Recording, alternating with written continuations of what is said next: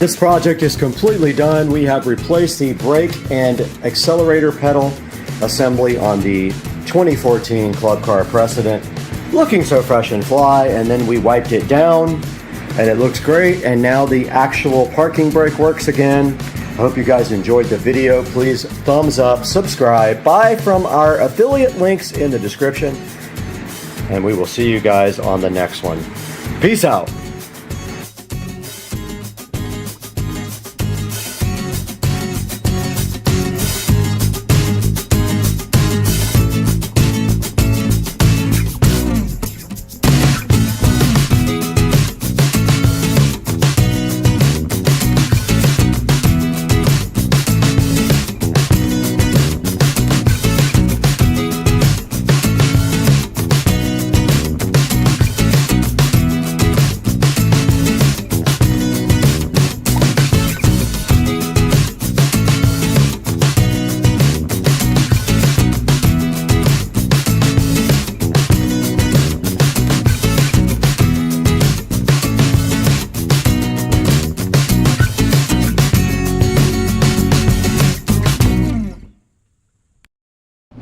It's beautiful out here today, but it's definitely going to be a hot one, guys. We're going to have to get in that pool.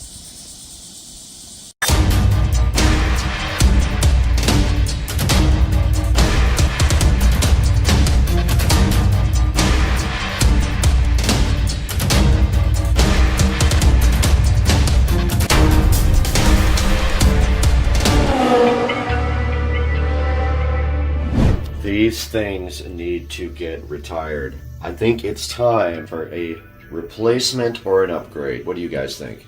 We are back at Supercar Street Racing once again, and today, if you see right here in front of me, I have my ASICs that I use to work out in every day. Now, I put about 3 miles a day on these, and I have been ever since I got them about 6 months ago. But you can see right here, they always wear out in the back, right here, always, because my feet rub up and down on them. Now, these are ASIC size 9s, and these are the gel contender 7s. And it's time to replace these simply because they are worn out. Now, part of the replacement of the ASIC shoes means that this pair now gets to become my new work shoes. This pair was my work and yard shoes, and now these will get retired to the trash can.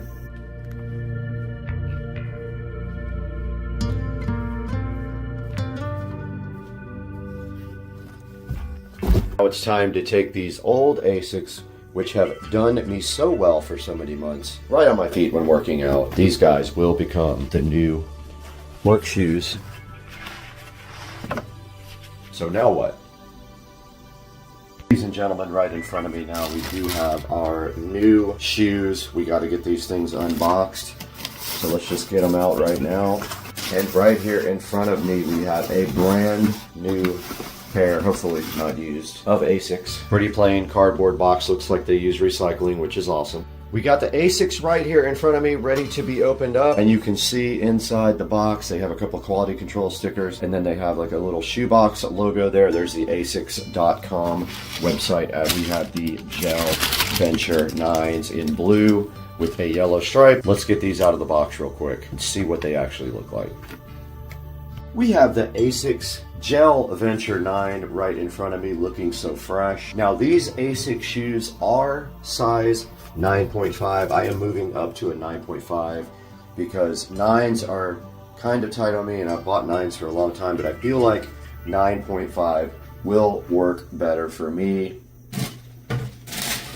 And I also need an extra wide shoe. It's kind of embarrassing, but yes, I do have bunions, so I need an extra wide. So these are the 9.5 extra wides, the Gel Venture 9. Now I believe I paid about 60 bucks for these on Amazon. I'm gonna leave a link in the description. And these are for working out. I'm going to use these on the treadmill as my walking shoes. And it says right here that they have this technology called OrthoLite, which is supposed to be like a foam inside, like memory foam almost. And on the back, it says long-term cushioning, high-level breathability, lightweight comfort, and 5% recycled rubber content. Pretty cool. So they do use recycled rubber on the ASIC shoes. Now let's take a good look, a harder look, a closer look at the styling of the ASICS Gel Venture 9. Starting at the back, they do have a loop to help you put the shoe on, so you just can pull straight up on this loop if you need help. At the very back, they say gel on the bottom, like that. Around the side, they say Amplifoam right here, whatever that technology is. We'd have to look online to see. And they do have this nice yellow stripe with the ASICS logo right here. And the shoelaces are pretty cool. They're black with yellow dots, which matches the ASICS logo on the side and the pull string on the back. They do have a set of holes right here towards the front, and then in the front, nothing major, just a normal black, almost leather-like here with the soft material right here. And then moving up, you can see again the shoelaces, which are black and yellow polka dot. And then they're held in by these cool little black and yellow striped things here. Moving to the other side, obviously just a carbon copy of the front side, and you can see from the top right here, it does say ASICS OrthoLite inside of the shoe itself, and it has a nice little stripe right there that kind of accents the back along with the yellow stitching there. Okay, let's get these things tried on real quick and see how they feel.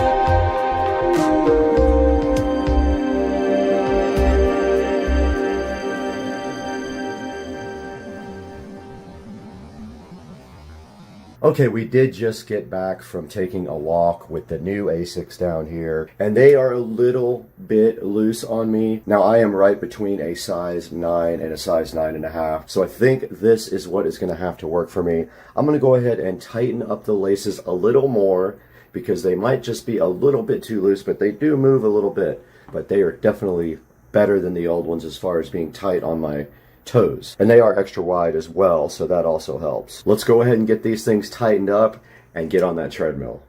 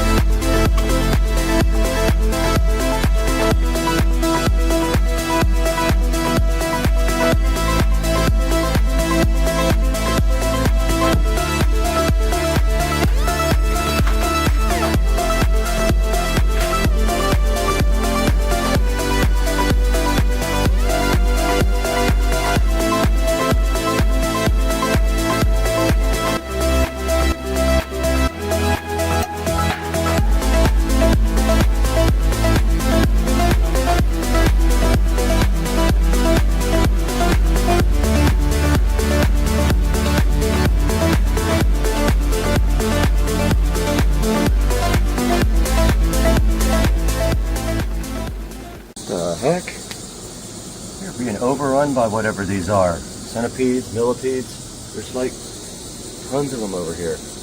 Look. They're all over the place. What the hell are they? Look.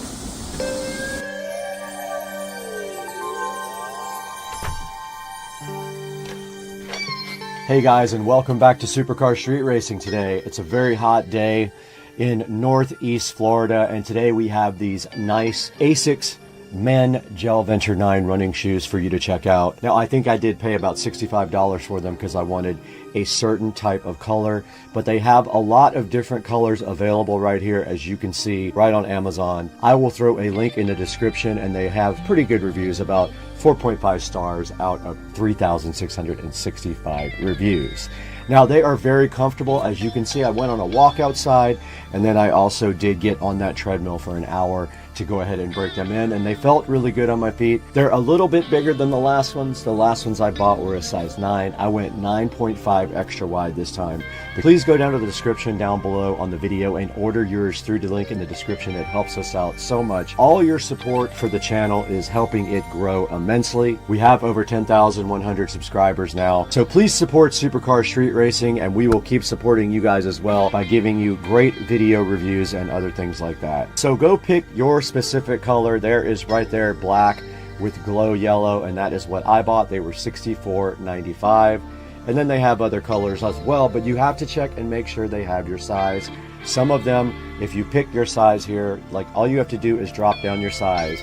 The ones that are not available will be grayed out on Amazon. The ones that are available, you can go ahead and get your order in and get your shoes as soon as 2 days like I did.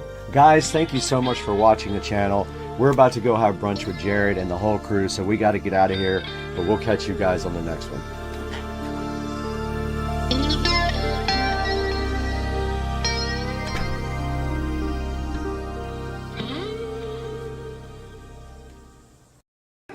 Kitty, what are you doing? Why are you so hyper? And then this is your baby, and this is your dead baby, and then this is you. Why are you so hyper? And your baby's dead, and you don't even.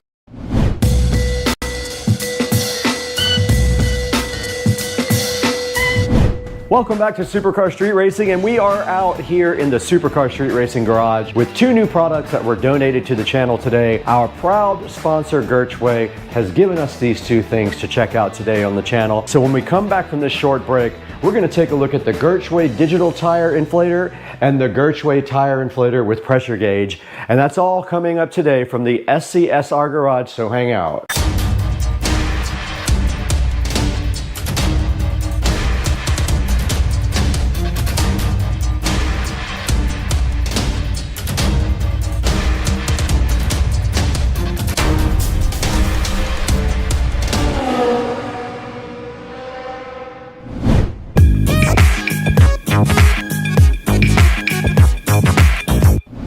Welcome to another unboxing and review on Supercar Street Racing, and you can see right here and right now, we are out here in the SCSR garage with two products from Gertschway.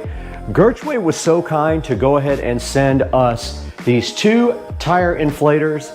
One of them is digital, one of them is not, so you can pick which one you like best after we show you exactly what they both do. And they are sitting right here on top of the Tesla Model S Plaid. And what we're gonna do today is go ahead and unbox these things in front of the SCSR Plaid, and then we're gonna take a look at how you use them. Now, you do need an air compressor or an air source of some kind to use these two devices right here. So you will need some kind of air supply for it that has a quick connect fitting on the end. Now, one of these guys right here is a standard analog gauge, and that is this one here on the right here. And then this one next to it is a digital tire inflator. So if you want to go like a little bit better quality and a little bit better display, you can go ahead and get the digital one, which we will open both of those here momentarily. Now, taking a look at the first product here, this is the Gertschway tire inflator with pressure gauge right here. Now, this is simply an inflator with a quick connect hose on the end that you do attach to a air compressor hose, and you can go ahead and see what the tire pressure is in your tires. And when you squeeze this handle, it should allow air to pass into the tires here, and you can go ahead and air up to whatever preference you like. Now, on the back of the box, it does say it's useful for any kind of automotive or bike, truck, car application. It tells you that it has a 100 PSI limit to its inflation range, a plus or minus 2% accuracy, a dial resolution of 1 PSI, and it measures in PSI. It has an NPT connector on the end for any air compressor. The tire inflator with pressure gauge. Now, this other one sitting right here in front of us is the one we talked about that's a little bit upgraded from this guy right here. Now, this is the Gertschway digital tire inflator with pressure gauge. Easy and precise tire inflating, and look at the front of the box here. It shows you what a cool looking device this is, and it looks like it does have a light on it. I'm interested to go ahead and check that out in the inside of this box. And on the back, it shows you again that it has a application for bike, motorcycle, car, and truck, and it does say it has a 3 to 200 PSI inflation range, so it does go higher than this one up here. It has a plus or minus 1% accuracy, a 0.01 PSI dial resolution. It measures in PSI, bar, KPA, and KGF CM2. And it also has the same NPT air compressor fitting sitting right on the end of the cable here that you can connect to any air supply source that has NTP.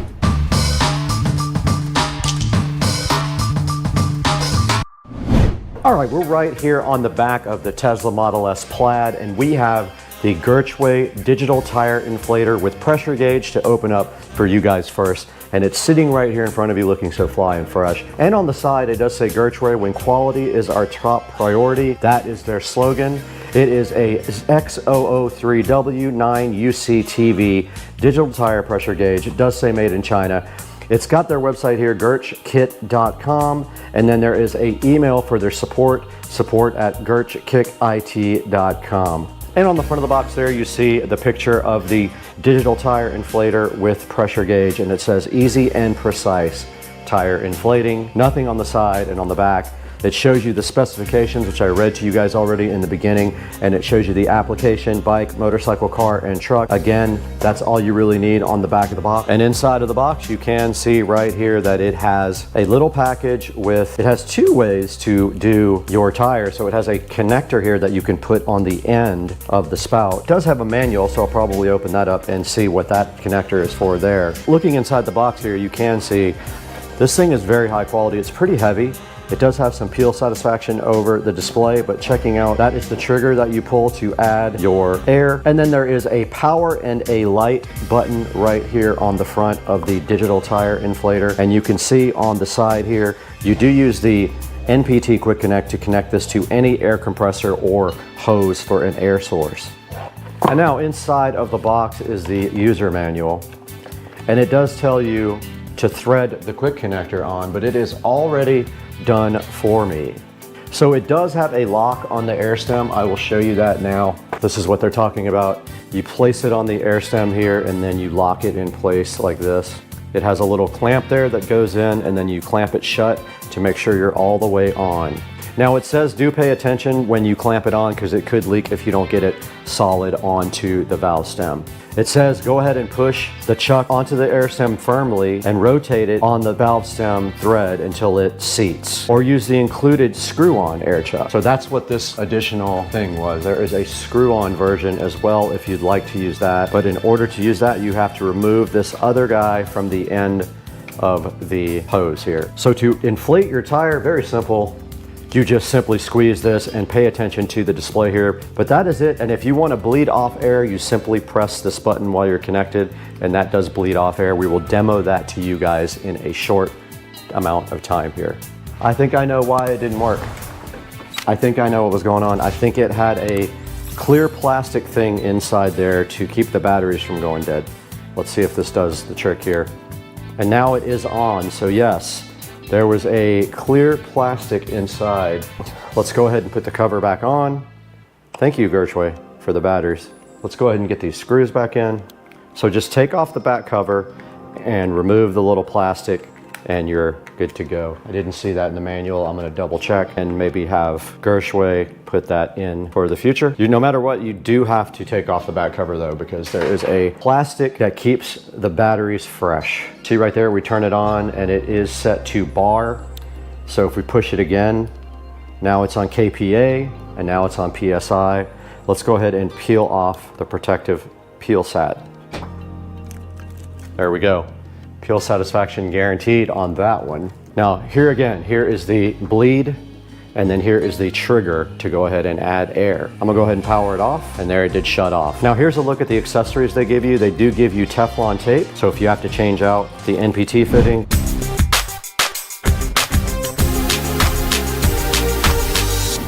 now, for those of you into the manual part of life and you just want analog, here is the tire inflator and pressure gauge from Gershway. And on the front it says it's easy and precise for tire inflating for home, shop, and professional on the side. And right on the back it says it's for motorcycles, bikes, trucks, and cars. Shows you its specifications, which I read to you earlier. And then it has their website, their email address, the little barcode, and this is a X001Z 1GOZX tire inflator pressure gauge. And that is all that's on the box. Let's go ahead and get this guy unboxed for you. And right inside there, we do have an accessory pack. And this time, if you want to use it, they do give you this long style tire inflator valve connector.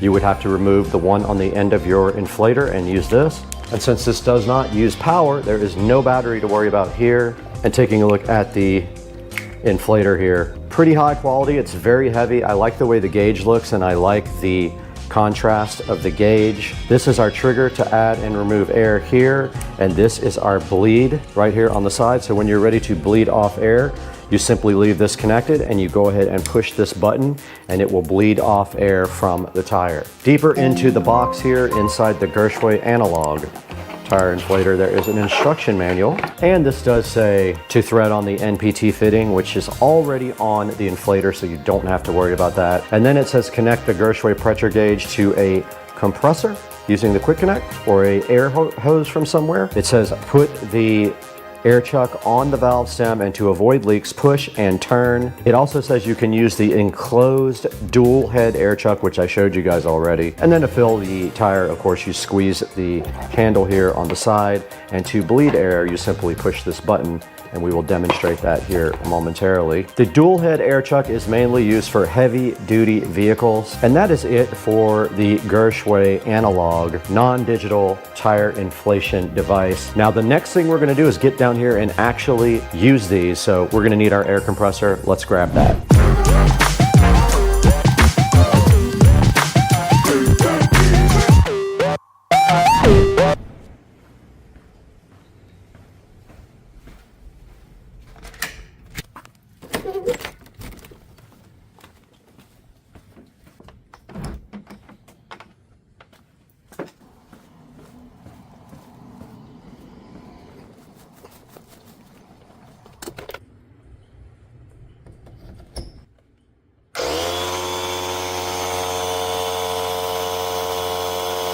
Okay, we are right in front of the Tesla Model S Plaid now, right in front of these Michelin Pilot Sport 4S's. And you can see that I have my air compressor out here and it is already aired up. So we do not have to air it up, and we are not going to be plugging it in so that it is not loud. Now on my air compressor, I already have this dual air chuck like Gershway did give us with the analog gauge. I'm gonna go ahead and pop that off by pulling back on the quick connect, and it pops right off, you can see. Now these tires are aired up to around 37 PSI. I'm gonna go ahead and air them up a little bit and then go ahead and let them back out to the same air pressure. Let's go ahead and connect our Gershway. Now this is the digital one, so we're gonna go ahead and power it on. It is on and it is set to PSI. Let's put our quick connector on it. Okay, so we are quick connected, and here is our tire valve stem we have to get off first. And these are black metal ones that I bought on Amazon. There's our valve stem. We don't want to lose this because we only have 4 of those total. And now to put this on, you simply push it on and it does lock. So you push the handle, push it on the valve stem, and then let go. Now there is 35.7 PSI in this tire, and that is a little bit different than what the TPMS says, but I am going to go ahead and put some air in the tire and bring it up to about 38. 37.4. It's at 38.3 now. Let's go ahead and bring it up to 40.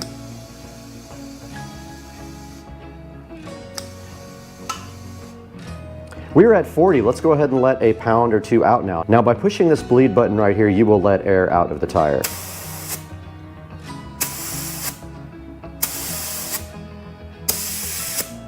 We're at 38.9. I'm gonna go ahead and leave it at 38.8. And that is just how simple the digital air inflator is from Gershway. You simply just push this onto the tire valve stem, and then you just use your little trigger here and your air compressor. And this is a cheap air compressor, and that is all I need for right now. Let's go ahead and pull it off by pushing the disconnect, and it is off. And that's a good look at the digital one. Pretty easy. I like the way you can see the display, and if you push the light, it does light up on the display, so you would be able to see that at night, which I really like.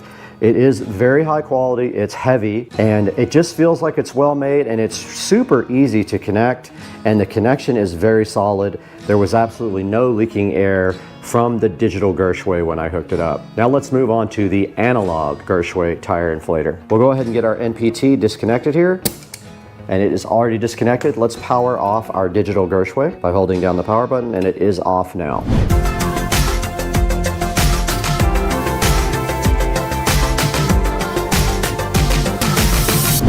All right, we already do have our valve stem cap off from last time, so all we have to do right here and right now is grab our analog Gershway here. Now I'm curious if this does glow in the dark. It looks like a glow in the dark type thing there. It might glow. It's got that weird color. And taking a look at this one, it is a similar design, except it has an analog gauge, right? It does still have a trigger to add air. It does still have a bleeder on the side here that you can let air out with. Let's see if it connects just as easy. Let's go ahead and connect it.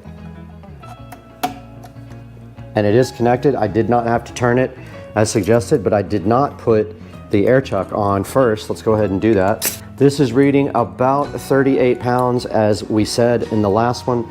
Let's go ahead and let some air out. It is reading around 36 pounds now. Let's go ahead and put air in the tire by squeezing this trigger.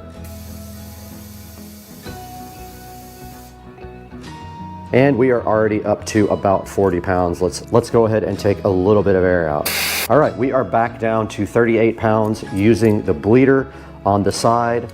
I like how heavy duty this thing is. It feels pretty heavy, it feels high quality. The contrast on the gauge is very easy to read. The trigger is very easy to use. It works great with my McGraw compressor here, the small compressor that I got for about 125 bucks. And it's very easy to connect, very easy to use. And let's go ahead and disconnect it now that we have our tire inflated to the exact pressure that we wanted. And that is it. It is that easy to deflate. Let's go ahead and remove it with the NPT. And there it is right there back in the box. or it will be gifted to someone. And then we got our valve stem right here we can go ahead and put back on. And that is it for the demonstration of how these two inflators actually work. Go ahead and decide which one you like and go down in the description and order your favorite one from Gershway.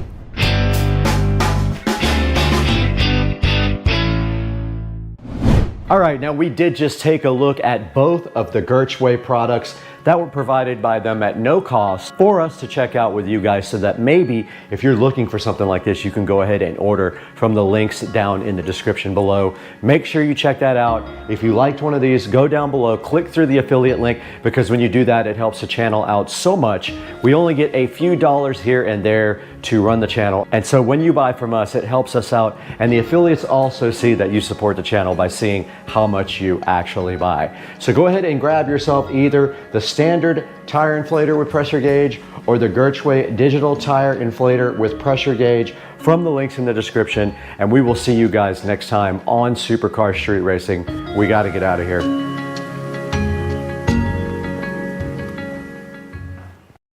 Guys, just a little quick update. We got the Supercar Street Racing 4K production studio mouse pad in, and it looks absolutely fantastic. Check it out, guys. Ordered directly from Amazon.com. It came in and it just looks so good. If any of you guys are interested in one of these, I can hook you up with one. But check it out. Supercar Street Racing has its own custom mouse pad up in here.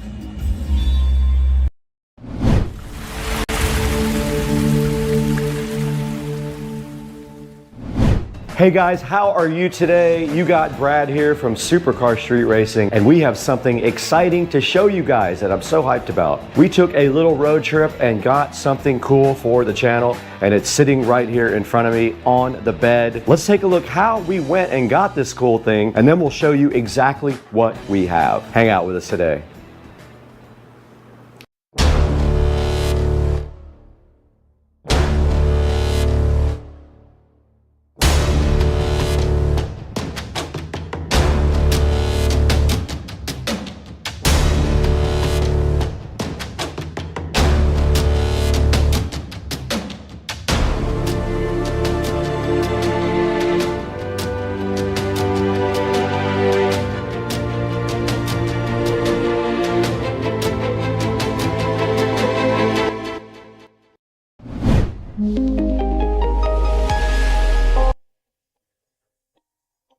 All right, we're about to head out. We bought a Canon R5C down in Winter Garden. So Joe just showed up. What's up? Are you ready to take the first road trip in the Tesla after 2 years? Yeah. You know that this car has never been anywhere near this amount of miles except when I bought it, right? Well, will this one trip put more miles on it than you've done Ever. in the last 2 years? Yeah. Ever. So we're all packed up and everything. We're going to head down to Winter Garden, and we're going to stay in Sanford for the night and check out some of the cool Sanford spots. And all we have to do right now is pack up, because I'd say about 11:30 we could hit the road, but we need to get all of our stuff packed and then figure out the trip. So we have a spot there. We have an Airbnb in Sanford, and so let's see. All right, let's get packed up. All right, we're leaving the house now, headed over to Joe's house, but we have a 2-hour and 15-minute drive to Winter Garden, which will be that's the furthest road trip. By the time we get back, it's the most miles in one trip for sure, because the only thing I did was driving from Merritt Island. Yeah. So yeah, we're headed out right now. We're gonna go ahead and go by the bank first, and then get on 295. Hey, man. This is fun, man. We never get to have fun like this. We'll have to charge if we go too crazy. No, we'll be fine. Is he rolling up on you? No. He sounds happy. Do it. All right, we are in Orlando. We just went to Bank of America and then over to Starbucks. We picked up the Canon R5C, 2 lenses, a bunch of accessories and everything like that. And now we are headed to the supercharger. So this car has only been supercharged once before, so we're going to see.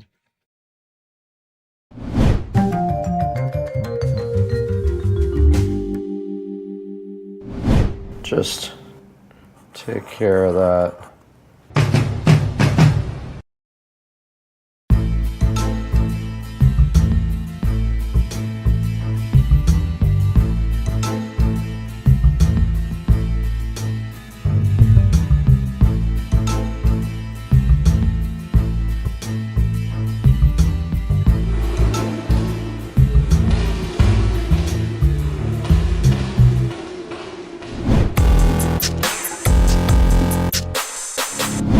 Right below me in this big cardboard box, there is a Besmo Titan 100 robotic lawnmower. Besmo reached out to me and asked me if I would be interested in showing you guys the Besmo, and I know there's a lot of interest about this online. Now, they make some bold claims about this Besmo T100. Supposedly it's perimeter wire free, can mow up to 1.5 acres per day, has 1 to 4 inch adjustable cutting height, should not run into objects in your yard. It has smart obstacle avoidance. Say the battery is pretty powerful and auto recharges also. There's also a feature called no-go zones. We're gonna check into that as well. And it is all controlled by an app. So let's dig into this T100 from Besmo on Supercar Street Racing.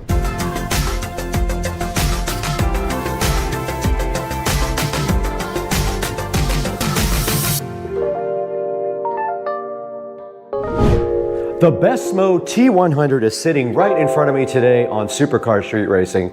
First of all, I wanted to thank you guys for 100,000 subscribers. That happened this morning. You can check out the live stream, and we were on live when we rolled over the 100,000 subscriber mark.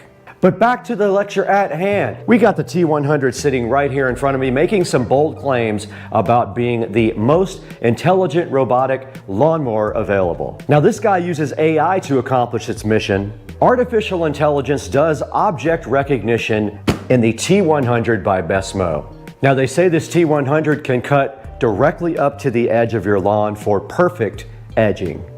It has custom schedules as well. You can program it to when you actually want it to go mow, so it can even take care of your grass when you're away. Now, one of the coolest things about this guy is you don't need boundary wires to keep the lawnmower inside a specific area.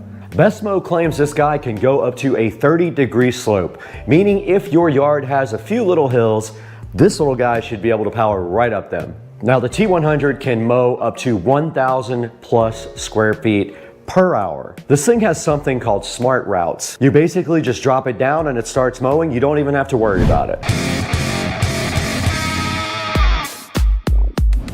All right, directly in front of me, guys, we do have the Besmo T100, the Titan, and it is ready to be unboxed right in front of me. I did notice that the box had a few dents in it, so let's hope that this guy is not damaged. But let's go ahead and crack into the Titan, the T100 from Besmo, and see what is inside of the box. It is packaged very nice, first of all.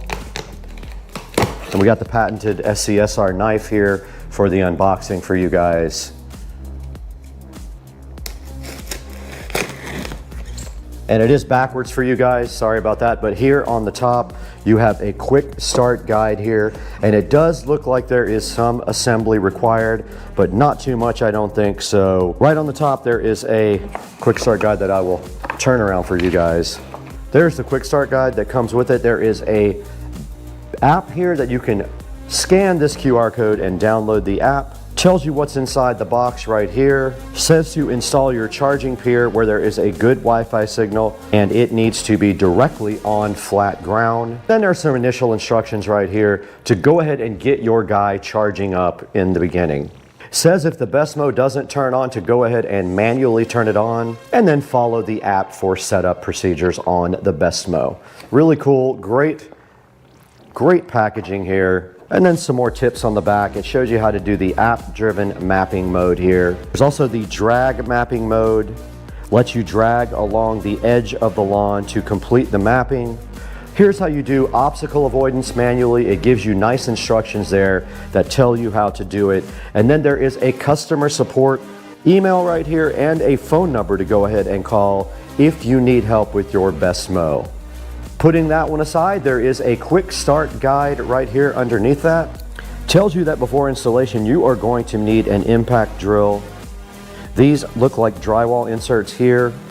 Looks like this is the base station for it that has to be installed. There is a base station power adapter, a RTK base station. Looks like they got a misspelling here, antenna.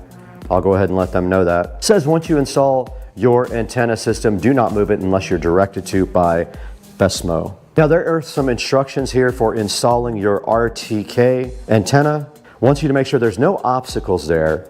Make sure that your RTK antenna can receive stable Wi-Fi. They want you to go ahead and secure it to something for extreme weather conditions. They want you to also use a all year round area where there are no obstructions. And then it shows you some examples right here on how they expect you to install your RTK antenna. Now further inside of the box, there is a white plastic cover right here. Very nice packaging, you can see right here, very, very nice packaging. Let's put that aside. And then inside of the box, they even give you tools. There are 2 socket drivers here, you can see, 2 socket drivers. There are a couple of other tools. There is a Phillips screwdriver and then a hex head driver set right there as well for you. This looks like it is part of the RTK antenna. From what I am seeing, that is what I believe it is. This looks like it's for mounting the antenna. There's some mounting bolts right here as well, almost like mounting a satellite dish. You have this here, all this bracketry is for that, and then there is a power supply for that, it appears. There are some stakes here, don't know what those are for yet. We will get into that. There is another power supply here. Looks like that might be for the charging station. There is a handle of some kind here. Now it looks like this is a blade installation fixture here. Now this guy right here is called your drag and mow tool.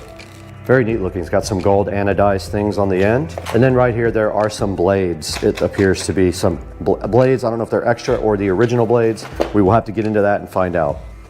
Now it looks like we have located the BESMO inside of the box now, and also the charging station is sitting right here below it as well. So what we're going to do right now is get the BESMO out of the box and get the charging station out of the box and take a look at everything outside of this box. And to charge it, it looks like it just slides up right on the end of the charger. And now here is the actual charging station. Pretty cool. That's the actual BESMO charging station there. Made out of a heavy-duty plastic, it seems. Okay, let's get this box out of here. We don't need that where we're going.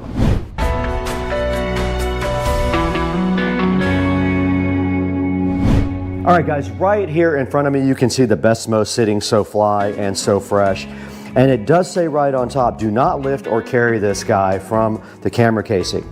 This is the camera right here on the front. So when you're lifting this guy up, do not lift it from this guy right here. It does have a large red stop button on the back. That way, if you want to stop it, you can just go ahead and hit that button. Now right here on the quick start guide, it says it does not want you to put their charging station any more than 4 feet from the actual house, and it has to be at least 7 feet away from the nearest obstacle. And it says it right here on the quick start guide right there. Now it wants us to go ahead and power up the charging plate. Let's move the BESMO. Now you can see here there is quite a long cable on the charging plate. If that is something that concerned you, you have plenty of cable here for running power to your charging station. All right, we did go ahead and get the BESMO all plugged into its charging station. I have not powered up the charging plate yet. This is the second half of the equation to getting the charging station working.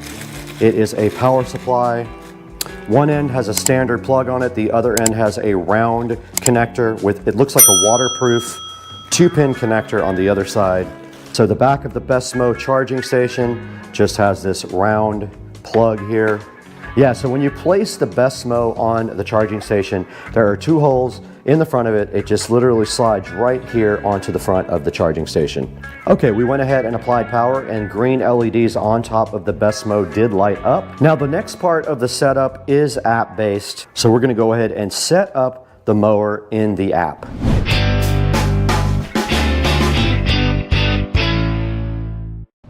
Okay, we went ahead and scanned the app on the QR code for the quick start guide, and we can see here in front of me, we can see BESMO right there in front of me. We're going to go ahead and click install, and it is downloading while this thing is charging. I'm going to go ahead and open up the BESMO app now. It says allow notifications. I am going to do that. Now it wants us to go ahead and add a mower here. I'm clicking allow location while using the app.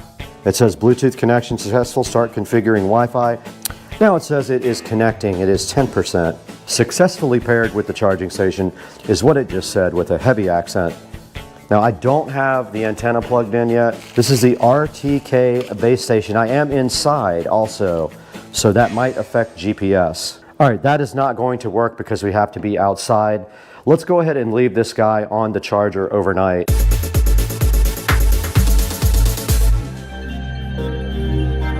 Now right here we have the RTK antenna. Now RTK stands for real-time kinematics. These RTK antennas transmit data from here to the lawnmower, providing satellite GPS signals. Now the RTK antenna uses a network of satellites and a fixed base station to obtain almost centimeter level accuracy. This guy mounts right to the side of your house. They do give you all of the mounting equipment. It's almost just like mounting a satellite back in the old days when you were mounting your dish network or your DirecTV antenna. You have a small pole right here that mounts to your house, and then you have a plate right here as well. That plate does just go on the end of this rod like that, and then you tighten it down, and on this side you actually screw this to a plate mounted to your house. For example, right here you see the mounting plate. This guy would be on the side of your house. You can screw this directly into, just like that. This will be flat on the side of your house.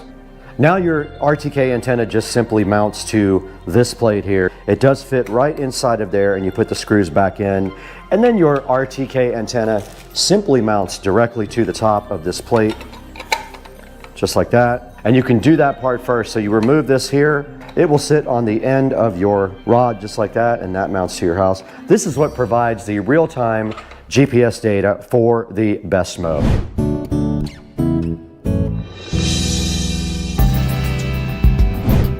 Guys, thanks for watching the video, and right in front of me here, BNLink has been so kind to send us one of their mechanical indoor timers. Now, BNLink has been a partner of Supercar Street Racing for over 6 months, and they reached out to me recently and said, hey, do you want to take a look at this cool, simple indoor mechanical timer? And of course, I said, yes, I will do that for you guys. So in front of me, we have that timer. Here it is right here. It does come in a 2-pack. There will be a link down in the description for this guy. It's very simple the way this guy works. On the front there is a dial. You simply push in and pull up on the little pegs, just like this, to set a timer. The little pins just simply pop right up, in which case you can set an on and an off time, and it goes in 30-minute intervals. It's very simple to operate. On the front here, it has a plug to plug your device in, and on the back, it does simply plug directly into the wall. Now, this is made for indoor use only. Do not use this outside. It is not weatherproof or water rated, only for use inside. BNLink is awesome. I love working with those guys, so I was excited to show you guys this simple timer. Go ahead and look for a link down in the description. Order yours from our official affiliate links. Get your BNLink timer. And don't forget, also on the side here, there is this cool on switch, or you can switch it down to timer to actually use the timer. Order yours today, and thank you for supporting Supercar Street Racing and our vendors. Now back to the video.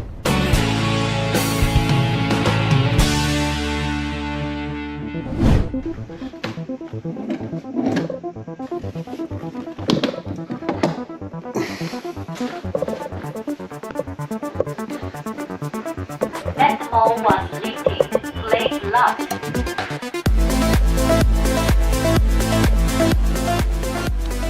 All right, we have to get our antenna out and working today. Let's go ahead and get it out of the box now and get it outside. And this guy does just use a USB Type-C on the bottom right there. And here is the color wire they supplied. Let's bring all this outside.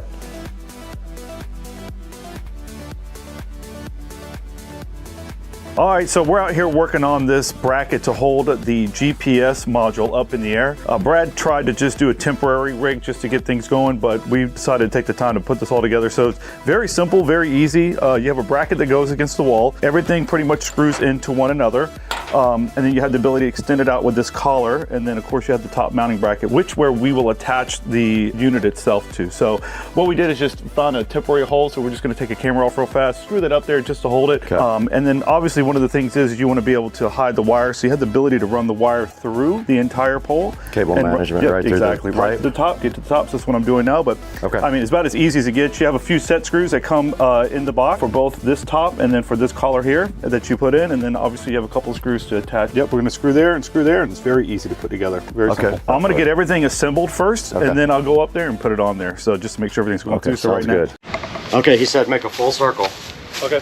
You want to get the big camera? All right, Joe has the best SMO ready to map. He's going to go ahead and connect to this little white zip tie, and he's going to drag it in a full circle around the yard. Go ahead, Joe. Let's see what you got. Real quick, it comes with this telescoping holder right here that you can drag this thing around with. So you just open it up and then tighten it a little bit. Looks like you just clip right onto here.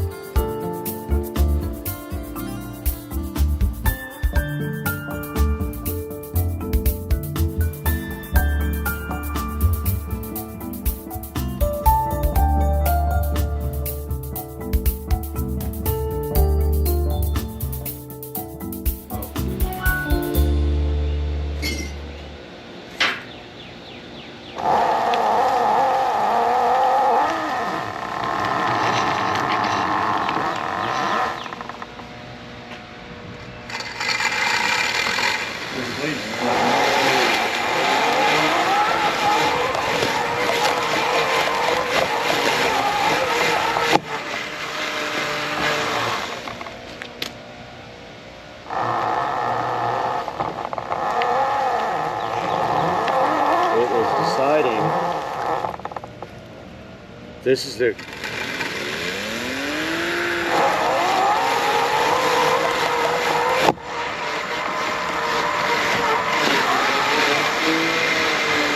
Gotta get nice.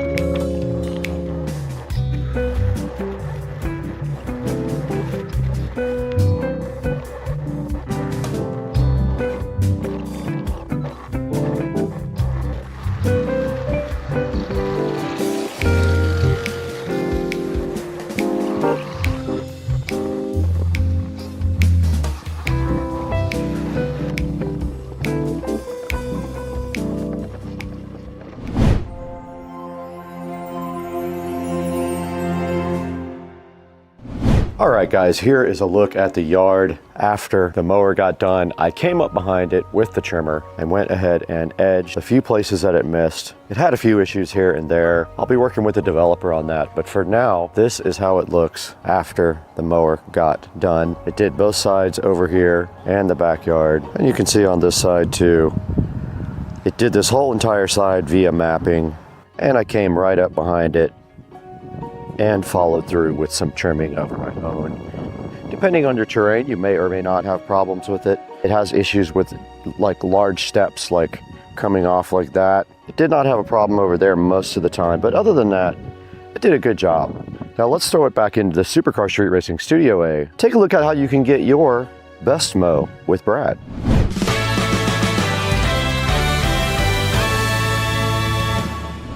Guys, welcome back to Supercar Street Racing. We are sitting in Studio A right now and shooting on the new Canon camera, which I'm still having a few issues with, so I am working through that stuff. We lost a bunch of the footage that we shot. I don't know why. I'll have to talk to Canon about that later. And on the other side of the screen over there, you can see the Bestmo, and we did enjoy working with Bestmo on this new product. I hope that you guys will take advantage of this opportunity. There will be a link in the description. Please click through my official affiliate link. It's pretty easy to set up. There are only a couple steps. You put the GPS antenna up on the house, the RTK antenna. You go ahead and adopt the RTK antenna. You adopt the mower, and then you go ahead and pull the mower around with that metal rod and map your area. And then the mower just does its thing. There are a few options in the setup that help you, things like obstacle avoidance. You can lower and raise. You can also change the direction of the mowing and do things like that. So I encourage you to try out the Bestmo and let me know what you think down in the description. Go in the description, check out the official affiliate link for Bestmo. It comes with everything you need to get started, including spare blades, all the tools, the antenna, everything to get you set up and get you mowing your lawn. Now, please like and subscribe if you haven't. It helps me out so much. You have no idea how much your support means to Supercar Street Racing. Drop a like, drop a comment if you like the video. Let me know if you have any questions about the Bestmo. I am in direct contact with the manufacturer. And thanks again for watching. We will see you on the next one. Man, we are getting it.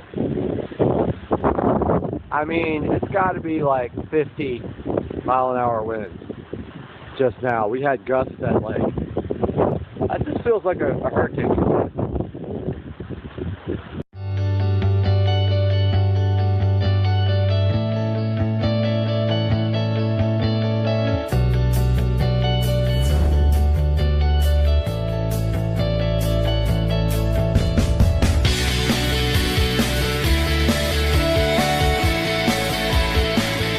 Alright guys, we're taking a look at the Barebones factory, wherever that may be, and yeah, so this is just a look at how they actually produce the mirrors.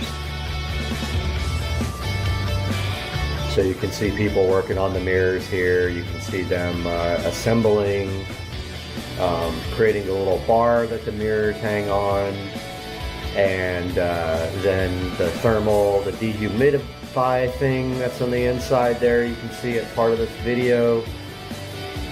You can see them putting the frames on the mirrors too, doing all the assembly on the mirrors. Yeah, so I just thought it was kind of a cool little video to put at the front so you guys could see more about Barebones and the way that they create these mirrors. So have a look at this video and then we'll get right into the product.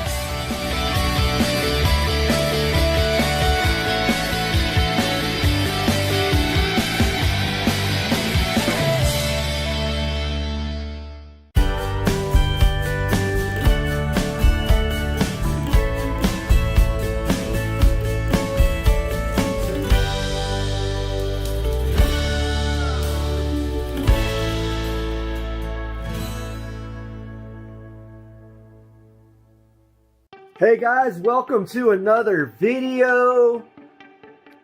It's Wednesday. Got an update on my instrument cluster is coming in today from back from Germany or Switzerland or wherever it is. I guess if you guys are gonna have to see me, I'm gonna have to put a hat on here so I don't look ridiculous. Hair's all messed up. All right, so we're taking a look today at the smart LED Wi-Fi mirror. Now, I wish that I would have saved the pictures of this being installed, but I deleted them a couple of days ago. I had some really good install pictures of what I did. Now, let's take a look at this and see how you install it, some of the features, and whether or not I feel like this was worth the money. So these guys were fairly expensive. I paid, I believe, over $500 for both. There will be a link down in the description for these. There are different brands. I'm going to link the brand that I used. And yes, I know it's overkill to have these on both mirrors, but I wanted these things to match. Now, what came out of here was just a regular wooden framed mirror that I actually created myself. I actually made it. I framed it up and everything. Now, this whole entire vanity, I wish that I had done a video on the replacement. That was quite a project for me because the old vanity was floating. I really wanted a floating vanity so I could underlight it like that. However, I looked and looked and looked and I could not find anything suitable. The other issue doing this vanity was that this trim had to come out. The vanity is too wide to fit through the space with the trim on. So I removed the trim and slid the vanity in there, and this vanity came from California. Very, very heavy and very well packed, very well made, solid wood vanity with also soft close drawers. And so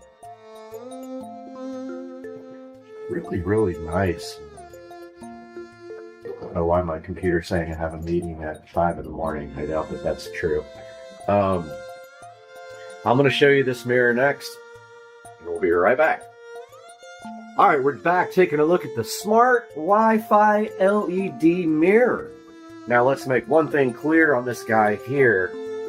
This does not come with these color LED strips. So this does not come with those. That is an addition that I did.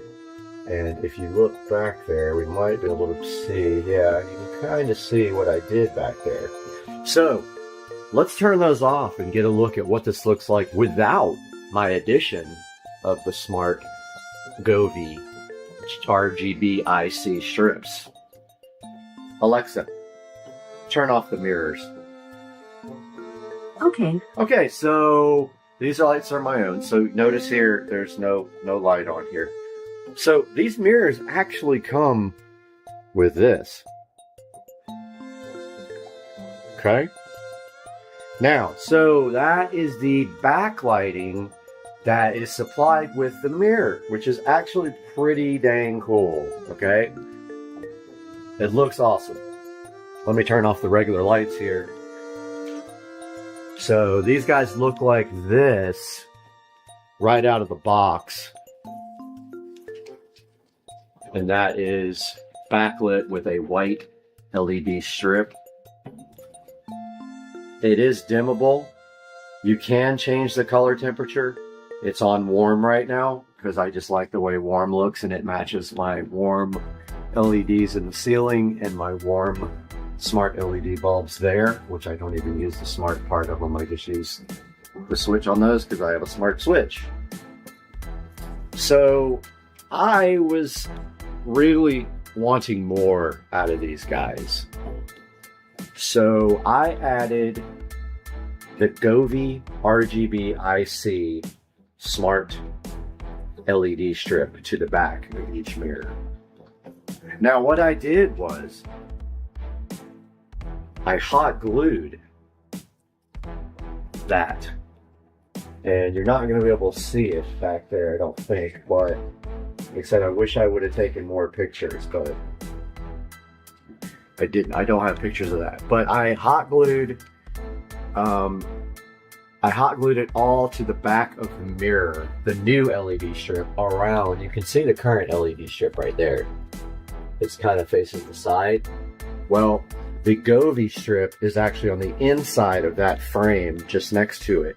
There's also enough room back there. It's deep enough so that the Govee controls actually fit too. Now, if you look here, there is the mirror on-off switch, and that is also how you change the color temperature on the mirror. There's a switch right there. It's convenient because you can still get to it from behind the mirror right there, and that's how you change the color temperature. They also have a dehumidify function.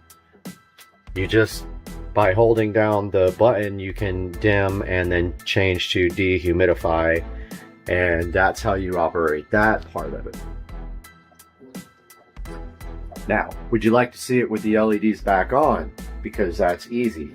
Alexa, turn on the mirrors. Okay.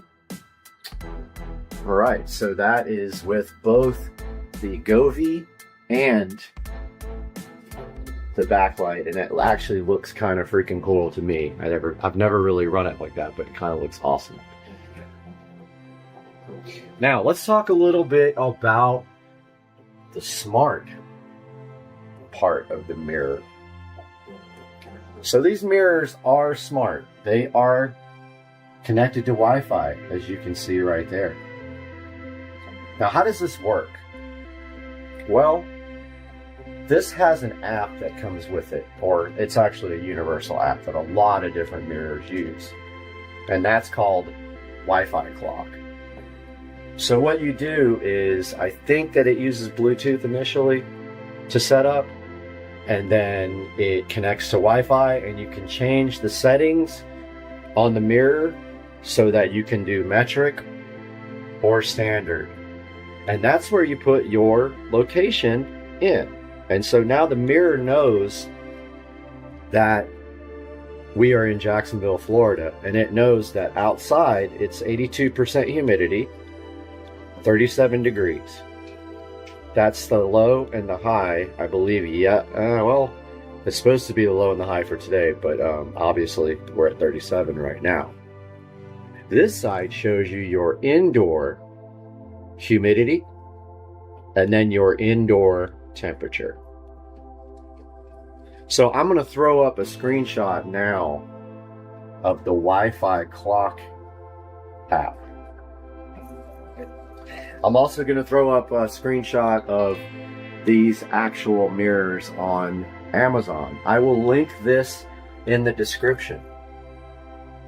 Now let's talk a little bit about what it's going to take for you to complete this project, unless you invite me over and we do that together. So, I always wanted lit, LED lit mirrors. When I took off this vanity, when I took off the old vanity in order to, let me get some lights going in here again. When I removed the old vanity in order to put the new vanity in, I had a really good opportunity there to do some electrical. Now, the difficulty with that being that this is an exterior wall, the outside of this, that is the outside of the house. You need to be aware that when you start working on exterior walls, you might have fire breaks, which is going to make running wiring difficult because they go across this way. Interior walls like these in the closet right here, or this side wall here, super easy. They're completely hollow, so you can run wiring really easy. So I had this whole entire wall clear. I already had a plug. Let's take a look at that. Under. So see, I already have a plug that I put in years ago to do LED lighting underneath. I took that opportunity to run wire up the wall and over to the center behind this mirror. There is literally a hole. And if we can get back there, maybe almost see it. There's a hole back there below that bar. Or above it, I'm not sure. That is where the wiring came up from the receptacle down there. Now, I added another receptacle, and it's actually behind there. So there's two receptacles now, and that is where the power goes to the mirrors. So those run up the wall. Now, yes, there was tile there already. I actually used a tile bit to drill through the tile, and then I broke the tile with a hammer. It's that simple. You know, it's going to be covered forever. There will probably never be anything but mirrors over that, so I'm not too concerned about it. So I broke a hole in the tile, and then so these mirrors, you can see clearly right here, they mount with screws. So that was another challenge there. So how did I do that? Well, I used my tile bit, my masonry bit. It's designed to cut through tile or stone. I used really good drywall inserts. They're the ones that have a strap. You push them into the wall and then you pull the strap and the strap breaks off. They're really, really strong. I used those with some nice big screws to hang that bar right there. I don't know if you can see it, but that's how you mount the mirrors. The difficult part of that you're going to find very quickly is getting the mirrors level. Completely even, completely level, completely the same exact space from edge to edge, the same exact distance apart. Very hard. One mistake and you have drilled through your tile, and then you have to either move up or down because you'll already have a hole and it'll be the wrong hole. And the most you can hope for is that if they're slightly off, you can actually manually take your hand and bend the mirror, and the screw might move a little bit and allow you to level. But I highly recommend a laser level for this. That's what I use. Laser levels are awesome. I'll put a link in the description to one for you. And the final piece of this whole bathroom was, and this is not part of the mirrors, but I just wanted to show you guys anyway. This is an Echo Show 5. Now I want you to notice no wire, no wire, no wire, no wire anywhere to be seen. Now this is my favorite part of what I did with these mirrors. This Echo Show 5 used to be plugged in here, okay? So I ran the wire literally behind the shelf and through the mirror over here, and we had a plug right here. So it literally came out and plugged in right here. Well, that's not good enough. That is not acceptable. That worked for a little bit, but I had the opportunity. And so I made this shelf by hand. So this is just 2 pieces of wood. Those wood are then screwed to each other in the back there with flat screws. So I drilled the bottom shelf out, screwed in the back part to it with a flat screw, and then I caulked this.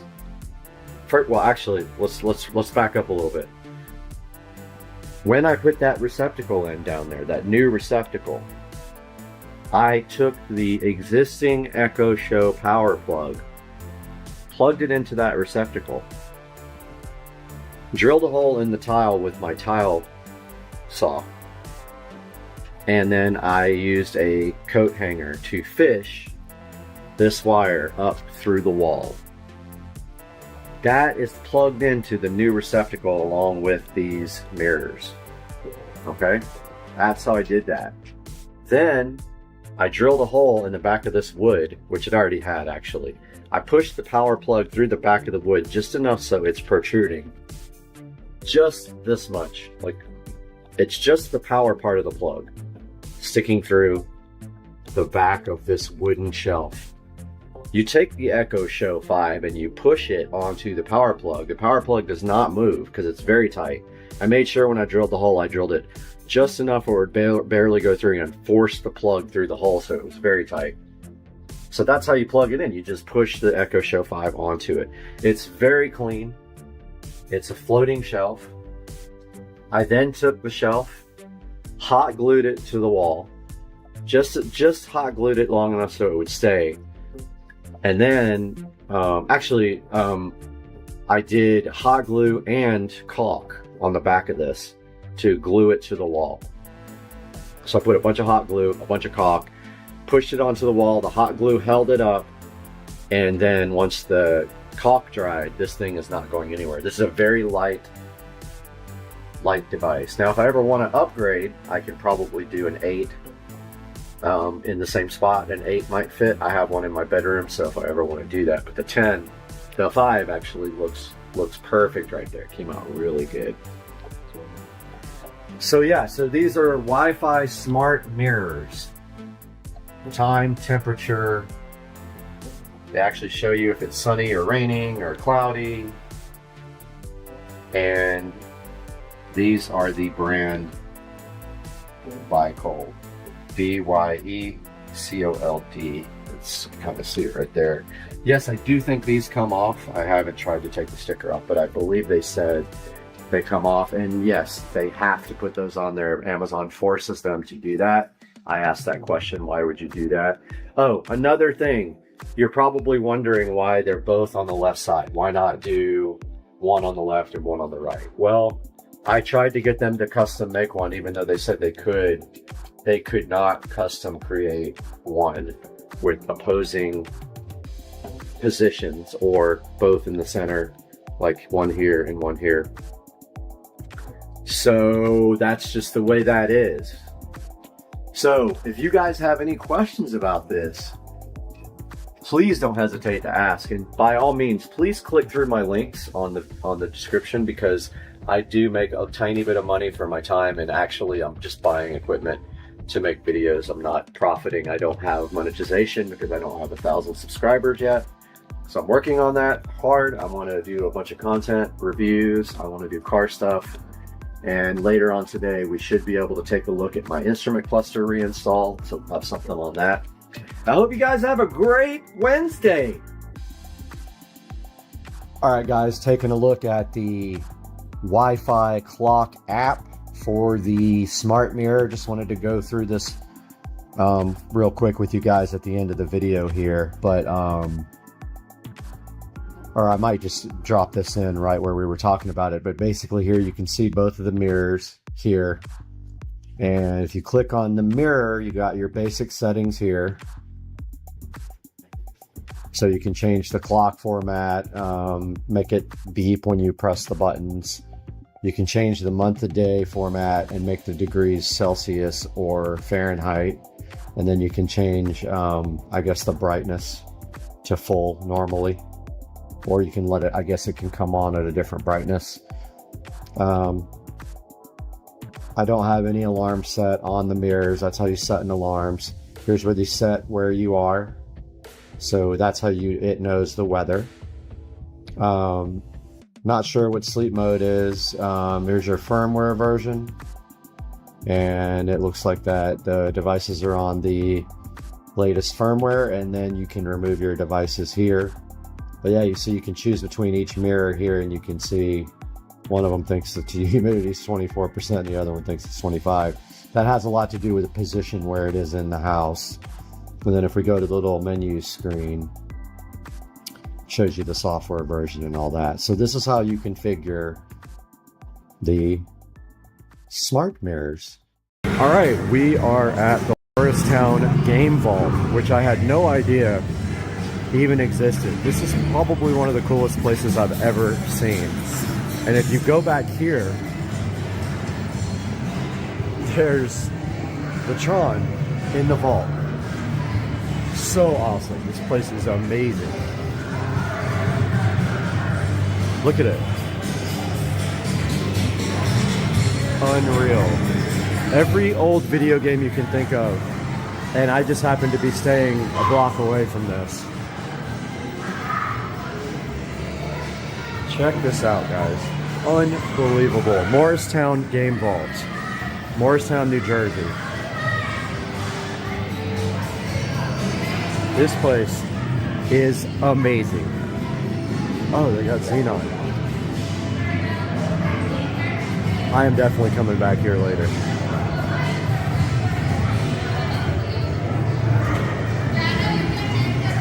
Absolutely insane. The Morristown Game Vault. A good look at it. Unreal.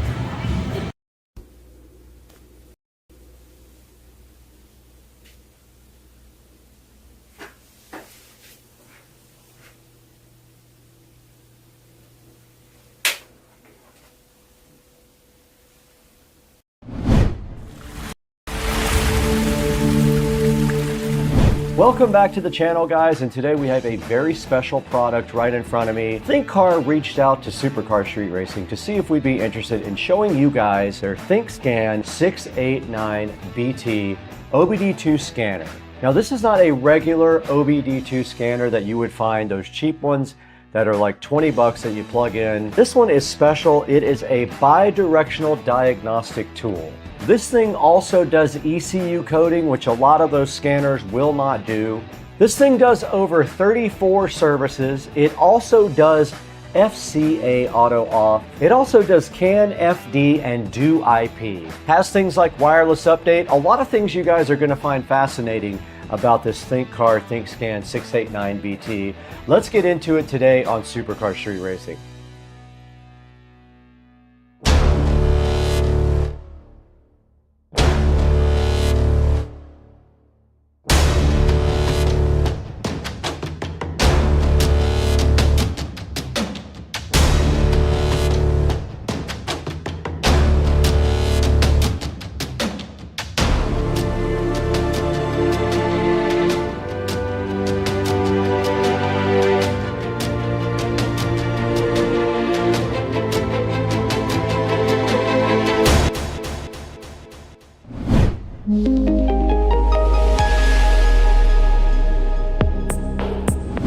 We're back in the Supercar Street Racing abode today, and we have a very special product for you. Sitting directly in front of me right here is the ThinkCar ThinkScan 689BT. Now, ThinkCar thought it would be a good idea if you guys took a look at this, because this might be something that you can use for your own car to do diagnostics and programming when you don't want to take your car to an expensive dealership. Now, this thing does a lot of cool functions. It has a Bluetooth 5 connection. This is the best bang for your buck, period. It has fully bi-directional controls, 3,000 active tests for your vehicle, over 34 plus service resets if you have a problem, 100 plus special features. You can do advanced ECU coding with this thing also. Means you can change perimeters on your car if you don't like the way they act. If there's a perimeter to be changed, this thing might be able to change it for you.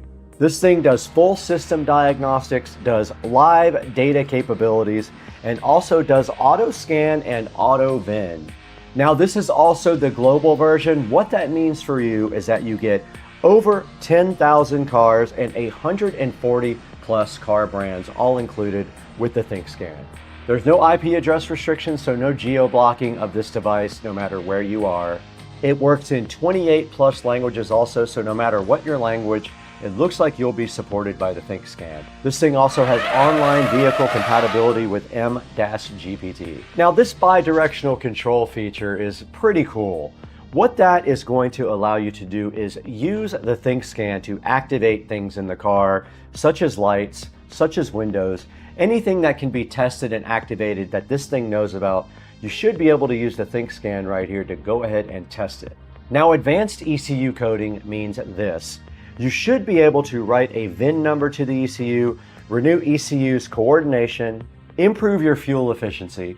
You could relearn your transmission if you need to do that as well. This can help you reduce power losses and improve the durability of your mechanical parts in your car. Now, there's also a bunch of maintenance services like hard resets. You can reset your power balance, your fuel trim, your VIN relearn, your turbo reset, your seat calibration, your crankshaft, things like that, your gearbox, your clutch, can all be done with these maintenance services on the hot resets. Now, this thing has a no cable restricted 10-meter wireless diagnostic range. It can auto detect your VIN in seconds and perform all of the scanning functions for your car that you need. This guy covers all kinds of European and American cars, all kinds of ISO and SAE ratings, and it's compatible with CAN OBD2 protocols.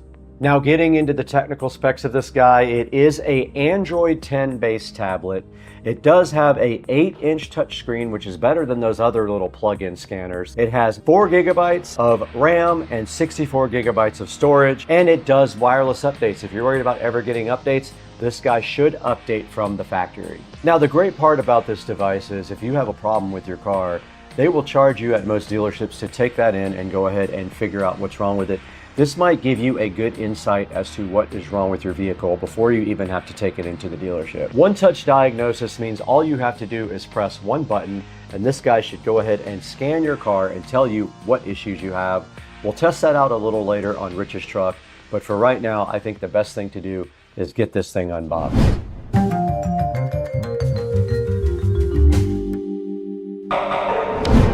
Now, we just took a look at all the features of the ThinkScan 689BT. I'd like to go ahead and get this out of the box with you guys and take a look and see what's inside. So to do that, we have our patented SCSR knife here to go ahead and slice open this nice hologram of the ThinkCar. And this thing is sharp. Looks like it's open now. Got to be smarter than the box. Very tight fit there on the ThinkCar, but it did come right out of the box now. Packaging was thick, and right inside of the box you do see an immediate cool thing. There is a nice carrying case there for your ThinkCar, which is something they did not have to do for you, but they totally did. There's a nice kind of cool thick carrying case for the ThinkCar ThinkScan 689 Bluetooth. Got a little handle right here on top as well, which is awesome. And then when you just do open it like this, there is a piece of foam at the very top. The actual ThinkCar is in the box here. It looks like it is an Android tablet-based device. Let's get that out for now. Interestingly enough, there's a Cat 5 cable or Cat 6 cable with the instructions right here. Inside of the box also a USB Type A to USB Type C adapter that might be for charging. This is a USB Type A to Ethernet adapter here. I'm assuming that goes onto the tablet, and then this Ethernet adapter goes between there and the tablet if you need to use wired. There is also a nice charge adapter here, and it looks like it is set up for Euro, because it came with 3 different adapters. I'm not familiar with the other 2 styles, but it did have a US adapter on it right here. So if we just slide that directly on somehow. So yeah, this is the OBD2 connector. It has a OBD2 plug on that side, and on this side it does have a Ethernet and also another female OBD2 port right there. There's a packing list here also that tells you everything that came with the ThinkCar. Now, this is definitely a USB Type-C charging port at the very top here, and it says that the other connector is a USB Type-A expansion module. There's a lock screen and power button right here on the top as well. It also does have some sort of desktop mount here. So if you just pull this out, it can sit directly on the desktop like this. And you do notice on the back that it does have the detachable Bluetooth wireless connector built right on the back, and they do even have a magnet there, which is very cool. The magnet sticks it right to the back, so you don't have to worry about it. Now, this thing does recommend the first thing that you do is connect this product to Wi-Fi and go ahead and update it. So in a few minutes, we'll get this thing on a charger and do that. So this guy does come with a USB Type A to USB Type C adapter to go ahead and charge it. So it's not a very long cable, and it looks like any particular charger would work. I'm gonna go ahead and plug in directly behind me here and get this thing on power and let it go ahead and charge up. And it is lighting up the screen right now. The screen is lit up on the ThinkCar. It's at 92%. It won't take long to go ahead and get it charged up to 100. Now, I did look through the manual. There is not a lot about using the Ethernet and this type of connector. I'm assuming that is an alternative to using the Bluetooth connector that is on the back. It looks like right here, you would just literally go from here on the Ethernet connector to this dongle and then connect that to this when you're having Bluetooth issues. But there is no documentation about that in this particular instruction manual here. All right, you can see the battery is still at 92%. That's probably fine. Hey guys, we want to take just a second to talk about our ongoing sponsor, Crutchfield. Look at all the cool stuff Crutchfield has to offer and check out all their cool advantages. You get lifetime technical support, 60-day price drop protection, 60-day returns, and an endless amount of literature online to go ahead and research for your projects. Crutchfield is a proud sponsor of Supercar Street Racing. Go ahead and click through the links in the description and check out Crutchfield's awesome products and awesome customer service. Tell them Supercar Street Racing sent you. So for this next part of the video, let's go ahead and get this thing powered on and see if we can get it updated.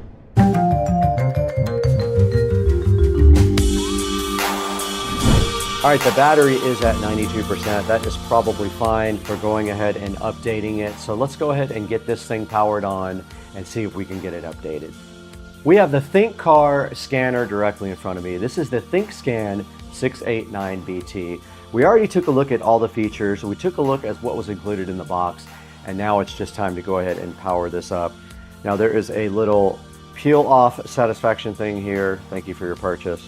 Just peels directly off. And now let's hold this on and let it power on. Now this is Android based, so it's gonna look an awful lot like an Android tablet because it definitely is. Now I do have a question as to whether I can sideload apps on here. That would be another thing. But it is powering up now. You can see the nice animation there on the ThinkCar. We do have a welcome screen. It says welcome. And now on the screen, it's giving us some hints and tricks. I'm gonna go ahead now and hit the upgrade feature. Our Wi-Fi system here at home, and it looks like it is connected. Let's go ahead and go back and then go to upgrade. Vehicle diagnostic software, download the latest copy. Let's hit enter. And it is asking me to upgrade all these different types of vehicles. I'm gonna go ahead and hit upgrade. It says it's loading, and you can see it downloading various car types here. There's a percentage graph there of what it is doing.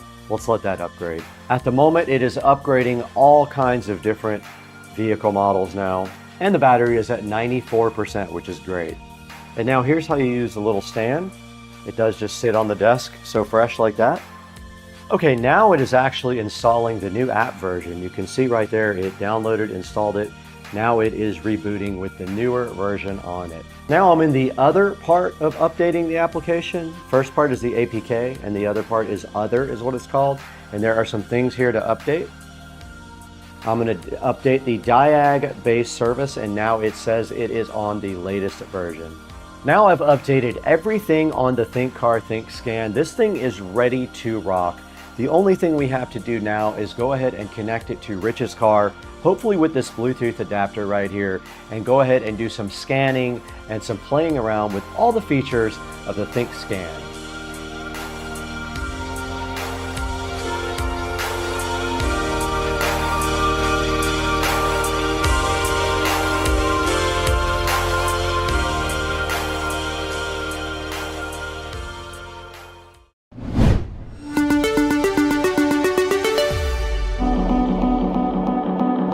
We're over here at Dukes of Duval's house with the ThinkCar. Now this guy, Joe, is a Bluetooth enabled scanner. It's also a two-way scanner, so it does more than just a scanner. It can also program your car, code features in and out that you may or may not want or you don't have. You can maybe code them in. So it does a lot more than a regular scanner. It is also capable of doing wired connections as well, but we're going to try the Bluetooth out. We have it sitting right here in the center console, and we're using the handy little tabletop stand right there for it. So now why don't you get the Bluetooth adapter off the back, and then at the same time you can go ahead and power this guy on and it can start booting up, and then we'll let you put the Bluetooth adapter in the slot down there at the bottom. What do you think? Yeah. Brad, did you choose me because you know that, like Trace Atkins, every light in my truck is on? Every light's on. So let's see exactly what this thing. Right, it's pretty cool. Look at this. Yeah, man. the Bluetooth This thing magnet just sticks sticks to the it. back, and then on top there's a charger port and a This is data port. So you just hold down the red button to power it on. We're gonna go ahead and power this guy on. Here. And while he does that, this is powering up now, and you can see the ThinkCar logo on the front. Oh, here it is right here. There's the Bluetooth. I don't think we have to power that on. Tell me if it lights up. It lit up blue. And it Okay, made an cool. audible noise as well. It did. Okay, Yeah. so it made a sound, right? Yep. Okay, cool. And then we're looking at the front of the ThinkCar here. This thing says auto search. So why don't you press enter and see if it can find your vehicle? Okay, so I'm just... Hit that. Okay, connecting to Bluetooth. It's scanning the VIN now. Pretty fancy looking. And if anyone can identify that car, Well, that's my truck. got your truck correct. Your make model? It made a noise. Now this thing also should recognize all of the modules in the truck. So it should recognize your, all your body control modules and anything else you have. All right, let's do automatically search. Okay, read the VIN. Manual transfer case. Radio, we have a Base radio. automatic or manual heating. I think we have auto. VESA Pro RPO. We don't know if it has this, so We'll say without. we'll just say without. Let's do a health report. That's cool. All right, scanning the ECM.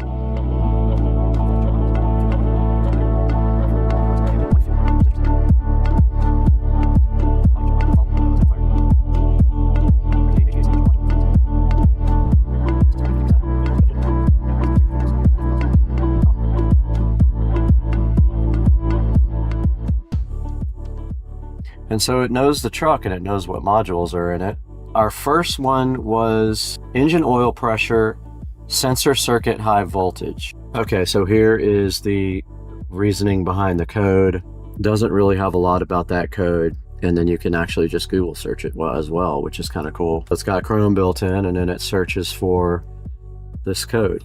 All right, yep. Go back to the other one. Let's see what else we got. We got a cam set. This one's interesting.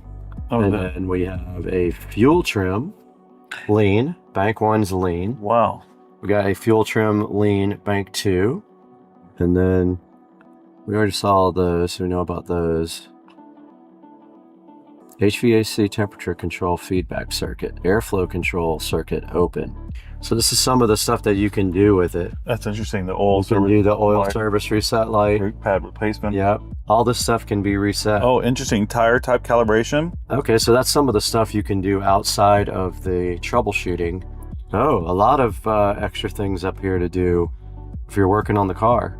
So if your car supports it, Yeah. they're the ones that you can use for regular maintenance. Engine. Yep. Airbag. That's interesting. Battery matching. So if you need all this stuff, it is available if your car supports it. Man, this thing just has a lot. Definitely has a lot of features. Injector You can code your new injectors. A lot of things that my truck doesn't have, but this just, it just has so many different things. All right, so there it says cleared TTCs right there, right? Yeah.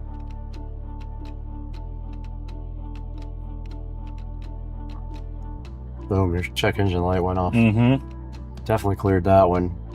Huh. So what do you think about this cool scanner? Man, I tell you what, it's detailed for sure.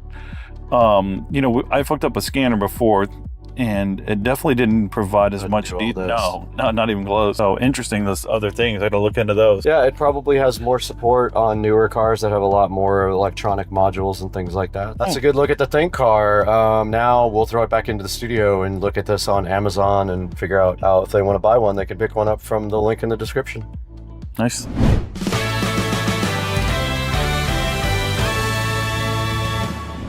Hey guys, welcome back to Supercar Street Racing. We're in Studio B right now. We're also broadcasting live on YouTube while we edit. But today we have this very cool ThinkCar ThinkScan 689BT. This guy was given to us to go ahead and evaluate and check out all its cool features. It does so many cool things.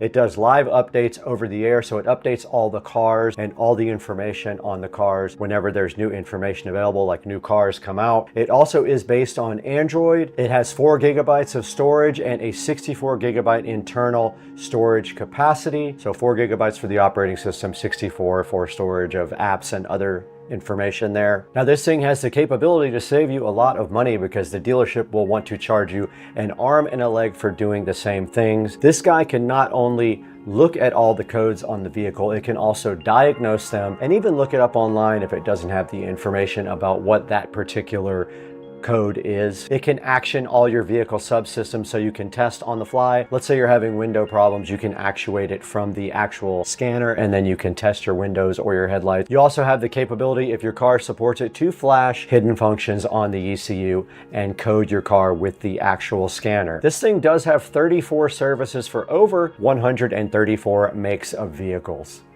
It has some cool new features like clutch and turbo reset, which were just added, which is very cool for automotive enthusiasts. It can access a lot of your car's functions like your battery and your TPMS. For example, when you put a new battery in a BMW, sometimes you have to register it. This guy has the capability to do that. And it says it can access your TPMS sensors. I did not personally test that part. Now it also does everything wirelessly over Bluetooth. It comes with a magnetic Bluetooth adapter for the back of the unit, but you can also hook it up via the Ethernet cable and a hard cable that they provide you in the actual kit in the little case that they give you. Here's a little look at all of the cool features of the ThinkCar ThinkScan. It has a lot of extra things. This is a global version. It will not lock you out via geo-blocking, so you can use this anywhere. It's a global version. This thing has bi-directional control, so you can activate things from the actual scanner. It does things like ECU coding. You can possibly write a VIN to the ECU, improve your fuel efficiency, transmission service resets. Check out all the hot resets you can do here. Oil, EPS, ETS, brake, gear, SAS, injectors, and BMS all can be reset from within the scanner. And it does automated VIN checking and diagnosis based on your actual car. It covers all kinds of vehicles from 96 to 2024, compatible with OBD2, EOBD, and CAN protocols. Check out all the cars it does support right there. And there's a good look at the height and width. It is a nice little tablet. It feels pretty heavy and sturdy, like it won't break easily, and I do like that. And you saw on Joe's car, we pulled all the codes on his car. We were able to go online and search for them all, and then we were able to reset the codes as well, which is awesome. Joe can go from there to go ahead and further diagnose his vehicle and see if he can figure out what's wrong with it. Now there's going to be a link in the description to go ahead and pick up the ThinkCar 689BT. Please use our official links to go ahead and order this device. Tell them Supercar Street Racing sent you. I might be giving this one away too. If you're interested, put a comment in the description. I'll take the best comment and go ahead and give this device away to one of you guys. Now here's a look at the Supercar Street Racing channel dashboard, and you can see 191,023 subscribers. We could not do that without support from the community and you guys. We really appreciate you liking and subscribing, and hit that bell icon. Buy all your Amazon products from any of our affiliate links. It does not have to be the one for this product in this video, but buy anything you want by clicking on this link in the video, and it helps us out just a little bit because we get no money from the channel, hardly nothing, to keep the channel afloat, and we're doing it just to do it. Guys, we're gonna have to get out of here though. It's almost dinner time or lunchtime, depending on how your family specifies it. Let's get out of here, right out that door.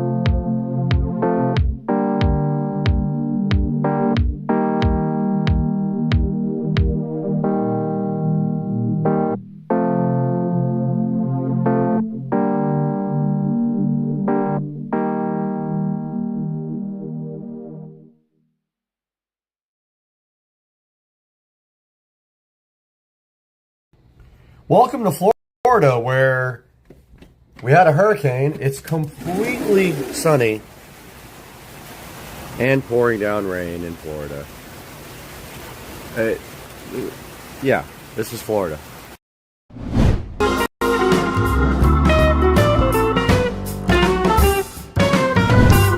Alright guys, right in front of me we have the DeWalt DXV06PL-QT. That was sent to us to check out. I'll have a link down in the description where we got this from, and I'll put it on the screen right now as well. But we're going to take a look at this DeWalt right now because I need it outside in the studio. The studio is definitely messy because we're doing some electrical work in there, and it has foam in the walls, and that stuff goes everywhere when you cut it. And there is the beautiful DeWalt we'll be taking a look at today on Supercar Street Racing.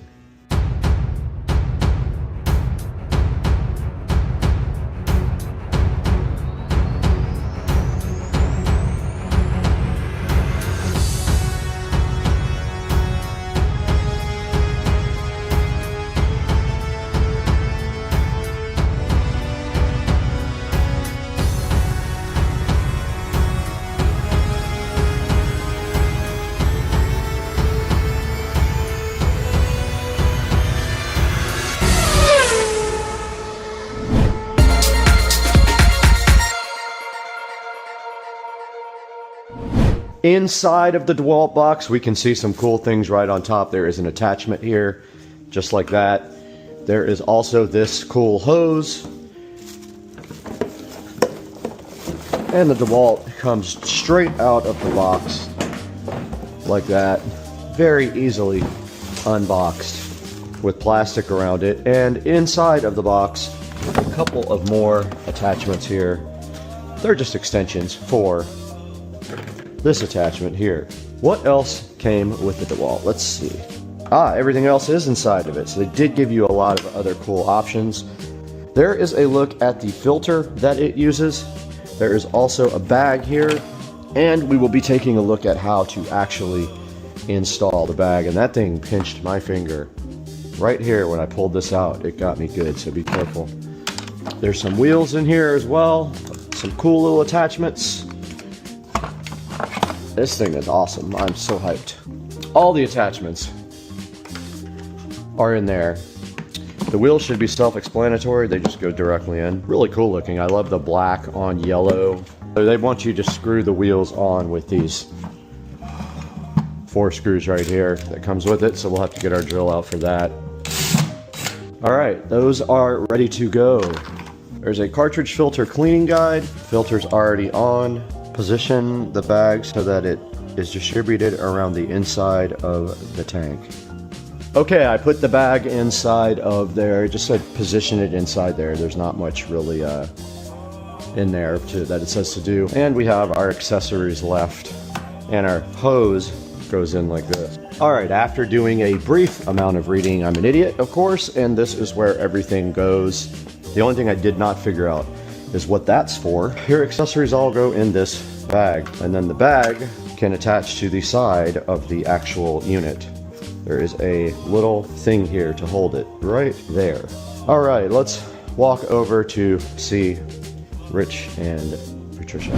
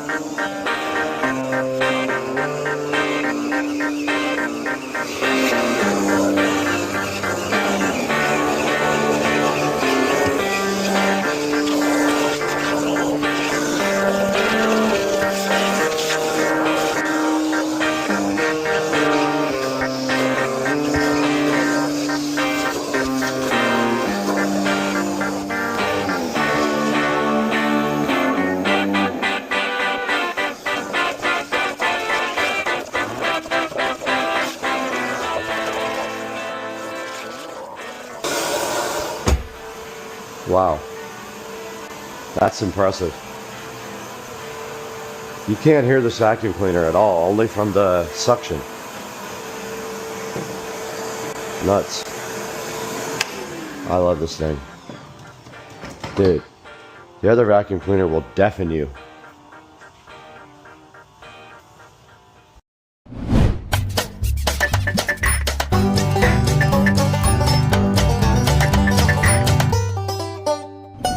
Hey, what's up guys? Welcome back to Supercar Street Racing, and today we have something a little bit different. You can see I shot all of this video on my Meta AI glasses, and I wanted to just see if I could use that both full screen and kind of in a little shrunk down nature, just to see how well it integrates with the videos. And I do see that the cropping is a little heavy when we have to pull in the video, but it still works out pretty good. And then we cut in some of the other video with it compressed over a background, just to see and experiment about how good the Meta AI glasses are from Oakley. And they did pretty good. They're the HSTN glasses. I will have a video coming out soon about those guys, so stay tuned for that. But meanwhile, we got this awesome DeWalt shop vac here. It is the 6-gallon wet dry vacuum cleaner, and it is very awesome. This is the DXV06PL, and this thing is so cool because it has a 6-gallon poly wet dry compartment in there. It has a hose strap on the side, a 4-horsepower motor that is probably the quietest shop vac I've ever heard. And I think that's what impressed me most about this, is that this guy has the quietest motor. It will not deafen you.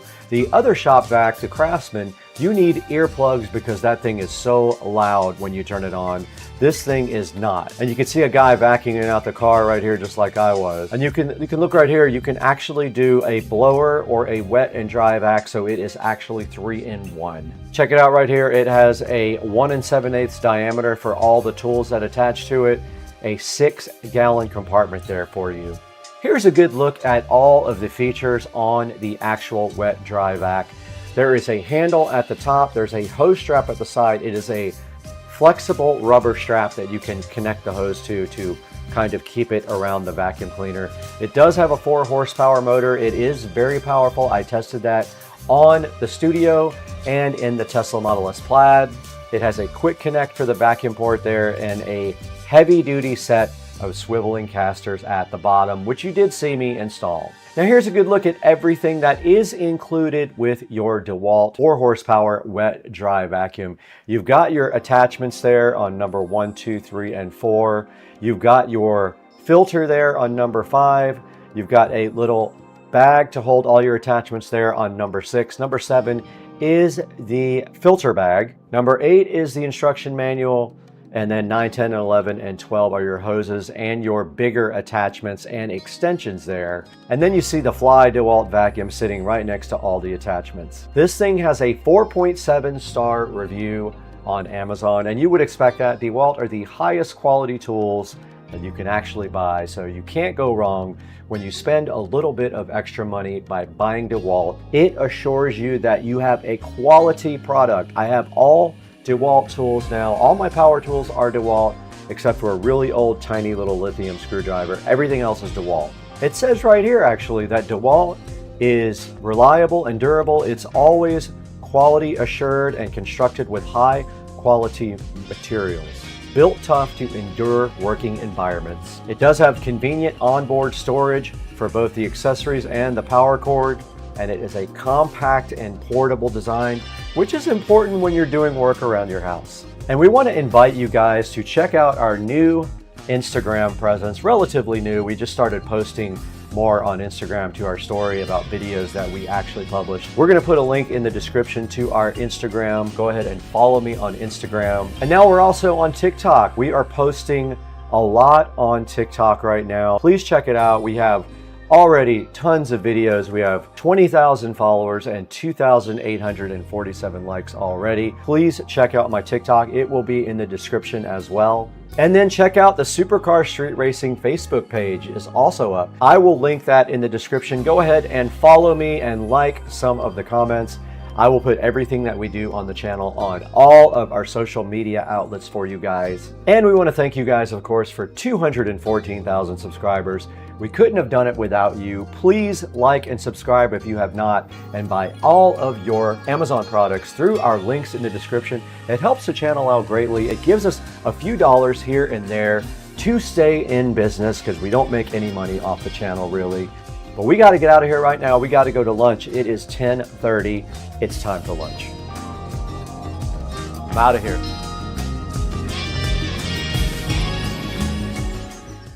You can mix and measure in the exact same bowl because there are etched measurements in the bowl that help you go ahead and put your ingredients in correctly. And these graters are so awesome. Look, you have a fine, a coarse, and a slicing grater. You stick those right on top of the bowl. You can get your ingredients and go ahead and put them directly in the bowl and mix it up right there. You don't have to do it in a separate bowl. Now these guys are awesome for tossing salad, mixing ingredients, serving your dishes. You can bring them right out to the table and serve all your guests there. They have food storage as well since they have lids. You can prep your ingredients right in the bowl, and they're great for marinating stuff to cook later. These are also very easy to clean. Stick them on the top rack of your dishwasher. Let the dishwasher do all the work so you can enjoy the food later. And of course, this is a good choice versus other products because it is a silicone base to stop the scratches. Other products are metal, they'll scratch your worktop. These have an inner measurement scale. Others do not have that. That's a great plus to have. These guys have airtight lids. Other cheaper ones have no lids at all, or their lids don't fit properly. Guys, go ahead and go in the description.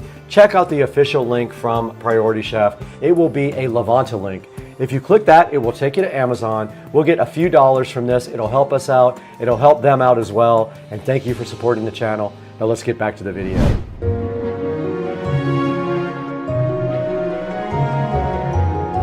Getting hot in Jacksonville. It's 84 degrees today, and I apologize for my voice. I am sick today. So sitting on the table right here, we do have a nice box that might be able to help us with what we have going on outside. This says a VESA on it. I don't know what it is yet. We got to open it to find out. Let's get this box opened up. We have the patented SCSR knife here to go ahead and break into this package provided from Amazon today, and took a little bit longer to get this because of what it is. So it took about 5 days to get, you know how some of the packages are. You can't always get everything overnight. Can't always get what you want, but if you try sometime, you get this.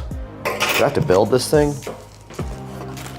All right, well, inside the box we have a couple of palms. These are artificial palm trees to replace the ones out there, and apparently I have to build them. Apparently inside of the box we have palm fronds, another set. Oh. Okay. Oh. Okay, so it says, the instructions right here just say to take the other ones and put them on this. It's got a pot already.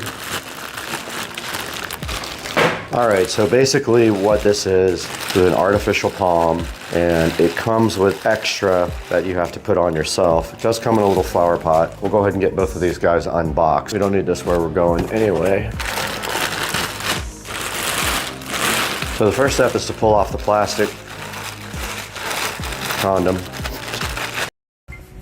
Okay, we got Mr. Binks here on the bar. Mr. Binks, look it. Mr. Binks. Binkser. Kink, kink, kink, kink, kink.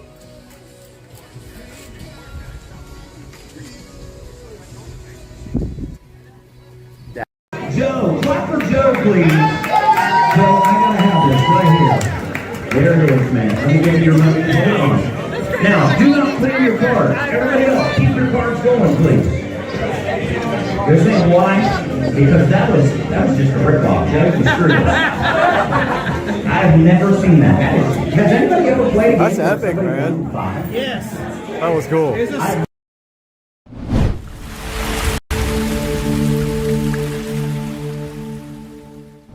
See the UPS guy out there, and I think there's something on that truck for me. Pretty sure there's something on that truck I've been waiting for 10 years or more. Let's see if he's coming up. He is. And he did throw it directly onto the ground with no care at all. He literally just threw my package on the ground. I heard it from inside the house.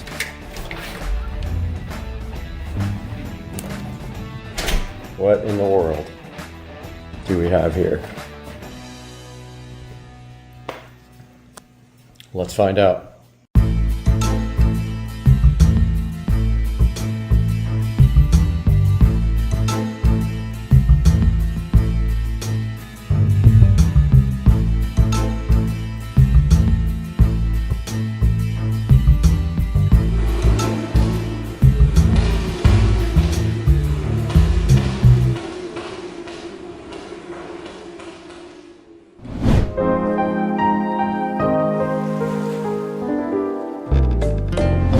Okay, directly in front of me, I didn't even have time to pull out the big camera.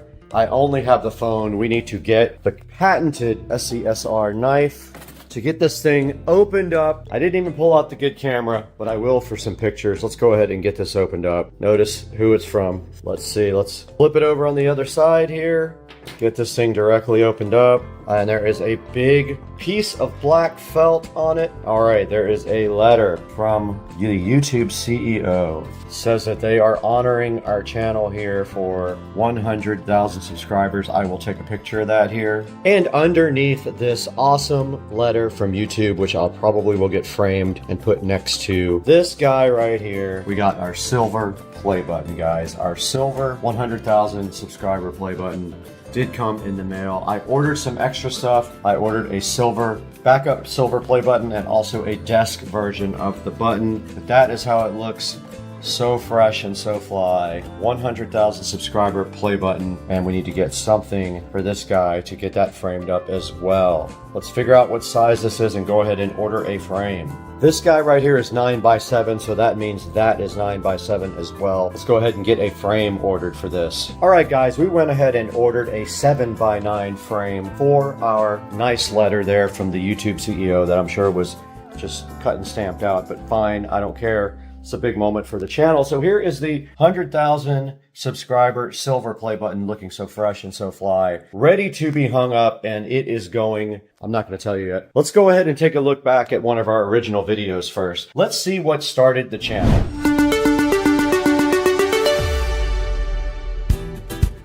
Now this is going to be deceiving as well because we actually started the channel as a different channel, Brad D Supra, but you can see right here, we moved all the videos to Supercar Street Racing in 2017. And our first video, which nobody likes obviously because old video with awesome crappy quality, Ricer Idiot in a Civic top speed only has, it's got 33% out of 150 views, and I don't blame you. It was, you know, it was fun back in the day, but it's not like it is now.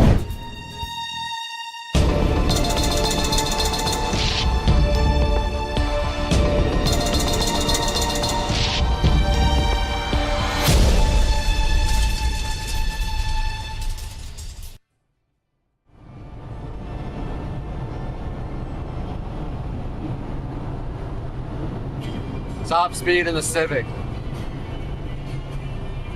With a very safe driver. Speedometer.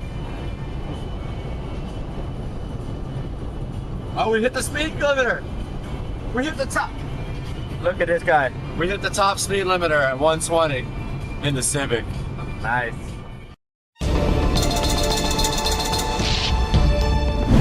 Now let's move forward a little bit further in the channel, maybe a couple of more years. Let's go see when I bought my Mercedes SL65 AMG. Let's take a look at that video. It's right here. Let's see what we did. And there it is, folks. So I bought a 2005 SL65 AMG. This car is in amazing condition. It doesn't have barely a scratch on it. It has someone put SL55 wheels on them, had it chromed. So there it is. The SL65. And the thing is just spotless. Interior, exterior. Just in really good condition. 49,000 miles on it when I bought it. Fast forward to 2018, a big step in the channel. I bought a new car. Right here it says, new car reveal, Supra, GTR, McLaren, maybe. Let's take a look and see what it was back in April 24th of 2018, 3 days before my birthday. So we're gonna see if you can drive a twin disc clutch. I think you should come up and try. You want me to do it? Yeah. All right, I'll come. I kind of wanted to get video of it coming off though. I'll video you. Okay, all right. All right, Take it's your already time, on. walk up. Yep. There he goes. All right. New owner of his new toy. Yep, gonna see if I can even drive it. Awesome. Yep. Really pretty inside. Look at that. Yep. Short boy.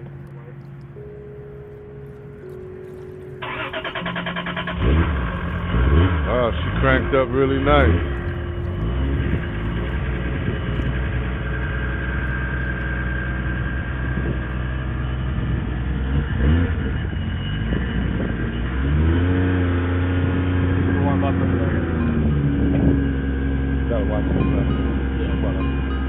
You got it?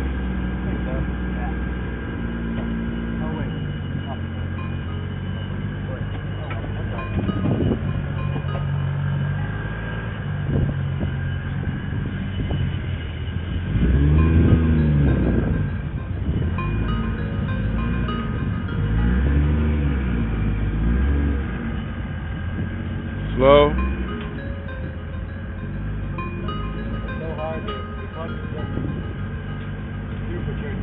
Yeah.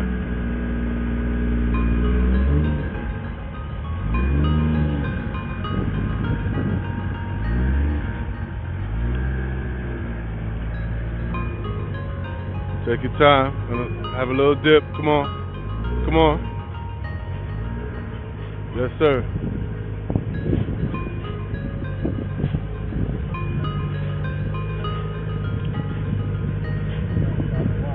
Come on.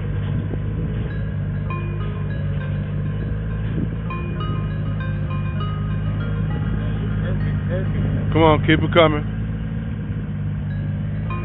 Keep it rolling.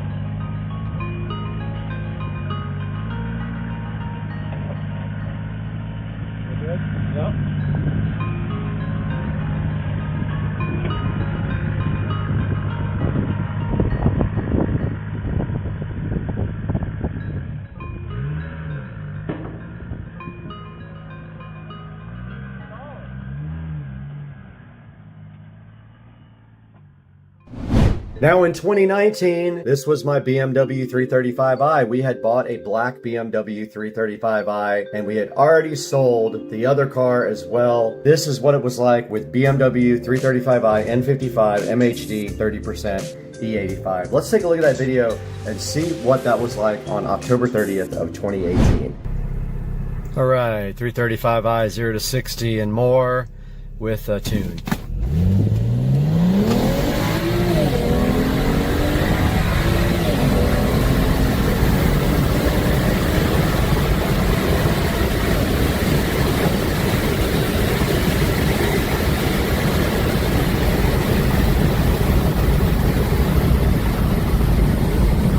So that's transmission XHP flashed, stage 2, E85 30% mix with just downpipes and a tune.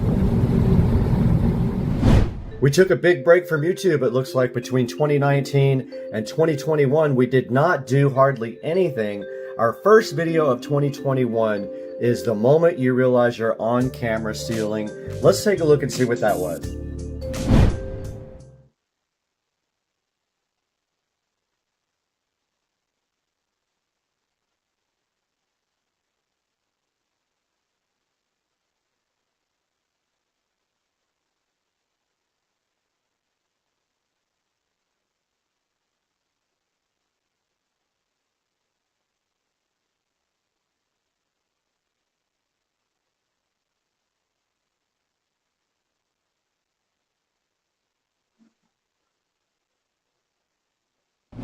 Now, on December 2nd of 2021, we published a video about the ID4 digital dash for the BMW. That was pretty cool. That was one of the best upgrades I ever did to the BMW. So I want to take a look at that with you guys. It's ID4 dash conversion for the BMW, December 2nd, 2021. Let's roll the clip now. We're going to do a power on right now and see if it was worth it. Okay, well, that's pretty freaking awesome. And if we go over here, we can get the Android. All right, so now the challenge is getting this thing mounted and getting this trim ring on. And when, oh, also, by the way, during this whole process, I lost this little clip. Yep. So now I don't know what I'm going to do about that. I don't have it. It fell into the dash. It's freaking gone. I'm going to work on this. Goodbye. All right, so it is the next day. Wow, what a night. What can I say? I spent 5 hours trying to get this thing installed yesterday. So I don't know why the, okay, so high battery drain is on, which I don't understand why. The car's been off. That's something I need to look at. And actually the car's on a charger right now, so that's interesting. So default means when you're not in sport mode. There's that classic analog, modern analog, classic orange, modern orange. Let's fast forward to 2022, okay? 2022, January 3rd, we published a video about remodeling my home theater. At that point, my home theater was just high definition. My projector died, so I wanted to get something a little bit better. We published this video, plans for remodeling my HD home theater, on January 3rd of 2022. Let's roll back in time and see what that video was like. Hey everybody, Brad here. Just wanted to give a quick update on my home theater room. As you can see here, I have my home theater room in pieces. Wanted to let you guys know exactly what's going on here with this guy. Only thing I'm worried about is this fan being in the way. I've added that since, and I don't know if the projector being on top of this shelf is going to hit the fan, but if it does, I'm gonna have to remove my Moonman. The whole entire room is going to be that color. But yeah, so I am waiting for my projector to get here Wednesday. Meanwhile, I've got work to do in this room. I already have everything taped off. But yeah, just a little update. I still got to take the Echo Show out of the wall here. I got to remove these speakers, this vent, pull the bell off the fan and slide it down a little bit so I can paint underneath that if I can even get that down.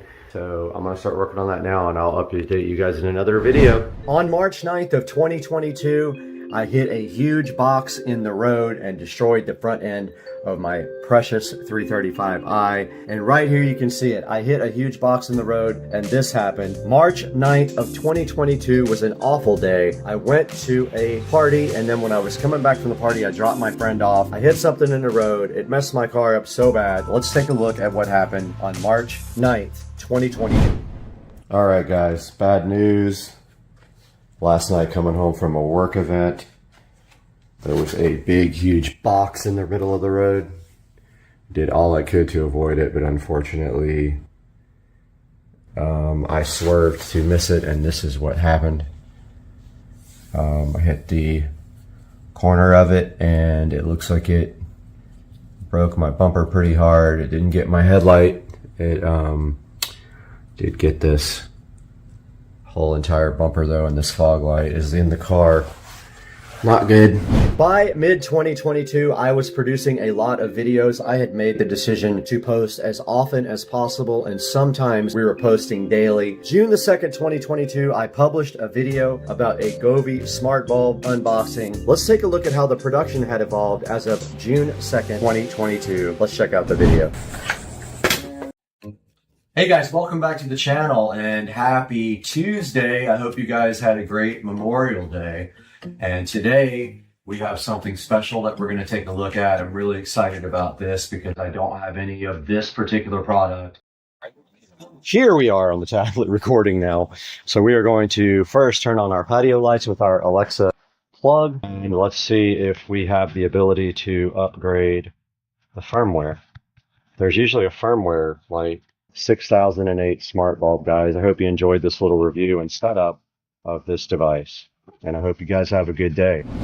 On January of 2023, I had a project completed for a huge golf cart audio system. There is multiple parts of this. Make sure you check it out. I put a huge system in there. This video is the reveal of that system. Let's take a quick look and see how my production had changed over the years when we check out this video about my golf cart audio. Hey guys, welcome back to Supercar Street Racing, and today we have the big reveal of the golf cart audio system.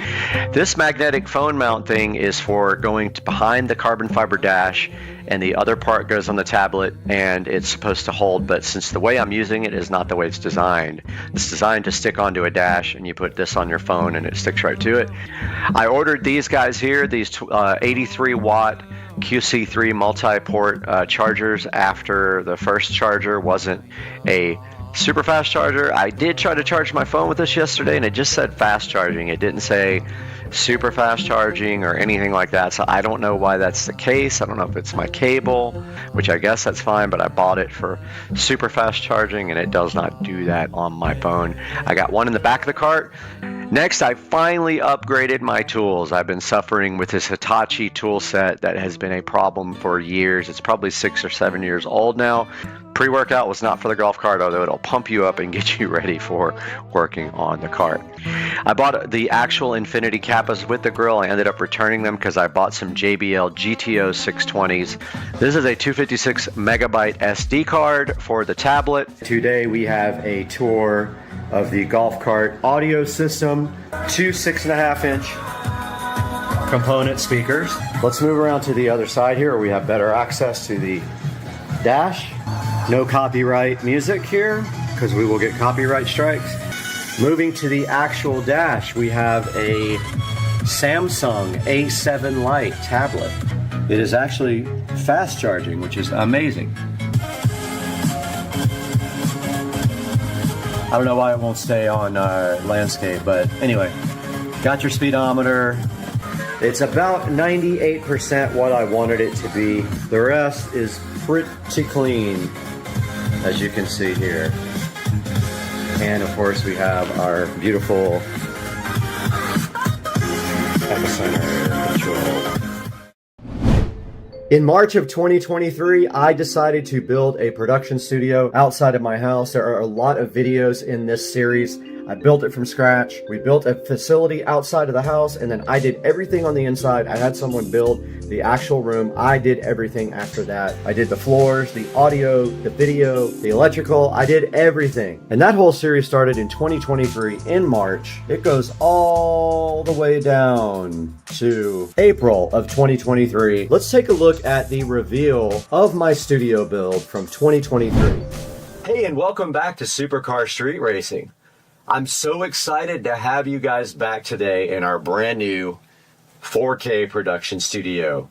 Today, we're going to take a whole tour of this beautiful brand new facility.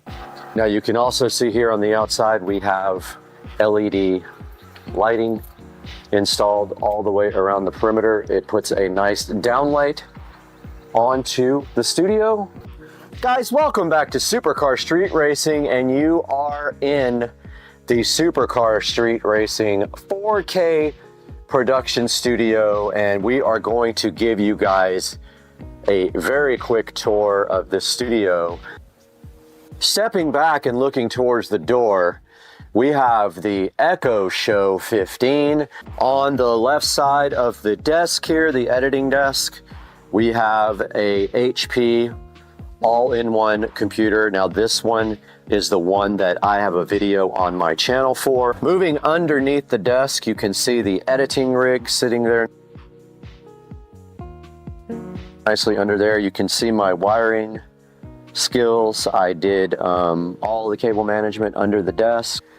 And moving behind them, we have the Govee immersive lighting. Up above that monitor there, you can clearly see the center channel speaker. That is the rear of the studio for guests to hang out while I edit, or to sleep in here. It's possible as well. You rotate around this way, there's the editing, and if you keep going to your right, there is the futon and coffee table. This is a 43-inch 4K Amazon TV monitor.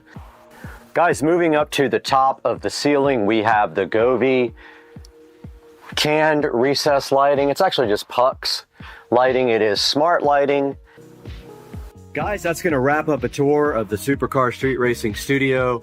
I'm so glad you guys decided to join us today, and I hope you like the studio, and we will see you next time on the channel. By August of 2023, I had started getting a lot of sponsorship offers. Even though the videos weren't being watched tremendously, I still was getting offers for people to sponsor me. But at this time, I did a video that did okay, 6,200 views, the throttle, pedal, and brake assembly replacement on the Club Car Precedent. Club Car Precedent brake and throttle assembly replacement. Let's take a look at that video from August 13th of 2023. We have this Club Car Precedent throttle, pedal, brake, whatever assembly you want to call it, out here in the Supercar Street Racing garage, and the very first step of this process is to remove the mat.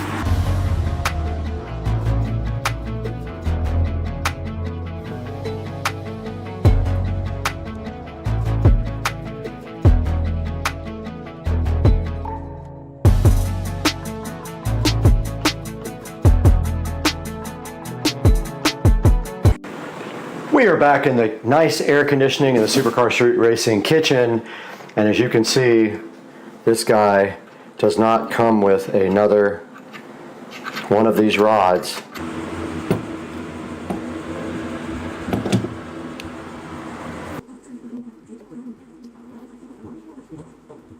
Okay, I can't tell how this comes off.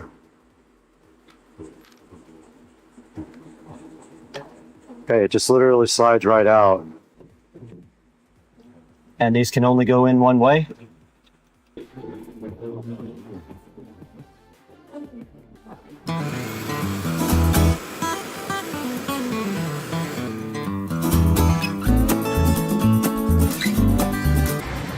Just ran down to Ace Hardware and picked up some self-tapping screws to finish off the pedal assembly. So I'm gonna just take this off real quick and notch it out. All right, my plan right here and right now is to just cut off the ends of this.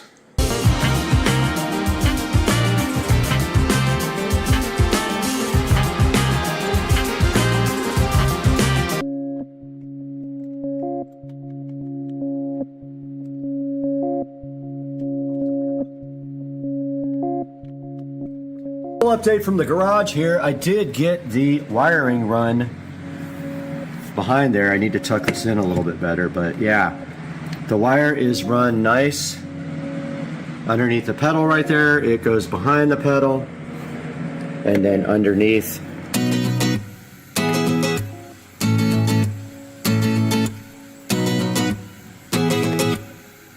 This project is completely done. We have replaced the brake and accelerator pedal assembly on the 2014 Club Car Precedent. In December of 2024, a big video surfaced. This was the Govee outdoor LED light installation. It was quite an install. It took me almost all day to do it. The video has 61,437 views. And here is a look at Govee outdoor permanent LED lighting Pro, completely transforming the house. Let's go ahead and see how my video qualities look from December of 2023.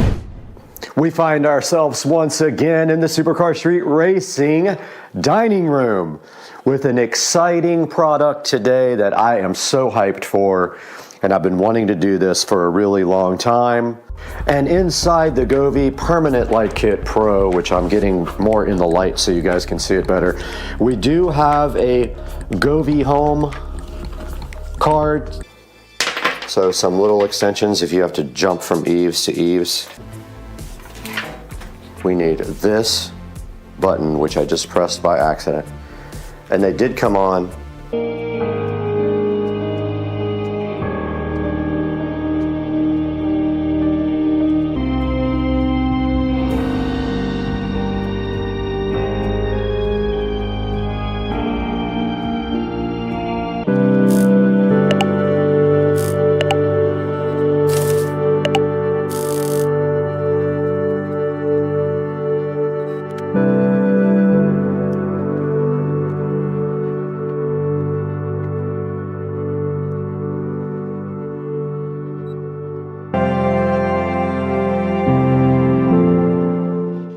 All right, we're out here with Rich, and he's got his Tennessee shirt on, but we just took a look at the final product here of the Govee permanent outdoor LED lights.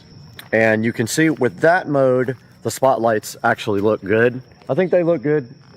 Yeah, I think it looks good with the spotlights when it's on warm white like that. Look how far I made it. I was surprised how much extra I had. Hope you guys enjoyed this project. I absolutely loved it. It was a lot of work. It took me about 7 hours to do. All right, the next stop on the evolution of the channel is going to be January of 2024. On January 10th of 2024, I published a video about the Lumery Outdoor Pro RGB path lights. That video has 52,000 views. Let's go ahead and see what my production looked like in January of 2024 for this Lumery light video.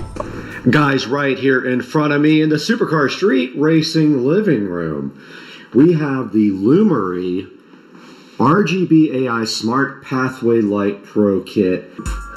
So the actual light will rotate, and I would say these weigh a good 2 or 3 pounds. And if you expected them to be plastic, they are not. They are solid metal, so very well built. We can go ahead and set them to whatever we want. I love how bright these are. Our next step is going to be getting them installed on the dock.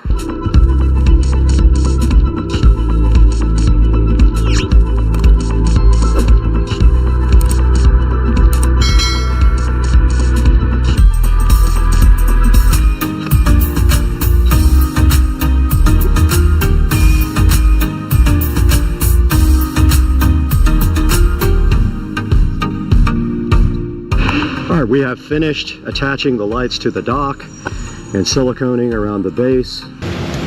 I'm thinking right about there.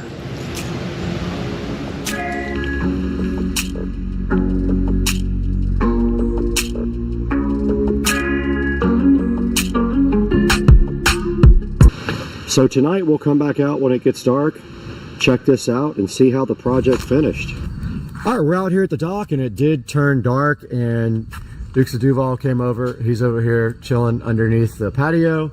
And this is what it looks like at night with the Lumery RGB AI outdoor path lights. You can see that we have one of the 2 spotlights aimed onto the dock and the other spotlight aimed onto the water, so it lights up the water quite nicely. Probably one of the biggest things I did to the house was the front yard remodel and the garage door. This video from February 28th of 2024 highlights that. It has 50,226 views, and it is an awesome video and a huge transformation of the house. Let's go ahead and see what it looked like back in February 28th of 2024 when we replaced my garage door with a glass and metal garage door.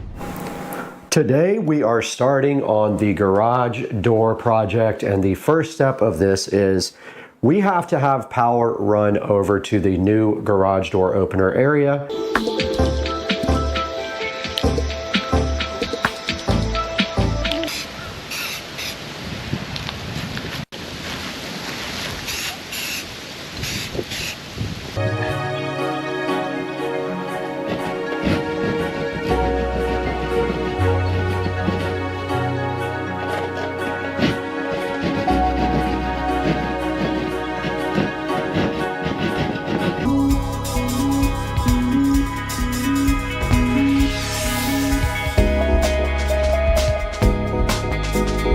So first things first, all we have to do right here and right now is to get this pre-wired. And so to do that, we're going to go ahead and open up the back of the receptacle, whatever this is called, the wall box. And this is a type that screws in from like that. And then the tab goes around and holds it to the drywall.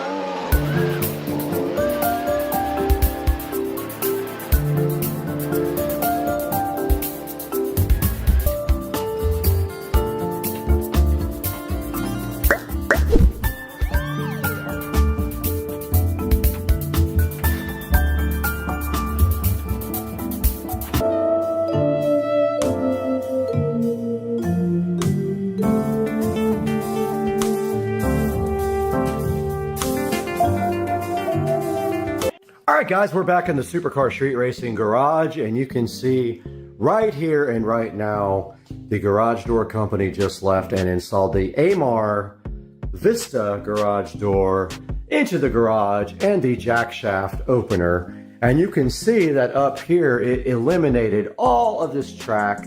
And all we have to do now is just shorten this cord for my extension right here and paint that ceiling black. All right, we are outside Supercar Street Racing compound, and you can see the AMAR VESA garage door installed from the outside with the frosted glass. And of course, you cannot see through this, but it is letting some light through, and you can see the hexagon lights here looking so fly and so fresh. And the sprinklers are going off, and I did tie the sprinklers into the city water so that it would not ruin my pavers with the rust. But stepping back, the house looks absolutely cool now with the new driveway. I believe one of the top, if not the top viewed videos on the channel is coming up next. In March of 2024, we published a video about doing shark coating on my garage floor. That video has 202,794 views. Let's go ahead and see why this video has so many views. Let's take a look at why epoxy is the wrong choice for garage floors. I got shark coated. Hey guys, welcome back to Supercar Street Racing. We have something special for you today. I thought I would come on camera on the intro and talk to you guys a little bit about getting my garage floor shark coated. Now in this clip here, you can see the guys from Shark Coatings did get here pretty early in the morning, actually earlier than they were scheduled to, so I was kind of not ready at the time.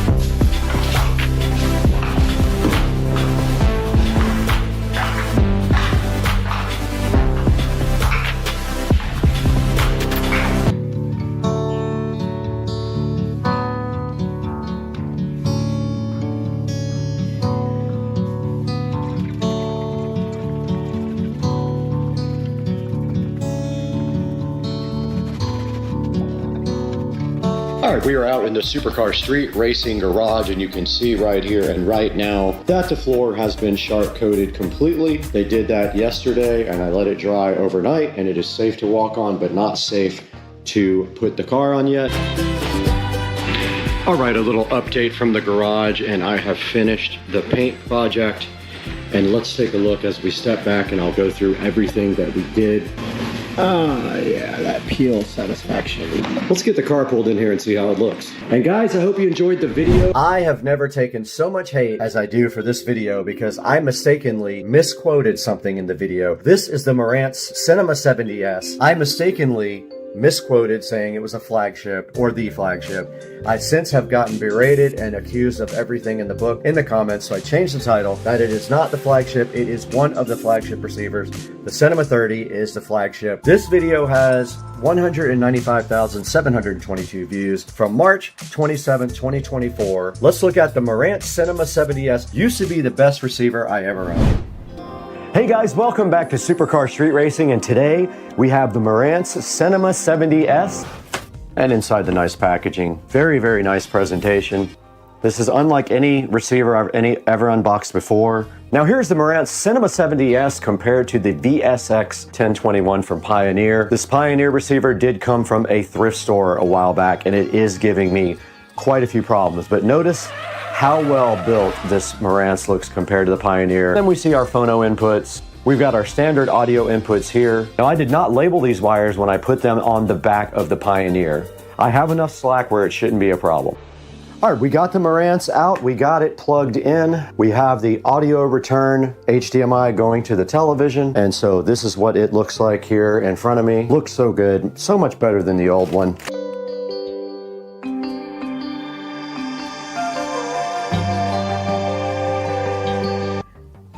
Go ahead and open the app. Now don't forget we have 2 Marantz AVRs now. Now it's detecting.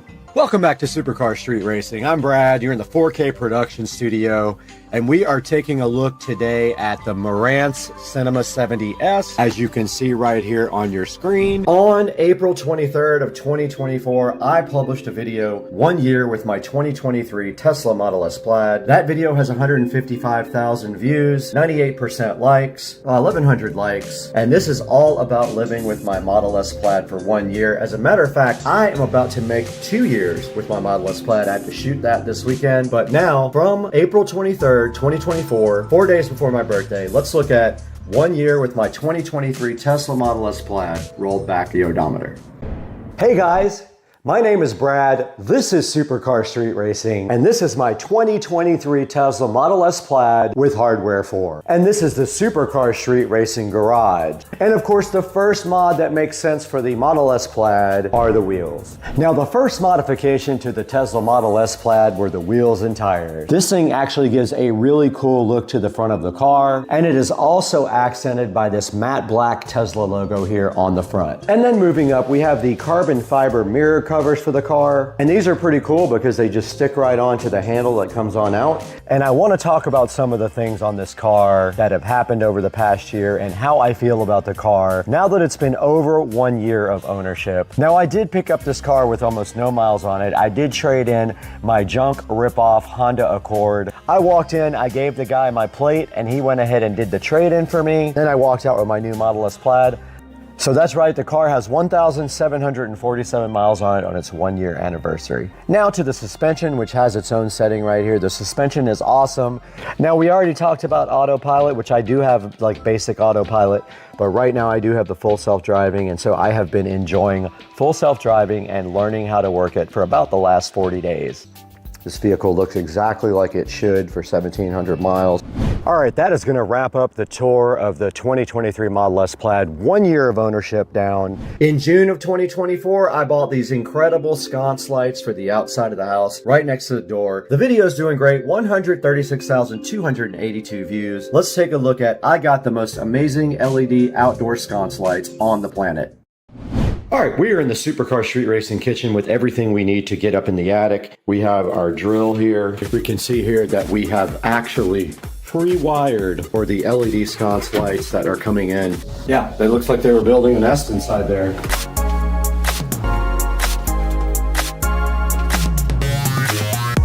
All right, I did get the light removed and the cover plate put on. It's not perfect because I couldn't get the other screw in, but that's fine too. Okay, this area is ready now for the new LED sconce lights.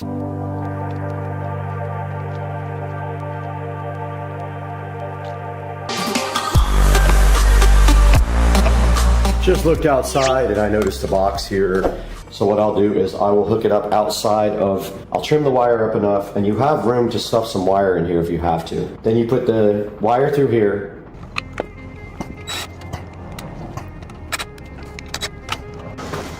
Okay, I did get the lights finally hooked up and on. All right, guys, we are outside of the house now at night. Sun has mostly set. You can see there's some daylight, but I wanted to show you guys the sconces here. And you can see right there as we walk up, they are set on warm white along with all the other lights. And I have the garage, kitchen, and foyer on purple.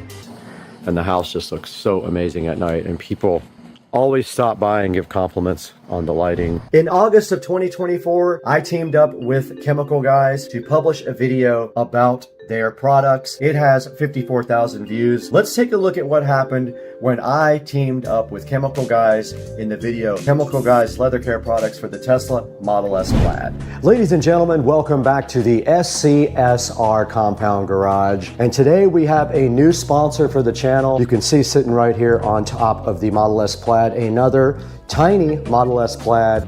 Okay. Now we do have a couple of stripes right on the towel here to go ahead and start working with. And the front seat is done. I'm gonna go ahead and take the opportunity to do some protectant now. All right, we're on the other side of the Model S. We're gonna go ahead and put some leather conditioner on our rag and do this other seat for you guys. We're gonna go ahead and wipe it into the rag so it doesn't splotch a lot. Just saw me clean the whole inside of this Tesla Model S Plaid. That is the leather cleaner for the front. Now let's go ahead and get a clean cloth.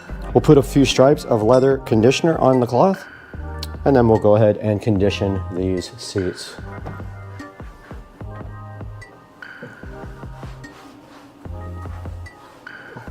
And that is that.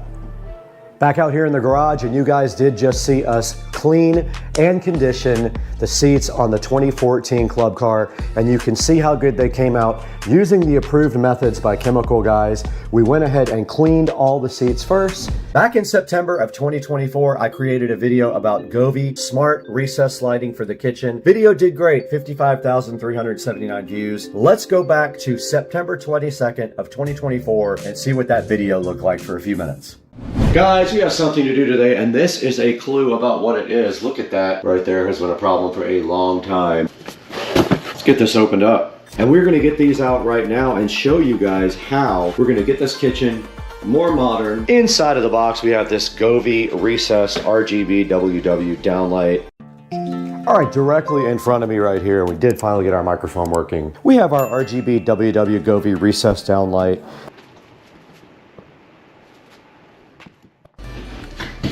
So that's all there is to these. Now, all right, there we go. You have about 1/4 of an inch of an error to make before you would be showing hole. Don't ever show hole. So we got our gasket around the light that helps seal up the attic from your house. All you do at this point is plug it in. There it is. Okay, we got the third light installed right now. Apparently I didn't record that, but there is the third light. We are in the Breakfast Nook today in the Supercar Street Racing compound, and we have some stuff for this project that we have in the box. Let's go ahead and get this unboxed real quick. I bought a bunch of supplies to go ahead and fix the electrical for good.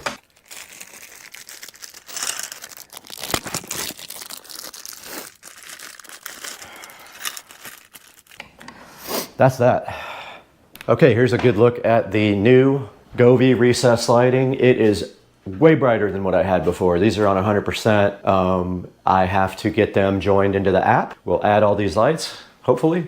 Okay, we're back on the GoPro now with the Govee Recess ceiling lighting, and you can see right here that we have put them all in a single group called Kitchen Recess Light. And if we want to do a scene, we can go inside of the app to do that. So we go in here, we can do a scene like night. In November of 2024, a big leap for the channel. We were donated a 48-volt lithium-ion battery from Mousesaur. We decided to go ahead and install that in Joe's golf cart. There's a whole series about that here. Let's take a look at the big reveal when Joe put a 48-volt Mousesaur lithium-ion battery in his golf cart. All right, guys, welcome back to the channel. You're at Supercar Street Racing. You got Brad here and Joe. And today we are gonna take a look at this project that we did on Joe's golf cart. We're gonna go through everything with you. So some of the features I discussed were part of the exterior add-ons that I did to the cart. Now I want to talk a little bit about the things that I did internally on the cart. So one of the features that I wanted to do on this golf cart was to speed it up. So one of the things that I added originally was a 500 amp all track controller. Along with the battery, we added this voltage reducer. So that was a quick overview of my golf cart. What's up everybody, I'm Brad and this is my 2014 Club Car Precedent. You just got a good look at Joe's cart. Everything he did before, he went ahead and got his 48 volt lithium ion battery. We're right here with my wheels and tires on my 2014 Club Car Precedent. You can see right in front of me the other set of wheels for the rear here. Okay, we're here in the motor bay of my Club Car and you can see right here we have the 70 volt eco battery, 105 amp hour. We've got both of our carts right here and you guys just saw a complete walkthrough of both of the carts and all the modifications that we did to both of them. And I gotta say, the carts look amazing, they sound amazing. What is your final thought on the Mousesaur battery and these two carts? Yeah, I tell you, we did Brad's cart first. That was a great experience to really learn more about the cart, all the things that you can add to it. We learned a lot from that. So when we jumped over to my cart, it was much easier of a process because we knew where everything was, what we needed to do. And then obviously with the Mousesaur battery, it was amazing. This cart has a lot of power. I took revenge on the haters in 2024 on December 7th. I actually bought a flagship, one of them. It's not the big one, it's a Cinema 50. I bought one of them just to get back at the haters on December 7th, 2024. Let's take a look at the video where I bought a Marantz Cinema 50.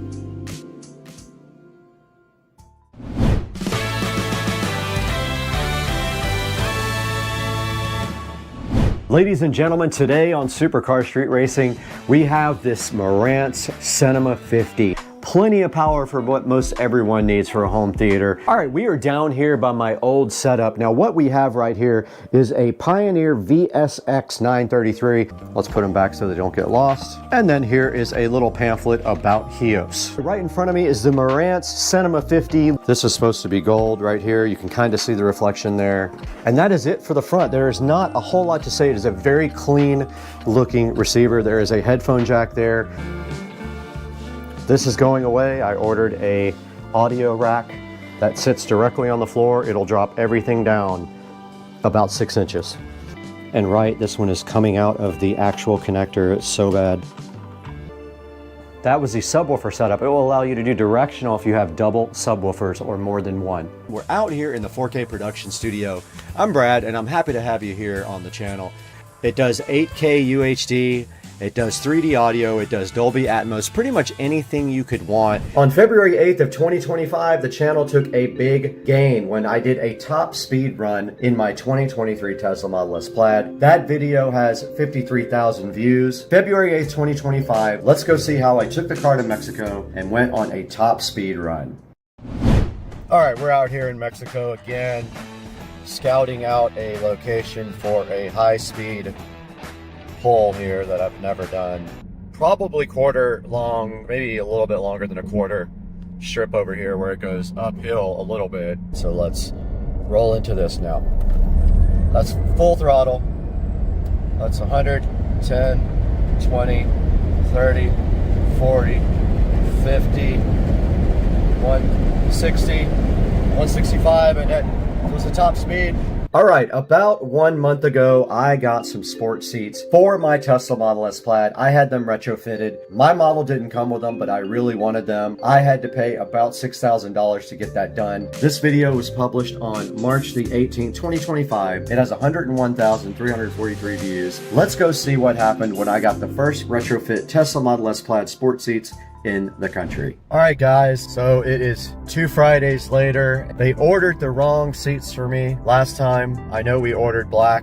Well, I'm in the Cybertruck. They gave me a Cybertruck and it is the weirdest feeling. It has 4-wheel steering. It turns on a dime. This is crazy. We're back at home now with the Cybertruck and I thought that I would be able to back this thing in the garage, and the first thing I learned is that this thing is way bigger than you think it is. So check this out. All right, we're back in the Supercar Street Racing garage this morning after being up super early to go get the Plaid from the Tesla dealership. And we have successfully installed the first, I believe, according to the dealership, they have never done this before, retrofit sport seats in a 2023 Model S Plaid. Check it out, guys. All right, here's a look at the back seats in the Model S Plaid after the sport seat retrofit. You can see that you do get new bolsters on each side and on the bottom.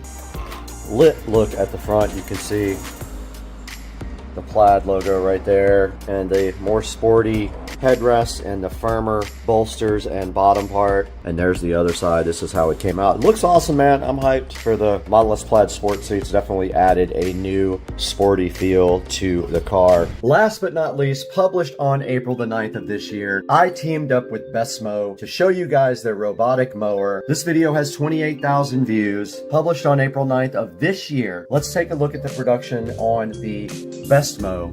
AI robotic lawnmowers are here now, and they work. Just take care of that. Now, they make some bold claims about this Besmo T100. Supposedly, it's perimeter wire free, can mow up to 1.5 acres per day, has 1 to 4 inch adjustable cutting height. First of all, I wanted to thank you guys for 100,000 subscribers. All right, directly in front of me, guys, we do have the Besmo T100, the Titan, and it is ready to be unboxed right in front of me. I did notice that the box had a few dents in it, so let's hope that this guy is not damaged. But let's go ahead and crack into the Titan, the T100. You can see here there is quite a long cable on the charging plate. If that is something that concerned you, you have plenty of cable here. So the back of the Besmo charging station just has this round plug here. Right here we have the RTK antenna. All right, so we're out here working on this bracket to hold the GPS module up in the air. Brad tried to just do a temporary rig just to get things going, but we decided to take the time to put this all together. So it's very simple, very easy. You have a bracket that goes against the wall. Everything pretty much screws into one another.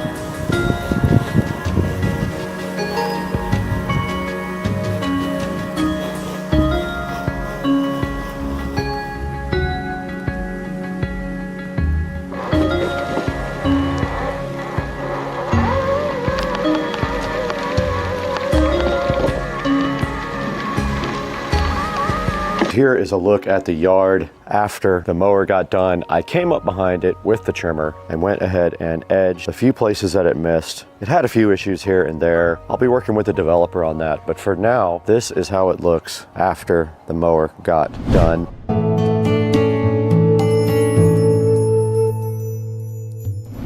And finally, let's take a look at this channel right now. We have 125,000 subscribers. This is amazing. I really thank you guys so much. A few of the videos are doing great right now, a few thousand views per day on each one. That's amazing. I can't do this without you guys. Thank you so much for supporting Supercar Street Racing for the last few years.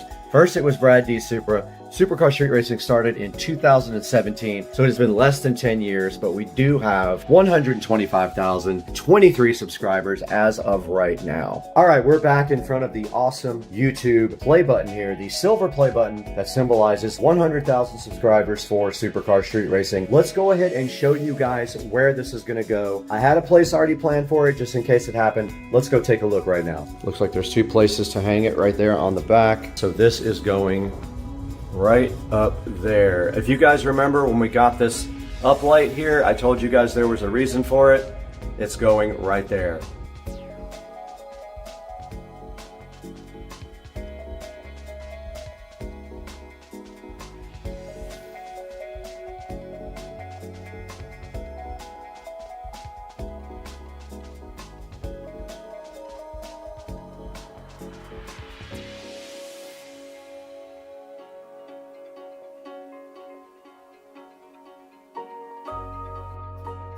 All right, guys, we're right here in the Supercar Street Racing whole home audio system, and you can see what we just did here. We hung up our 100,000 subscriber silver YouTube play button right there. We already had this nice light here ready to go. You can see right here we have a remote control for this guy, so we can change the color or do anything we want to our light that uplights our nice silver play button there, and we couldn't have done it without you guys.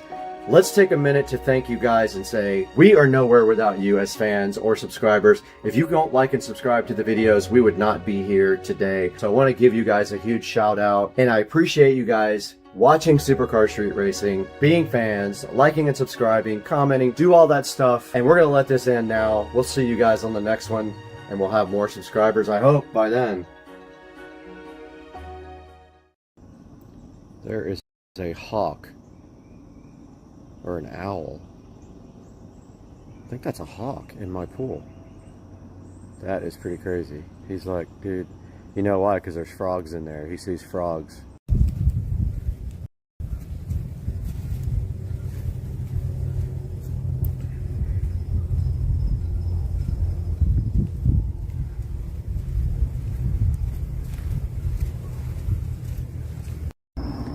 Wishing you guys a Merry Christmas from the Supercar Street Racing Studios, guys.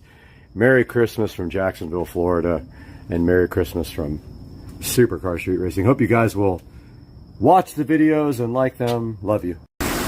You guys think you know about Rich's ribs, but you don't got a clue. And there's the chef right here making his ribs.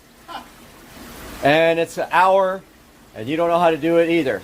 Right? Hour and 10 minutes. Hour and 10 minutes. It's going to get brighter, which is awesome. That is very cool. So, I mean, it literally has street legal lights on it, even though, and another thing we should talk about is these are legal in the state of Florida to be ridden on Florida roads without any kind of registration, and you don't need a driver's license. So let's talk about the other cool thing about this bike, the braking. Yeah. Now, this thing has 3 types of braking. Yeah, it does. Yep. So you have braking for both the front and the rear. But the third one is the most important, which is regenerative. And as you guys know, we like golf carts, and that's what they have on all those. So it's very cool to see that technology here. So it does have a setting inside of there that I think you can do 3 levels, right? Depending on how much you want the regenerative to stop the scooter itself.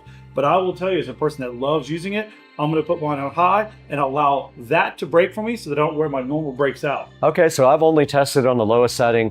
We actually put both of ours on turbo for regen, so I'm excited to see if that gives us any battery. And I'm excited to see the braking because as in our cars, the regen's awesome. We don't ever have to use our brakes hardly. Correct. One of the great things that I love about this, much like our golf carts, is that they're all aluminum frame, which is really, really good for longevity, right? What we don't want to do is to get out in the elements and find ourselves dealing with a bunch of rust. Aluminum's going to stand the test of time, so I'm really excited about that part. Same here also. And also a cool feature of these guys are they have tubeless tires, almost like a regular motorcycle or car, and they are self-sealing as well. Yeah, so in the event that you run over a nail or something in the road, looks like it seals itself back up. We're going to find out. And also, one other thing, they have a set of ergonomic handlebars on each one, and I have ridden this quite a bunch now, and I'll just tell you that it's all about your riding style. If you can get on it and not just go crazy on the grip, you can actually ride comfortably for a little while, but that does help a lot. And it's got a bell.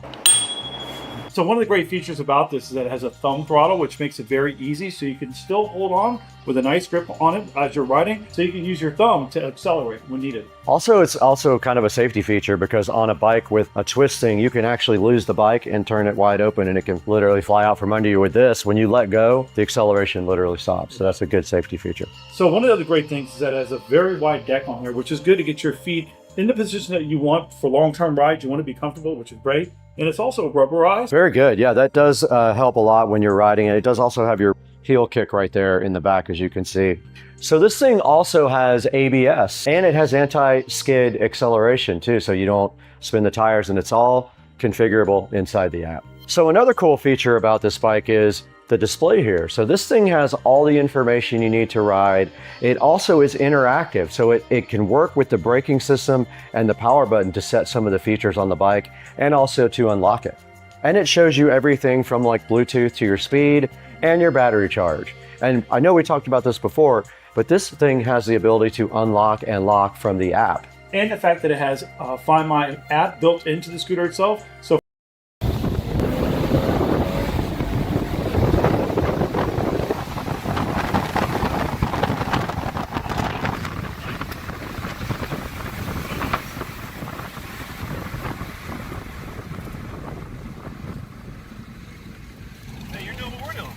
Yeah.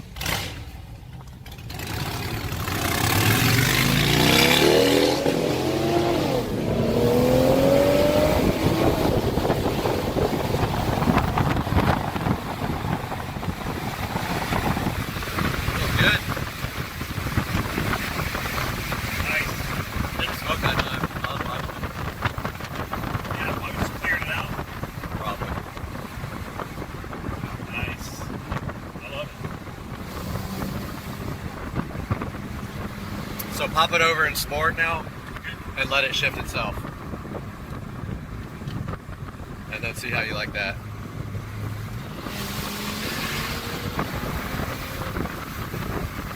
Let's get video guys out here.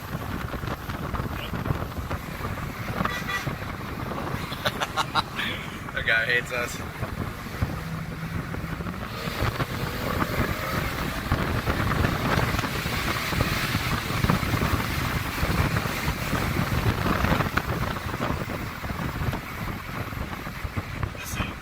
What do you think the horsepower is? 375, maybe to the wheels. Close, 360, 370 to the wheels, since it's on E85. It'll feel better with the new intercooler. Yeah. This thing is nice, but it's fast too. Relatively fast. Got a little shudder in the brakes. You feel that? No. I feel it in the steering wheel. Broke it hard. I think a lug nut just fell off. You feel how it rev matches? Yeah. When you downshift? Burnouts everywhere. Oh, that sounds good. That's something.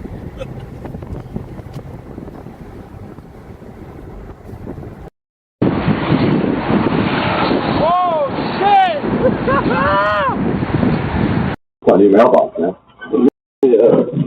Sure. Yeah. Some drunk dude run over my mailbox. No, flattened it. That's my new mailbox. It's just I had it all on like 4 video cameras. No lights on, nothing. Just ran right over it. So it's my new mailbox. Thank you. I appreciate it. Yeah, have a good night.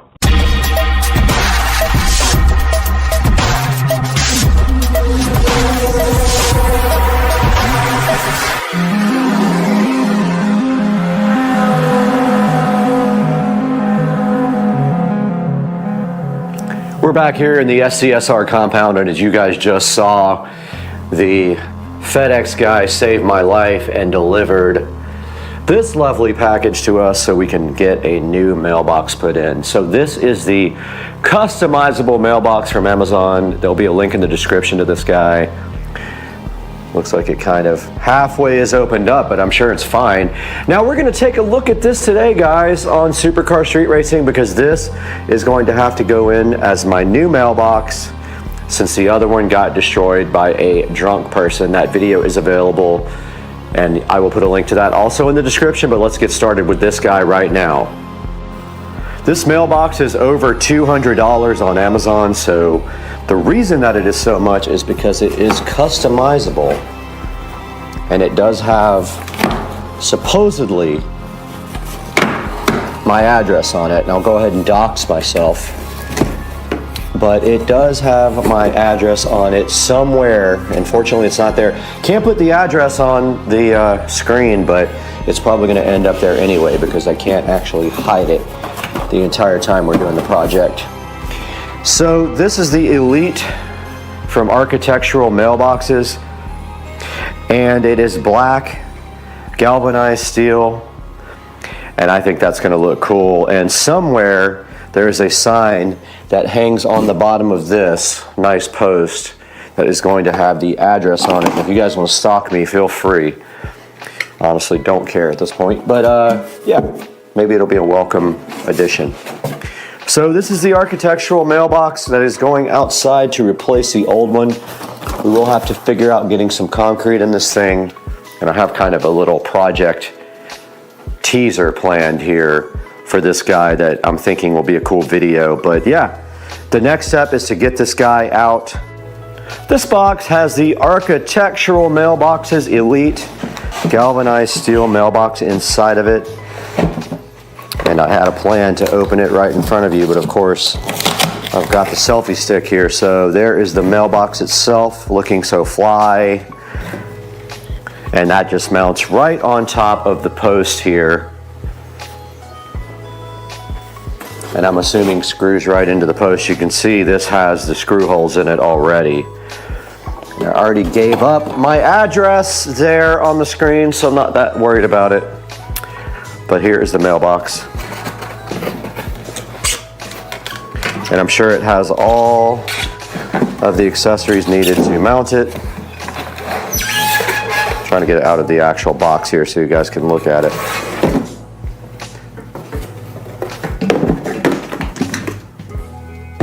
And there it actually is in its entire glory, and it did come damaged. There is a little dent right there. It's actually a little like metal thing. I'm not that worried about it though. Honestly, it's whatever. It's towards the back. And that's what the thing looks like in its glory, sitting there in the Supercar Street Racing living room next to the Shamar Bridges mini bike. And then in here, there's some other stuff inside this box. I don't know what it's in. Okay, it says the base on it. So, sitting here filming my address the whole time. There's another box right here, not sure what's in it. Let's go ahead and grab the SCSR official box opener, which is a steak knife, and get this guy opened up.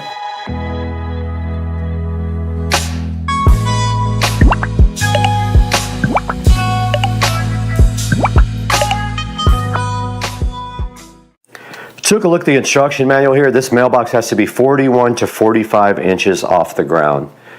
So think about that. That is 4 feet maximum off the ground, and this post has got to be, well actually let's grab our tape measure and measure it. All right guys, how long is this post? All right, it's only 6 feet. So if we put the mailbox 4 feet off the ground, we have to go 2 feet deep or chop the post. So we'll figure that out once we get outside. We'll go ahead and see how deep our hole is. Our hole is probably 2 feet, which would put this 4 feet off the ground, which is not bad. We could dig a little more out without chopping the post, but I'm really hyped about being able to fill the post up with concrete because people keep running over my mailbox and it sucks.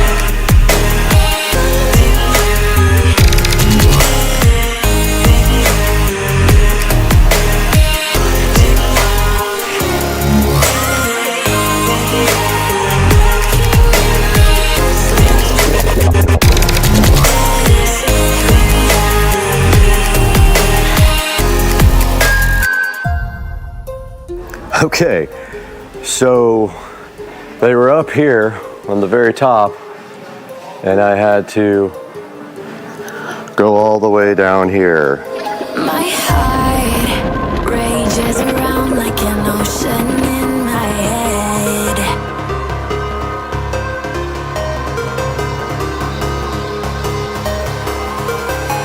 I can almost feel you walking in the distance, but I know that it's not reality. If you are echoing around inside these parallel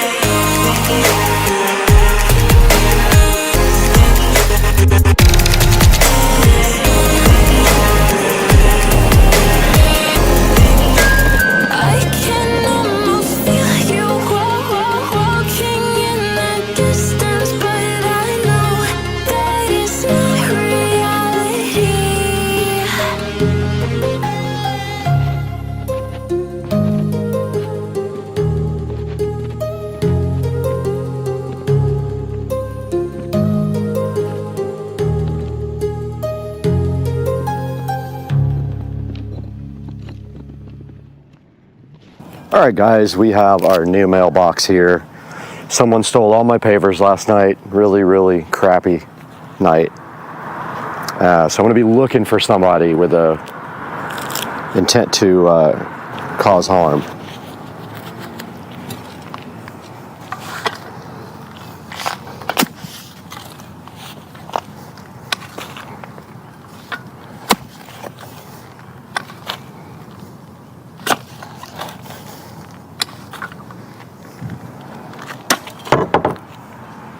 Mailbox height is 41 to 45 inches is what I'm reading on my instruction manual here. So I just dug the post out just a little bit more, and basically 41 to 45 is right about here in the ground. This post is way taller than that. Even if we get to 45, yeah, let's see.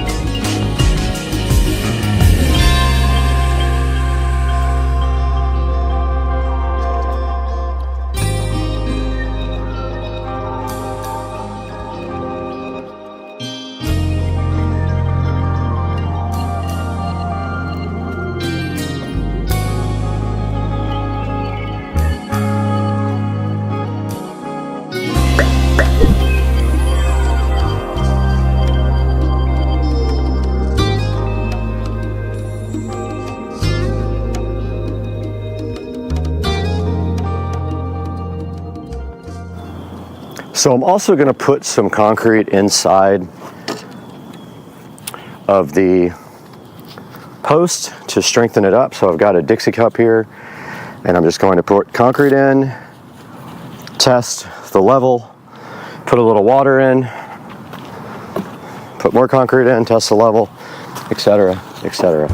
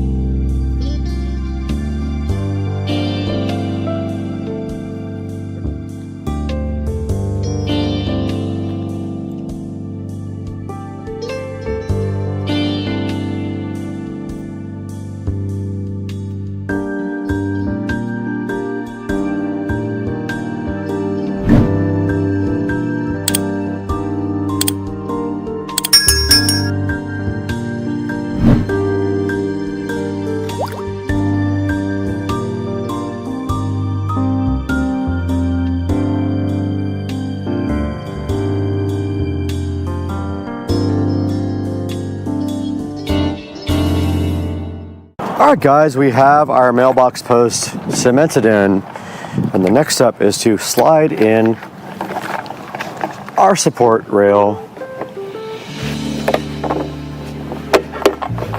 just like that. And then there's a key right here.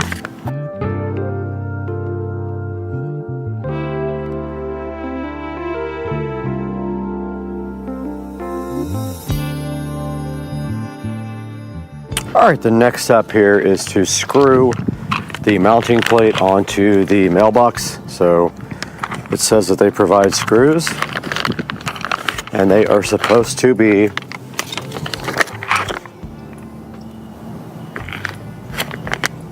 two and a quarter inch stainless steel. Let's see what we got.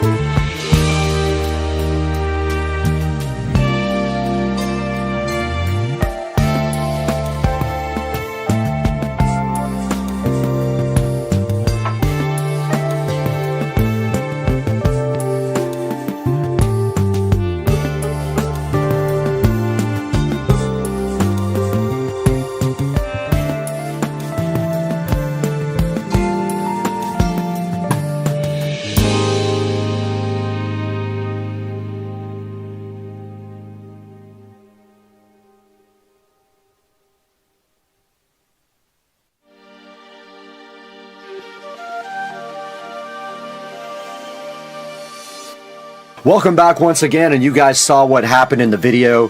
We ordered a new custom mailbox from Amazon. We went and got a lot of stuff for that project and the next project, and then we replaced our mailbox. And what you're looking at right here on the screen is that replacement from the Forever Products company. And you saw on the video, like I'll put it in the description, someone ran directly over my mailbox with no headlights on. They swung wide, hit my mailbox, and then took off. And in this video, I went and bought a bunch of pavers to re-landscape the area, and those got stolen on video night before last. So anyway, this is the Forever Products customizable mailbox. It is $209 on Amazon. And what you do is you order it based on your preference for a custom plate, and you can get your number on there, and also if you want your name, you can get that and your actual street. So I got just my street and my number on mine. Now my only complaint about this mailbox is that it has an issue with the sign hooks. The hooks that hold on the sign are too big for the actual holes in the sign, so I bent my sign. I put my hooks in and I bent my sign down to make this thing work. You could probably just drill the sign out a little bit more, but it does not come ready to go. That is my only complaint. Other than that, it looks awesome. It's super easy to install, and you can see we did get the concrete going in there. We concreted into the ground, and then we concreted also in the post. And if you really want to, you can put a 4x4 post inside of the vinyl post, but the concrete is just as good. Guys, this thing has a 4.7 star rating. Go ahead and pick one up, and please click through my link in the description when you order anything from Amazon, not just this. Click any of my links in any of my videos when you order products, and that gives me a little bit of money for the channel, because we do lose money on the channel. Now, I'm so happy you joined us today. We got another big project coming up, and I will be editing that also today for hours. So please like, subscribe, and we'll see you next time on the channel. Now we are fully lit tonight.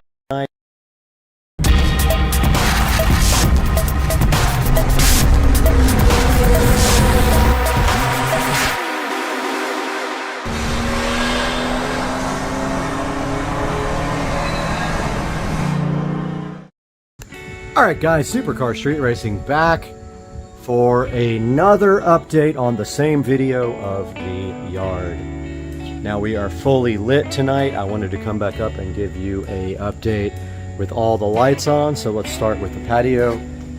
We have the Govee lights on. We've got Supercar Street Racing on TV here.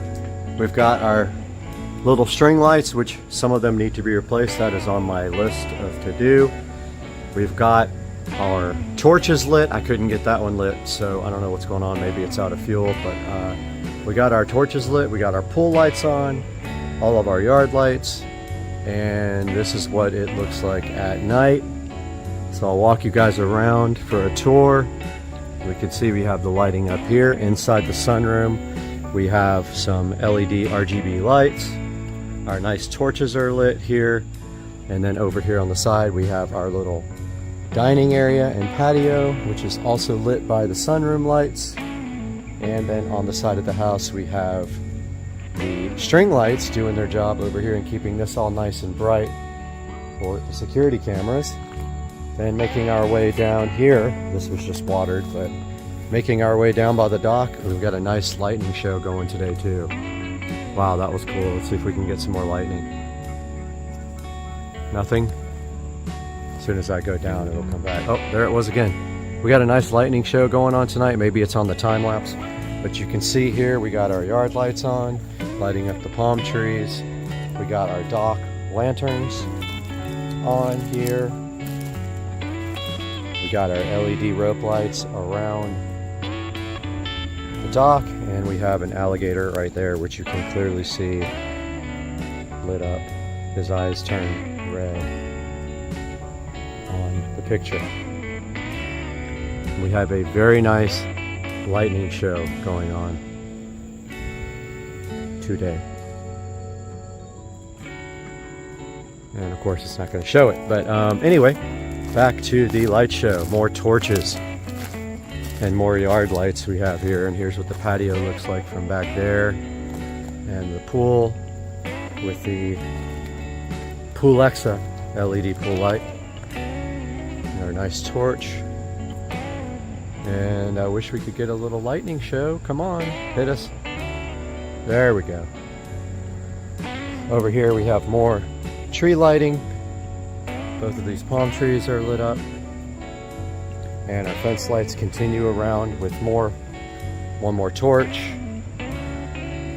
And let's roll on by the fence. I do see a string that's out. These things don't last forever. I give them a month at the most. But we got a landscape light in our fish pond right here. I bought a whole new batch of these in case I ever want to upgrade the ones in the yard. And I also swapped out the LED lights with much stronger ones. Looks like that string is out. And then I wanted to show you guys the shed lighting that I designed. So this is all 110 volt lighting, and these are actually powered from the switch inside of the shed, and it is a smart dimmer. So this is the new lean-to, and if we walk by we see that it is lit here, here, here, and then we also see our string lights lighting up, and there's our garage. But as you can see, the lighting looks pretty good. Walking around back here again, I'll take you guys on another lap. So as we're walking by the house, we have our single light here in our little Zen garden. We have our patio, and then our fence lighting, our landscape lighting. We have our torch as I cap this guy, which is not working. We have our pool light with our raft that I should have gotten rid of for the shoot. We have our beautiful light, which is going to get capped. And we have landscapes lights there. They're lighting trees. There, a lantern. They're lighting trees. Our dock lanterns. Sorry, our bulkhead lanterns. This beautiful torch here, which is going to get capped off. And then our fence lights and more landscape lights here and here. And one more of our refurbished beautiful torches lighting up our patio there ever so gently as we cap off this guy. So that is a overview of the lighting at night. And of course you can see the fan going, keeping us cool at night. The Govee RGB LED light here. I have another one for here, but for now I have the disco ball, which no longer moves, but I like the pattern that it puts out on the patio. And we have Supercar Street Racing here, and there's our Govee sconces, which are amazing, and they're on the same pattern as that light. They are synced up. Guys, I hope you enjoyed the video, and I hope you enjoyed the lighting, the project as much as I did, and I cannot wait to get this video out to you guys. I'm going to go edit it right now, and I hope you guys have a great night. Please like and subscribe. Supercar Street Racing.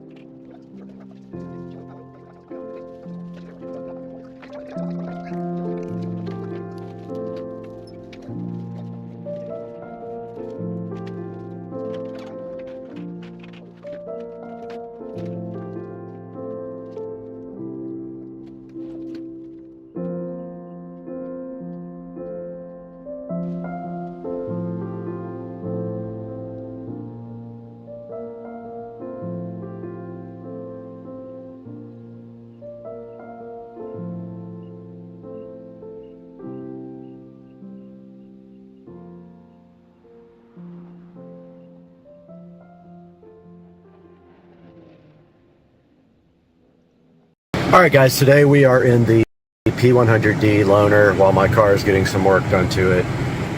That it had issues from the factory, and we're going to be showing you guys the Ludicrous Plus mode.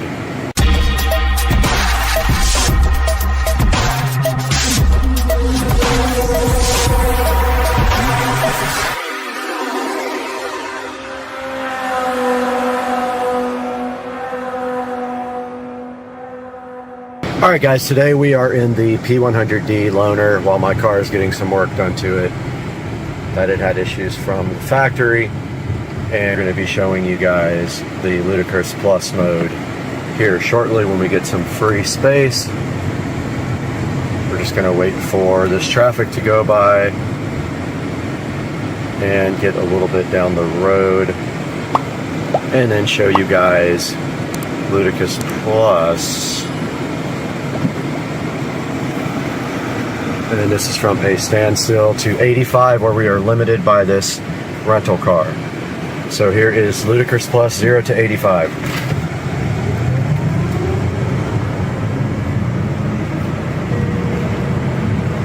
That's it. It's as fast as you can go to 85 with the loaner Tesla car.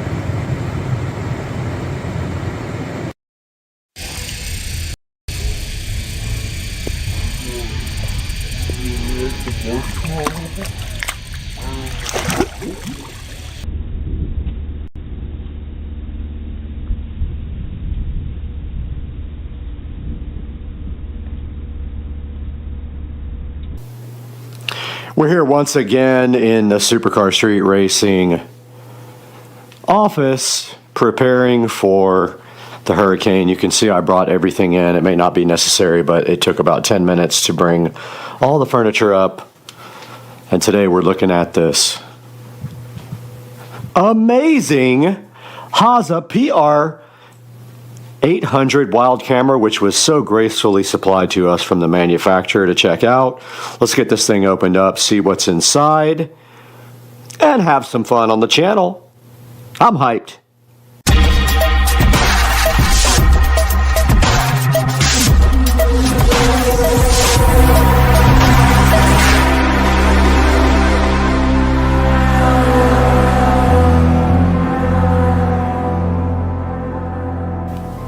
We are back in hurricane prep mode now at Supercar Street Racing, and we got a hurricane coming tomorrow, and we're hoping we don't get too much of it. There's a little bit of wind out there right now, but nothing major. Today we get to open up the VESA PR800 Wildcam, which was so gracefully provided to us from the manufacturer to check out. And right here, right now, we are going to open this thing, and then we're going to test it out and see what it's all about. And unboxing this, already like the packaging a lot. And let's see what's inside this guy right here. And immediately opening it up, we can see that it is looking all camouflaged and nice. So definitely will be camouflaged on the trail. And then taking a look further inside, looks like there is a couple of peel satisfactions here on the camera with the peel sat, which I know you guys love that. Except I failed on that one. The other one just fell off.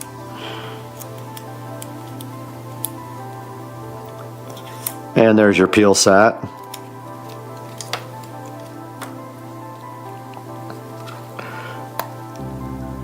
And this one is going to be a royal pain for me to peel, ruining everything. And we finally got off the peel satisfaction there. And looking further into this thing, it looks like it's got two clamps here. Now keep in mind, oh, there's some more peel. I love it when they do that. They don't even tell you to remove this one, but there it is, guys, the peel sat for you. And opening up this trail cam, it looks like, oh wow, nice. It's got an LCD display right here.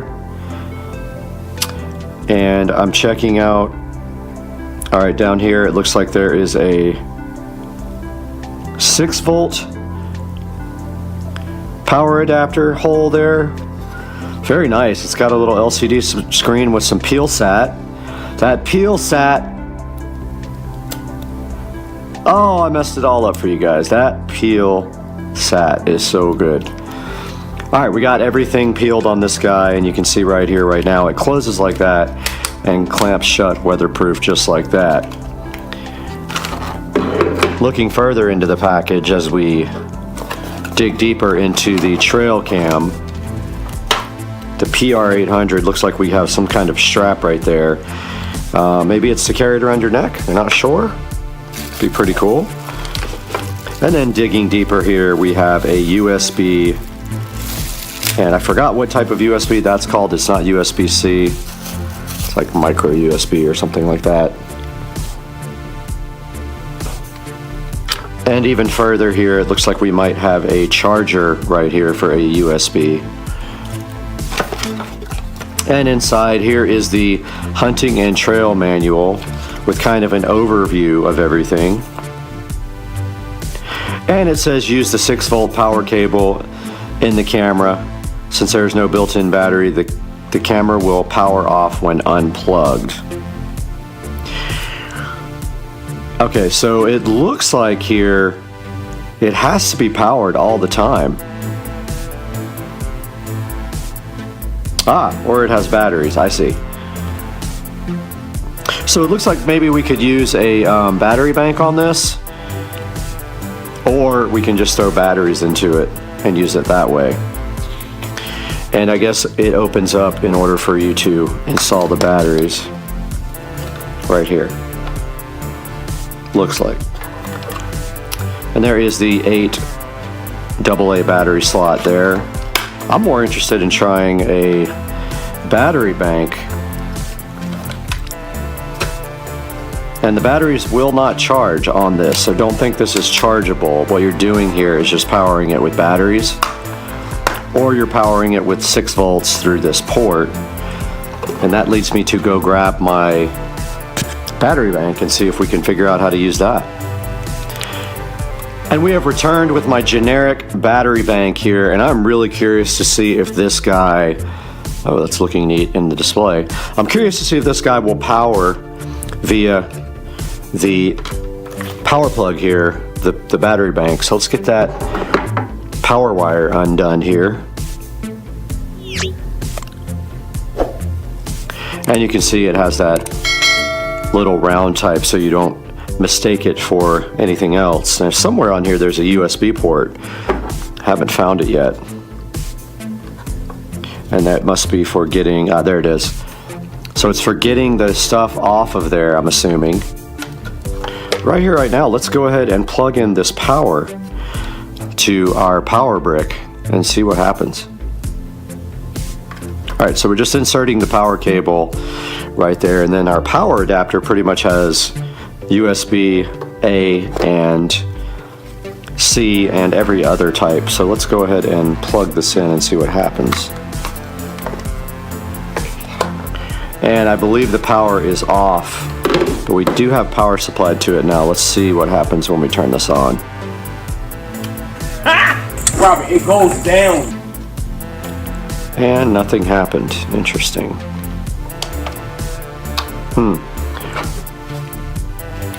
Curious if I have to power my power bank on.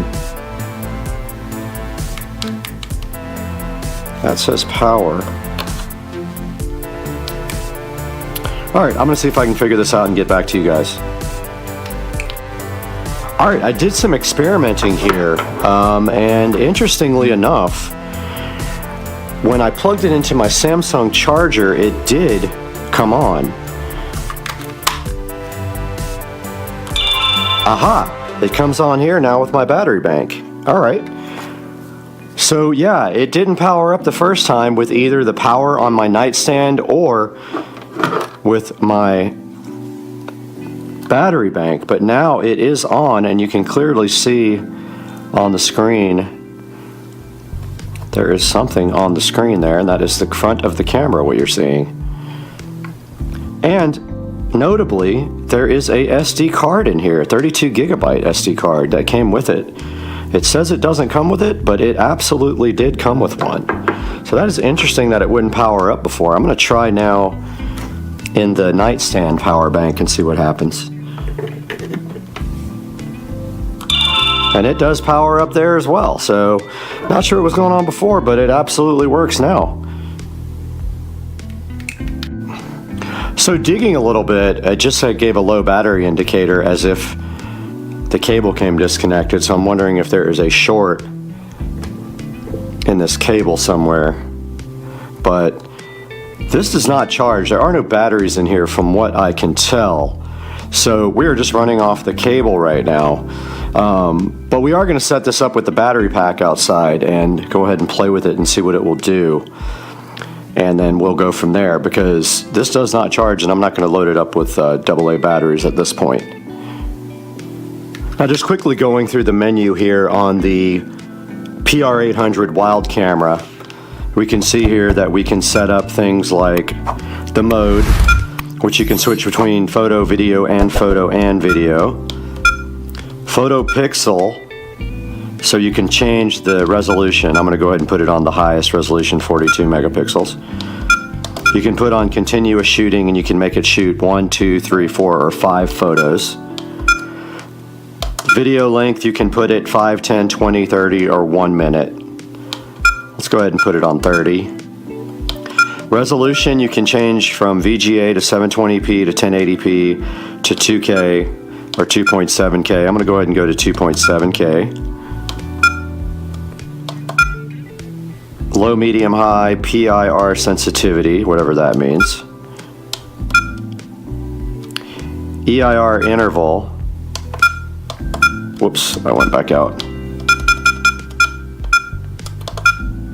Not sure what that is. There's a timer. There's a time-lapse mode here. There's an auto power off, which is not on right now. And here's where you set your date and time. Record audio, yes or no. Device sound, you can turn the sound effect off and on for this guy. Timestamp on. Format. That format's the SD card.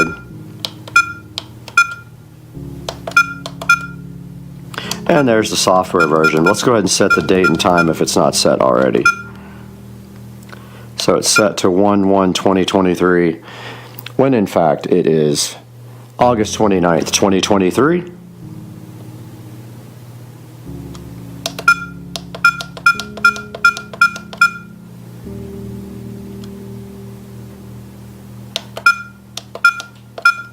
Let's see if we can go backwards. There we go. It thinks it is 8:36. Well, that's not good. How do I get to the time?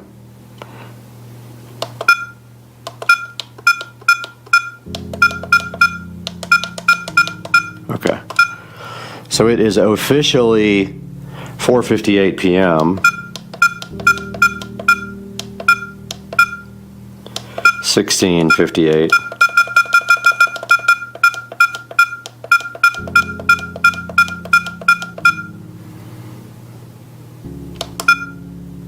Let's see if it saved that. Yep, it did. Okay, cool.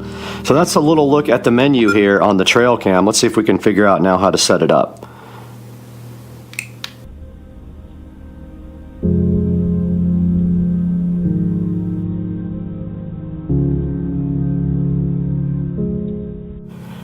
Alright, I've been trying out the trail cam for a minute, the PR800, and now I'm pretty confident I understand how this guy works. So the power switch right here has two modes. One is setup and one is on.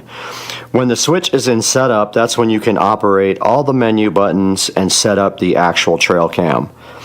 When you pop the switch over to on, then it counts down from 5 and then the camera is ready to start recording. Now, a negative that I already see about the camera is the position of the power. When this power is connected all the time, you can't sit the camera on the actual bottom. It would have to be put on a mount. Now on the rear, It does have provisions for a mount of some kind, or on the bottom actually, right there. It has a screw mount where you could put like a stake or something and drive it into the ground, or you could just zip tie it to a tree or whatever.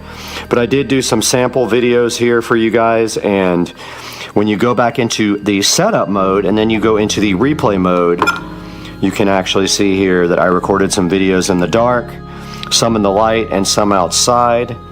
And we will give you guys a actual video sample here coming up, and we will do that in a few minutes. I wanted you guys to see how the setup versus the on switch works here. So the replay button puts you in replay mode to watch videos. The mode button switches between photo and video mode right there. And then if you just want to take an instant picture, you use the shot button right there. So that's kind of the way that the menu items operate here on the PR800 wild camera here by VESA. And now we're going to take a little bit more in-depth look at maybe using AA batteries in this and how that will actually turn out. Let's check it out. Alright, so I have removed the little safety cover there on the PR800, and to load the batteries you simply put 1, 2, 3, 4, 5, 6, 7, 8 AA batteries in this thing to use those. I'm not going to load it. I do have them here. I am quite satisfied with the existing configuration of using a power cable because I'm not going to be placing this outside yet, but it does have a feature where it will power off and save batteries until it needs to power back on. So that's why you can use batteries and it doesn't just eat them up instantly. But that is a good look at the PR800. Here's a look at the back of it. Like I said, it's got some little handles right there. You could easily zip tie this to something, and then it's got a threaded mount on the bottom where you could probably put it on a tripod or maybe a stake into the ground. And you can see right here right now it has infrared LEDs on the front as well.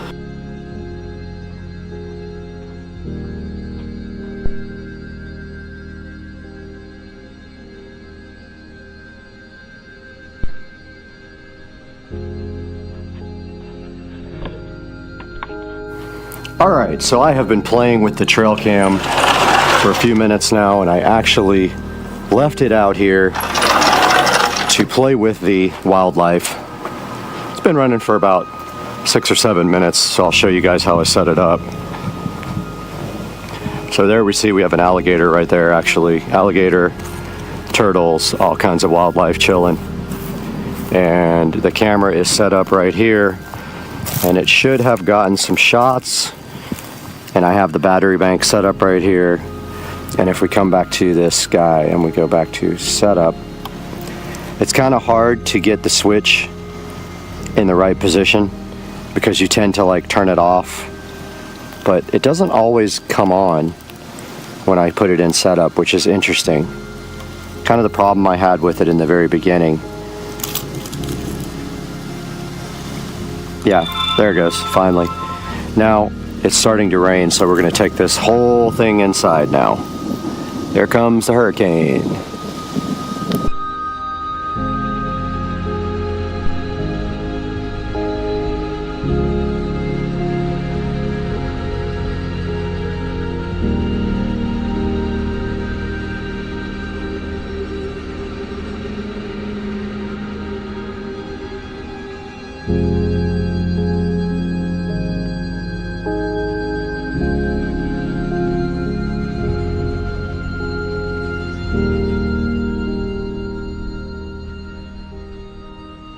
And yeah, so that is a nice look at the trail cam and what it can do. And now we will take it back into the Supercar Street Racing Studios to take a in-depth look at the actual ad for this trail cam.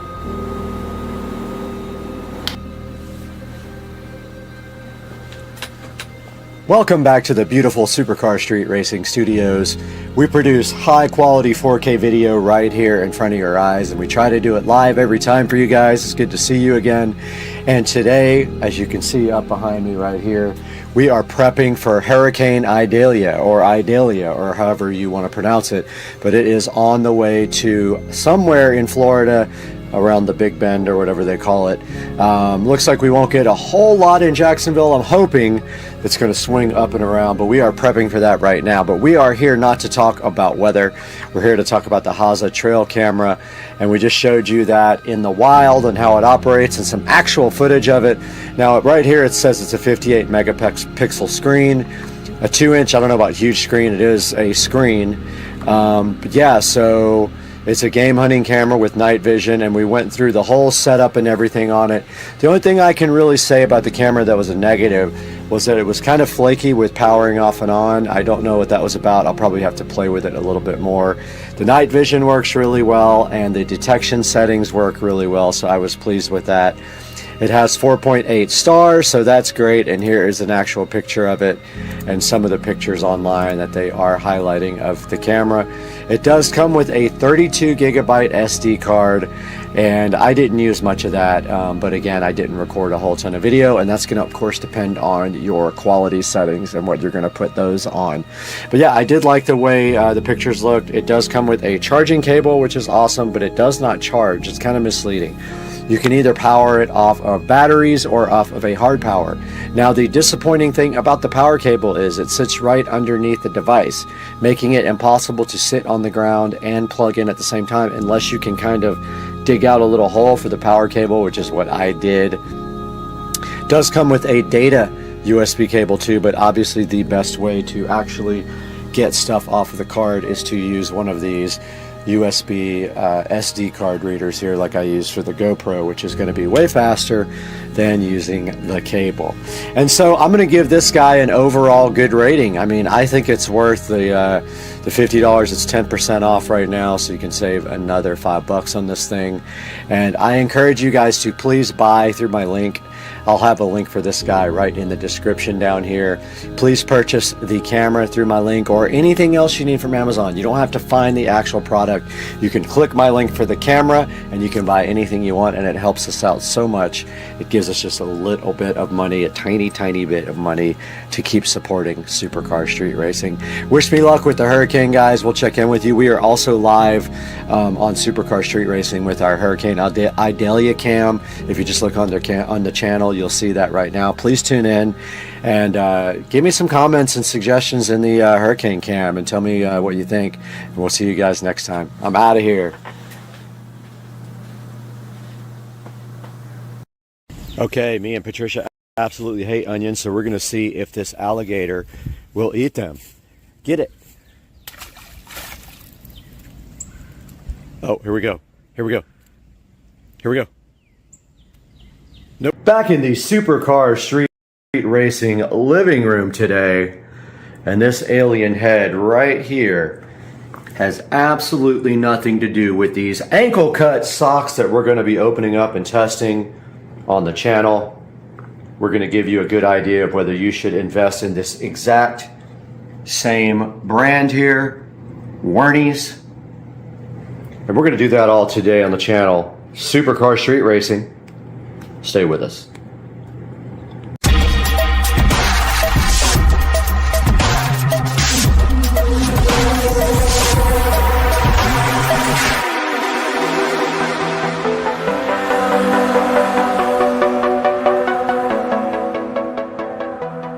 Welcome back to the channel, and welcome back to the Supercar Street Racing living room, where we have in front of me today this order of Wernies socks. And you can see right here in this pack, you get 4, 8, and 12 pairs of low-cut ankle socks. Now these are kind of like the socks that I'm wearing today. I wanted to go ahead and get another set of them so I would never be running short. And today we are going to open them up and see how they feel and how they compare to these more expensive socks that I have on right now that I did obtain from the store where I bought my On shoes from. Looking so fresh and hot today. So let's get some of these Wernies socks out of the packaging and onto my feet after we take a look at what comes in the package. And let's do that right now. Right in front of me right here, and right this very moment right now, we've got these Wernies socks. And as you can see here, we got 12 pairs for about $19. checking them out a little bit closer, and you see we have a 4-pack of solid black, and they do say medium. On the actual ad for the socks on Amazon, it is a size number, not a small, medium, or large. So make sure you order the appropriate size for your feet. So we do have right here, right now, 4 set of black, 4 pairs of white, and 4 pairs of light gray, making it pretty easy to match with almost any of the shoes you have. And as you can see right here, I have on these nice On Roger shoes to test with these socks from Amazon. Let's get one of these little pairs opened up now and see how well they feel, and if I think they're going to be a good deal or not for $19. Back with the Wernies low-cut ankle socks on Supercar Street Racing. And you can see right here, right now, that I did order the size that was size 6 to 10. So all these should fit anyone with shoe size 6 to 10. Now we have these Wernies socks all laid out nice here on the table. So what we're doing right now is just checking out the thickness. And they do feel similar to the other pairs of socks that I have that were bought directly from a designer store. I will go get a pair of those right here, right now, so we can compare the two on camera. Right in front of me, I do have a pair of designer socks, and I don't know the actual brand, but I did get, I think, about 6 pairs of these for $10 at the store where I bought the On Roger shoes. And feeling the thickness here and comparing the thickness to the Wernies socks. The Wernies socks do feel a little bit thinner. The question is, how are they going to feel on my feet when I get up and walk around with them? But just immediately, just slightly bit thicker on the designer socks that came from the designer store. And of course, all the different colors of the Wernies are going to be the same thickness. Let's go ahead and open up a couple of more. And what we'll do right here and right now is just verify that that color and this color, these are all the same thickness. So let's do it. We have unsheathed all of the colors of the Wernies socks. And right here we have a direct comparison of the white Wernies to the designer socks from the designer store where I got the shoes. And in feeling the material here, the designer socks are definitely thicker. By how much, it's hard to tell, but definitely probably more comfortable. But I have on the black ones right now. I'm going to throw a pair of the black Wernies socks on, take a little bit of a stroll around here, and let you guys know what I think, if they're worth the price. Now, these were not provided to me by the company, so this is not sponsored, but if you would like to buy a pair, make sure that you click through my link in the description if you want to buy a pack for yourself.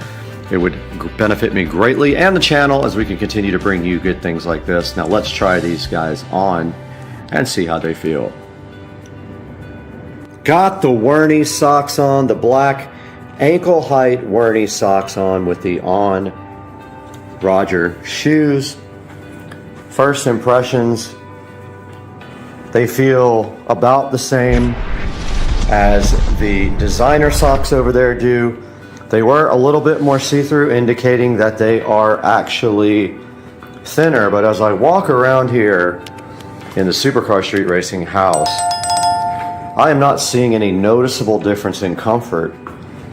Now, these shoes are extremely comfortable, so let's preface that by saying these are amazing shoes, and we will be reviewing those as well. We just haven't got to that yet. But yeah, the first thing I can tell you is that the new Wernies ankle high socks are just about as comfortable, if not as comfortable, as the designer socks that we got from the store where we bought the On shoes. Now what we will do is go into the Supercar Street Racing studio and take a look at what's available online as an alternative to the Wernies, take a look at some of the reviews for the Wernies, see what people are saying about these and give you guys a second option or third option to order.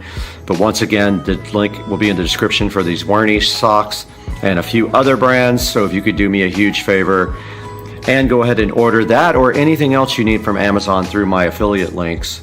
You don't have to order what's exactly in the link. You can order anything through any of my links and it will give me a slight credit. And you know, the channel is very difficult to finance, so if you guys could please like and subscribe and go ahead and order products like these Werny's ankle cut socks through my affiliate links, it would be amazing and we would appreciate you guys so much. Now let's take it into the Supercar Street Racing Studios. Guys, welcome back to the Supercar Street Racing 4K production studio, where we join you in every video to kind of take a look at Amazon down here, which when you're looking, it's right down on this side here. And we will take a look at these Werny's no-show men's socks today. So these were bought from Amazon, and there will be a link in the description for you to buy your own pair. And as you can see right here, this is a really high-selling product. Looking at the Amazon page here, we see these guys have a 33,249 rating with an average rating of 4.4 stars, which is not bad. It's really hard to get anything above mid-4s in Amazon unless you only have a few 5-star reviews and some other lower ones. But if you can see right here and right now, there is 63 answered questions rather here about the product, and 900 plus people have bought this in just the last month. So that's not bad for sales. Now, they have a bunch of different color mixtures here. Now, this is the one I got. So I got the this color here, but you can get them like this, like that, like that.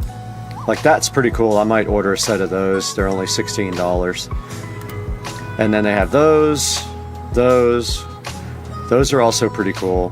So I think I'm going to go ahead and place an order for another set of these because I was pretty satisfied with the Werny's ankle cut socks. And if we go into some of the description here for the product, we see that they are cotton or spandex. It really doesn't specify which they're talking about on which. Says hand wash only, which that's interesting. I don't know why it says that because I've washed mine in the washing machine already, and we have no issues so far with the Werny's. Says they've got a 3 silicone grip heel grip. Now if you notice, it says that on all of these, but some of them actually say machine wash. Now the ones I ordered right here, they say hand wash only, so I disagree with that because I've already washed the things in the washing machine. Now maybe they're going to fall apart from doing that, but these right here, like these say hand wash, these say hand wash, machine wash for this set. So I don't know what the difference being on those. Now it says that they are invisible wear, so it says that they are going to not show with your shoes, and they do actually show on my shoes above my ankle, so that's not necessarily true. And it says that they have a well-made cuff also, so that's yet to be determined. I mean, they feel fine as of right now on my feet. I'm actually wearing them as we speak, and I have not had any issues with them so far. Now moving down to some of the reviews here. This 5-star says the right fit for my feet. Took a try on these socks and I don't like the bulky ones. They feel good wearing around the house. And yes, the elastic can feel a little tight. I don't really have that same experience with mine. Maybe it's a different version, one of the different types available there from all the ones on the listing. And it says they're not truly no-show. That is actually the truth, and you could see on my feet in the video that they are actually above my ankles just a tiny bit. This thing says they fit a little snug. This guy is actually saying that the larger size is the best, so he says to get the larger size if you're going to get a size for your feet. I bought the size exactly for my feet, and I haven't had any problems with them yet. Moving to some of the 3-star reviews, we see here that they're very thin and good if you're a minimalist. It says that they are small. Mine are not. This says did not catch that they are hand wash only. Not sure what that's going to mean in the future. And this guy says that there's already holes in the toes. So look at that picture, and they're saying this is going to happen to you. This says cheap quality, you get what you pay for. I got some socks, similar socks at a fashion store for about the same price, so I don't know that these are actually super cheap. And this guy's saying they're too small for a 11.5 to 12 shoe size, so keep that in mind. And some of the worst reviews here, the 1-star, which is 5%, this material says it's thin and the size run large, slips on skin, and bunches, creases, and folds. Have not had the same experience with mine, but then again, I bought a certain order configuration. Extremely thin. I thought they were close to my designer socks, but not exactly, so maybe check into that when you are ordering. It says they won't last, that they are garbage. Half of them are dirty and used. Okay, so this guy actually got dirty socks, which is interesting. Free shoe store socks.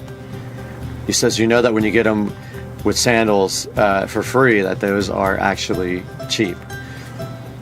This batch fit and wears poor, and they are too small, so small, lame sizes. So there you go. That's what we are seeing about the Wernies, and I think that it's going to take some investigation and some longer wear on these shoes to really figure out what is going to happen with them.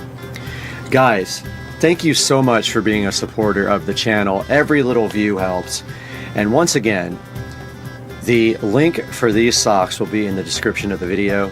It would help me greatly if you could click my links to buy anything from Amazon. It doesn't have to be these socks. You can click the socks link and then buy anything you want, and that will give me an affiliate credit, and it will help the channel just a little bit because I don't make money on the channel. I actually lose quite a bit of money.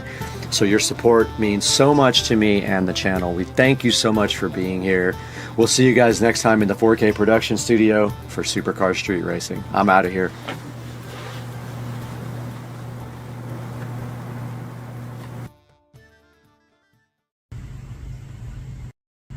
Dude, I can see your wrinkles.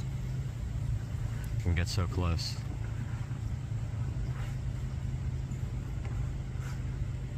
And he bailed.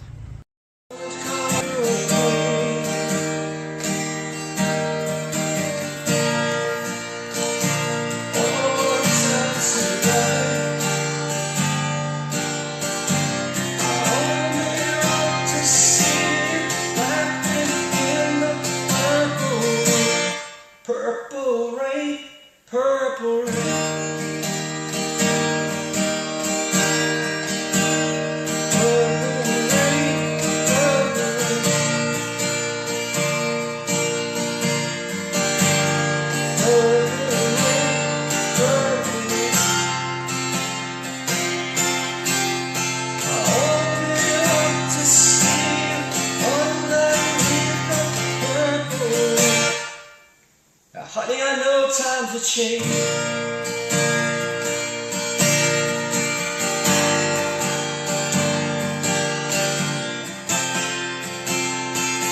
So now when I reach out for the new, that means you too. I forgot the rest of the song.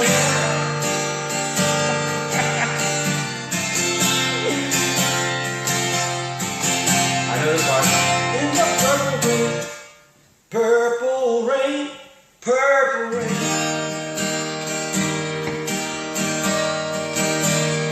Purple rain, purple rain.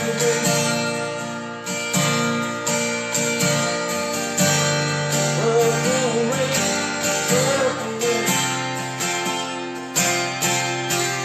I only like to see you crying in the purple rain.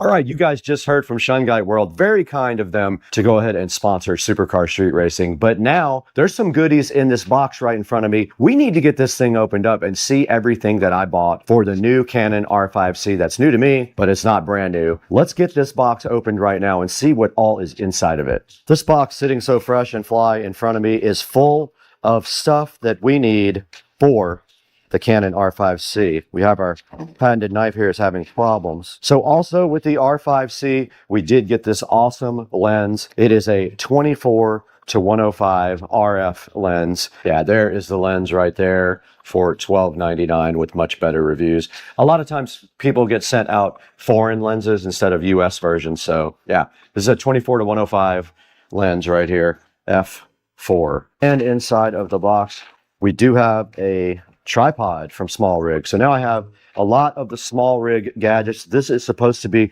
compatible with the cage here. We'll see if it actually does work or not. We also have a triple charger with 3 extra camera batteries. Not that I'll ever need extra batteries, but it wasn't that much more to go ahead and get that. So I did get that. And then we have a battery adapter. What this does is allows you to power the camera directly from AC. It's a fake battery that you put in, and you can plug your camera in and use it for any length of time, such as things like time lapse, or if you're going to be shooting in one spot for a long time, you don't need portability. This is what you do. Let's get all this stuff opened up. There'll be links in the description for all this and the Canon R5C and all these lenses. Let's get busy. This is the battery adapter. It's a fake battery that allows you to go ahead and power up your camera, and this little cord right here will jet out of the door. There is instructions on how to assemble this and put it into the camera, but basically this goes in the camera and powers up the camera so that you can work on the camera all the time with AC power. They had this cool little felt bag right here. Inside the bag, we do see the actual power adapter right there. So that plugs into this part right here, and then of course the power cable goes to the adapter right there. So that's the battery AC kind of hack for powering up the camera all the time. This should be a battery charger and 3 batteries. And here are the 3 extra batteries that fit a lot of the Canon products. This is one of the aftermarket batteries, LP E6NH. It does have a USB cable with it, and it is a USB Type-C to our existing USB power, and it did come on. It has a cool little display showing all the batteries charging. This is awesome. So that is the triple battery charger. Link will be in the description for that. All right, guys, now that we have our R5C right in front of us, the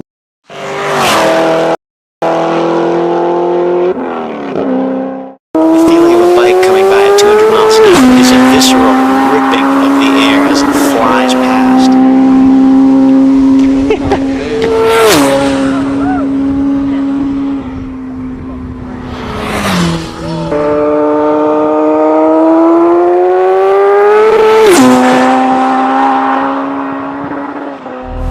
See this 200 mile an hour past the exhaust coming out the dump pipe on the left side of the bike.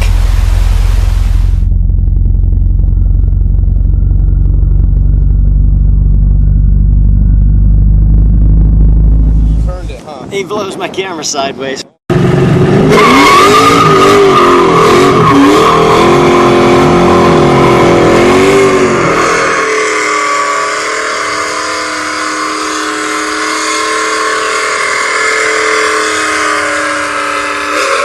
Yes, there are very few things that rival the sensory overload associated with burnout. You've got the smell, you've got the smoke, you've got the vibrations. It's awesome. People love burnouts unless they happen to be wearing a law enforcement uniform or something like that. Burnouts are necessary for drag strip runs to heat up tires. Generally on the street, you don't really need to do anything like that, especially with roll-on races. So, burnouts are just for pure pleasure.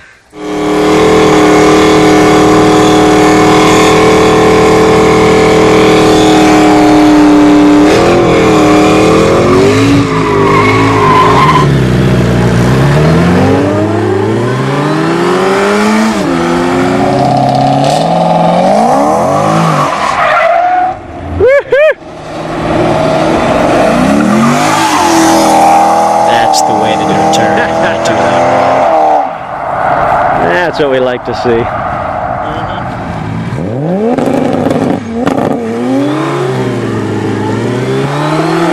The impressive thing about these burnouts are the fact that they start at about 40 miles an hour. So this black Supra has enough power to break the wheels loose at about 40 miles an hour, both wheels. Gets a little sketchy sometimes.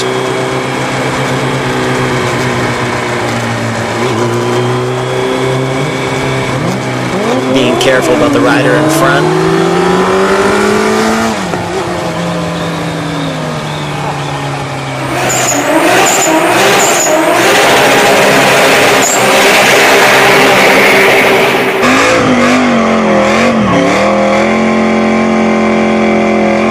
majestic seeing the smoke just pour off the wheels in the back and disappear behind the car. Keep in mind there's a camera bike back there.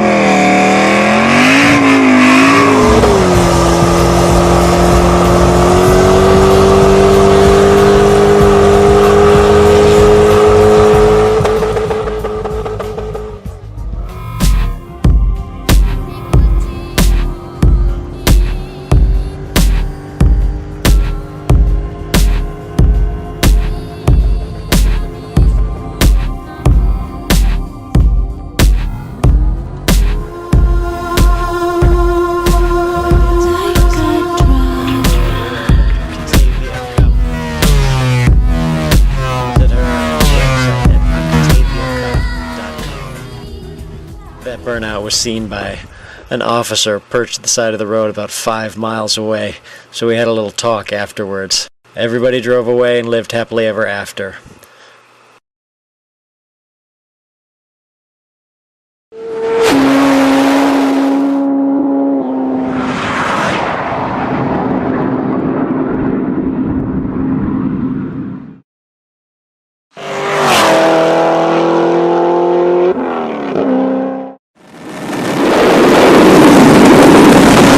.93.5 Supra hardtop, very rare. There's only a few hundred hardtops made in that year. Running 74mm innovative turbo, 1000cc fuel injectors, and I have 264 cam springs and retainers on the stock motor.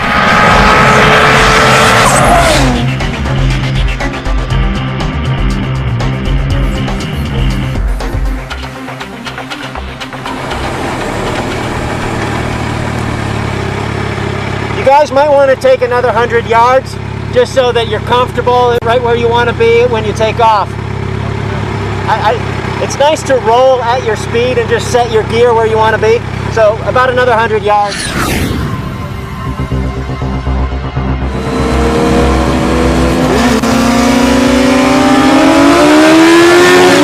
This is a great matchup.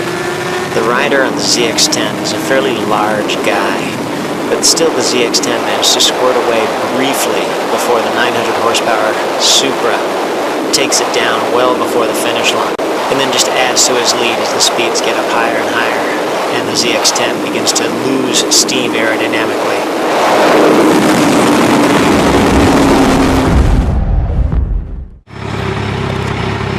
I think that boy has about 900 horsepower. That was nice. That was actually really good. You just squirted past him, and then he was trying to hold. You're losing, you're gaining ground just a little bit, and then he just took you in. 189 miles an hour, 28 pounds of boost, which is about 7 psi into my max. Very nice. It's probably got another 100 horsepower. Oh, you'll need that for the ZX-14. That was really good. It was about what I expected, in that he took off just a little bit and you chased him down. Once the speed gets high, he's going to run out.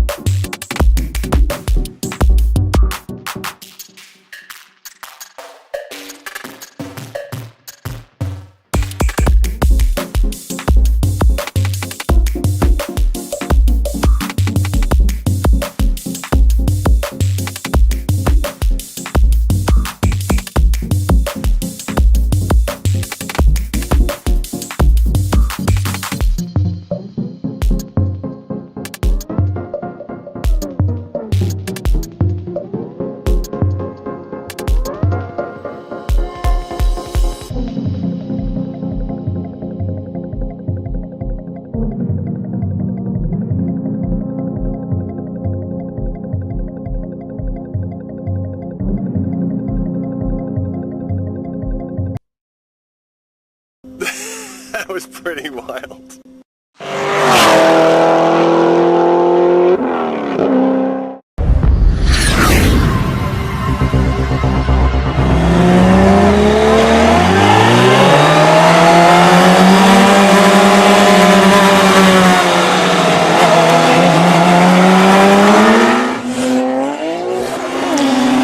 The Supra allows the Lamborghini a little bit of a jump, knowing that it's got enough horsepower to chase it down, which it does quite handily as soon as the boost comes on.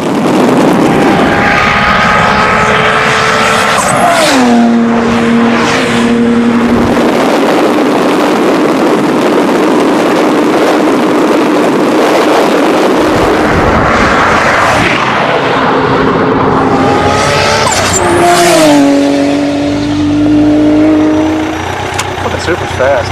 Super's fast? Lambo's not so fast.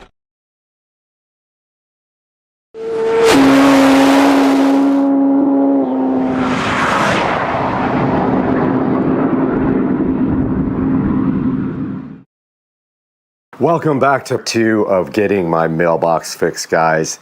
And today we are going to be finishing up this project with some landscaping. And we do have everything in the back of Rich's truck right now, so let's get moving.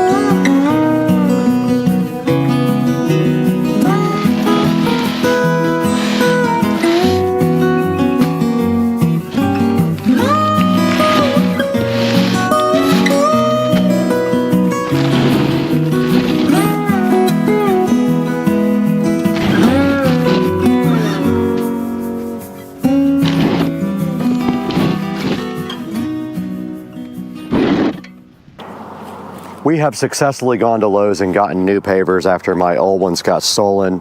So today we're going to be reinstalling pavers here. They actually didn't steal them from here, they stole them from the driveway, but that's the mission today on Supercar Street Racing. Let's do it.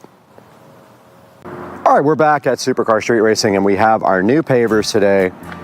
And so this mission is quite simple and cars are going to be coming by, can't help it. All we have to do right here and right now is get these pavers into this area by the mailbox, but first we need to do a little bit of leveling out. You can see there's some humpage right there and some in the front. So I think that what we have to do is just dig a little bit of dirt out here and in the front, but I'm not sure because it looks bad over here, but not right there, if that makes sense. Maybe we should just fill in. No, because this over here is pretty high. All right, I see what I got to do, I think.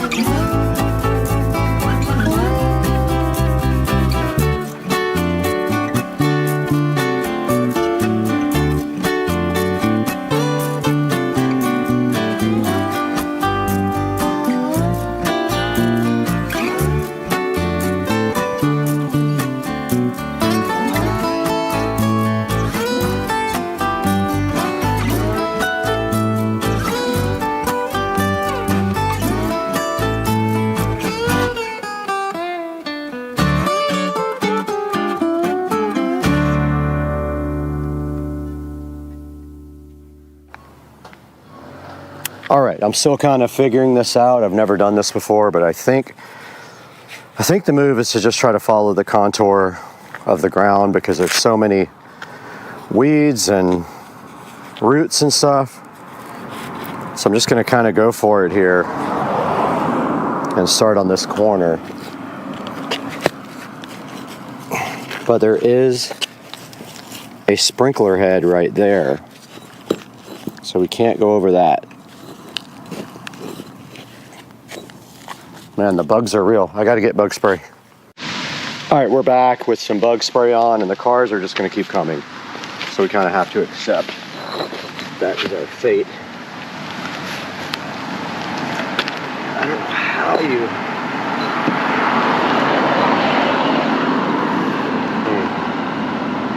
Kind of just need to raise this side up.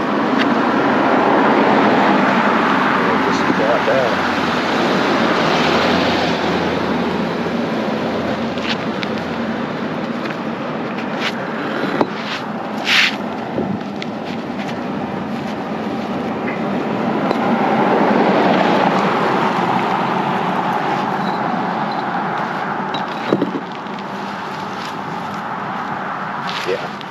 That's the move.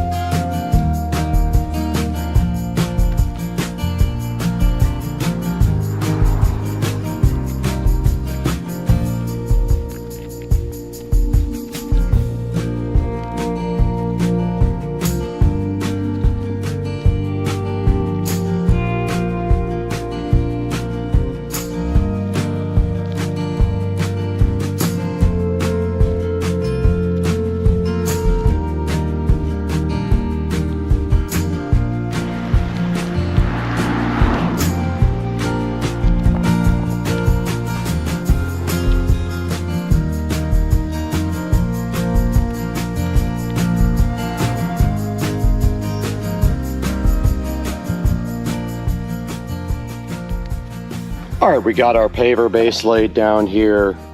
All we got to do now is go get some soil and go ahead and fill this all in with soil and put some flowers and stuff in here and call this dumb project a day.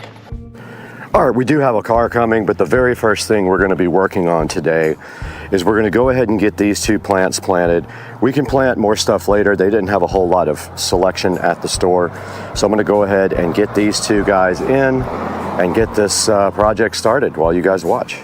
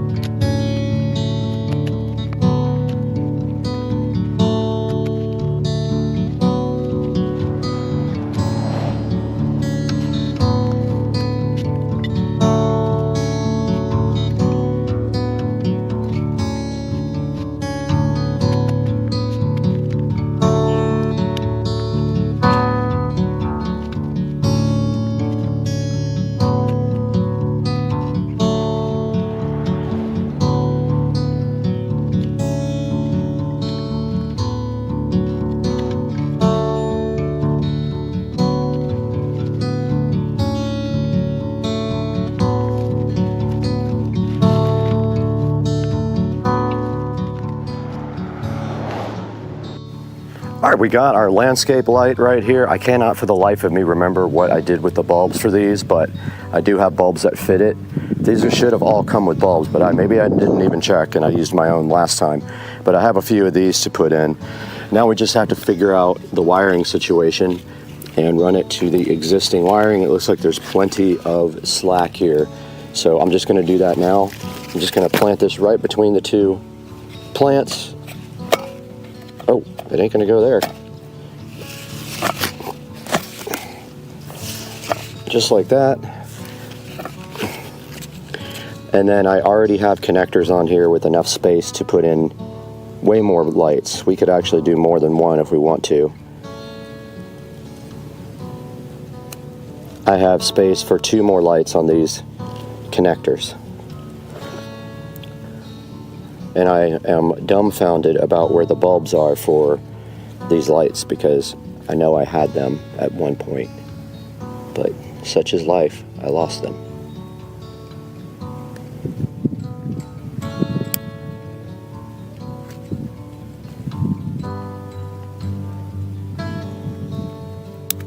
Okay, I'm gonna go ahead and power these on and test.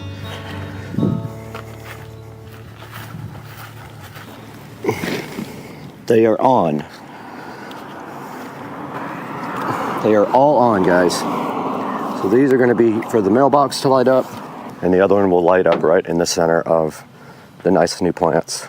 Now all we have to do is put some topsoil and then rocks in, and we will be good to go.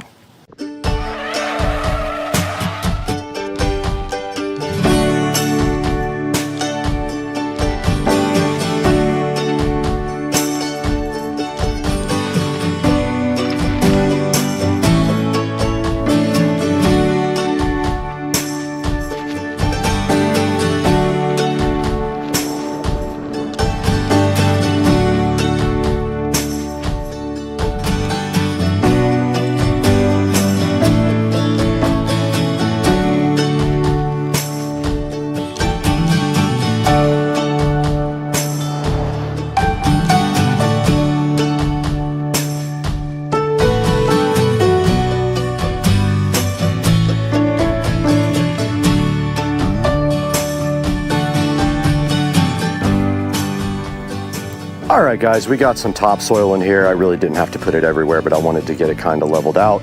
Now we're gonna go ahead and add our rocks in.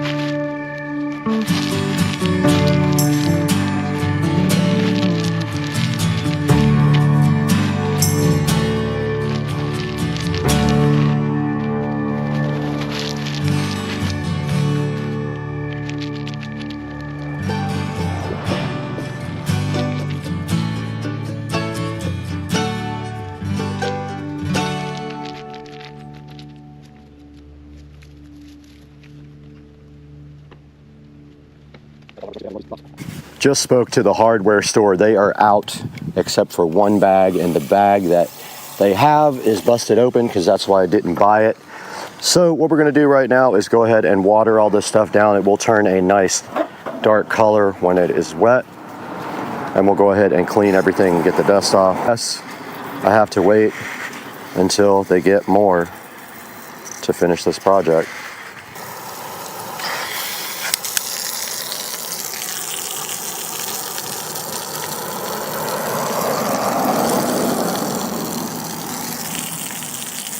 That is going to be that project. Guys, I hope you enjoyed this little journey of the drunk mailbox shenanigans.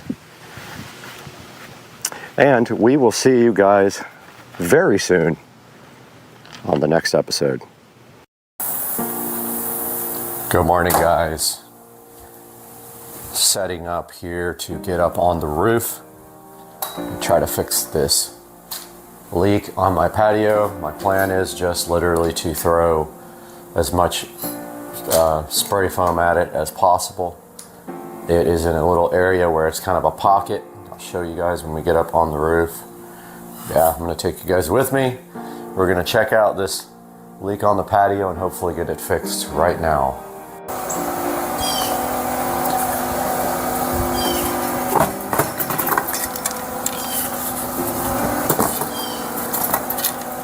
Does not want to say. Come on. This thing is being a jerk.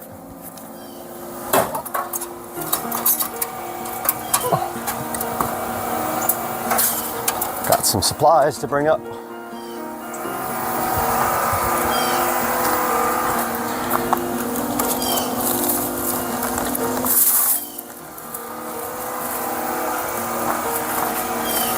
So I honestly don't know what to expect up here,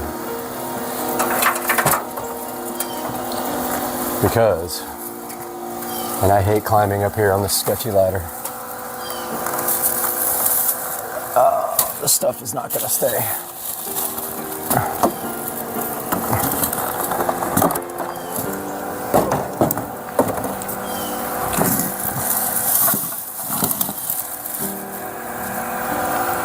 I gotta figure out a better way to get up here.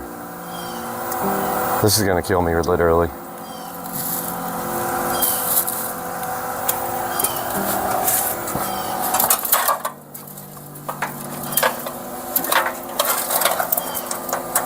This ladder is the worst thing ever. It has issues. But I'm gonna try to do this. It's a lot more sketch than it looks, I promise. No fun. I think this will work, or either this is going to be the video, or I bust my ass on YouTube. My roof really needs to be bleached out. That's my next project. But that's where we're going over there, the patio. Okay guys, I think I figured out what's going on here. Looks like water might be going in right here around this flashing. You can clearly see where the water can go underneath that. I think it's dripping down through there. So I'm gonna give this all a good foam right here. And I will show you guys once I have my foam spray open and ready to go. Put a nice coat right along the edge of the roof there. So here's a little illustration of what was going on the roof. Basically, what was happening is water was flowing down the flashing in the corner of the roof. Now, normally it flows over the top of the flashing and then follows gravity down to the gutters where it will drain. Unfortunately, as you can see here in this picture, water was flowing straight under the flashing and dripping out underneath my patio. And that could be caused by a number of things. Objects hitting the roof, things like that. Animals can do that as well. So all we have to do is seal that area to make that water flow properly again. All right, you see where that also has some problems there. I'm gonna make sure I get this whole area really good. And we got our Walmart spray foam here, perfect for the stuff, and I'll get this open. All right, this stuff is really hard to work with, of course, but I did my best just to kind of seal up around where the flashing was there, and then also not block this flashing so the water can still flow down through this gutter. And I guess once this stuff dries, I'm gonna go ahead and clean this gutter out, because it's really not the gutter, the roof. I guess I don't need to start sealing the cracks here. I guess that'll be fine. They haven't ever leaked. So I'm just hoping this runs now right down through there and doesn't pile up here, since I put a big stack of styrofoam right there. Okay guys, it's not the prettiest patch job in the world, but it's there for one reason, to keep that water from getting down in the corner of that patio and allowing it to flow out. I went ahead and put the trash that I found in this gutter over here down at the end, and then I'm going to get out and clean that out once I get down on the ground again. Now the tricky part is getting down. This gutter also leaks in the corner pretty bad. I'm going to go ahead and seal it up with spray foam. Just going to put it like around the inside edge here.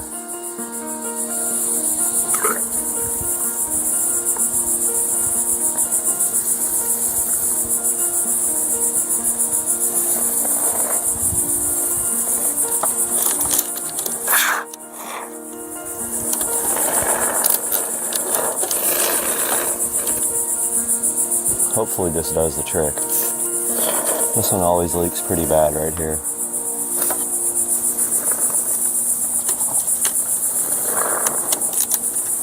When it rains really hard, it comes out of the cracks down here where the gutter's split.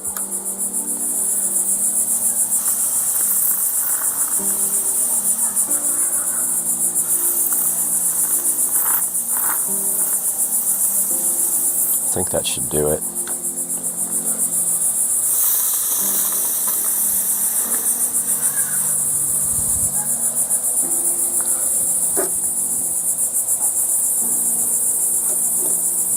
That should be good enough.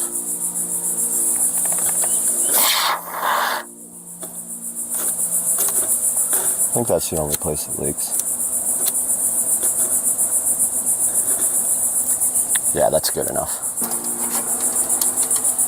It leaks right out of the corners here, the cracks, even though it's been sealed up several times. I'm not used to not yelling at the microphone since we have a mic now.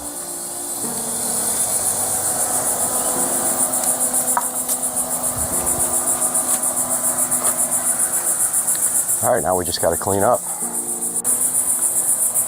Made a bit of a mess.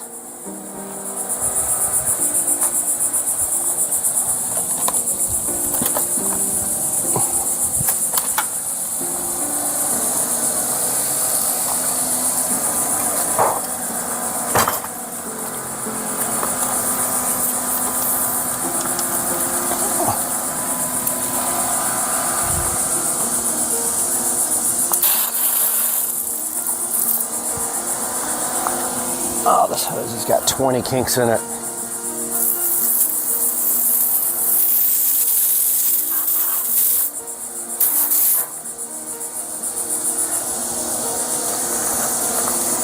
Yeah, this hose sucks.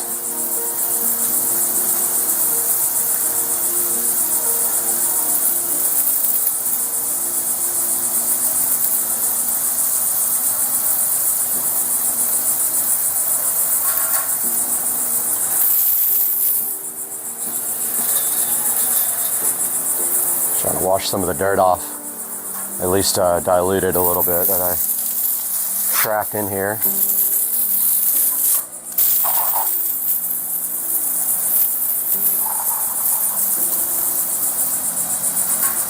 It's going to rain today anyway. I just want to get most of it off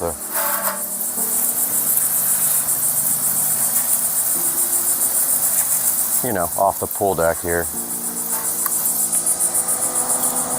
I got to redo this hose bad as soon as I get rocks put in this garden.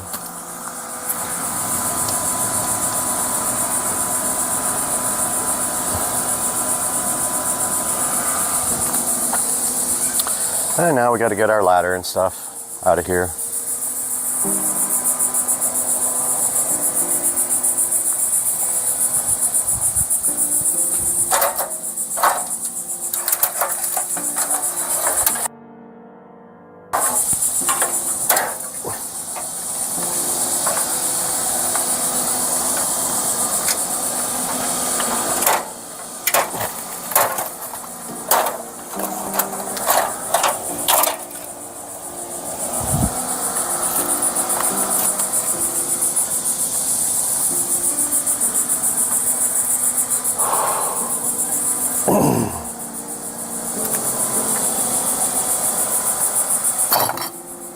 And I think we're just about cleaned up. Just got to put this stuff back in its place. Unpack this, or pack up this foam stuff. It's pretty worthless after you use it once. I'm going to toss it. Put our trash can back over here.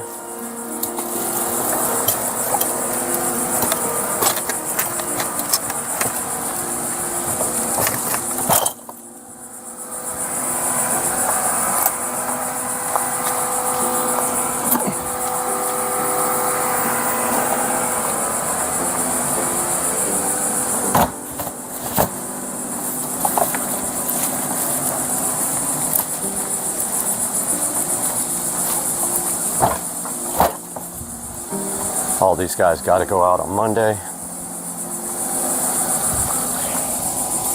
Oh, we got a casualty. Stuck to the broom.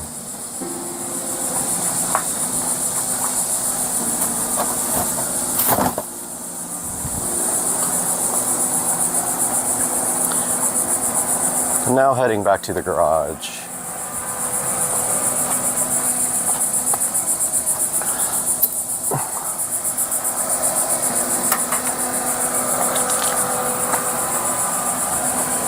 With all our miscellaneous supplies that we used. We'll put this stuff up in the garage. Came out with 2 cans of foam, which I'll eventually use one day. All this trash goes out tomorrow for trash day.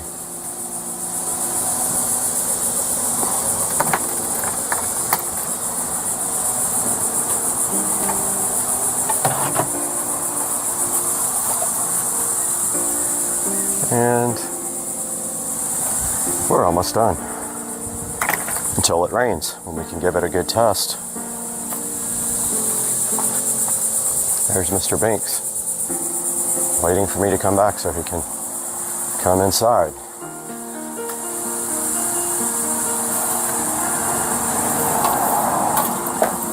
So this towel's gonna get washed. This is my broom for the house. And then we have Windex we have to put back. And we have 2 amazing spray cans left. They're only $3, so I'm not going to return them. I'll use these. I will use them eventually. Those 2 can go with the supplies. I know, kitty. And I can't find my other glove. My other glove is somewhere. Not in here. Kitty, I know. Well, apparently I lost a glove. But that's going to do it for today, guys. Hope you enjoyed this video. Little quick video about my leaky patio. See you guys next time. Alright, we are out here at Englishtown. We're at Raceway Park here, and we're pulling into the gate right now, and you can see we got cars both. Let's get in here to the LZ Invitational and see what is happening. It might take a minute to get parked. We're a little early. The event starts at noon. We didn't get VIP because they were sold out, but let's see what's up in here. I see a lot of cool cars.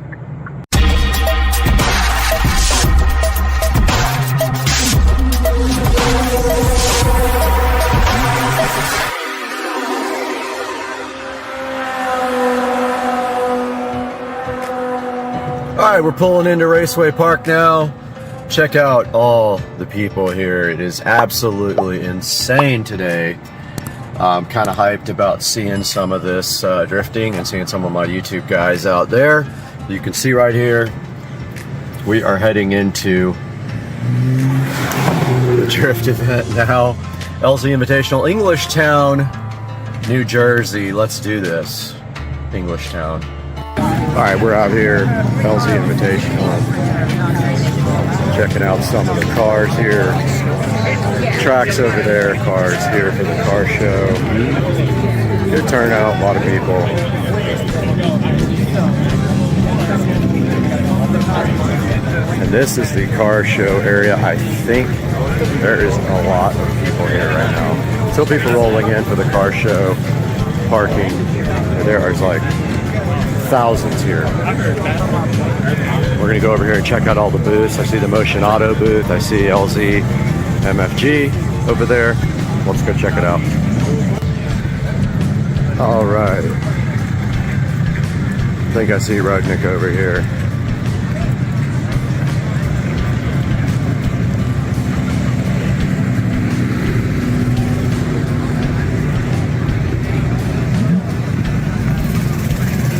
Over at the Ryzen Miata shop.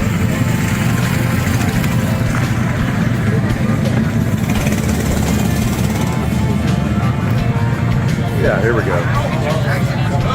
There's Chris and the gang at the Rudnick shop. Chris, Matt, Chris.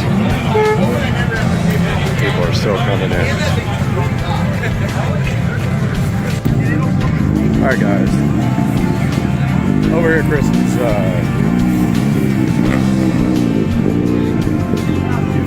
fellow YouTubers. Out here with Chris. Chris, stop by and say hi. Alright, here's a look at the Clean Culture car show. And maybe we'll do a little live segment here. Briefly, but there's tons of cars out here. Tons. All right, here's Chris's Z.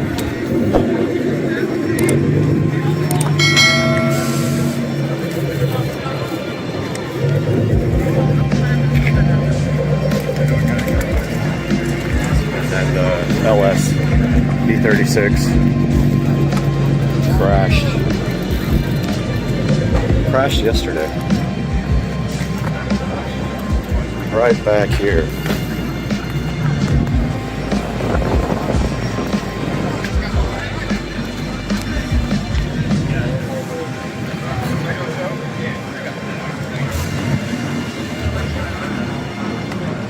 You're a fucking weirdo. I'm a weirdo, nigga. You're arguing me out of I told you if I catch you, I was gonna do something. I'm here, and I'm here. So then do you want to fight? So then do you want to fight? He's gone. Are you gonna send me all the money you sent me? Like I had to send you? Are you gonna send me all the money I had to send you? Bro, Joe. You're not gonna do shit. You're a pussy. I'm still standing right here. That's everything. I had to fight somebody else. His girlfriend's hot. I don't care what he did. Still waiting for that video too. And on everything, if you just want to see it, like I said, I have full receipts. I really just had to find it. We had our popcorn, that's all. We were just watching. I suspect I have the video. Oh, you don't, like, you really don't understand, like, everything I'm saying, like, I want her to say something. She wanted to yell fuck you bitch to me the other day at Sheets when I was leaving. Coming back. There was a cop there. Coming back. No, he's out of here. They're gone. How to fight his man. I've still been left on scene for the last day and a half. All right, they have started drifting out here. It is the loudest thing I've ever heard. It's like drag racing. You guys got no mufflers at all. Let's see who comes out.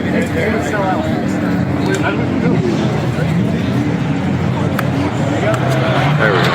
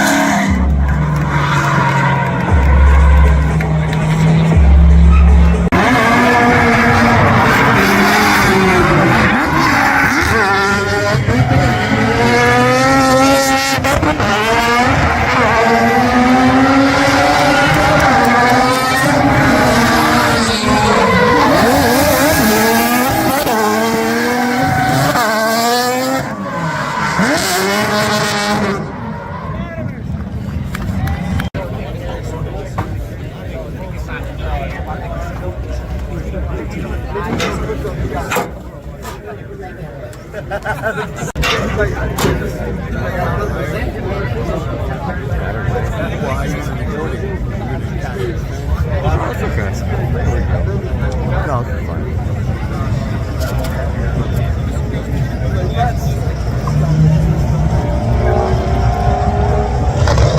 Sit back.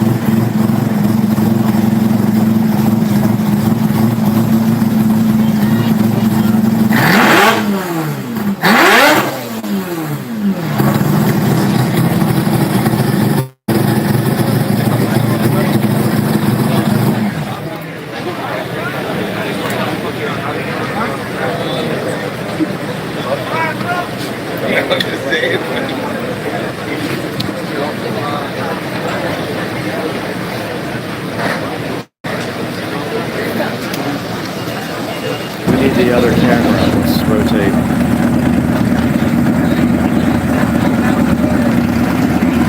And that is Chris Rudnick's booth.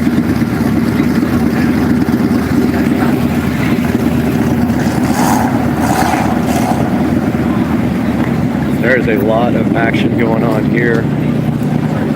There's Motion Auto. There's everybody else in the world is here. And I was going to say hi to Chris, but it's really busy, so probably leave him alone for now and go walk around and check out some of the car show.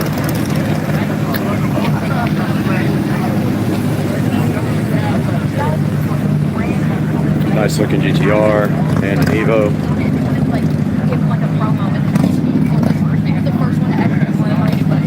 That guy has so much money, he's like shitting it out. Cool GTR.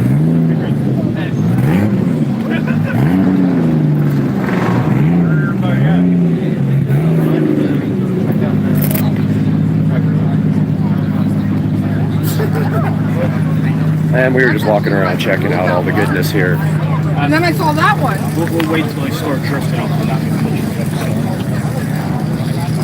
And I guess we can go back to the back. They're not restricting access to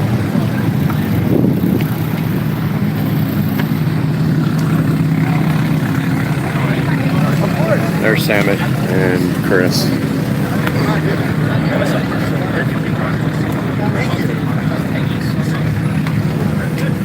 And Matt.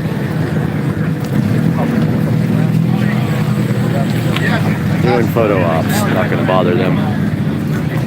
But we will go back here, check out the rest.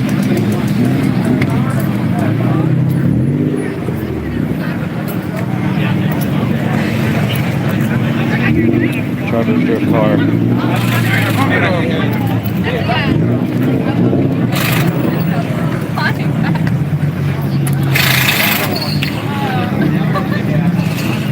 And then we ended up when you get to shops, you're just gonna have to work everyone.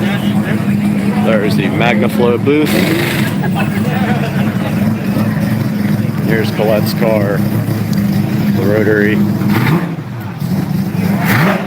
And then that is that's the rotary, no, that's the rotary Supra, yeah. That's Adam in the Supra.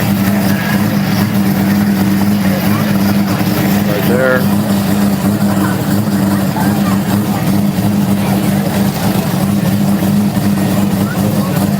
Doing a little bit of texting and tuning.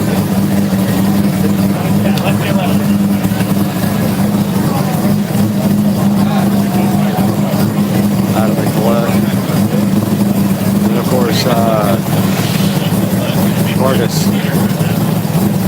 for RX-7 tuning specialist, rotary Vargas.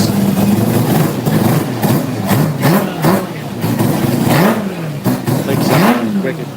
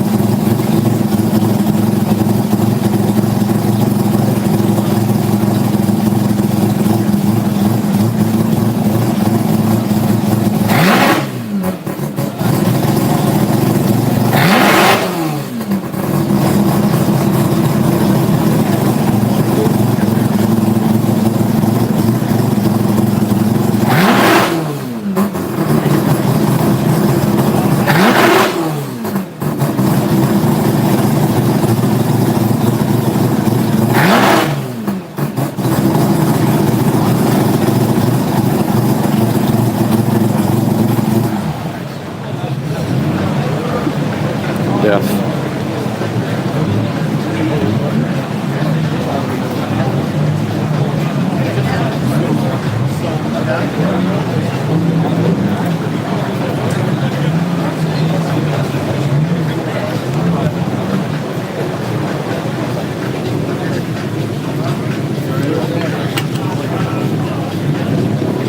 guys, so that was a look at my trip to Englishtown, New Jersey.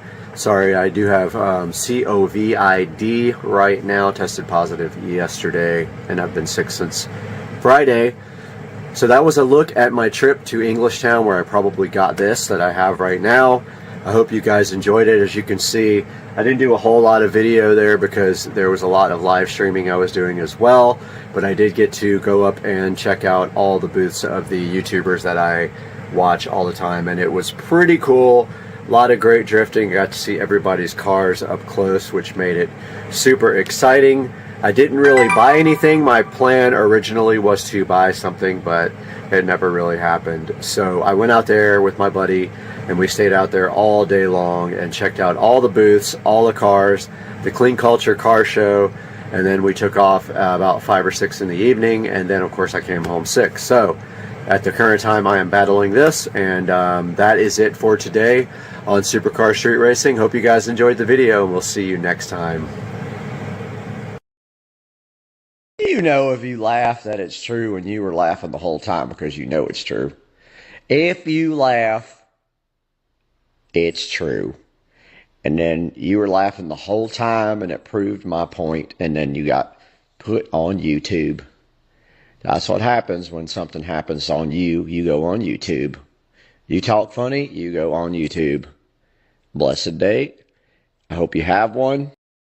We absolutely 100% have a shoe fetish, and we are shooting this video in 8K 24p. Not sure if we're going to upload it in 8K, but we're going to find out. We're going to play around with editing and see if we can even edit at that high amount of data rate.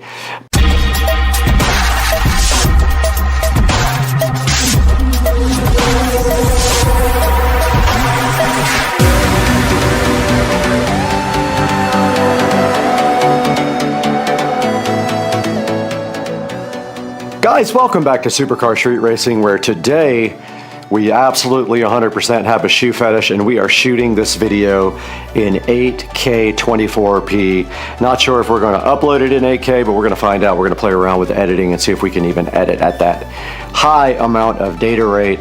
But today we do have that shoe fetish I was talking about, and I am hyped about getting my brand new On Cloud 5 sneakers here, because On is one of my favorite things to own. They are very high quality shoes, not cheap at all, and I have a ton of them in my closet right now. But today we've got a brand new pair of On Cloud 5s right here in this box for the channel Supercar Street Racing.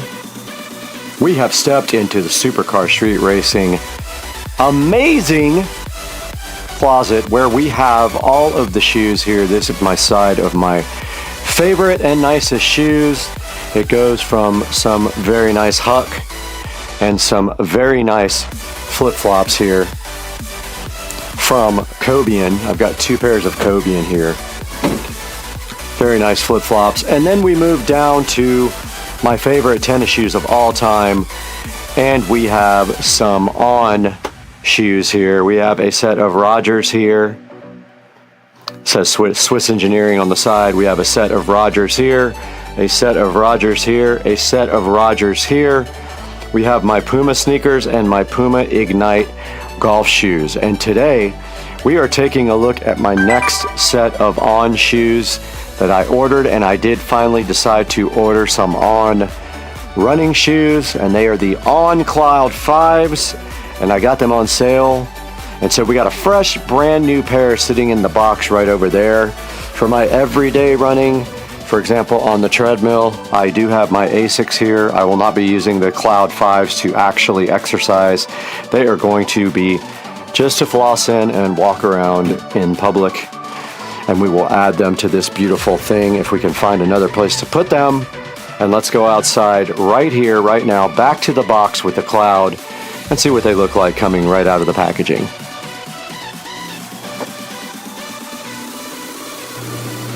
Back in front of the amazing On Cloud 5 running shoes, and you can see that right here we have a fresh unopened box. And online, these go from anywhere from $159 to $205 on Amazon. Guys, welcome back to the Supercar Street Racing Kitchen, where today we have been granted access. Take a look at on unboxing and reviews. And so right here, right now, we're going to actually do that.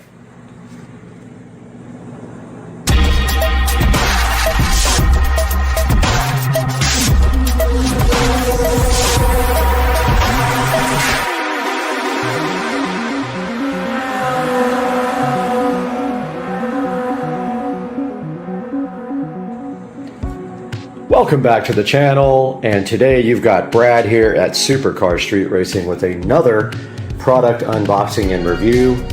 And right inside this box today, right here and right now, we have been provided by the company Dexy with this lovely dark gray bath mat rug. So what we're going to do today is unbox this and take a look at it on Supercar Street Racing, let you know our opinion about it, and go on from there. Let's do that now. Alright, taking a look at this Dexy floor mat, we see right here and right now there is the number of the item, and you see right there this is a Dexy bath mat, 16 by 24 dark gray. They do come in a bunch of different colors. I chose the dark gray one. Thought it was solid colored, but it is a pattern. So let's open this up right now and see what's inside of it. All right, back in the Supercar Street Racing Kitchen again, and we have opened up this mat. Now this mat is designed to go in your bathroom, and it is a non-stick, non-slip mat. Actually does stick because it does have rubber on the bottom of it. So it's designed to stay in place. So notice the bottom of it has this type of rubber there that will keep it from sliding around on your floor. Now it did come out of the package round, of course, so it's going to need some time to get flat there. And next we will take a look at what this looks like going into your bathroom and how it performs. And now we are in the Supercar Street Racing Master bathroom here, and we have this mat placed right down in front of the shower, and this thing is designed to absorb water when you step out of the shower, and also you can see right here right now that it does not really move. It does need to flatten out, so I believe it will take like maybe a day or so to just flatten out, and you may want to put something heavy on it also to get these edges. Just like any other carpet you get, it takes some time for that guy to flatten out. And this thing is absorbable, so what that means is it should be super absorbable when you step out of the shower and when you put your feet on it. So I'm going to go ahead and test that out now and let you guys know how that went.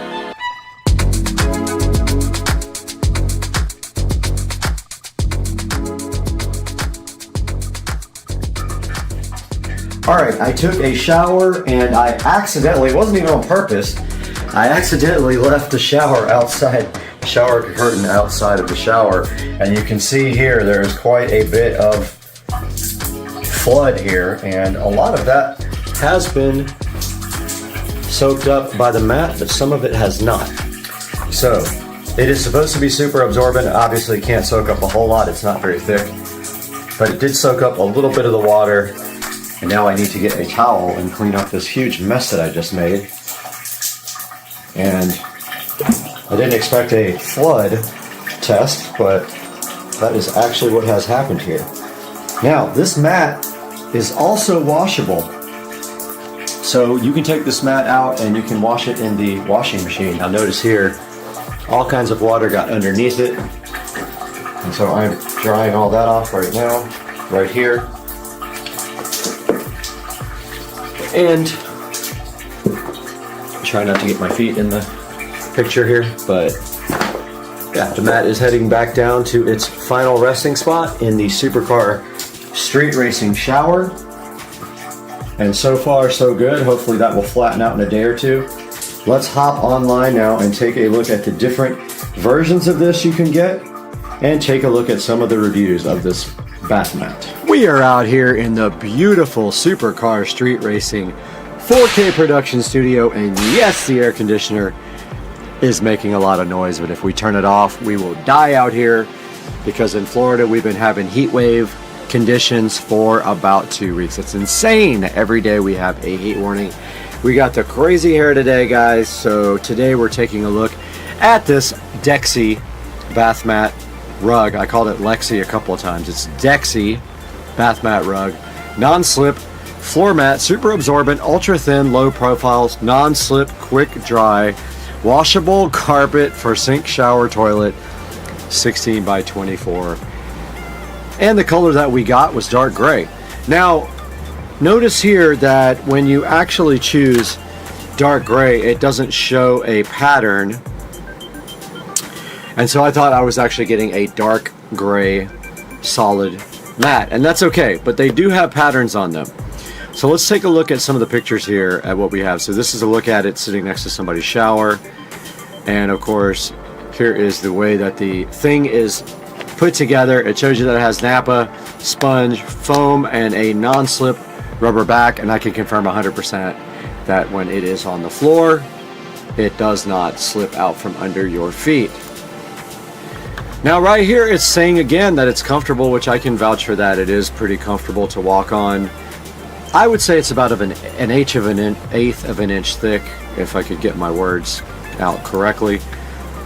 It definitely is low profile. It will definitely fit under most every door and or shower. And then right here, right now, we see that they have it next to a bathtub, which I guess you can put it anywhere you want. You could put it next to a pool if you wanted to. Easy to clean and dry. It shows them actually like sponging it, I guess, and soaping it off, but I think you could put this in the washing machine with no issues whatsoever. And then right here, right now, 16 by 24 and 0.015, so 1/4 of an inch. No, that'd be 0.25, so it's less than 1/4 of an inch thick. I got my math skills on point just then. And right here is another picture, but also you can see in my video pictures of this thing as it sits next to my shower. Now let's take a look at some of the reviews. So this thing has a solid 4.2. Some of the 5-star reviews, including bought one for my home, beach house, loved it so much, thin but supportive. I ordered the mat in teal, goes perfectly with my shower curtains. Color pattern look exactly shown in the picture, and it boasts a soft and cushioned surface, which that is perfect for you if you need something soft on the ground when you step out of your shower. And thin mat but pretty design. I will get a size up next time, so I encourage you, if you have a doubt about the size, go ahead and get a size or two above what you want, because the difference in price isn't big enough to even worry about it. Low profile, so this is also stating again that it is low enough where you can actually open a shower door or a regular door right over the top of the floor mat.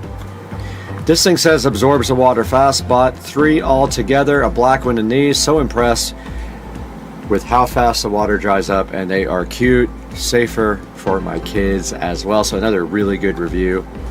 A perfect review here. Love it. Just gets, as in the picture, it gets the job done. Awesome, beautiful and comfy. Bought this mat for my bathroom. Let me blow this up a little bit.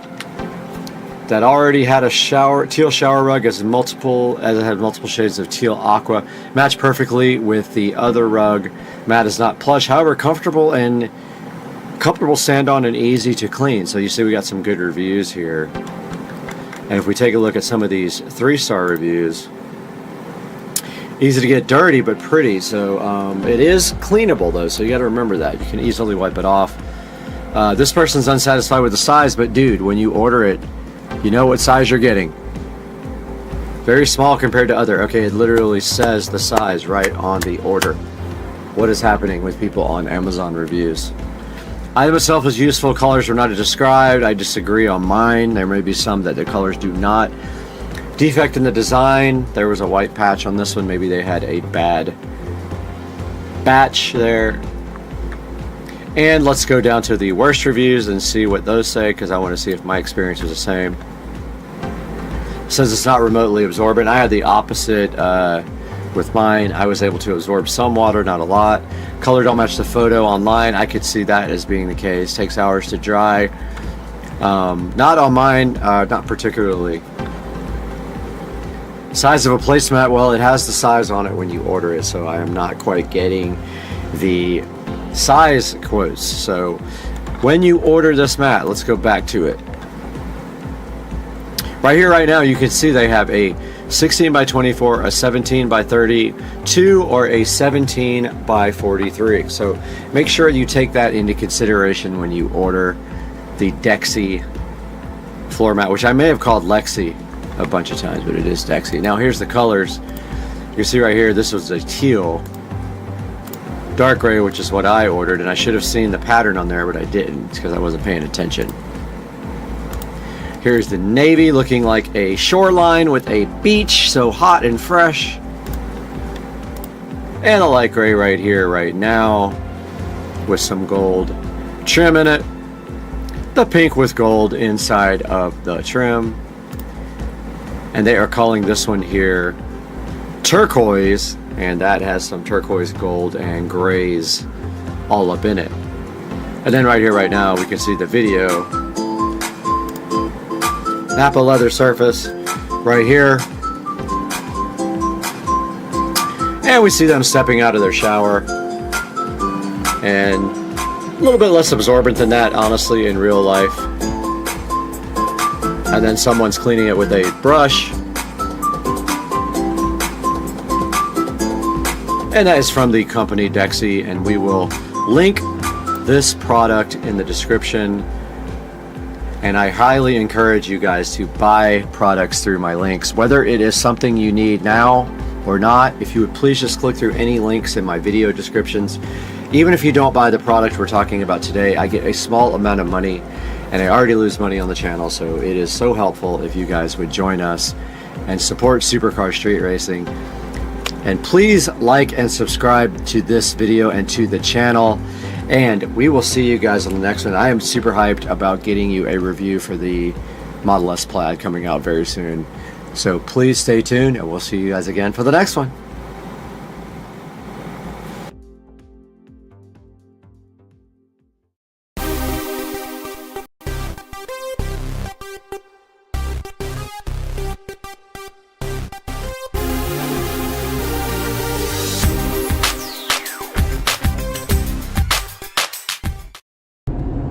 Sunrise is insane. Heading to Atlanta from Jacksonville, hitting the Florida state line with a sunrise like this. Dang, son. Pretty. You need salt on your fries. Oh, no. Too late. There you go. Guys, today on the channel we have this generic wireless and Wi-Fi repeater. We're going to be taking a look at this, unboxing it, setting it up, all that on Supercar Street Racing today.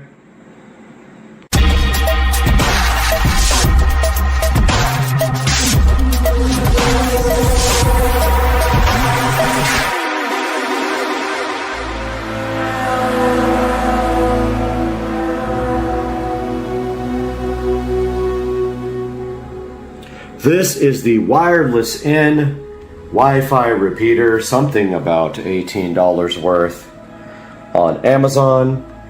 This guy right here can take a Wi-Fi signal and repeat it from the wireless side, or also from the wired side with that little port right there. And we're going to be unboxing this right here and right now on the channel. We're going to try it with one hand. We got skills. Maybe we got skills. We do have skills to open this and pay the bills. And inside of the wireless N, and of course being the band of Wi-Fi that it is able to repeat, we have this lovely little generic cheap Wi-Fi repeater, range extender, and this delicious manual that it came with that tells you how to set it up. Now, I already have one of these in the Supercar Street Racing Studios, and I will be opening this for you right here and right now because I can't do it with one hand, I don't think. Let's see. Oh, maybe. Maybe. Nope. Need two hands. We got the one-handed peel satisfaction on a video short on Supercar Street Racing, and we take a look at this Wi-Fi repeater. It has a number of confusing indicators on the front. Just one plug, so it's super easy to work. And if you have a Ethernet connection you want to then create a Wi-Fi from, you plug it right here in on this little port right there. And inside we have these quick installation guide. I will put that up on the screen. And what you do is you plug it in and you connect to the Wi-Fi network on it to actually start the connection to be configured. And all the instructions are right here, right now. So we are going to go over to Joe's house where we have to install this, and then we will continue the video from there with the wireless and Wi-Fi repeater. Just wanted to point out quickly the thoughtfulness of providing you with a tiny little Ethernet cable right here that came with the wireless and Wi-Fi repeater. So only thing you get in the box with the repeater is the actual device, and you get this little tiny little little tiny Ethernet cable, which is actually useful in some cases. You don't need a super long cable in most cases. Alright, installing the wireless repeater is as simple as just plugging it in like this. Or actually, I don't know if this will take up a plug, but like maybe like this. And once that Wi-Fi repeater is completely powered up, you then just go into your phone and connect to the SSID of the repeater, and we will show you that on the actual phone. We will do a screen recording, but you notice here that that thing is booting up right now, so we're just waiting for that thing to completely boot up. And then we open our phone up and connect to the Wi-Fi repeater network, and then we will configure the wireless and repeater for Joe. Alright, here we are back on the phone, and we will go into our Wi-Fi networks and see if we can see this repeater. We're already on Joe's Wi-Fi, and there is the repeater, so you just connect to that. And it should open up the page. If it does not, you manually browse to the correct IP address. Notice it will say no internet connection. That is fine. And it did not. Ah, there it is. So you can say always connect or connect this time. We're going to actually configure it now. I'll just say always connect. And then there is a web page you have to go to in order to configure this. They give you a quick start guide in here. And there is an actual IP address you have to go to. And let's see if it takes us there. That is emotional damage. Okay, it did not take us to the IP address of the page. So we will be right back when we figure out what that IP is. It's on the actual instructions. I just don't want to bore you guys with it waiting. I will find it now. Okay, it is 192.168.11.1 is the gateway address, so we put that in. We go HTTPS / 192.168.11.1, and it did not work.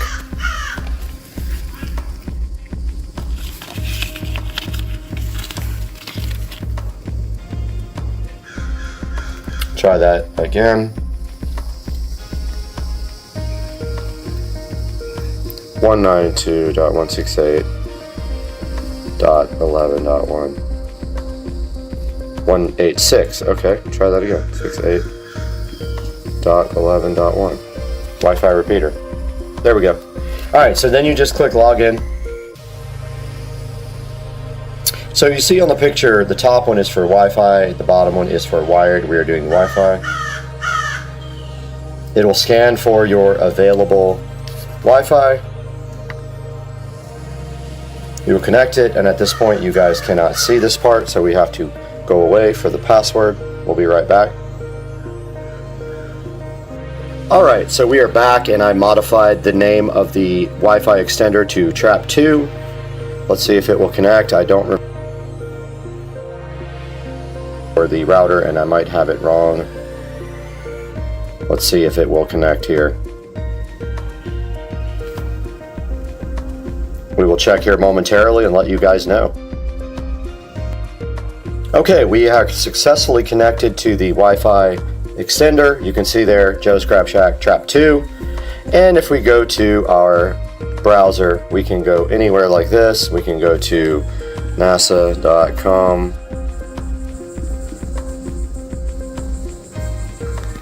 And it does load. That is not the real site, but we do have internet access. Here's boxing scene. We can go look at boxing articles.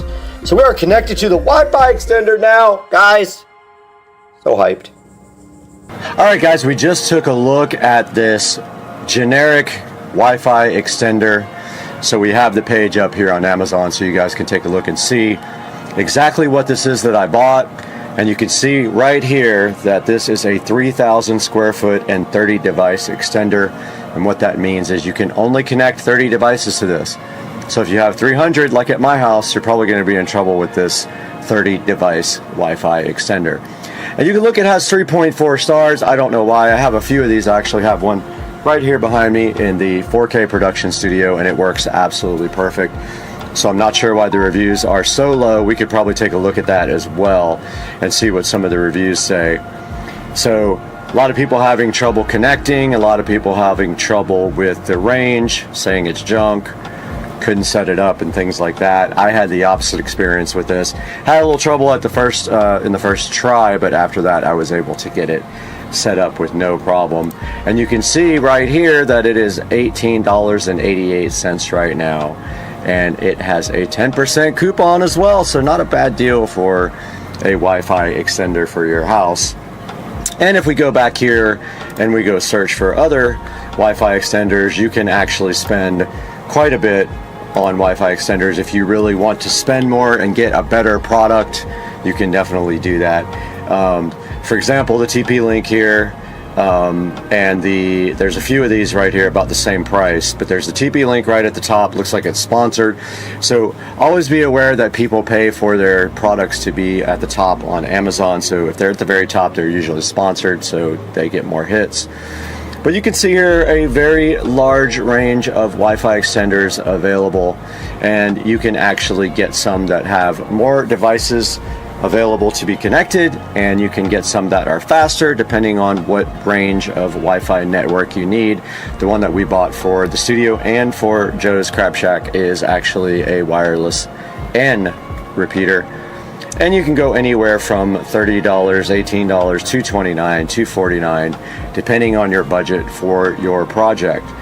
So this basic Wi-Fi extender here, don't forget, also has the ability to connect to a wired Ethernet port.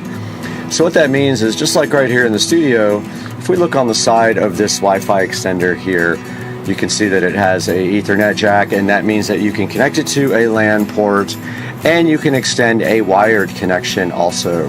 So that's what we're doing here in the studio. We have a switch up in the corner, and we extend one of the switch ports into Wi-Fi for the Supercar Street Racing studios here. And taking a look at the front of the device here, we see that the power indicator is at the top. Then you have another couple little indicators here for your wireless signal when you do a WPS connection, and whether you're using the LAN port on the back. The WPS button on the front is for connecting it to the router without having to put a username or password in. You would just hit the button on the front of the device, and then over on your router you would hit the WPS button. And also, if it ever gets confused and stops working, there is a reset button right here on the side of it. And right here you can see how it is installed. If you're going to use the WPS, that is how you do that. And it shows you the optimal connection, like in your house, what you should do if you really want a good signal there. You should follow this chart. And here we can see this generic used in many places. You know, you could use it with your family in a restaurant or at your house, any of those things.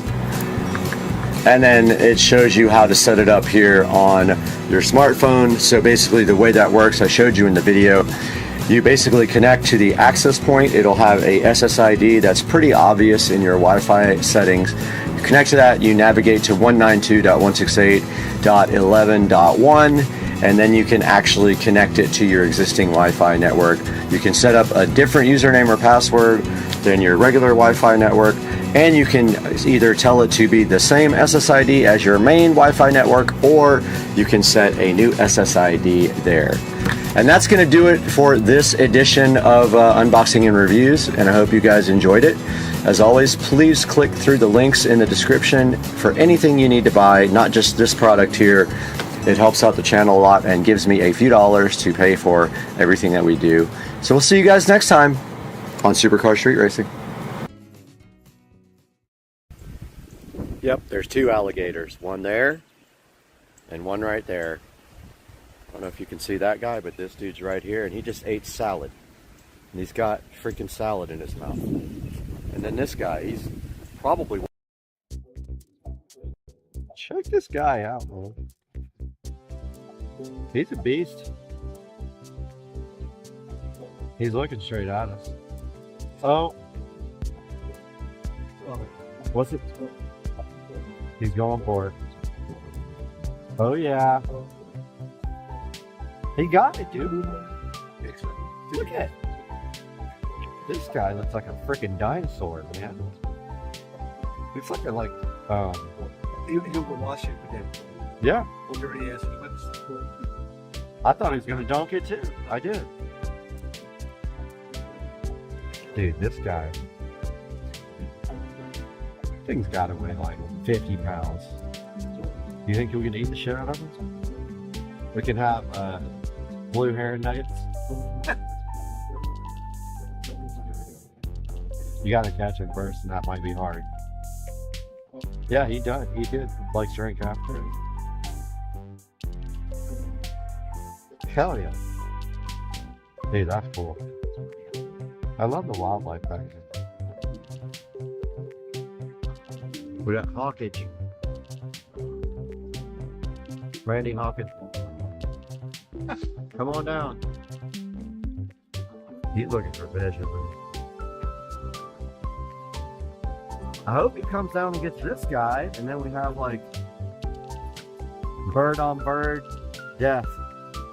You should roll them all. Yeah. Dude, it's so cool out here, isn't it? You, come down and get this guy. Fight. Bird fight. Dude, you need napkins after that. It's juicy. Oh yeah. Get it. He's like, me like ribs. Dude, he loved it. He took it. Yeah, he took it. Dude, he's eating it. All right, I'll go over here and mix one. You care? Nope. Yep. All right, do one more so I can video him. This is the other weight to it. Okay. Closer to him. All right. See your baseball arm. Oh! Nice bounce. Dude, he's so stoked. Look at him. Hey guys, welcome to another video. Supercar Street Racing here. That is deceiving because it is very cold out there today. And we're expecting a freeze tonight in Jacksonville. It's supposed to get down to about 27 degrees. Today I'm going to be showing you guys landscape lighting. Something that people are scared of to death to do, but honestly it's not that bad. I'm going to show you guys how you can do it and do it cheaply. Find you guys some products online to link to, and we're going to do that here in a little bit after I do maybe 3 miles and burn about 350 calories on this thing. Huffing it, huffing it, huffing it, huffing it. Just finishing up this workout, man. I sweat when I do this thing. I can probably not see it, but 327 calories, 3.11 miles, and it is a nice little workout in the morning. Try to get this done usually early, but I was out late last night, so got it done when I got up out of bed, and I think that's gonna do it for this workout. 1 hour on this Nordic track crosswalk. Now it's time to make some breakfast. Time for some breakfast, guys. I don't know why these lights mess with camera so bad, but man, they flicker bad when it's on the LED under cabinet lighting. But yeah, I'm gonna cook some breakfast now. Ooh, that's bright. Don't have much in here, but I do have my egg maker, fake eggs here. Actually really good stuff. It's good for you. It's no cholesterol and no fat. Make up a little breakfast and then we'll show you guys the lighting situation outside. Got the breakfast made, man. Look at this. Perfect ketchup covered fake egg breakfast. Heading on out to the sunroom where it's nice and pretty outside.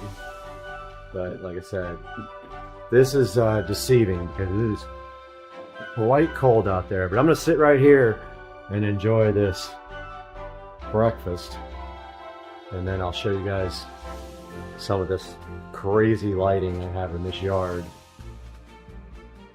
There's two ways to power your outdoor landscape lighting. One is AC with this timer, these lights, and that's 110 volts AC. Then there's low voltage on this timer. You hook up to these lights, and that's 12 volts DC. And this smart power strip can power AC or DC for smart home integration. Remember, 12 volts will never be as bright as 110 volts AC and requires a power pack. And AC has issues with water and needs to be on a timer or a smart plug. So pick whichever is best for you.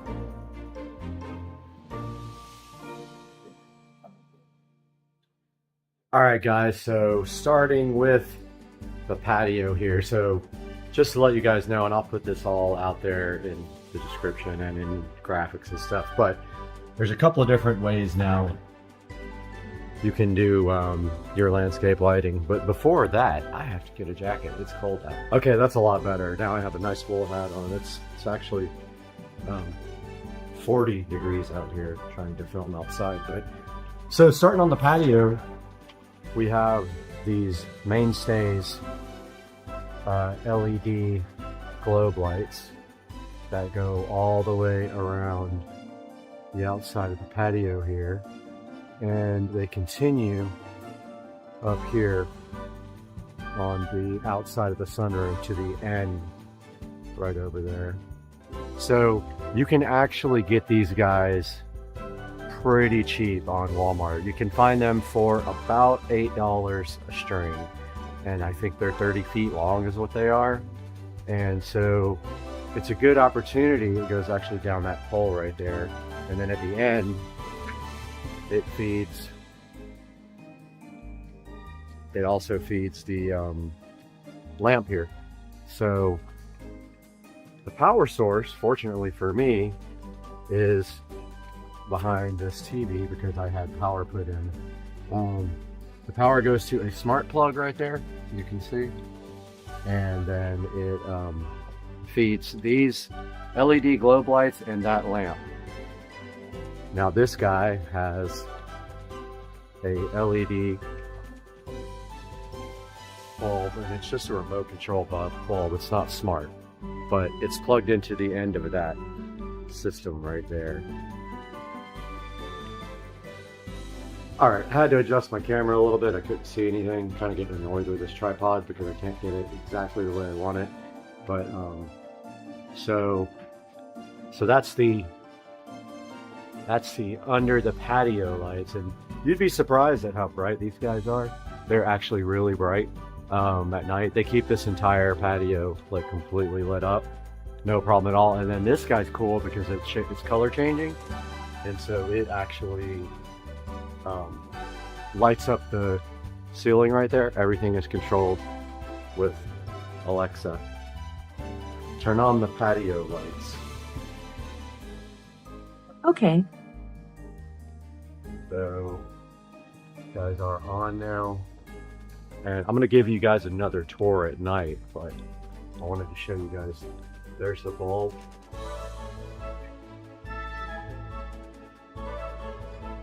And it is color changing.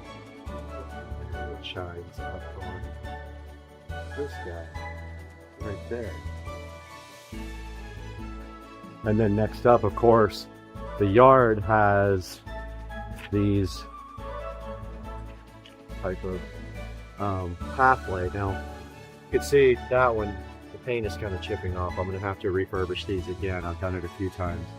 These are glass and metal, not the cheap Malibu plastic lights that you usually buy.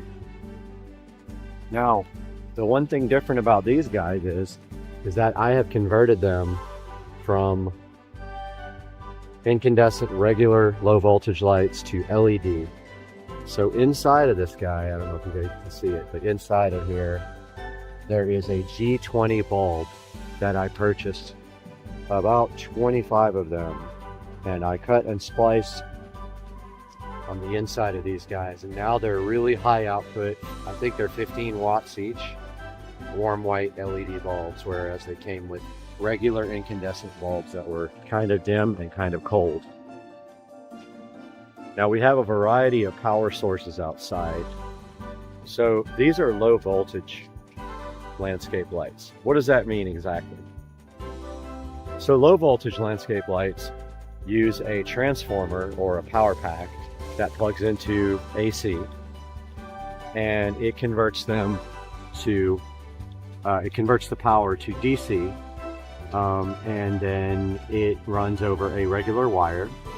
So I have a multitude of power packs for my low voltage lighting, and one of them is right here. So this is the power pack here. It does have a switch on it for either coming on with the sensor right here, which of course it got painted over, so I had to move the paint off, or it can stay on with the sensor, or it can turn off after I think it's 2, 4, or 6 hours, or 8 or something like that. And so you can make it so it doesn't stay on all the time. So you can see here it's got standard, you know, you can use zip wire, or you can use the landscape wire. You don't really have to. I'll just tell you this, a lot of wire outside will break down, especially in Florida with the temperatures and the humidity. But this wire goes down with another couple of wires into the ground.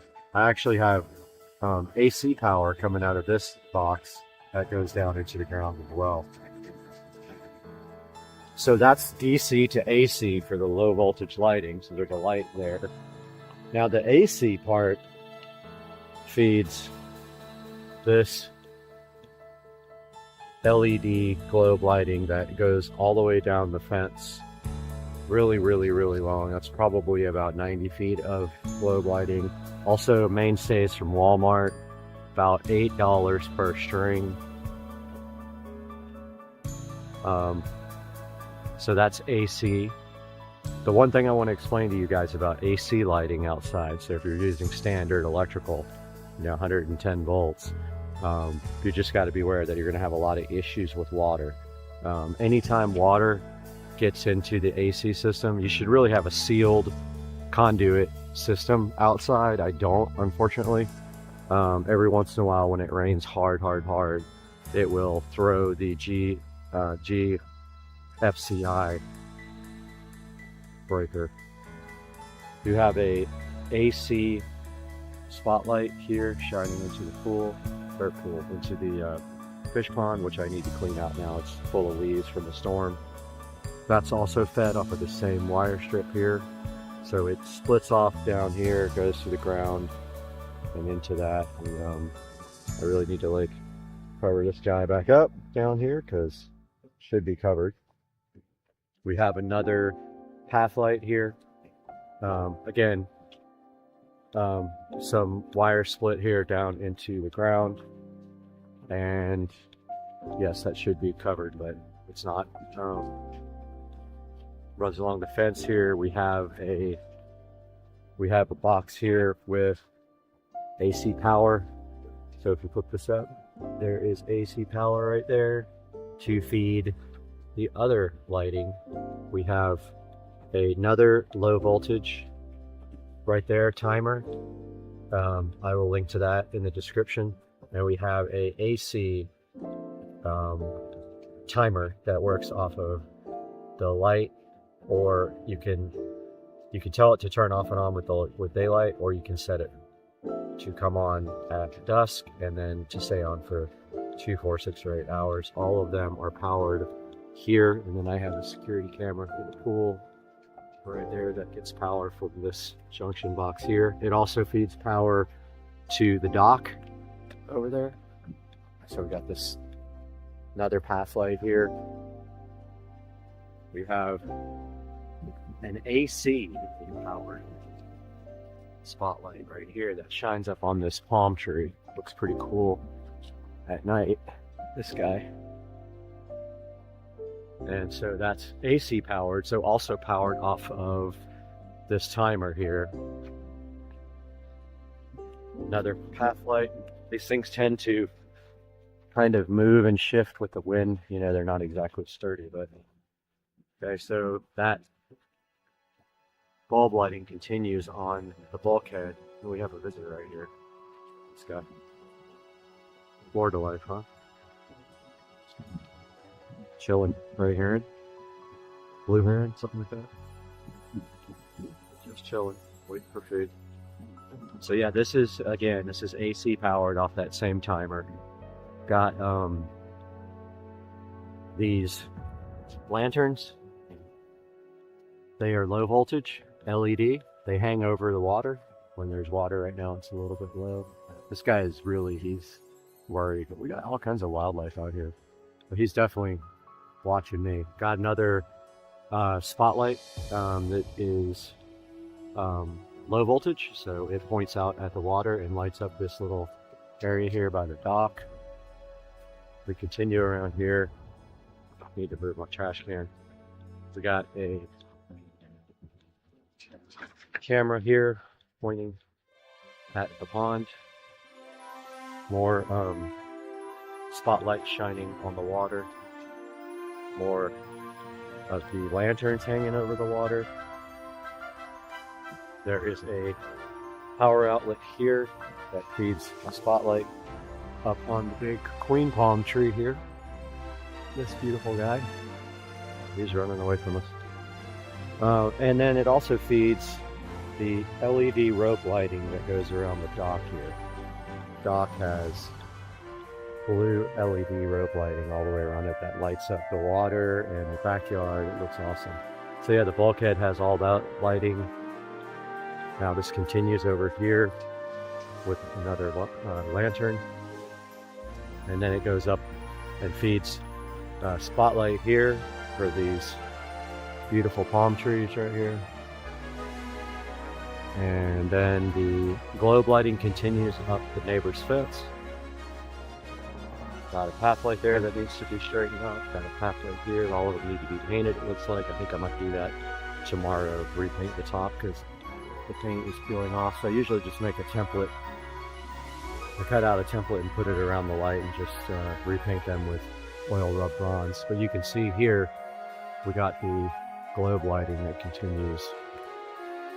And then it goes underground right here, up this fence and around this palm tree. And you notice, like up here, those are the globe lights from the patio. They continued all the way around my sunroom and then up here to the very end. So really everything out here is covered with lights. Backyard looks awesome at night. I'll show you guys later. Then we got the color changing LED pool light I can show you guys later on tonight. And it is also smart, on a smart switch. And that smart switch is right underneath this guy right here, and it has a remote control inside as well. The remote control, if you don't feel like using the smart part, ooh, it's cold out there. The remote control is right there on the wall, clearly marked. Cool. That turns on the LED color changing pool light. We will be right back after I defrost myself. It's freaking cold out there, man. Had to get my my hat and gloves on. It's, you believe it, in Florida it's very cold. But take you guys, oops, got beeped. Take you guys outside, show you what we have out here. Got quite a bit going on out here. So let's start with, actually let's go ahead and open the garage. That'd probably be the best thing to do. So let's head on out to the garage here. Show you guys how I get power for one side of the yard. All right, so we're in the garage here, the trusty BMW. So yeah, so this is the sprinkler timer for the house, which I'm about to replace that with a smart sprinkler. But this is where the power comes from, actually. So the power actually runs inside the wall underneath, comes out there, goes around, goes down, and goes outside. That also feeds the sprinkler timer, but it turned out pretty cool because you can't see the power anywhere inside the wall there. And then if we go outside here, we're on the side.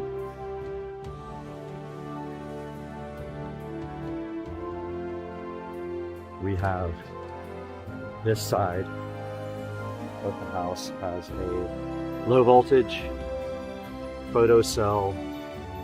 So I went right through the wall right there to feed power to my low voltage here. I got a stake light right there, which I didn't bother painting because it's in the garden. You can't see it. Got one right there that lights up. And then I got one right here. So that lights up this whole entire garden here. Got a path light right there. Got a nice LED spotlight right here. This casts up onto the house right there to light it up. Got a path light there and LED spotlight here that shines up on these guys. Got some LED path lights right here. This lights up this garden area. Got a spotlight here that shines up on this palm tree at night. Used to have 2 palm trees. That one died, unfortunately, after 10 years almost. But yeah, I got some spotlight there for that tree. Got another path light there. And got, you can't see it, but right here by the mailbox, there are 2 path lights in here that light up around the mailbox area. over here, this is actually AC current spotlight. Shines up on this palm tree at night. And then inside the garden here is a AC powered path light with a 15-watt warm, and that lights up inside those bushes there at night. Looks pretty cool. We have a warm white 15-watt LED spotlight shining up this wall here at night on each side of the garage. Only problem is it interferes with my security camera because it shines right on it. I don't really like that. And then there's one right there as well. So both sides of this garage at night are lit up. On the sides, it looks pretty cool. Got the path lighting there. Another LED spotlight that shines up on this wall at night, lights up this wall completely. I like the way to uplight the house. A lot of neighbors have that. I think I have one of the best lighting in the neighborhood. Got another path light there. These are all 15-watt LEDs inside of these path lights. These are 15-watt warm white spotlights. Now, all these are DC, so they're low voltage with a power pack, and that power pack is actually on the side of the house, this other side of the house. So rather than trying to pull power and have one power pack for the yard, I stopped over there with that other power pack. I could have just went over the house, like through the gutter or something like that. Would have been really easy. Go up the wall or go up the gutter through the gutter right there, and then come down this gutter. Could have kept power right there. Here's another LED spotlight, 15 watt. I buy them on eBay or Amazon. I think I bought this last set on Amazon. Now I have an LED spotlight here that lights up the sun at night. Looks really cool. And a path light right there. And path light there. And my power actually comes from inside the house. I drilled through the wall right there for my outlet. Now that actually powers my well over there, my irrigation well. It also powers my security camera, and then 2 timers. This is an AC timer, like the one in the backyard, and it feeds the AC lights in the middle of the yard right there. That's the low voltage power pack for all the front yard lights that are low voltage. And then that's a stake timer, and it's just, I really just wanted it for extra power plugs that I could secure my security camera plug in. So my security camera plug goes there and I can lock it. We have a 15-watt LED warm white spotlight shining up on an angle side of the house. We have a path light there, my well here. And then we have one more final path light right there. So we've got quite a variety, multitude of lights in the front yard. And so the next time you guys see me, it'll be dark outside and I'll be able to show you guys how that looks. And I think you're going to be impressed by it. I take pride in my ability to do good lighting. So if you need any advice or help, feel free to hit me up and we'll talk about it. Well, I was going to show you guys the cool little snowflake on the dash here. Woke up this morning and it was 24 degrees in Jacksonville, which is unheard of weather. Unheard of. This is undoubtedly the coldest day of the year. I don't think it'll get any colder than that here. It comes back on. I want to show you guys. It was cool to see it on the cluster for the first time. And as soon as I wanted to record it, of course, it went off. There it is, man. There's the freeze warning indicator on the cluster. Taking the car through the car wash. It's weird with a convertible hardtop because it's so loud when the water hits the roof, you have to hold your ears. But I got the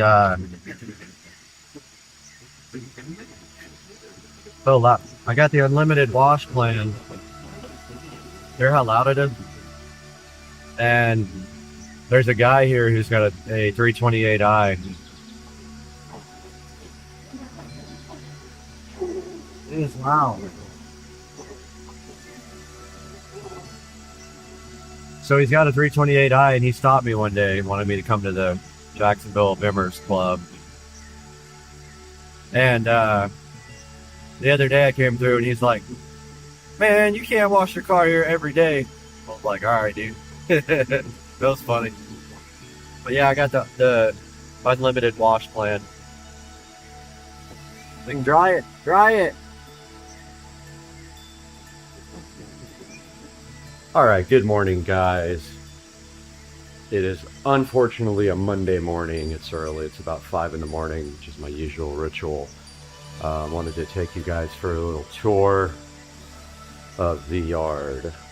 So, of course, this has nothing to do with my smart home bulbs, but this is my smart home bulbs in my sunroom, and they are on a dusk till dawn schedule. They will turn off at dawn. Now let's go look at the backyard. So there are the LED mainstay lights. And they look a little green on camera. They're not. They're warmish white. I do have an LED rope light behind the television there to light that up.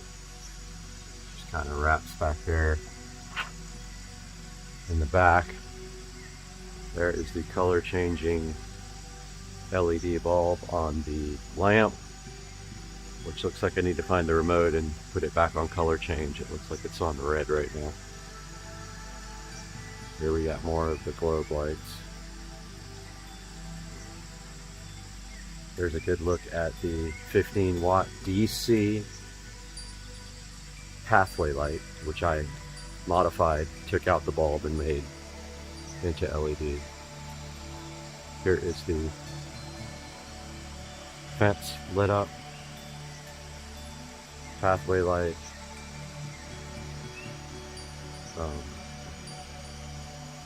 There's a fountain in here with color changing LEDs that obviously it doesn't work. It looks like this spotlight is burned out. That's going in the pond, the fish pond. There is that. Ah, forgot one thing. Let's turn on the pool light.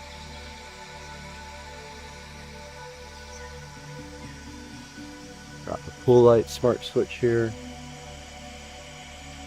Pool light is coming on now. It actually has a problem with the blues. The blue LEDs burned out years ago. I left it on when I went on a trip one time, and it ran for like a week, and it burned out. The blue LEDs. There's red.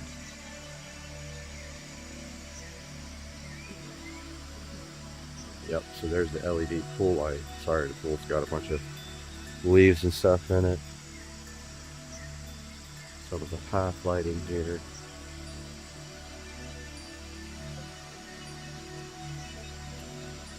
Here's the uplighting on the palm tree. Looks like that light is also burned out on that tree. Gotta figure out why. Little path light.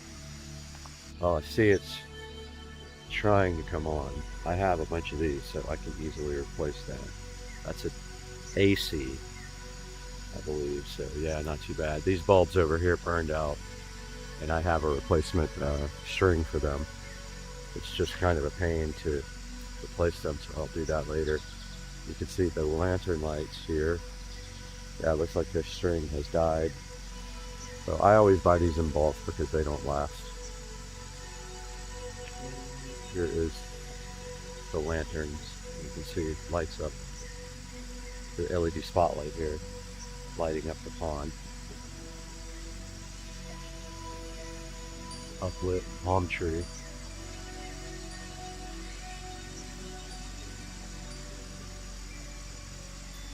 LED lantern, blue LED rope lights around the dock. Lighting continues here with globe lighting. Another path light there, path light there. And goes up in one house. Continues on the sunroom right there. There is the LED pool light again, which you can see here. This is how the house looks in the back in the morning. I'll put up a nice picture of that as well, and then I'll show you guys the front of the house. Alright guys, so here's the front of the house. The garden. Notice it's everything uplit there. Trying to be quiet because it's super early. Got the side of the house lit. Here's the path lighting, that's a spotlight. Notice the path lighting there.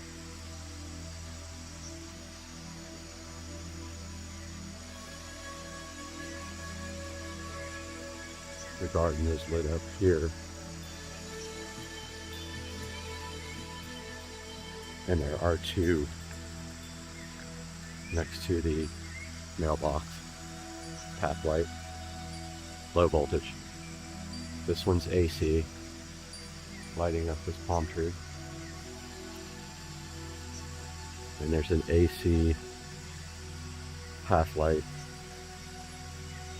right there in the middle of the center of the garden, in the middle of the yard. We got uplighting here from this LED spotlight. These are all low voltage. Uplighting there. That's a low voltage lantern. We got path lights there. Spotlight there lighting up the sun.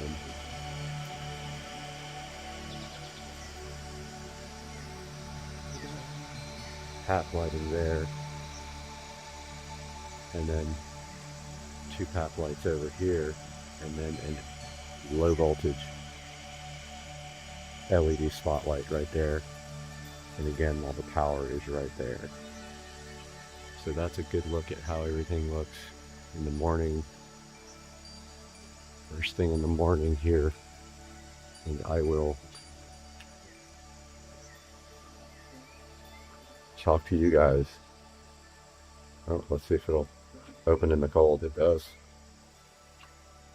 I will talk to you guys later, my friends.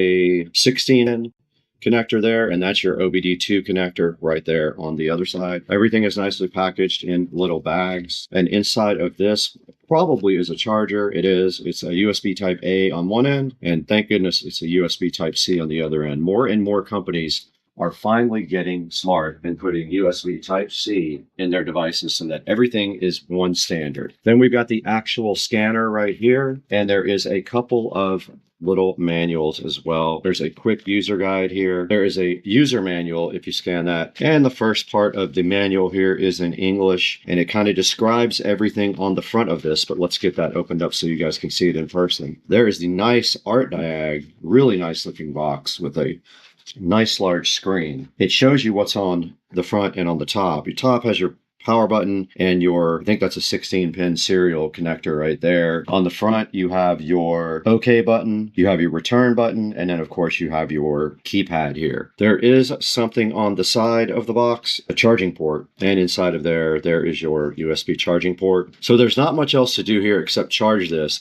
I'm not going to charge it right here. This is a slow charging. This is from the computer, so it won't have much amperage. So I'm going to go plug it in the kitchen and start charging it, and I'll let you guys know how long it took to charge.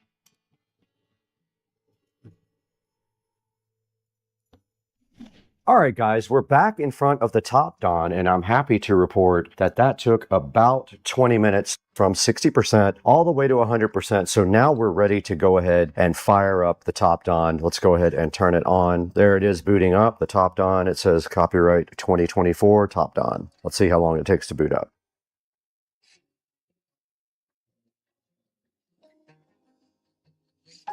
Now, I'm assuming this thing has Wi-Fi that it can download new things. Let's see. So we're in the setup area right now. It is a touchscreen. Nice. Okay, cool. English US. Next. That is the correct time zone. Now it's looking for my Wi-Fi network. Here it is right here. I'm going to go ahead and put in the code that you guys can't see. All right. I put my Wi-Fi information in. It says connecting. All right. So now it wants us to update the version to 2.3.0 and it's going to fix known bugs. Let's see if it updates. It's got a line. It's indicating the progress right here. Let's let it do its thing.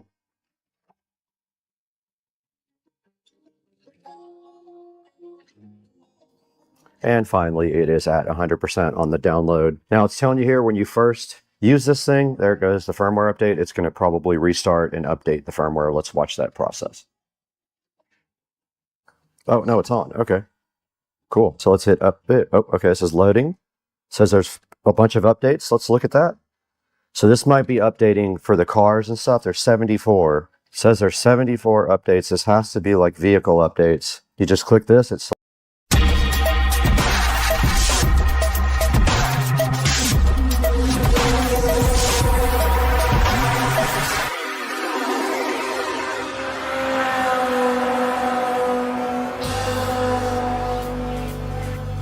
Alright, welcome back to the channel, guys. I have a big update for you guys on the new Supercar Street Racing Studio. We are streaming live up there in the corner, right down there on the laptop right now, so please join the live stream if you're at all interested in what is going on. So here is the update. I have this much of the foam insulation done, and I just seam sealed the seams and caulked in the top. I was having trouble doing the corners with the seam tape, so I just went ahead and caulked it in because I'm better at that. And this is ready now for foam tiles. I was gonna paint it black. The paint doesn't stick at all to this plastic, but my worry was that if there's spaces in the foam that you would actually see it. So I might throw a quick roll of paint on here, but I'm not 100% sure. Like if the foam tiles contract at all and there's spaces between them, you would see white. So I might go ahead and touch up all this and go ahead and throw a coat of paint on all these before I start foam tiling. The goal with foam tiling now is to see if this is even going to work as a surface and how it looks.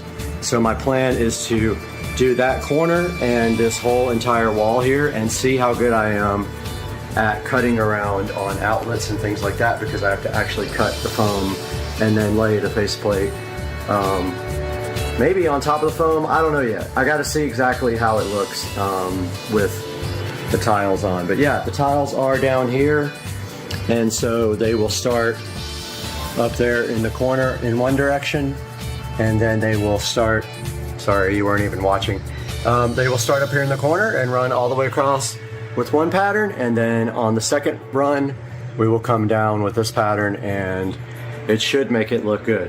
What else have I done? So I also ran the extension cables for the webcam. So I have one 10-foot extension cable and one 5-foot extension cable running through the wall and down to where the computer is going to be, and the webcam is going to be up in that corner. And you can get on the live stream right now and see the webcam. It's right there on the left.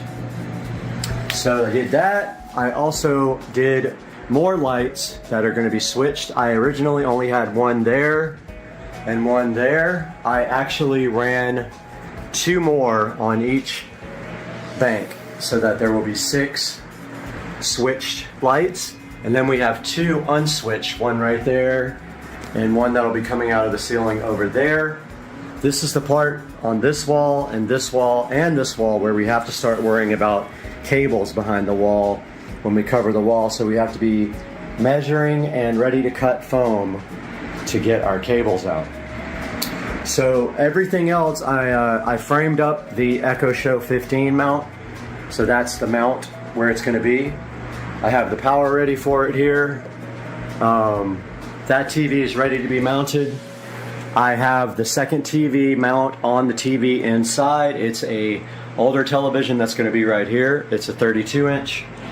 The two 50-inch TVs go there, and they are in the living room waiting for the Govee LED immersive lighting to come in. I have one set coming in today for this TV. It's going to be a challenge because they're made for 50-inch TVs, but this is a 43, so I'm going to do a method that I saw online by raising the LED strips up every like half an inch to take up space. That goes there. These two have immersive LED. And then this one, I haven't decided what I'm going to do yet because it's a 32. I want to try to do something cool with this one, but I don't know what is going to be behind it yet. So that's our update for now. I will keep you guys posted as I go. Please join the live stream and let me know what you think. Alright guys, welcome back to the channel, and I have a little update for you guys. I have been working super hard on the studio today. I put in 12 hours and I have done quite a bit. On this side of the room, all of the foam board insulation is done, so half the room is finished as far as the insulation goes, and that is also the wall covering. And then the sound deadening tiles are up on this wall and partially up on the ceiling.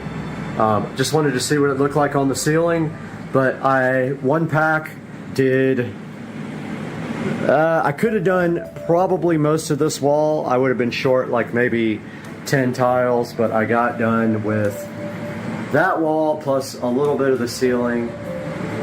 I got the air conditioner put in. I was super scared to do this because I had to cut a hole, and yes, I like it low. It doesn't take up any of my wall space at all. I love it down there. I got the LG just like in my bedroom. It's the dual inverter with a ThinQ. So it's a smart AC. And I'll show you guys on the outside what I did, but basically this is rock board. So I used a circular saw and I cut out the hole for the AC, and on the other side I framed it in. I also framed it underneath there to hold up the AC, but on the outside I framed it all in, sealed it all up nice. Then I took the foam insulation board, ran it around the edges here and caulked everything in really nice, and then of course this whole thing will be covered by foam insulation board, which is going to be fun trying to cut that out correctly, but I'll end up having to frame that as well because the edge, it'll be framed with these tiles. So the tiles are hit and miss. There's different colors, there's different shapes, and they're really hard to get correct, but I did end up getting it figured out. Excuse me, had the hiccups. So that is the update for today. Tomorrow, my plan is to continue this wall here. So I am going to attempt to cut this wall. Now I don't know if I'm going to attempt to do that top part as well at the same time, or just make a cut and another cut. It's easier just to cut twice. And now that I know my jigsaw can do it with a dull blade, that's how you cut these foam boards. You grind all the teeth off of a jigsaw blade, and then you cut the foam tiles with that. I do have some challenges tomorrow though. I'm gonna have to watch out for a wall box I gotta put in there. I gotta make sure that I have things noted because I have to cut holes later. I've got that Ethernet and HDMI to worry about, that plug, and this double wall box. So I've never done a double wall box that's already recessed, and I'll of course have to bring out the switches with an extension, with those little extension things. I will have to worry about my Echo Show 15, which is going right there. I got to do that tomorrow. My goal tomorrow is to get at least this wall and this wall done. I can't do the ceiling until this wall is done because the ceiling is booted up against it right there. So yeah, that is my plan for tomorrow, and I will show you guys outside now what I did. So outside of the studio here, you can see it's all lit up nice, and I did the lighting when I built it. But I framed in the AC and it's sitting on favors. Just like that, it's fine. Frame that in, I'm waiting for all that to dry so then I can do the bottom board. But for right now, everything is nice and watertight just in case it rains. It's not watertight underneath, but it's not supposed to rain tonight. So tomorrow morning I will come out and put the bottom board on. I literally was waiting for these guys to dry before I did the bottom board. And the reason is I couldn't figure out how to prop everything up because I'm not screwing anything to the walls. I'm using caulk to put everything in. There's the rest of my foam insulation. So yeah, this AC unit, even with half of the insulation in the office,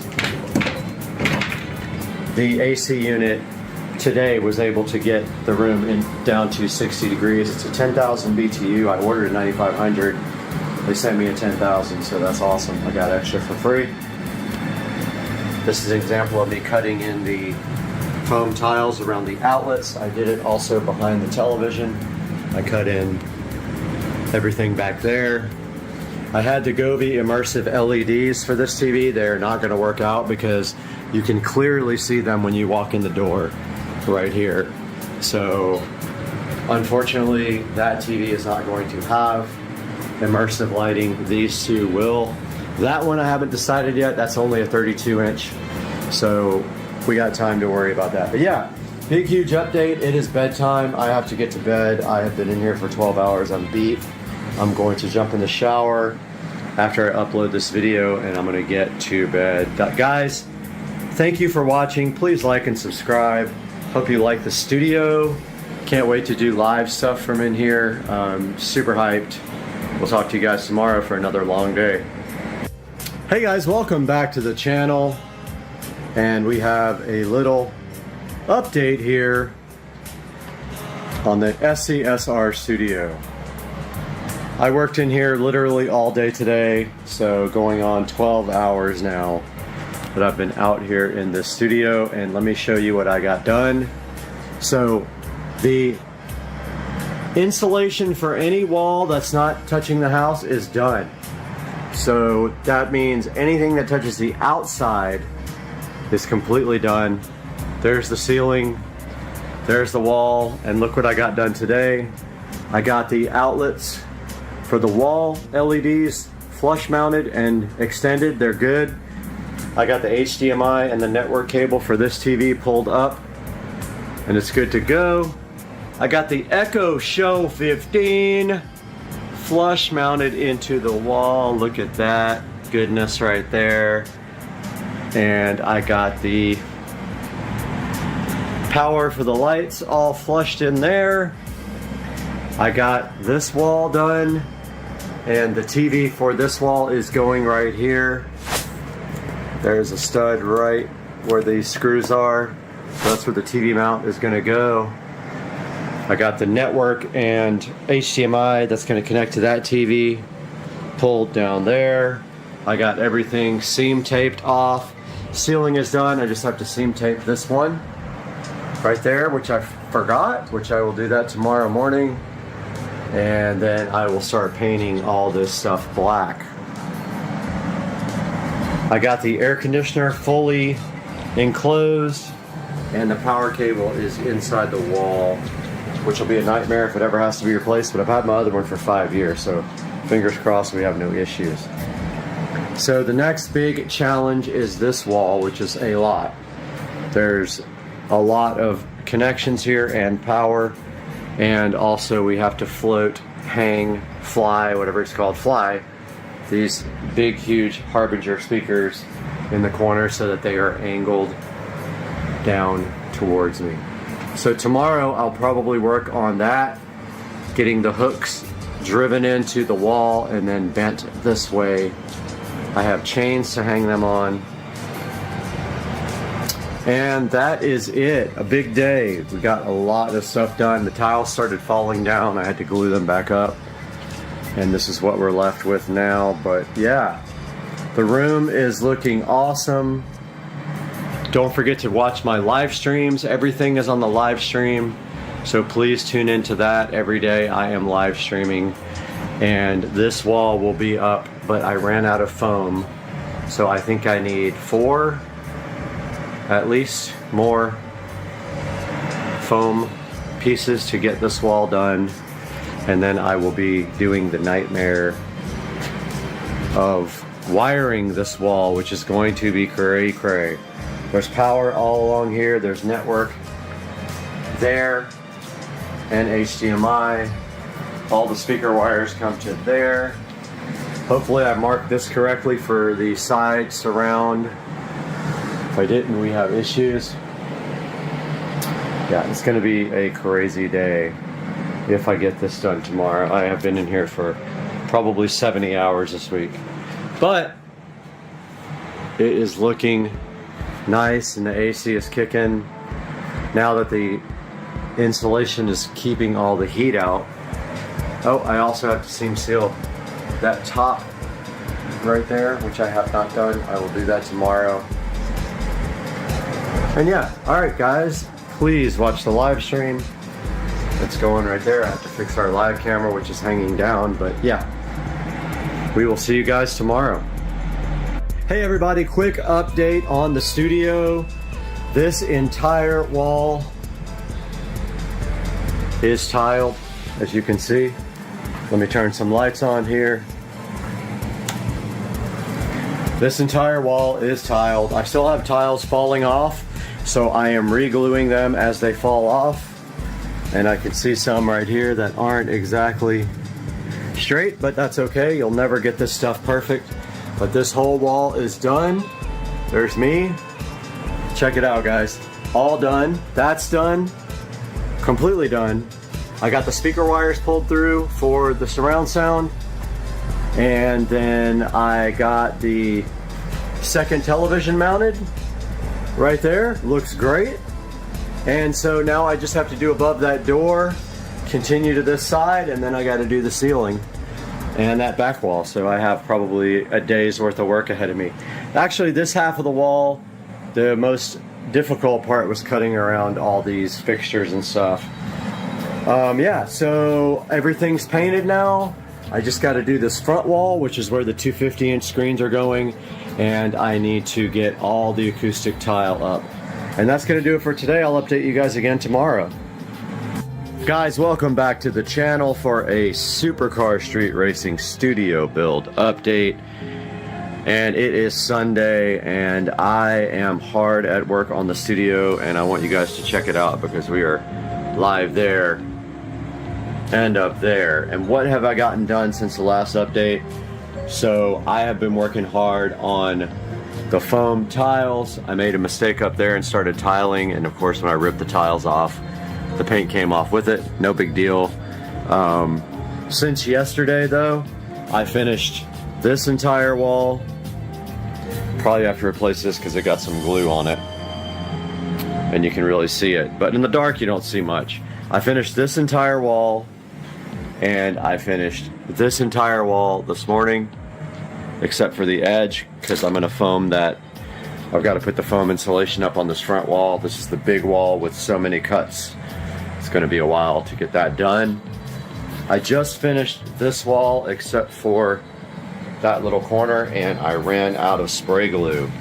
So I used 3 cans of spray glue on all this. So basically 3 walls, 3 cans. So it takes about a can per wall.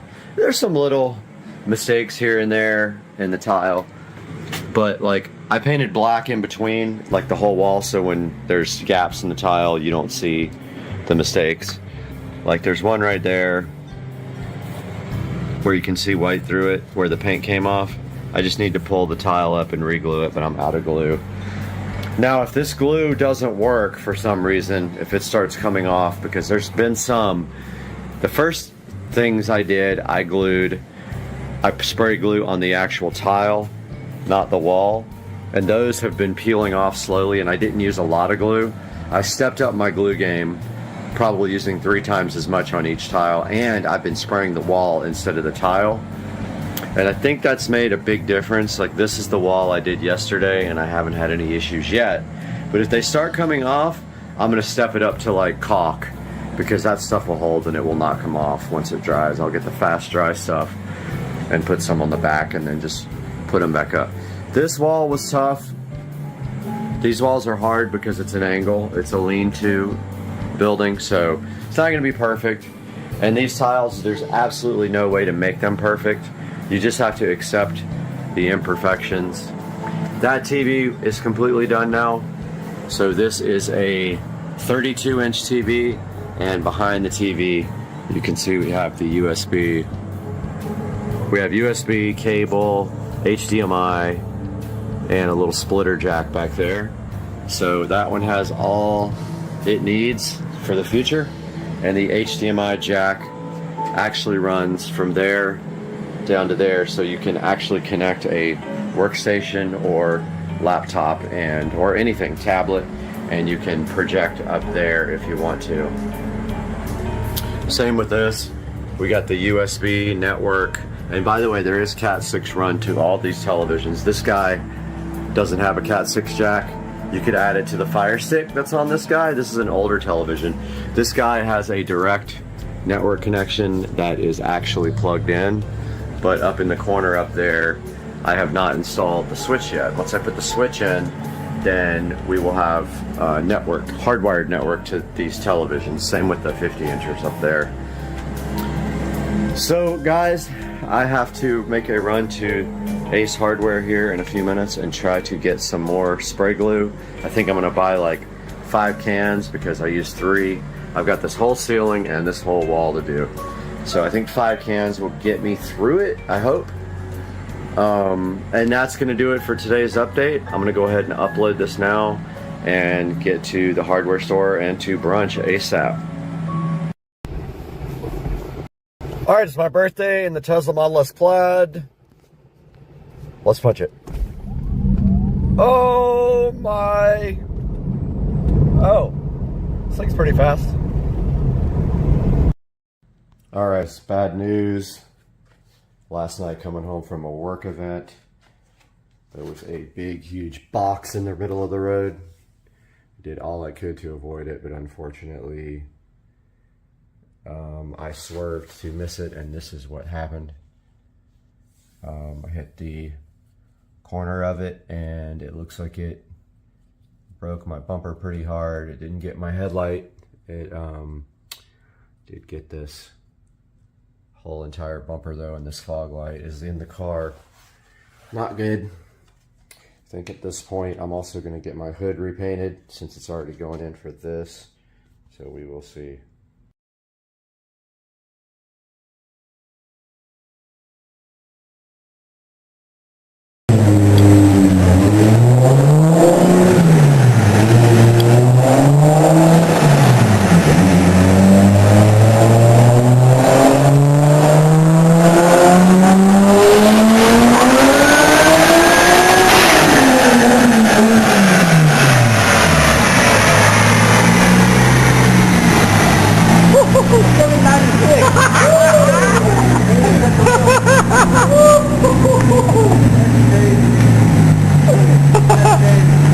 Look at you, dude. You're at 796, dude. You're at 3 horsepower away. We're done. We are out here in the Supercar Street Racing sunroom, and I'm about to go on a little business trip. But before I do, the manufacturer Disease, these nuts, that sounds hilarious, has provided me with this smart security camera model CG6 to take a look at with you guys on the channel. So let's get this thing unboxed, see what it's all about with Disease. These nuts.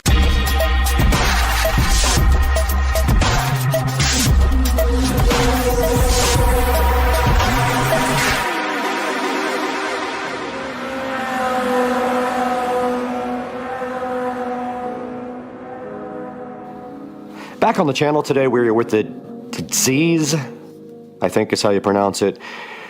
smart security camera, and you can see here the model number is the CG6. This was provided to us by the manufacturer to take a look at, hook up, and see what we think about it. I've not looked at it yet, except I did charge it completely. It took an overnight charge to get this guy working.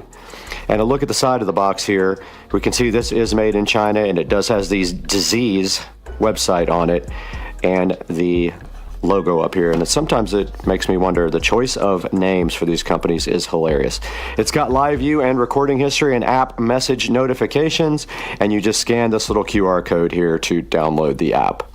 Okay, looking at the phone now, we can see it wants to go here and download their app, so I did press that button to do that. And this is the Z's Home app. You hit install, and let's see if that does install properly. And yes, it did. Let's get it opened up and see what's inside of it. You have to agree to their statement there, and then here's the splash screens. Get started, and we have to sign up for a new account. I will do that off camera. We did go ahead and give the email address, supercarstreetracing@gmail.com, and now we have registered this device. They sent me a one-time code, and now the next step here is to add the device by pressing the plus, but we want to get this camera unboxed first and see what this guy is all about. Let's do that now.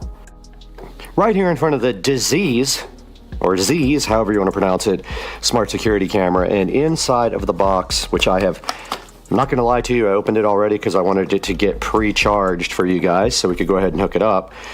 We've got the smart security camera here on the left looking like a big white egg. And we're going to get that peel satisfaction in just a minute too. But there is the security camera front. It looks like on top you have a slot for an SD card and a USB Type-C, and I'm not sure what that is right there, that other port. But there is your USB Type-C charge. There is a reset button. A mount here for this mount, it looks like. They actually do give you a mount for screws, which you can also just sit like that if you want to. They give you this nice USB-C charging cable. And Z's also gives you this little support thing to get the app. And there is your instruction manual right there that comes with it.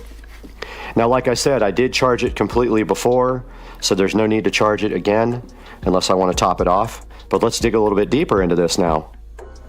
All right, it would really like us to put an SD card in this thing, so I have not tried that. But here is an SD card that I got from Alibaba or AliExpress, whatever you want to call it. Let's go ahead and get that put in, if that's where it goes. Let's see, it doesn't go in that way.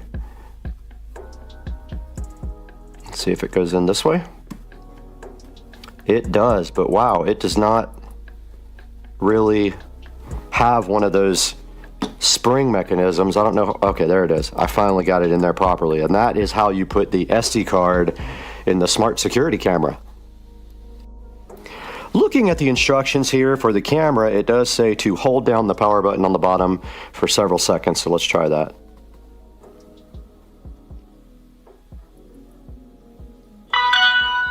And we did hear the little tone on the camera, and it is making a little noise now, and we're going to want to try to add this to the app. So we got the app open here on the phone, and it says add new device. It is making a nice little tone for us. We just added power to this guy with a standard USB cable that it comes with, and a Type-C on one end and Type-A on the other end, and it is plugged into a power adapter. And we can see right here that the yellow light did come on the front right there, indicate that it is charging. And now let's go ahead and power it on.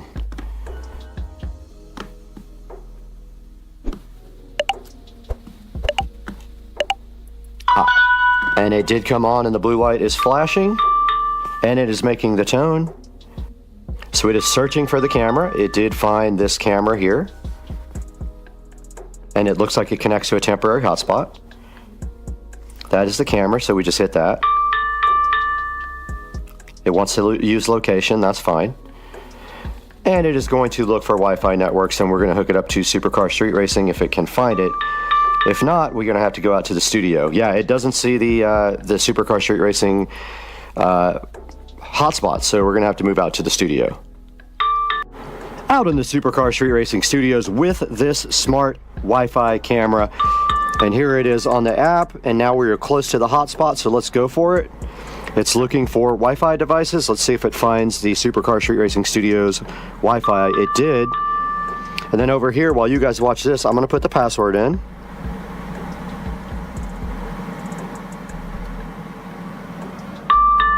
And I'm going to go ahead and hit next step. It is a 2.4 gigahertz network, which is what you have to have. Connect to device.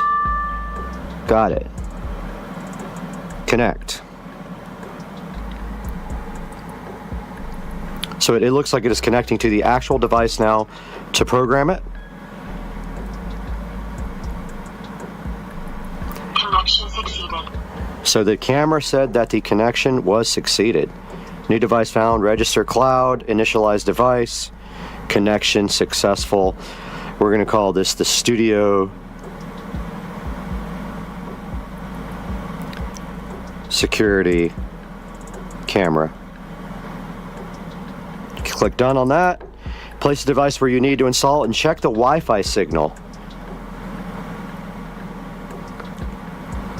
I'm going to plug it in.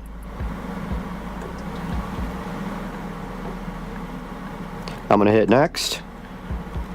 And that's about motion detection and height and angle and mounting. And I do not want cloud storage. I'm going to continue with free. I'm not going to do notifications for now. And let's go ahead and see if we can see the camera. And we do see the camera, and it does have peel on the front. So we got to do that peel satisfaction first before we can actually look at the good picture from the camera. All right, we're out here in the studio with the mushroom light, and we do see our security camera plugged in directly up here next to this clock that is looking oh so fresh. I love that clock, actually. And the only complaint I have about this is that the wire is really visible. And we can point this camera down, but it might have a tendency to fall over because of the fact that the speaker's on an angle. So I'm going to take some sticky tape and put it on the bottom here eventually. But we do have the camera mounted up here. So what we're going to do now is go ahead and open up the app and see if we can see our camera. Let's go ahead and hit play. And there is our security camera. And it is angled up a little bit, so we're going to want to get that angle down just a little bit more to see more of the room. So we can go ahead and do that now. All right, so we do have our security camera ready to go. I'm going to go ahead and get on the phone and record some actual footage of the camera while I do some editing for you guys. Hey there. Subscribe to my channel. And also press this bell icon.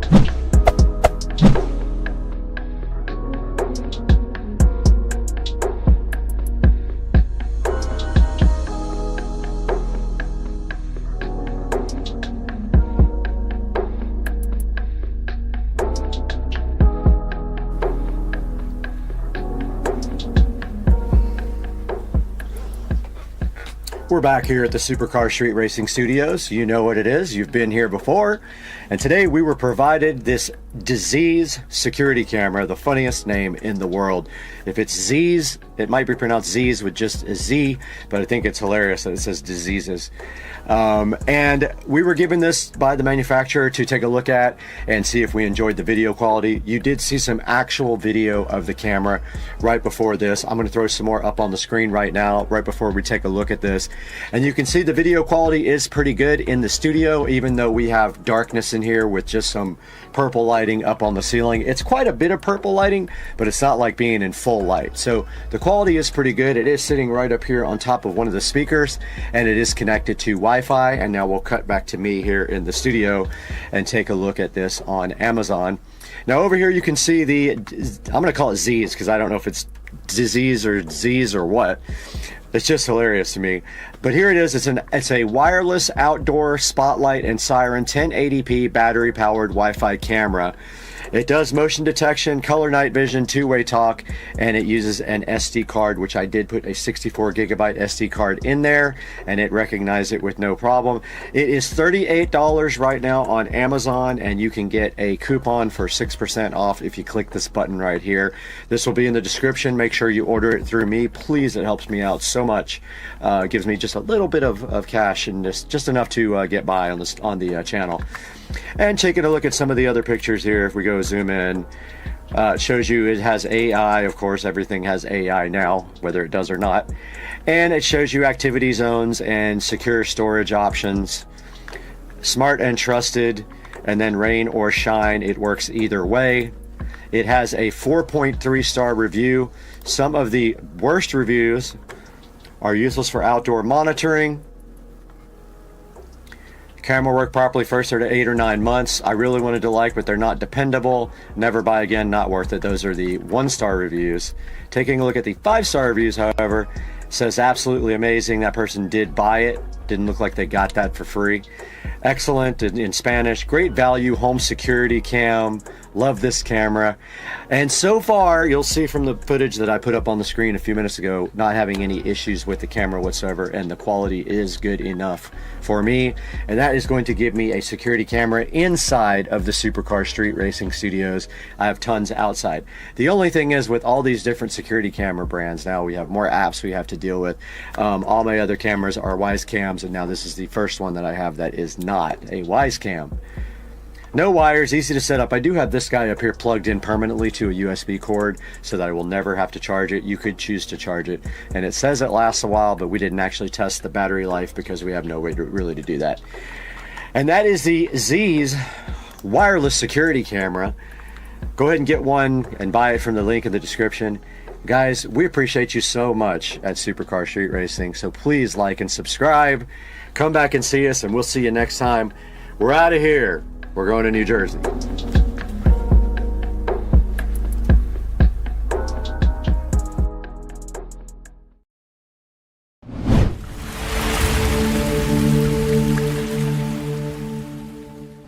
I want to take these labels off and then pull the wire. All right, guys, I'm all done extending the wire. Today we have the Juke audio in front of us again. So now I have to figure out with the app how to switch to the analog input.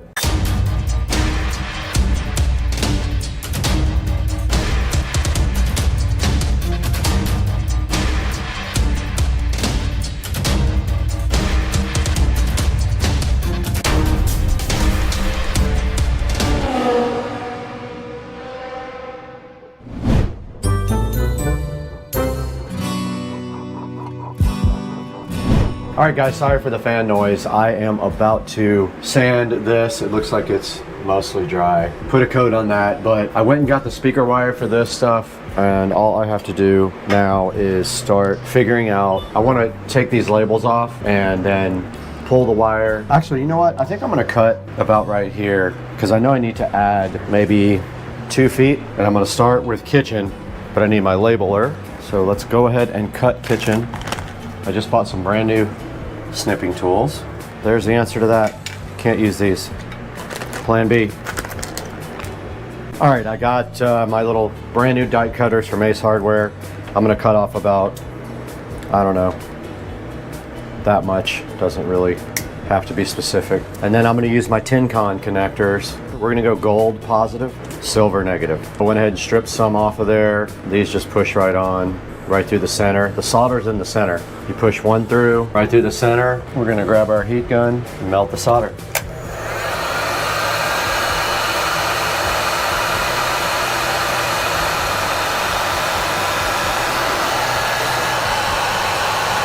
Should be good to go. I'm gonna test it after. Last thing I want is an issue inside the wall. That would be a nightmare.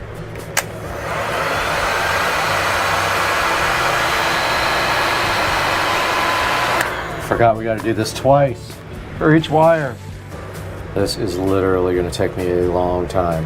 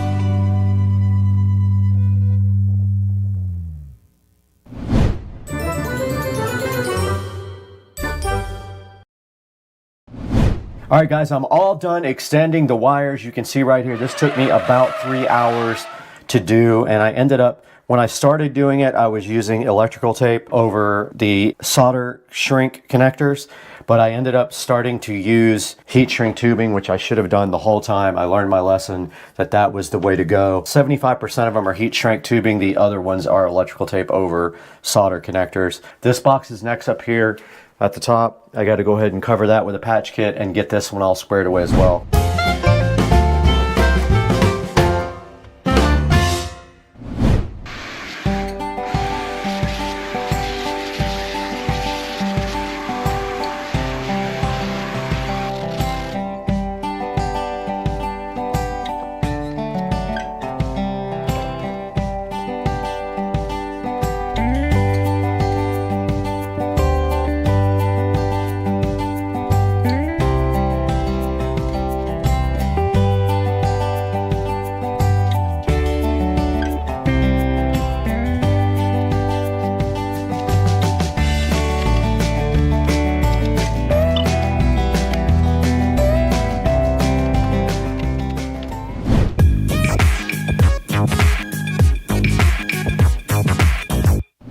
All right, we are back, and today we have the Juke audio in front of us. Now, don't be confused between this and Juke Micronics in the movie Shattered Glass. Nothing to do with each other. Juke Audio does make whole home amplifiers, and you can see right in front of me, they have worked with me on this a little bit to give me a little bit of a good discount on something in order to go ahead and promote for them. Now, this is rack mountable. Here are the ears right here. I am not going to be rack mounting it. It's going to be sitting on top of a piece of furniture. And you can see in the back of the Juke, it has plugs for the zones. This is a 8-zone unit. You can get them in either 6 or 8. You can buy the 6 and then upgrade it to the 8 with a software update. You just email their customer service and they will send you an invoice, and you can go ahead and get this for $300 more and upgrade to 8 zones.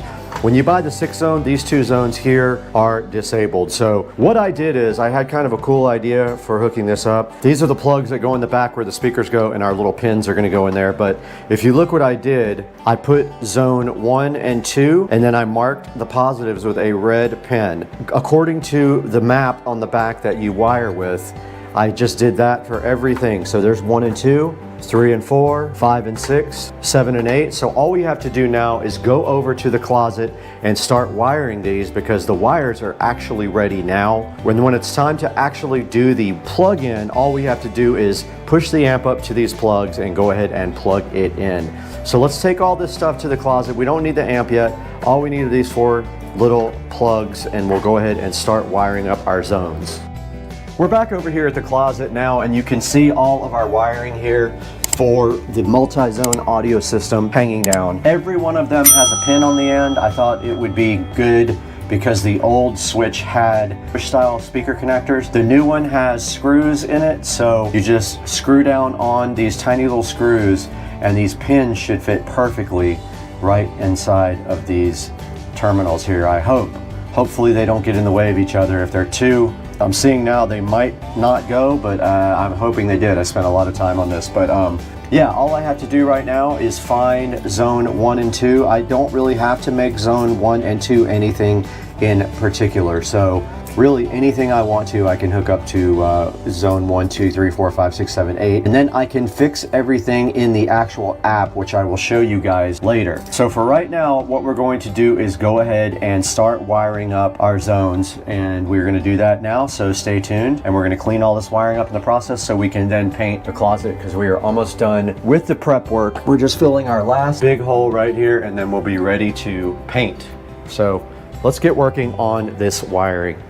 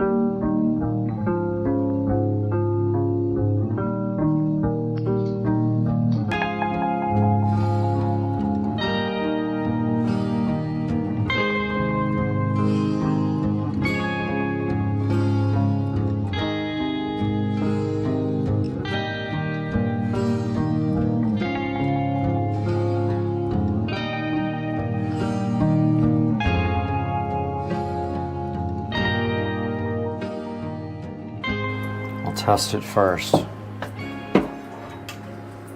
Go grab a stool to put this amp on, we'll test it. So I didn't show you guys the back of the amp where the analog audio input is. It's basically a USB connection, and you purchase this Digit Now USB audio capture device, and that feeds analog into the Juke. That's how you get analog in. Now the Juke Plus, the new one, has built-in analog, but it's quite a bit more expensive. It also outputs more power. We do have a leak.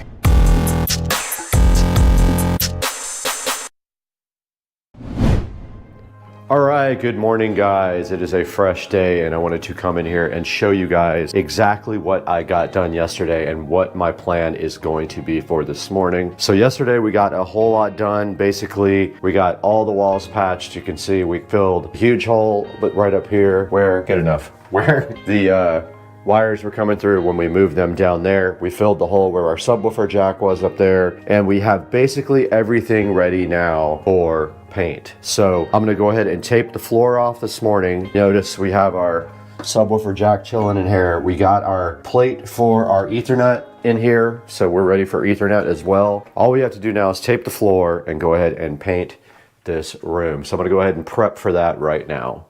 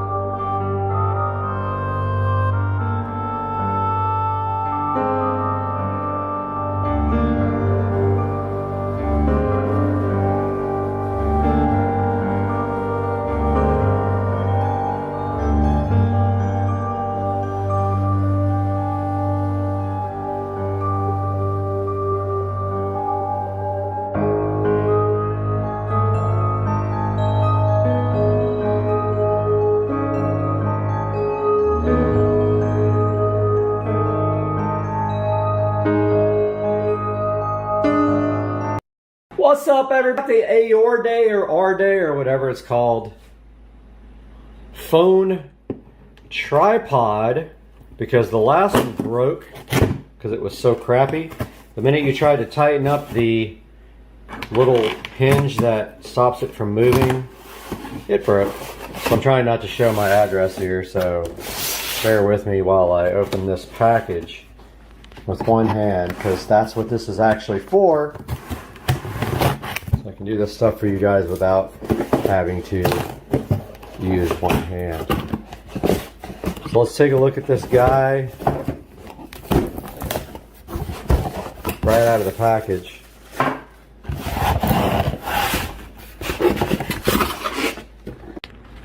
Got the box within a box. And it is really hard to open these things with one hand, but that's literally what this is for.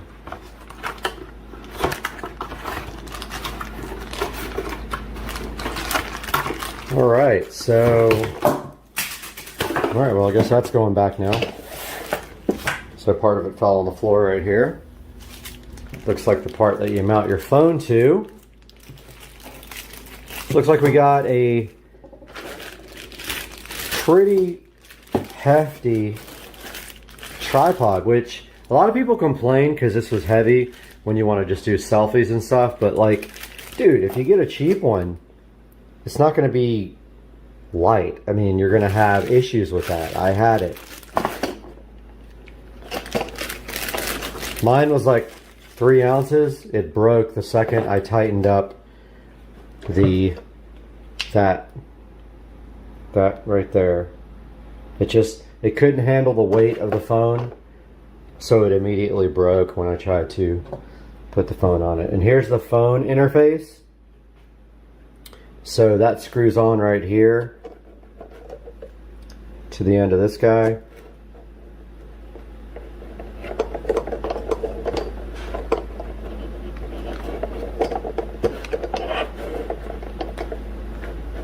And then once that's tight, so I do mostly landscape stuff.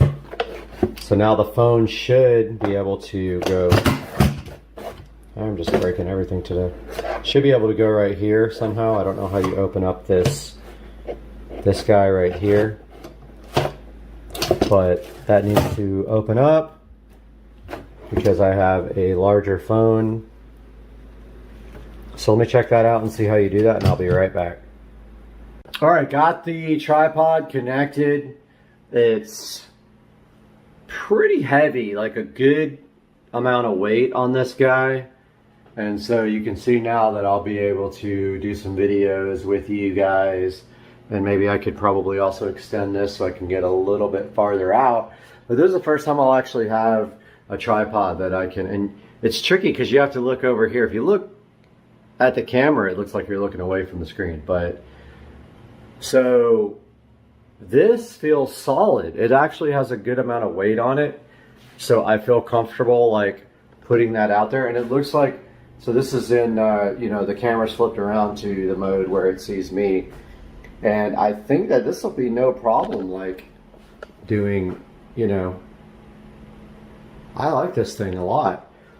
So I'm going to flip it around now and do some other stuff and see if you guys like it. It's a habit. I look to the wrong side. The camera's right here. All right, so got the nice tripod now for the videos. So this is the packaging. Came with a remote Bluetooth starter button. Don't know how that works, but got some instructions here. All right, so step 1, pairing. Turn on the remote with the power switch located at the side. The blue LED light will flicker. All right, let's see. So we're supposed to turn this guy on. Let's see. Yep, okay, now what? Turn on your phone's Bluetooth settings and connect UB size. All right, let's try that. I'm doing. All right, got the remote paired.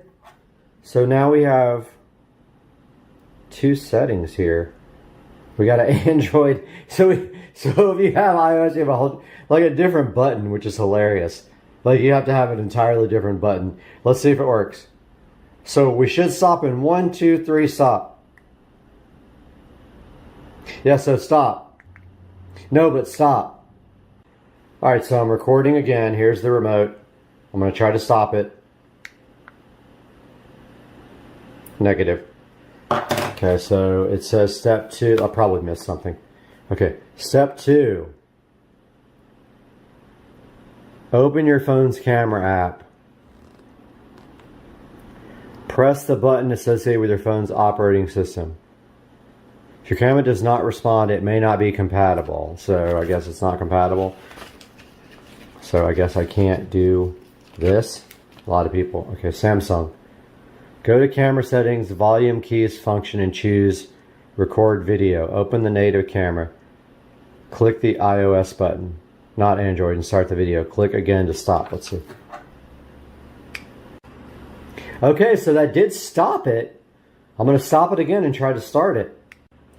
Wow. Okay, so the so the iOS button works on Android. So please tell me how that even is a thing. So there's the remote and the iOS button. 3, 2, 1. Yep. So the iOS button works on Android, which is freaking hilarious. I love it. So we do have the new remote, which I will post a link to in the description. It comes with a nice little thing here. It is beefy. I love that. Like, I'm not mad at you if you're going to produce a good product. I'm mad at you when you produce a product that's supposed to work and does not. This guy works with an S20 Ultra, which is heavy. It's holding the phone perfectly. There's absolutely no issues with this. And dude, I'm not mad at you. Good job. I'm gonna have to give this a good review. So look, so I raise up, yeah, so I move it this way, no issues, it doesn't tilt, doesn't, and I'm literally holding this by the tripod, so I'm holding it by the legs. This is, okay, some people, I guess this would be annoying, like if you're doing selfie stuff. It's a little heavy, I'd say it's a couple of pounds, but dude, I mean, work on your biceps, whatever. So, oh, this is so much better. And I'll be able to set this thing up and actually, you know, shoot myself doing products and things like that. So I think maybe tomorrow I'll be able to do a nice new video. I've got one planned, so I'll probably shoot it with that. But there's the different tripods you can get. And so you can extend this guy pretty far, 62 inches. So you can do like, you can do selfie stick. I don't think I'll ever do that. I think the maximum I need is like maybe what it is right now. I don't really do a lot of selfie stuff, and I think if I do, I think I'll set it up like a tripod and just sit back and do like a nice presentation with it. So I'm gonna put a link to the description, in the description for this guy, and I hope you guys try it if you're into using your camera for video. I mean, let's take it out here. Uh-oh. We might have a Karen showing up for Motorbike Boy. But yeah, this thing is awesome. That's what it looks like in Florida. It's 71 degrees. There's the beamer.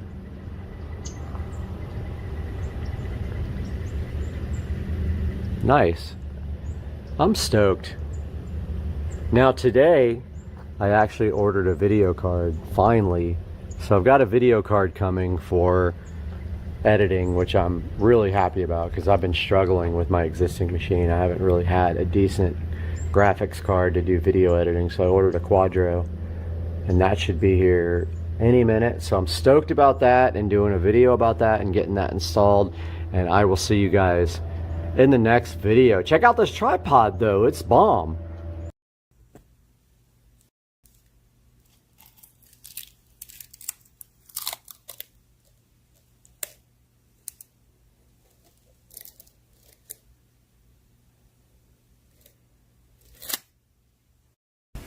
We had a massive amount of rain last night in Jacksonville. This is the highest I think I've ever seen the pond, except when there was a hurricane. But look how high the water is by the dock here. It's almost all the way up to the thing, and I'm sure it's... Kitty! Do tricks! Kiki, kiki. Do tricks! Oh! That was good. Bubba, get... He's driving on a suspended license. He just fled from police. He's got felonies there. Bubba, massage that car. Massage that car. He's sipping down. Alright, you can see Sledge right there on the left. Bon voyage. Oh my God, she's insane. Wow! You're crazy. Girl! I told you.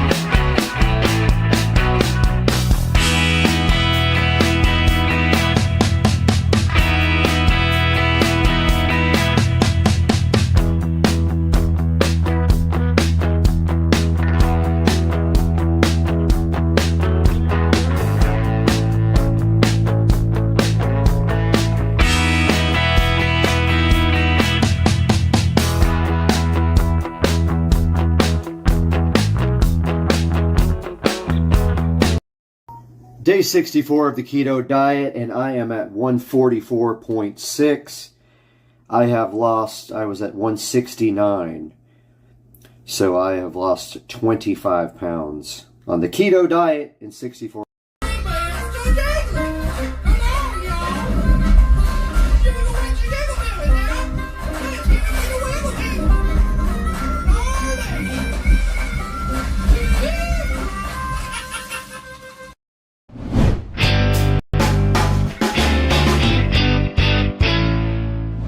Welcome back to the channel, everybody. We're out in Studio A. This is our main editing studio for Supercar Street Racing, and today we have this Wow Catch. Wow Catch reached out to us to see if we would want to take a look at this very cool dual-sided UV light insect trap. We've got a great amount of insects back here in the backyard, so I know we can put this thing to the ultimate test. Let's go ahead and check this out today on Supercar Street Racing.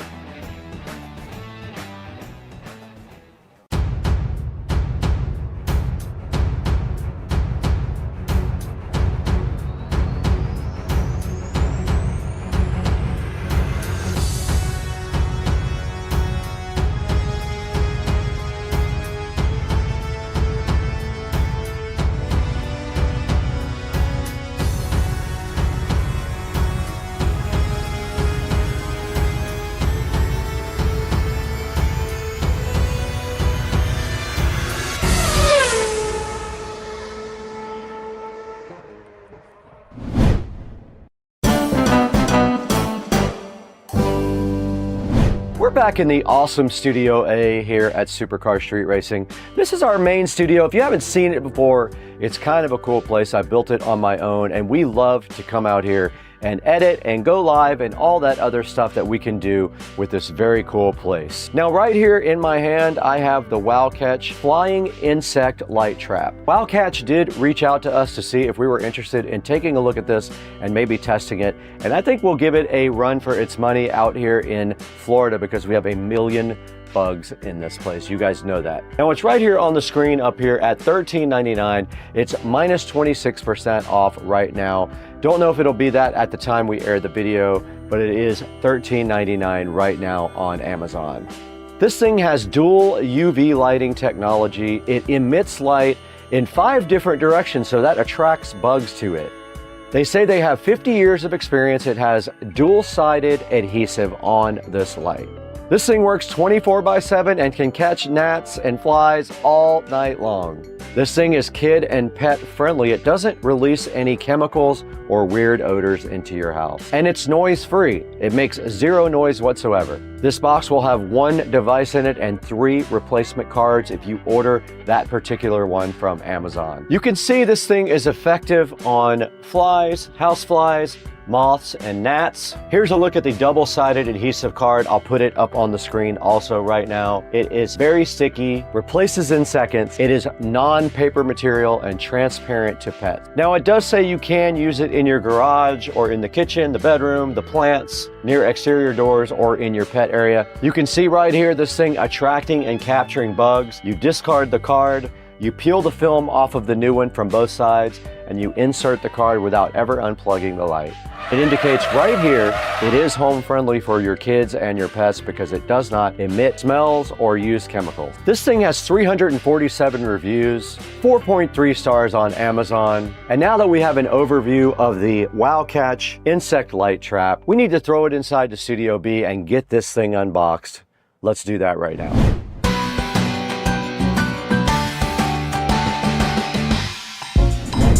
All right, we're back in the Supercar Street Racing Studio A. We have an impressive product right here to show you guys. This is the Wow Catch Flying Insect Trap. Now, basically, this thing is a UV light, and it uses dual UV lighting technology to emit light in 5 different directions. It is here in the box right now, and it has some steps on the side that show you how to go ahead and install it. Step 1, you peel the film off of both sides. Step 2, insert the card into the device. Step 3, plug the device into the socket. And step 4, you replace it when it is used. There's some more information on the back here about how the actual Wow Catch works, and a UPC code on the side and a barcode here, a QR code.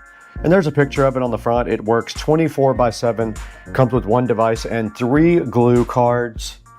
Uses a dual wave UV light, 5 different directions to attract bugs. And it can get flies, houseflies, moths, and gnats as well. Comes with 3 double-sided adhesive cards, and they replace in just a couple of seconds. And it's transparent to all your pets, of course, because it does not have chemicals or a smell. And you can use it in a lot of different places, like your garage, around your plants, in your bedrooms, near your exterior doors, or in your pet's area as well. This guy attracts and captures bugs. You just peel the film off the inside thing and throw it into the device, and we will show you guys that after we unbox it. Let's go ahead and see what's inside the box now. And the first thing inside of the box is a little instruction manual. Very tight fit in the box there, but there is the actual device. There's the wow catch. There is the plug that extends on it like that. And inside the box here, it looks like we have our sticky thing. And here they are right here. This is what the sticky trays look like. They should be double-sided. They should have sticky stuff on each side when you peel off the blue part. And they do just stick right directly into this hole right there, right in there. So to install these, it's very simple. You peel off both sides like this. There's one sticky side. There's the other sticky side. And you install it into the device like that. That is all there is to it. And then you just directly plug it in and it does its thing. So all that is left to do next is go ahead and install this somewhere and test it out.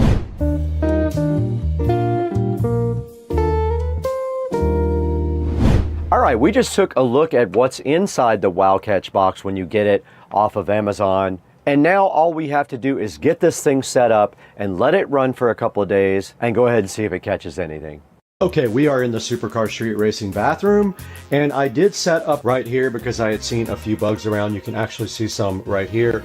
It did catch a few bugs in here, but I only have a few in here every week, so it was able to get a couple of those in here. I then decided to go ahead and move this to another location, so I'll show you guys what I did at that point. Now, we always have gnats and bugs on the patio here, and we are out here doing things at night out by the pool. And so I went ahead and installed this guy right here in this plug, just like that. And you can see it light up there when you put it in. That's the UV lighting that it emits to catch bugs. Now look at this trap. It is on both sides completely covered, and all you have to do now is take this out and throw it away and put a new one in it when it gets full. But you can see here, this thing performed very well outside by my pool, where I know there are a lot of bugs and flying insects. So I was pretty impressed by it. Let's throw it back inside now, and then we'll take a look at how you guys can pick up your own.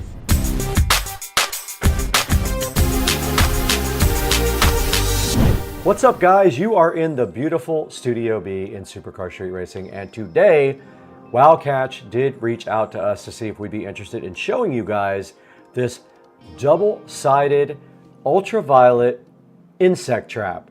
Now this thing's pretty cool. It has these renewable little sticky things that you take out and you peel off each side. They're little square panels. You stick them in the trap and then you plug the trap in, and the trap emits ultraviolet light to attract bugs. Now we had this thing inside, it got a few bugs there. We took it outside and got a lot more. This thing actually performs very well. There'll be a link in the description for this guy. Please use the official product link when you do purchase stuff from Amazon. It helps us out a little bit and we get a few dollars here and there. Wow Catch also sent us some of their sticky traps for mice and other creatures. We'll be showing you guys that a little bit later on down the road.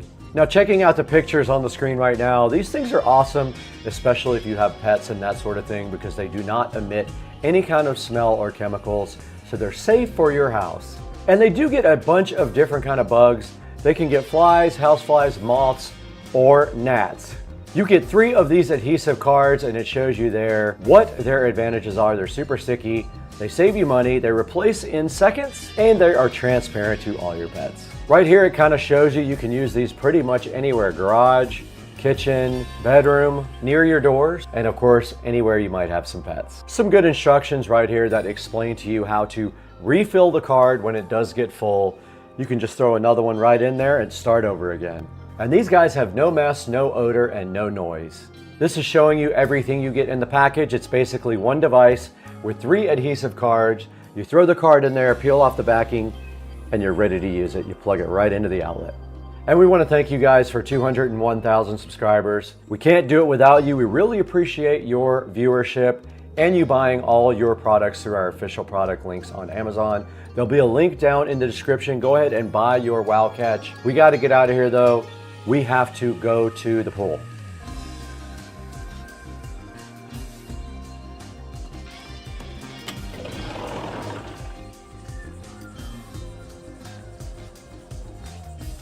Wow, what a day.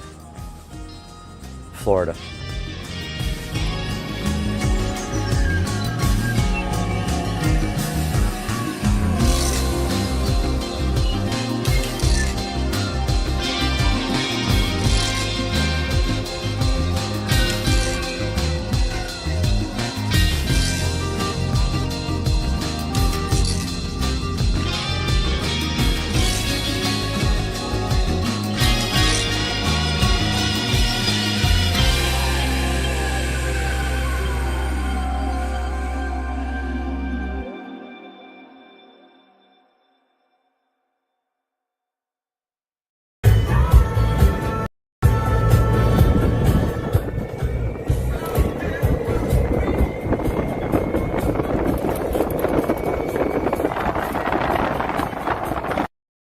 Hey guys, welcome back to the channel.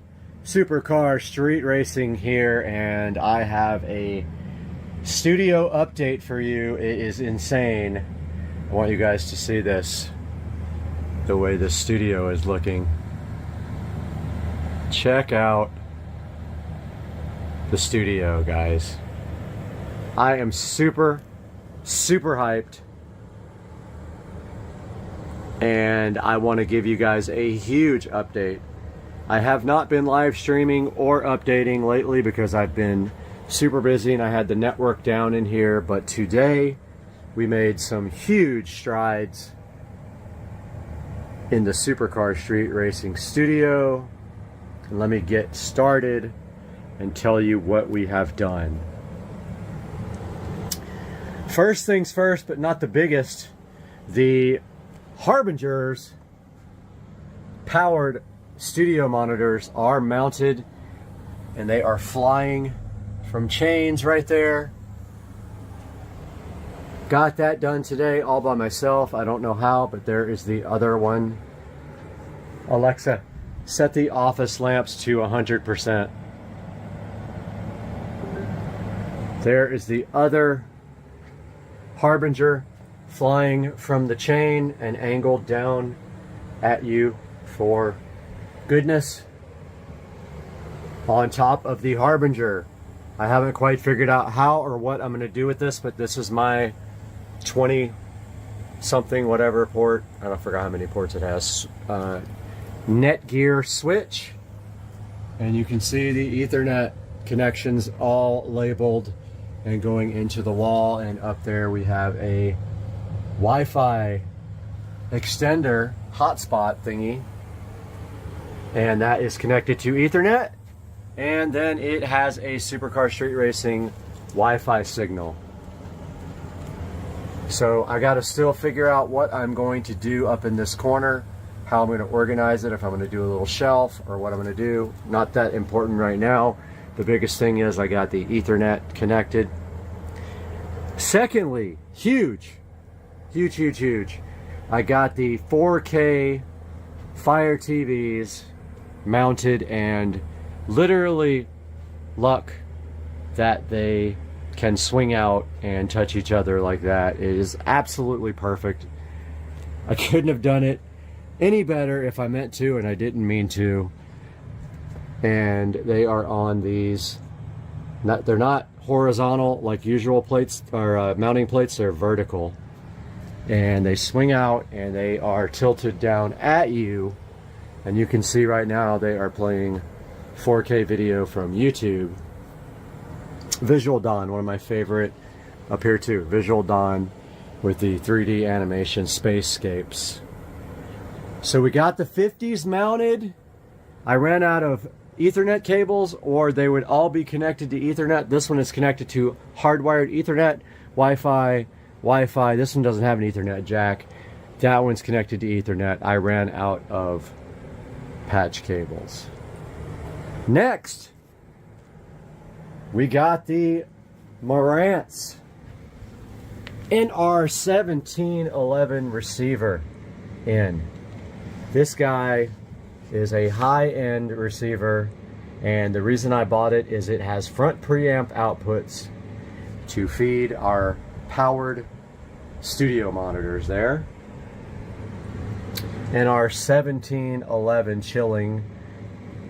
We got our wall plates all done mostly. I've got 2 more to put in here. One of them is for the front speakers, it'll be RCA. The other one is a dual Ethernet jack, one for this and one for the PC. So there is the home theater wall plate, and that little thing coming out of the corner is the USB.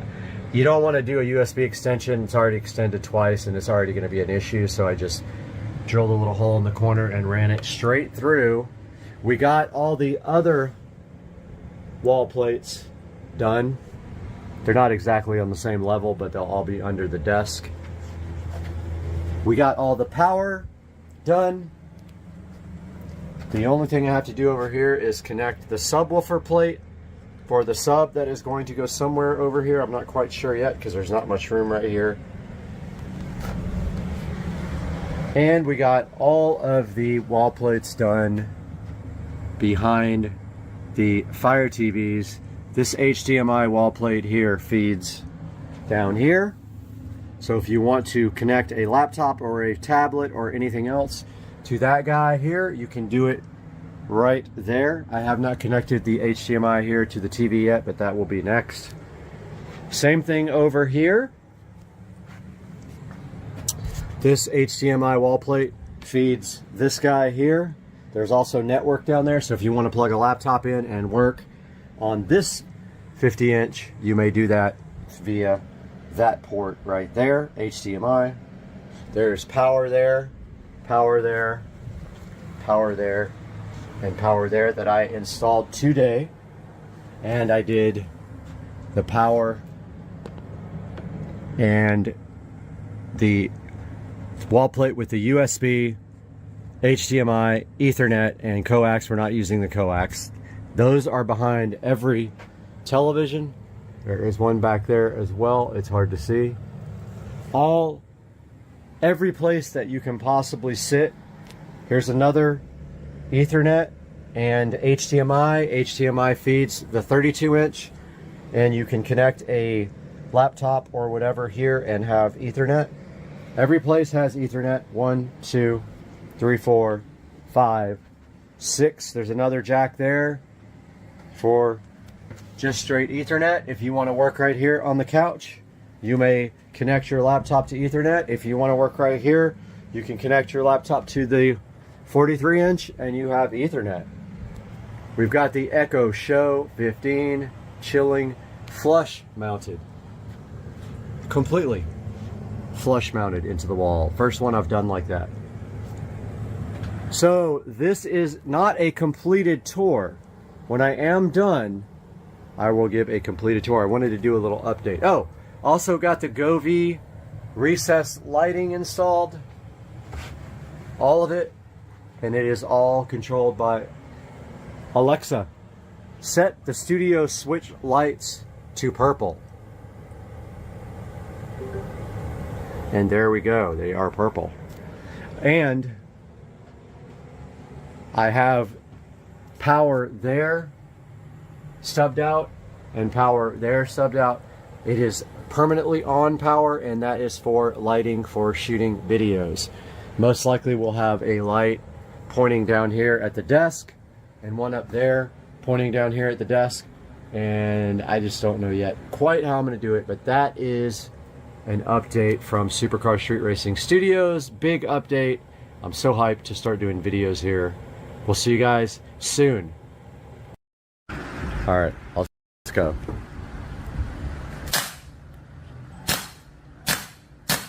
Whoa, whoa, whoa, whoa, whoa. You only get 5. Was that 5? Yes. I don't know. I think it was 5. Hold on, I'm a fun sponge. And look at where you're shooting, then try to. Wait, go slower. Hey guys, welcome back to our street racing. Brad here, and today we are going to be tackling cleaning the vinyl fence. I have not done that since they were installed, and I noticed they're starting to get dirty. And being that we're in Florida, we need to clean these vinyl fences once every 3 or 4 months to keep them from getting all mildewed and dirty.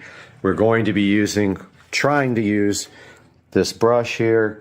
It's actually a broom that will become a brush. If that doesn't work, we have this other brush here that we can use. I'm trying that one. Yeah, they're both about the same. I think we could just use this brush over here. I'm gonna go ahead and get that out and get that prepped onto a pole real quick.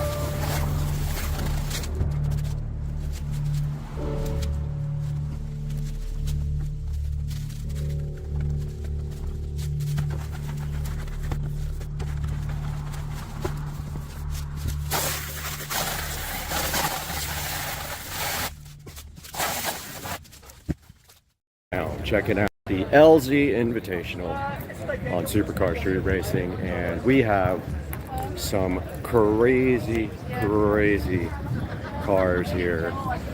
And this is the Clean Culture Car Show. There's the track, and here's all the cars, and it is absolutely packed today. And this section here is just the car show, and then over there on the other side is where all the YouTubers are. You want to take pictures? And we will head that direction right now and check out some of these cars. Nice Viper there. And then here we got Eat Sleep Race and the Fast Kids Club, and then EPA Auto House there. And then check out the nice ride. Little AE86 action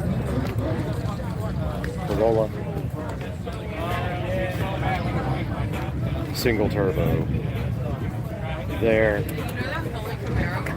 And here we are walking down live through English Town.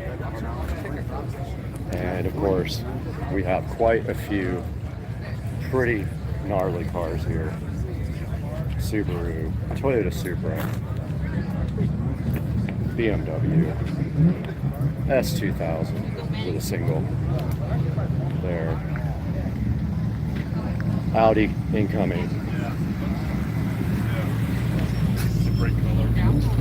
And then over here, RX-7, little FD action. Single turbo FD, other single turbo FD. And then over here we have the official headquarters of Drift HQ. And this is the line to buy Drift HQ merch.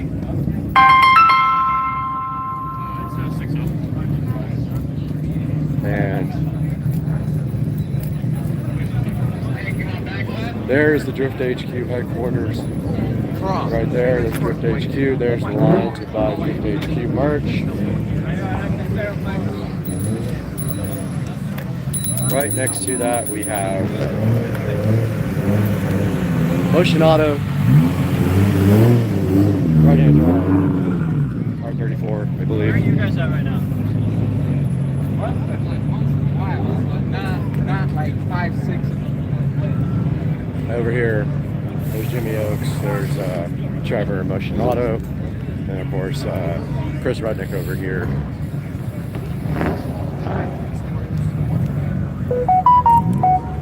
At Ruddy's Junk Shop.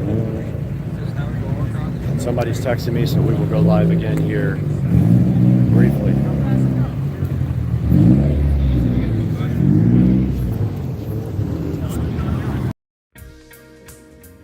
Checking out the video from last night.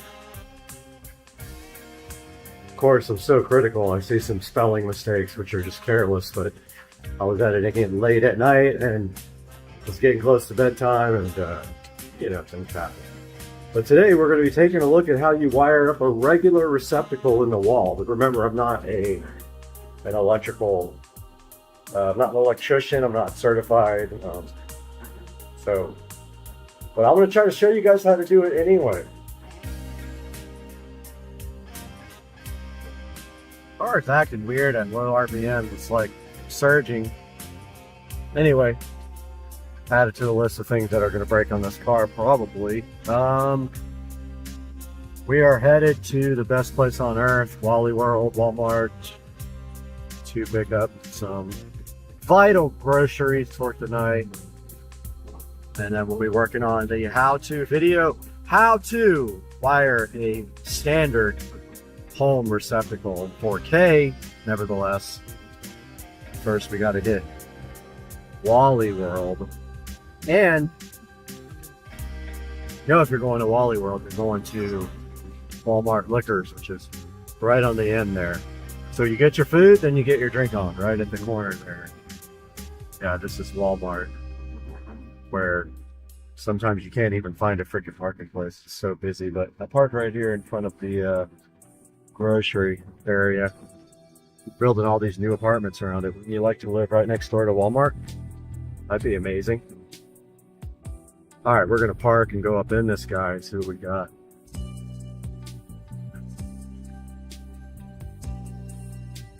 All right, guys, welcome back to the channel. Had a successful trip to Walmart and want to talk a little bit about what it's going to take to wire up a receptacle. Now, this is just a standard receptacle that you can buy at either Home Depot or Lowe's. The duplex receptacle. That's what it looks like right out of the box there. It's your standard Decora. It just says decorator. So it's either Decora or decorator. Now, the difference being Decora is the square type of plug, and the standard plugs are the round kind. So these tend to be a little bit more,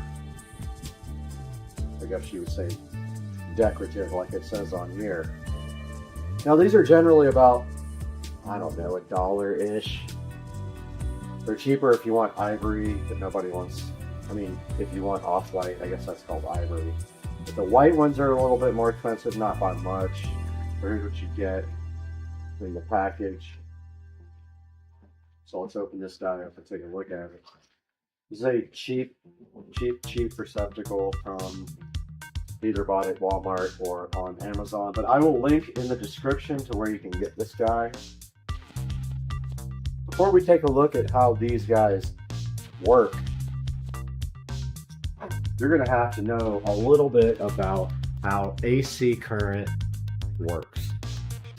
All right, so let's talk a little bit about what the difference is between AC current and DC current. And most of you who took electricity in high school, you are already familiar with what's known as DC current, which is basically electricity flowing in a constant direction and possessing a voltage with constant polarity. So the plus is always plus, the minus is always minus. Now, DC is the kind of electricity made by a battery, so that has a definitive positive and a negative terminal there. Or it's the kind that's generated by certain materials rubbing against each other. Now, let's talk about AC versus DC.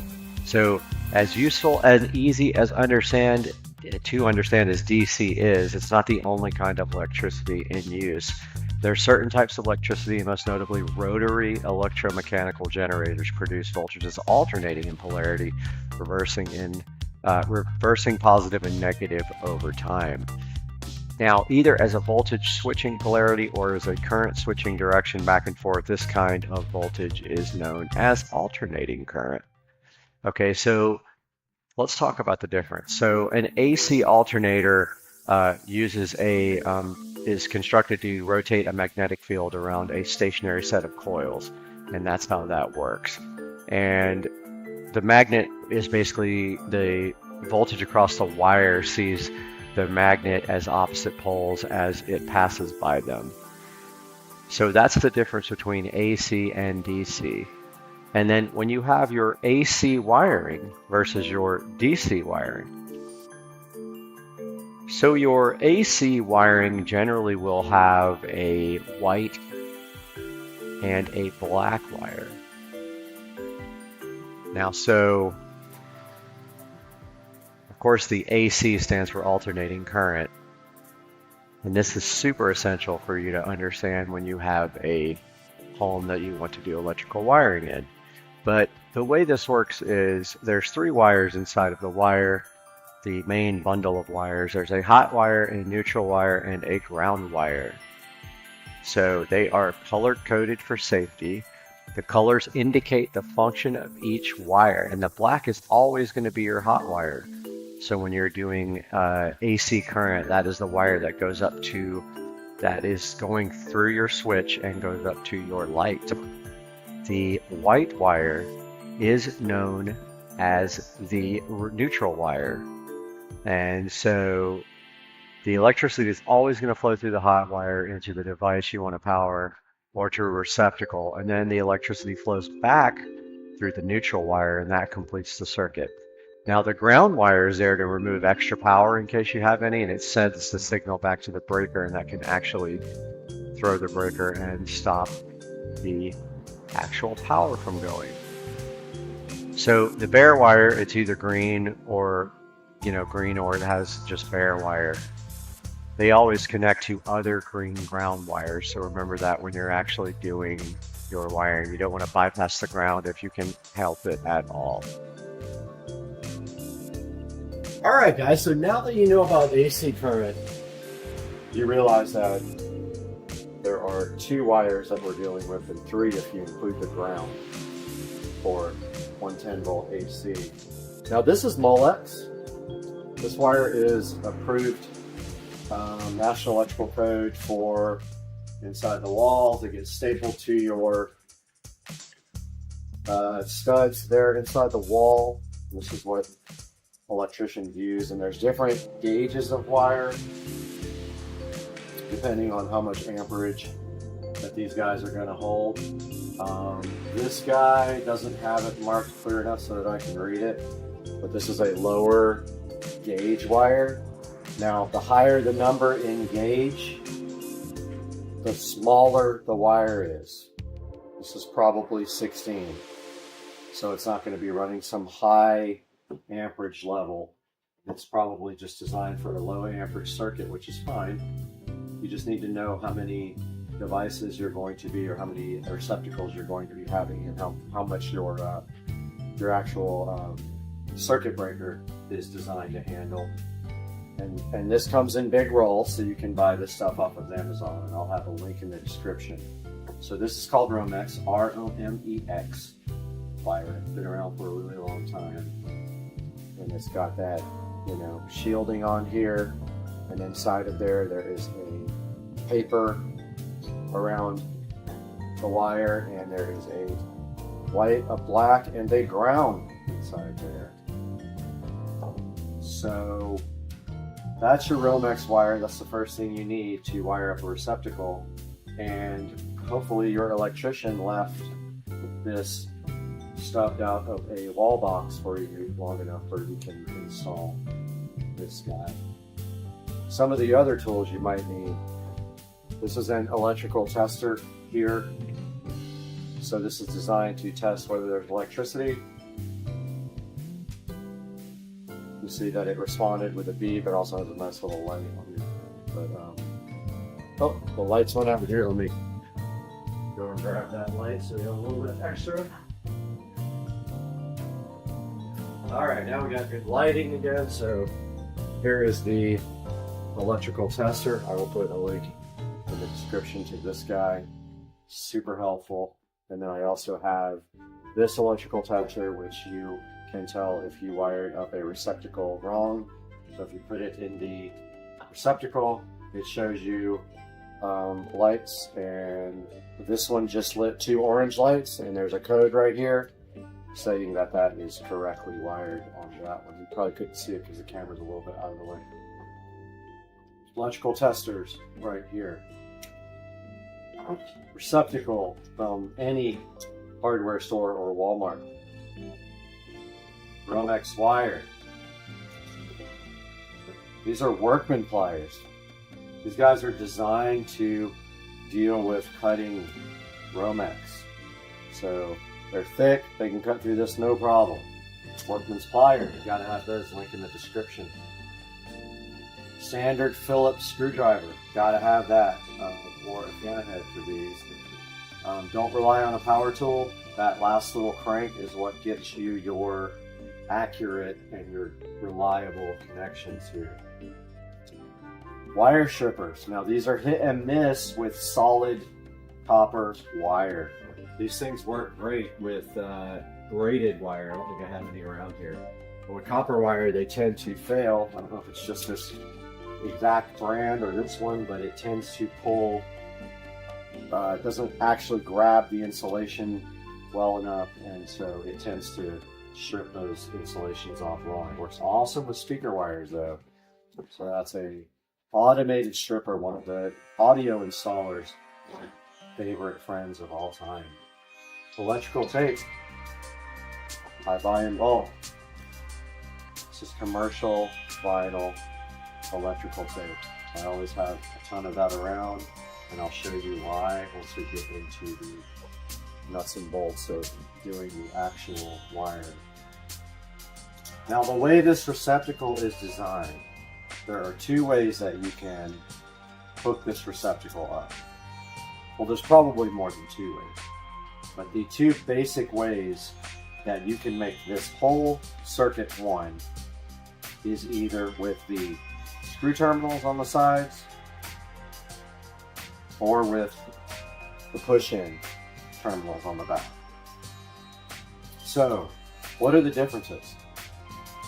Well, a lot of electricians refuse to use these push-in terminals, but yet when I go into a lot of wall receptacles, I see these guys occupied.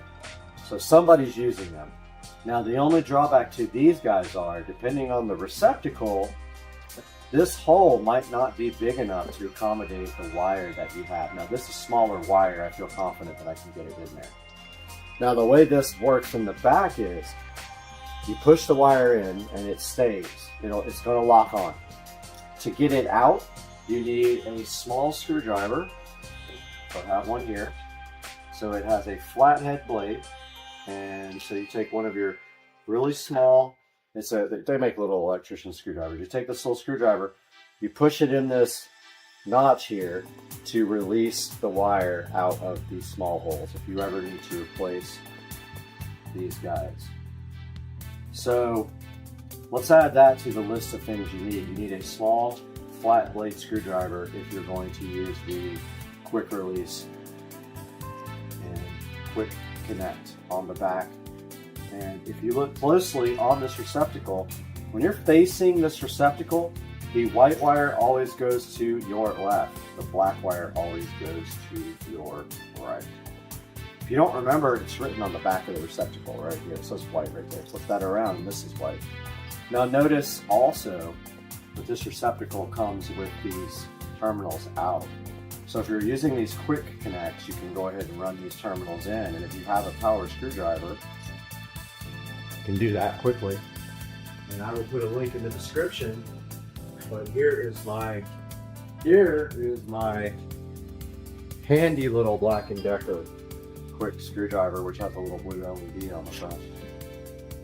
Put that here with the tools. So first I'm going to show you guys how to strip back the wire. So you want to strip back about 3 or 4 inches if you're doing new Romex. If you're replacing a receptacle inside of a wall, you're already going to have this already stripped back, but this is the insulation. So let's add to our tools we need now. You definitely need a razor knife. And this is a Cobalt razor knife. Link in the description. Here's what you do. So you lay that Romex flat, take your razor knife out, and you pull off. Go about 4 inches back, you push that razor knife through. Now, I've got that sliced nice there. Okay, now notice it just pulls right off. And when you pull it off, you see that there is a paper around the ground. Pull all that back to here. Take your razor knife here and go ahead and cut that off. Don't need that anymore. Throw that in the trash, and here's what you have left. You've got your white, your black, and your ground. All 3 of those go into the receptacle. Now, if you have an older home, you might not have this ground. Hook it up anyway, if you can, to the receptacle. And then inside the box, you're not going to be able to terminate that anywhere, but go ahead and hook it up here. Now, what you want to do for stripping the wire back is take off about 1/4 of an inch of wire. These handy auto strippers don't work well with this solid copper. So a real electrician will use this. They will just run it around squeeze it around the edge. Now this is really thin wire. You can cut through it really easy. So if you do a little turn like this and then pull out, you notice that might not be enough for the push-in on the back. You might need a little bit more than that. So let's do the other one just a little bit deeper, maybe like 3/4 of an inch to see what happens. So just a little bit of pressure on this guy and turn your workman pliers, and then take your workman pliers and squeeze. Not too hard, you'll take off the hole. thing, but there we have a stripped back set of Romex wires. Now let's take a good look at our receptacle back. Like I said before, we've got white for this side, black for this side. Why are there 4? So let's take a minute to look at why there are 4 screws right here. So directly out of the package for this duplex receptacle, this one from Eaton, this is made by Eaton, you'll notice that there are 4 screws here. The reason being is that from the factory, these guys are always joined together with a copper plate that is right here. Right in the center there's a little copper plate. Now what that plate does is it makes basically this connection one. Doesn't matter if you put the wire on the bottom or the top, as long as this copper plate is still attached. It goes for both sides. Facing this receptacle, left always goes to your white, black always goes to your right. Sorry, white left, black right, if I said that incorrectly. Now, let's say that you want this bottom receptacle to actually control a lamp. Well, in that case, your black wire would be switched from your switch in the wall, and your white wire would be still connected to all the other whites. So how do you do that? Well, it's pretty simple. There's a little tab right here. It's a little copper tab, and if you have a set of needle nose, which I will get out now. I have some needle nose in here somewhere. Any pliers will work. You take this tab, you squeeze it with your pliers here, you turn it and turn it and turn it, and this will break off on both sides. You got to do it both times. What does that do? So that separates the circuits here. That makes the top 2 screws independent from these bottom 2 screws. That way you can have your bottom part of your receptacle switched from a switch and your top part constant, or vice versa. So in that case, if you're not familiar with electrical wiring, you would need assistance from an electrician, but basically the output of your black wire from your switch would go to here, and your white wires would all combine together inside the box, and that would go to here, and then this bottom would be switched, or the top if you do these top 2 screws. Doesn't matter if you do top or bottom. So if you separate this little tab here, this becomes a separate circuit. But let's concentrate now on how you do the wiring. And I can tell already this is a little bit too short, so I'm going to take off some more of this guy. So you just squeeze and turn, not too hard, you'll clip right through the Romex sheath, but okay, that didn't do it all the way. So if it doesn't, just try again, and next time I got it, notice I made a little notch by pressing too hard. And now that we have our bare wires, let's look at the back of the quick connects. There's 2 holes right here where you push in. All you do is push. Clearly labeled white right here. So take your white Romex wire, push that in. Now look at this. It went in. Look at that. I want to show you guys up close, but it went in and that guy is not going anywhere. See how I can't take it out now? All right, so that's what you want on that. Take your black wire, and once again, it's clearly marked. Hot wire here is your black. The other one's neutral. Take your black wire. Get a little bit closer here to the camera. Take your black wire, push it right inside that hole.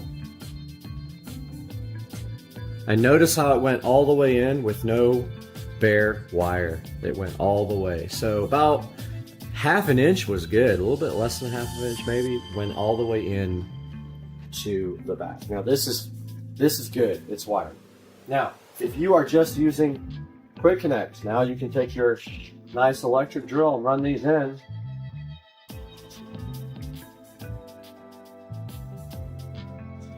Run the other side in like this.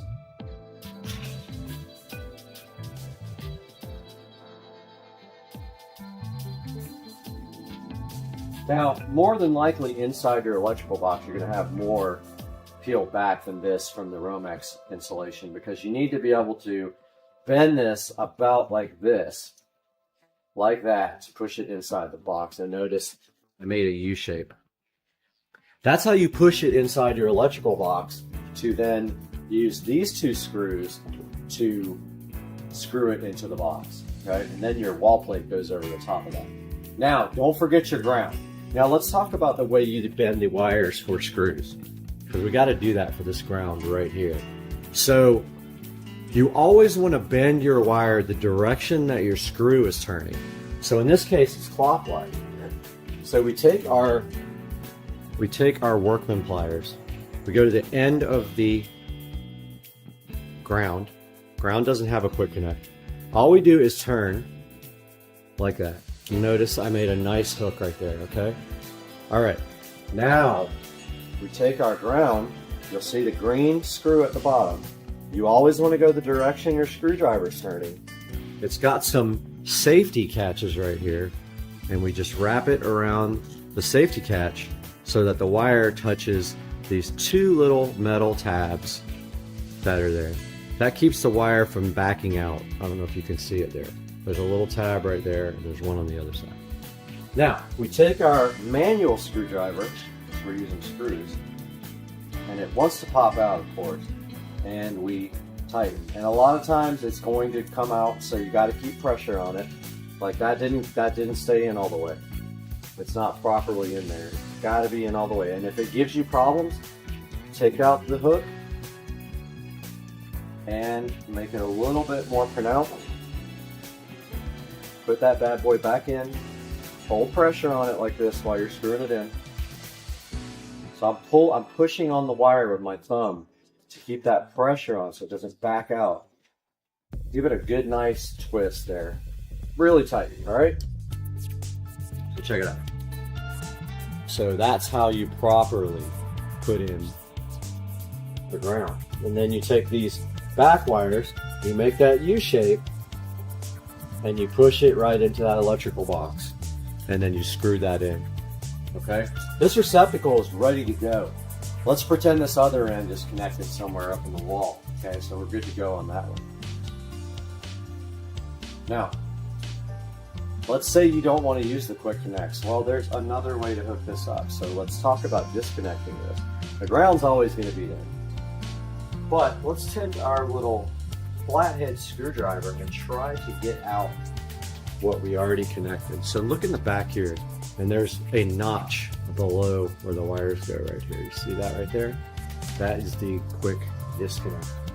Put our screwdriver in there, push, and at the same time we try to pull out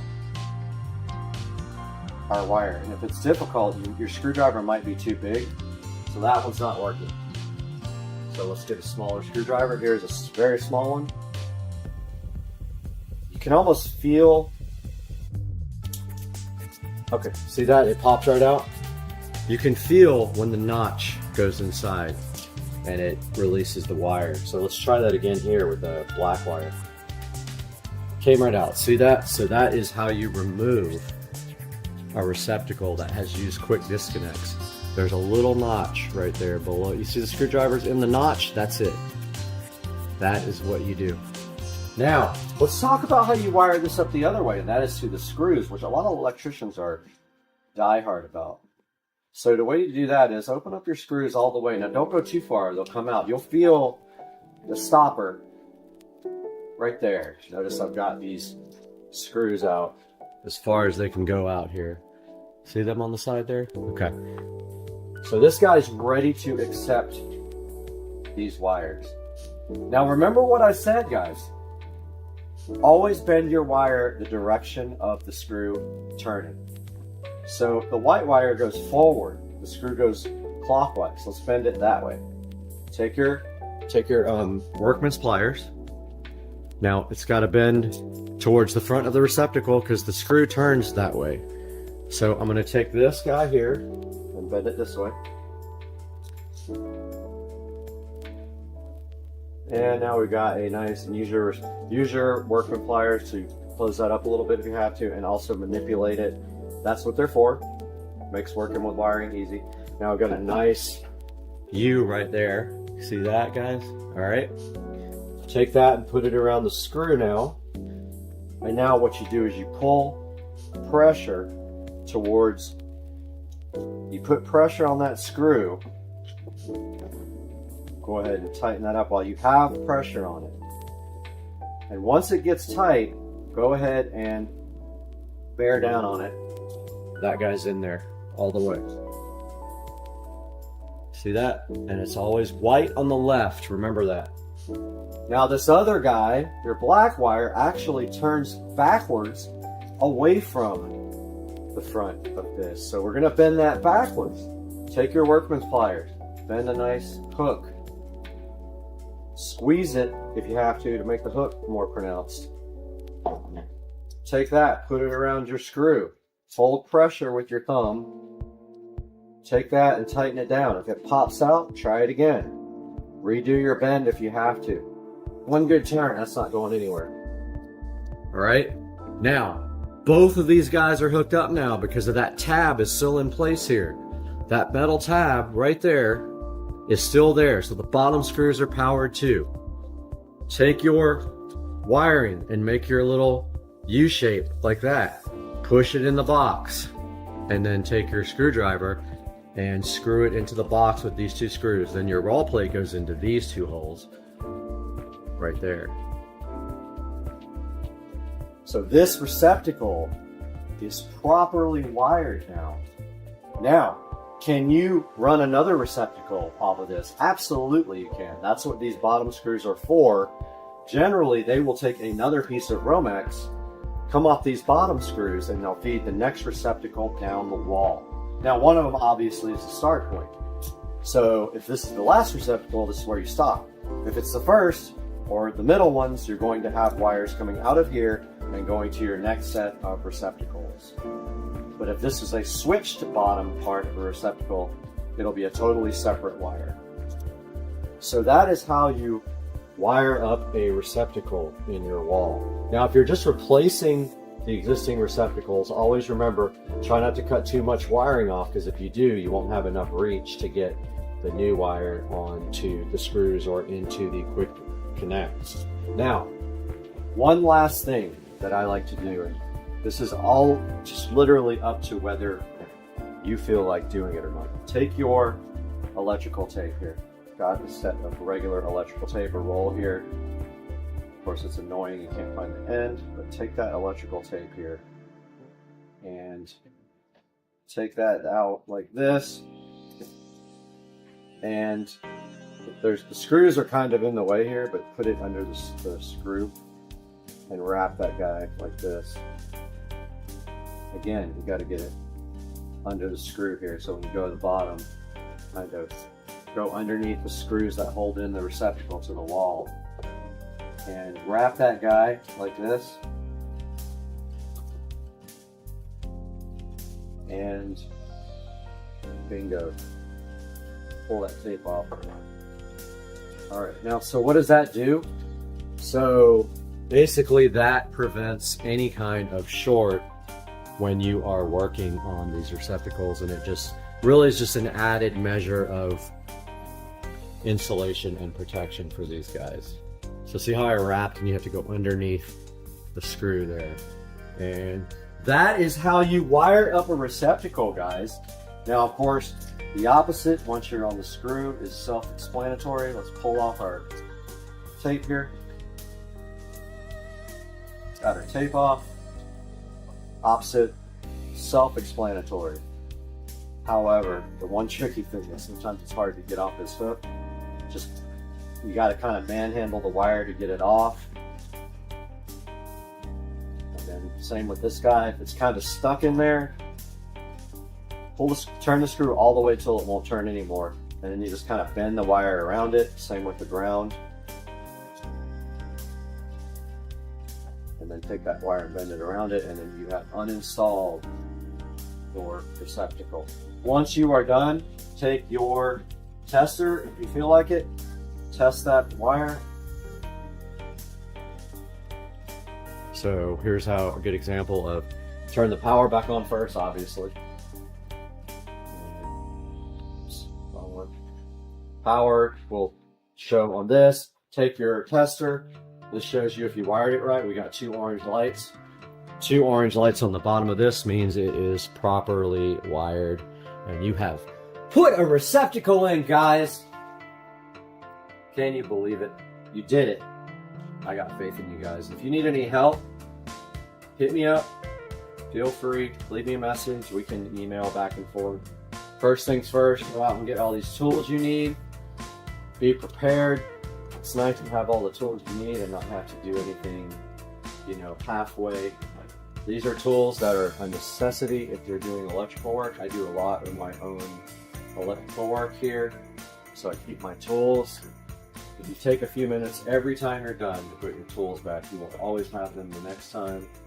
And the Romex and everything that you need, all the electrical tape, I'll have links to that in the description. And I hope you guys enjoyed this video, and I hope to see you next time. Peace. All right, I'm ready to shoot some video, and man, we got to do something about this.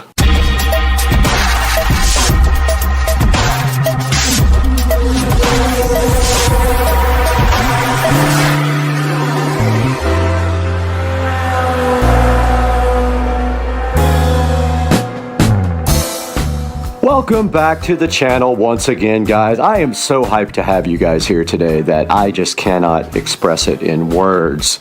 And our mission today is quite simple. This is the home theater room, as you can see here. This is the closet of the home theater room.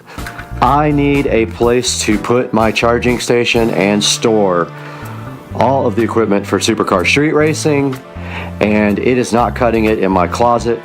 So our mission today is we are going to get this stuff out of the closet and organize this closet, run power, do all that in order to be able to charge here in the Supercar Street Racing home theater room. So our first step is to get this stuff out of here and get it moved under the bed in the other room so that it can be stored. We don't need these closet doors under here at all. So let's get to work.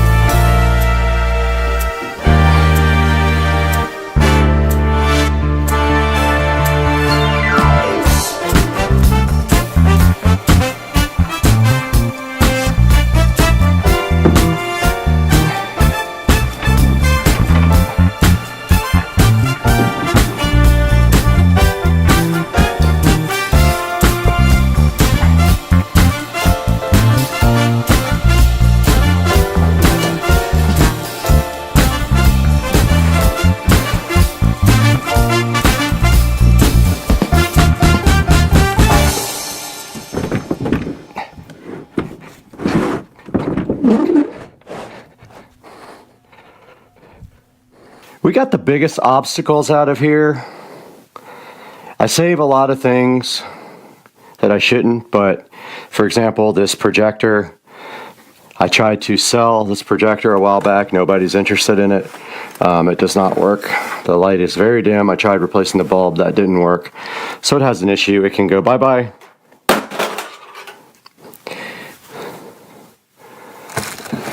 And here we have a box for the pile speakers. We don't need that anymore. That can go into the burn pile. This is a TP-Link box for the TP-Link router right there. No point in keeping that anymore. Thing's too old to return anyway.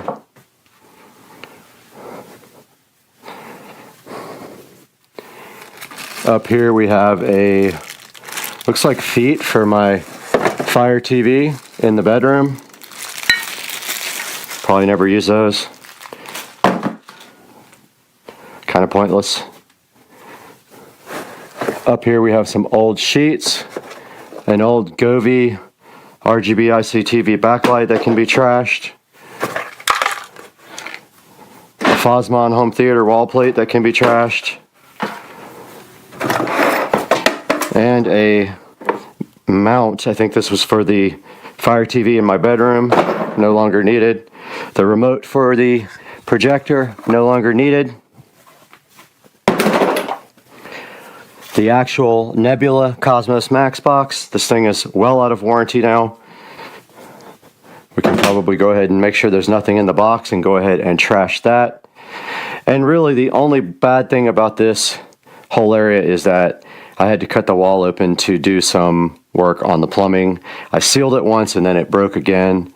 So as of right now, there's a hole in the wall. We could probably put something on the back of it to kind of hide that hole. But this is the old bulb for the Epson, trash.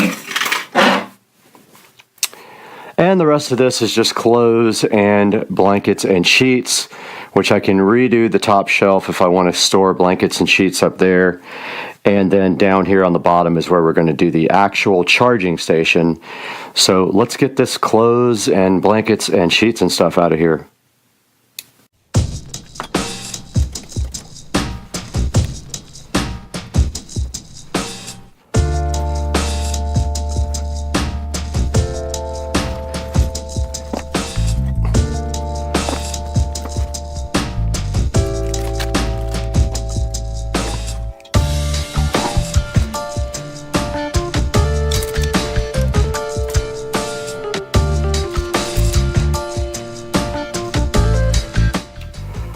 Okay, so I got the closet completely cleaned out, and of course the GoPro battery is almost dead after using it for 10 minutes, which is that is my life. So I got the closet cleaned out now, and you can see we have a nice fresh palette to start with here. And what we are going to do right here and right now is we are going to clean this floor thoroughly. So let me go grab the cleaning supplies.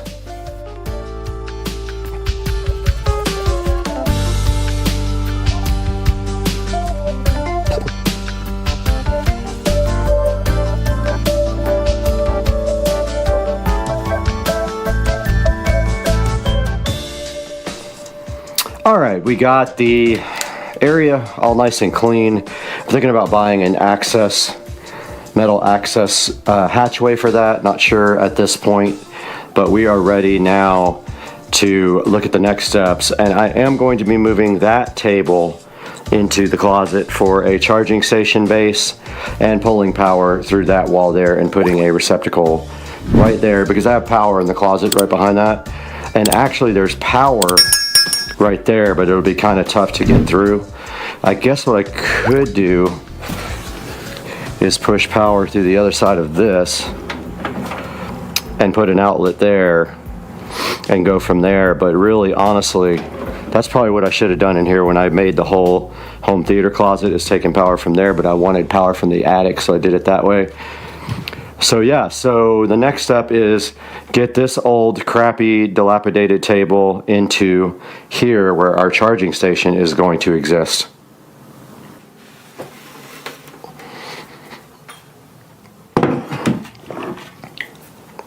Perfect. I'm going to come off of our power in the home theater, the audio closet right next door, and we are also going to do LED strip that runs up the side here and up and around and down this way to light the inside of this. Gonna figure out a cover for this somehow. I don't know what I'll cover it with, maybe just a framed print or something like that, till I can figure out if I want to put an access port in there. And we have storage down here. As you can see, we already have stuff being stored in these pockets that come out of the side, like the TV legs. That all is going to come out, and then the only bummer is I can't really use that side because it's going to be blocked.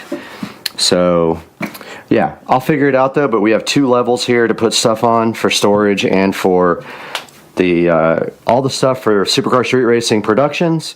And then over here we got room to put the tripods and anything larger right there, and then we still have the top shelves for other storage.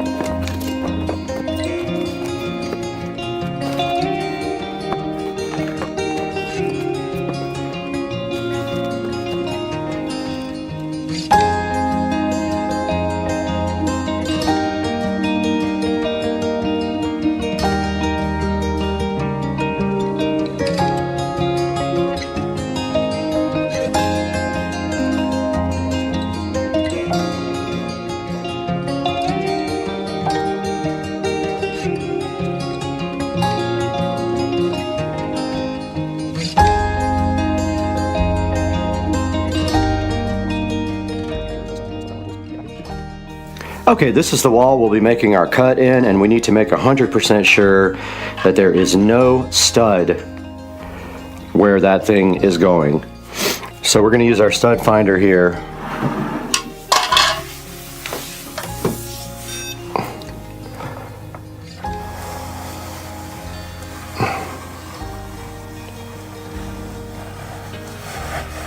Okay, I don't think there's a stud between this. If it is, it's going to be terrible for us. So then we just need to find the center.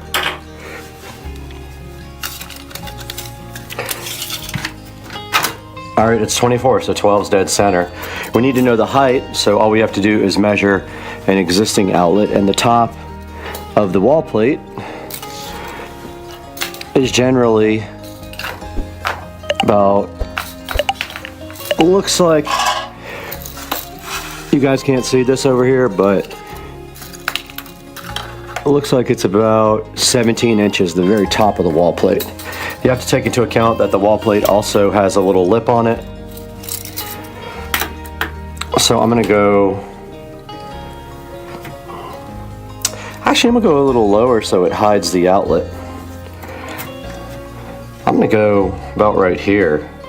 Let's see, the table. Table sits at 16. So I want the top of the box below 16, so I'm going to put the top of the box at 15. So right there, and then the center.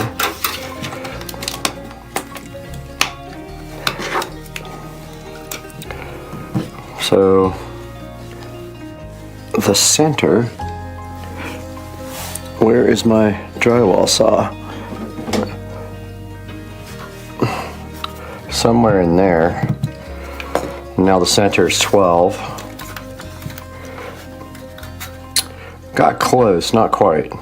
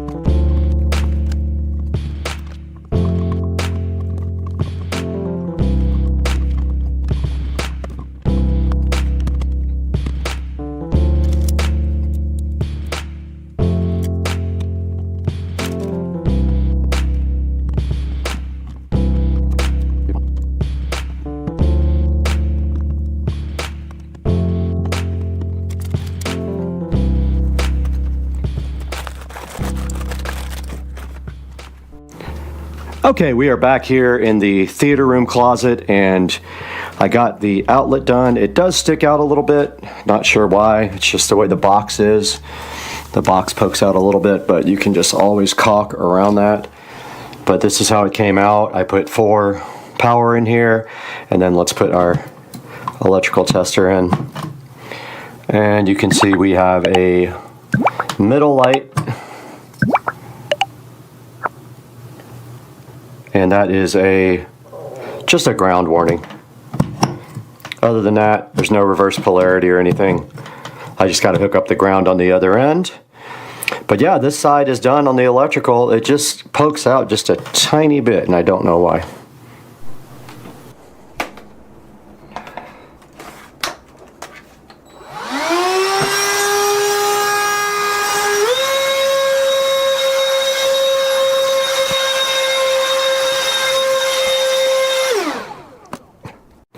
Back into the old charging station, and our next step here is to get everything disconnected and get this existing huge power strip off of this table and bring it into the other room and do our planning. So let's get that done.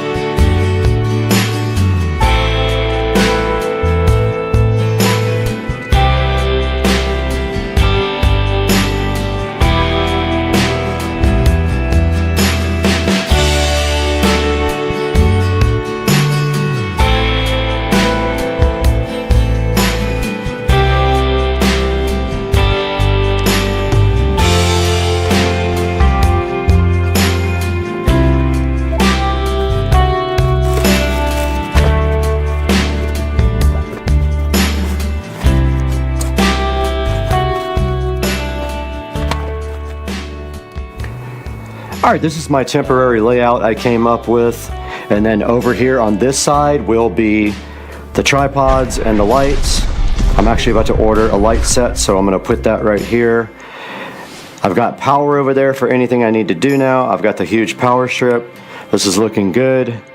Now we got this big old mess to clean up and get everything reorganized in here. So let's get moving.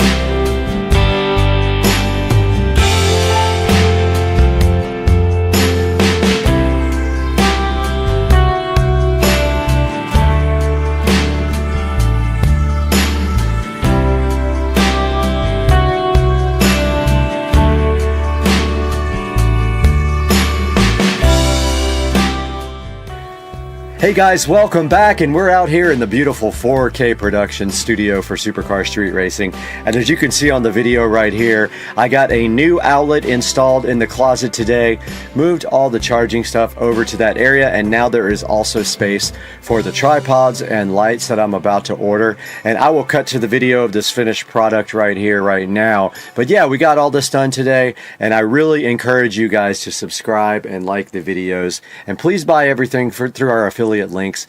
It helps us out so much. We appreciate you being here. We hope to see you for the next project on Supercar Street Racing. I'll see you guys later. I'm out. Hey guys, welcome back to the channel, and today on Supercar Street Racing we have this 2015 Honda Pilot. It's actually my neighbor Dawn's. I'm gonna help her out and do the brakes on it, front brakes, just pads, and we're gonna document that for you guys while we do it today on Supercar Street Racing.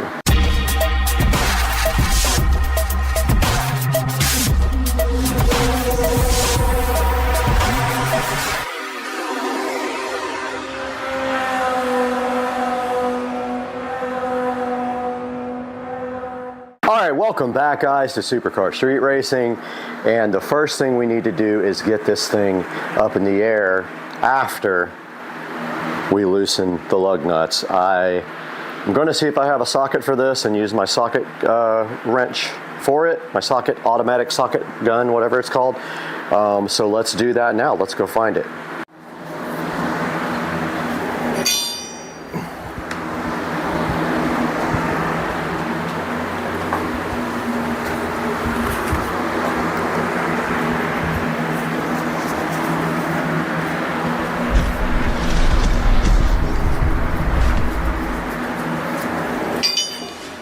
Oh, wheel locks.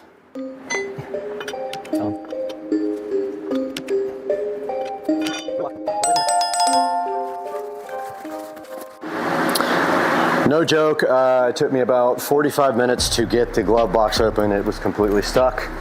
So I have the wheel lock now, and we can work.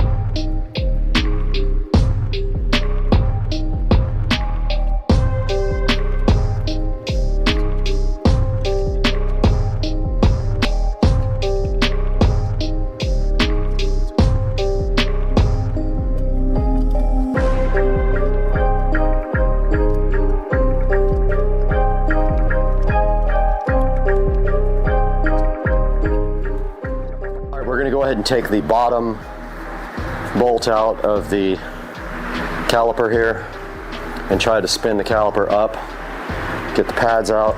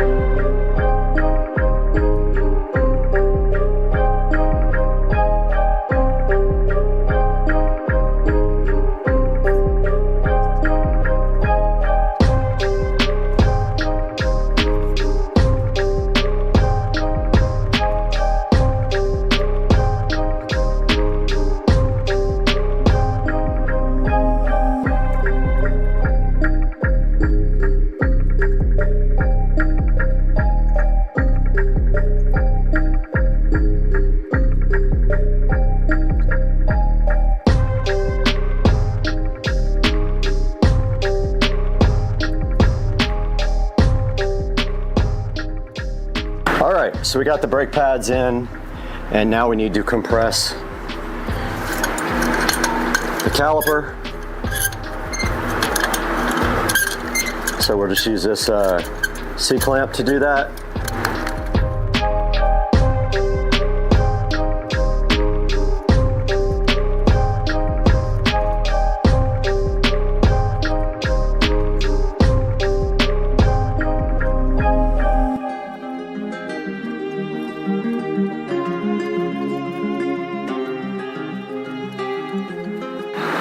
Okay, we got the lubricant on the brake pads and on the clips here. So I removed them to get that done. And then they go right back in. Hopefully this is compressed enough. This should slide right back over.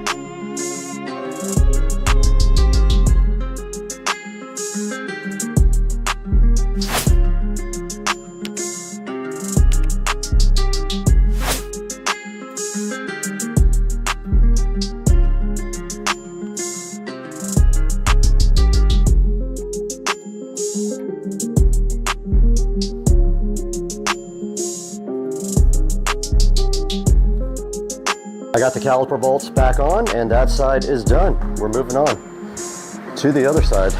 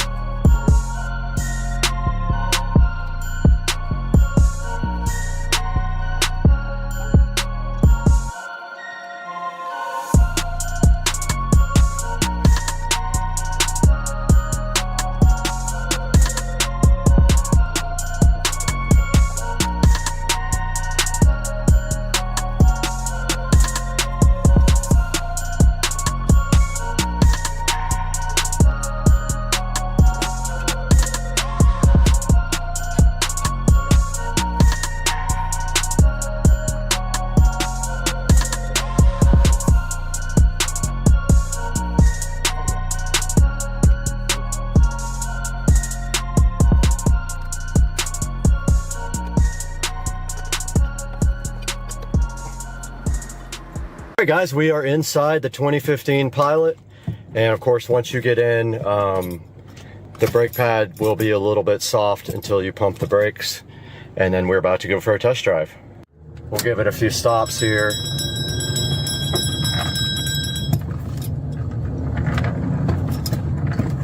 Made one clicking sound the first time I put the brakes on, but it feels fine.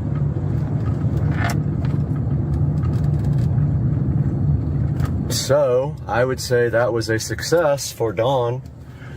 It was a really cool person and wanted to help her out, so figured I'd do her brakes for her.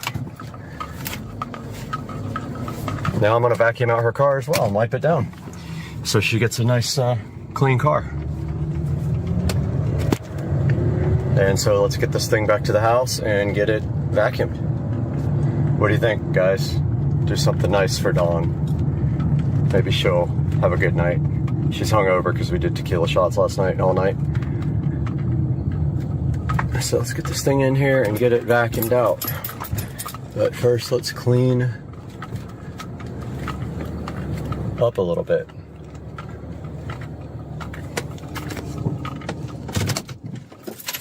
AC feels good. All right, guys, welcome back to the channel. Supercar Street Racing here. Today we have a product here we're going to take a look at, see how it works for us. It is the Orion MotorTech fluid extractor. We're going to get this thing opened up and see what is actually in the box.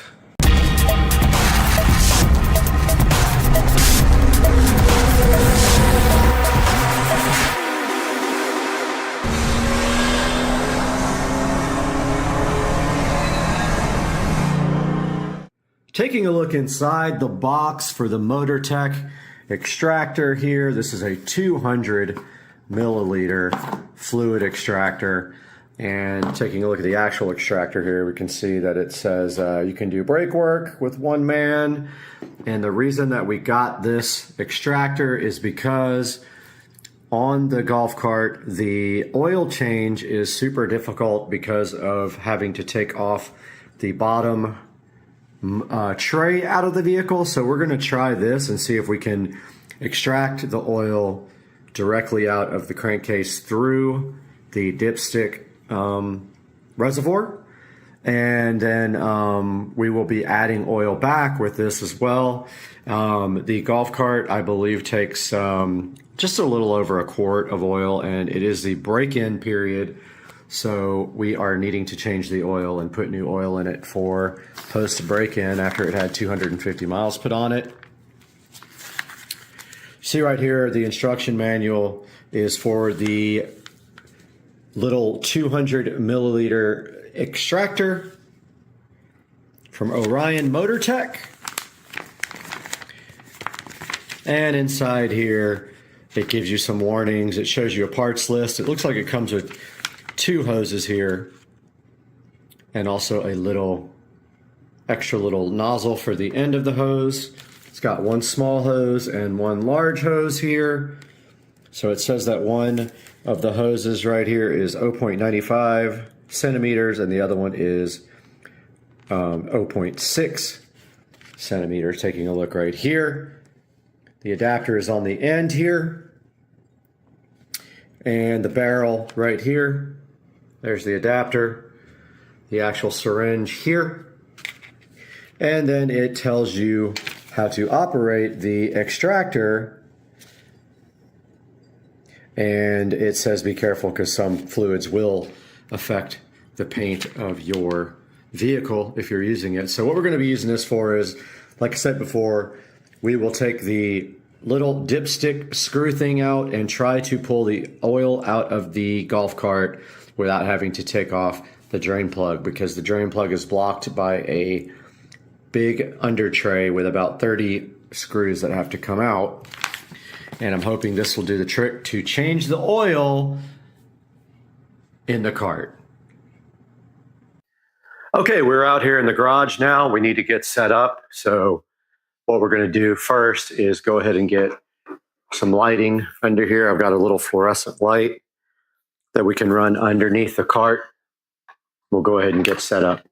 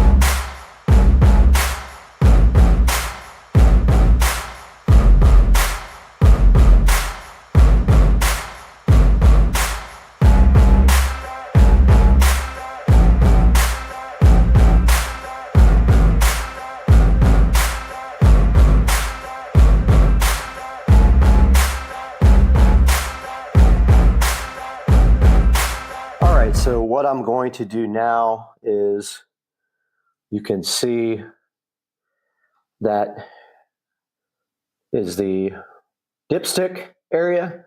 I'm going to get our extractor here and try to extract from that dipstick and put it into this 2-liter bottle that I got right there. Now notice that I did put the cart up on the ramp on this side so that all the oil would flow to the dipstick side of the engine.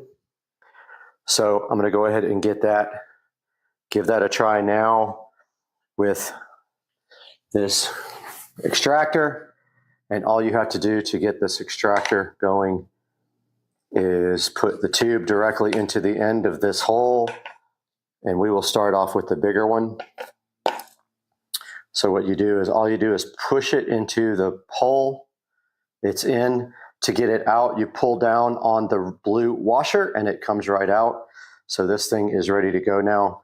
Literally just put this into the dipstick and try to suck out the oil, which I've never tried before. So let's do that now. All right, I'm getting my gloves on here to get ready to try this. I'm hoping I don't have to go ahead and put this thing up on ramps and take the bottom tray off, because really you need all 4 wheels off the ground to do that. But let's give this thing a shot.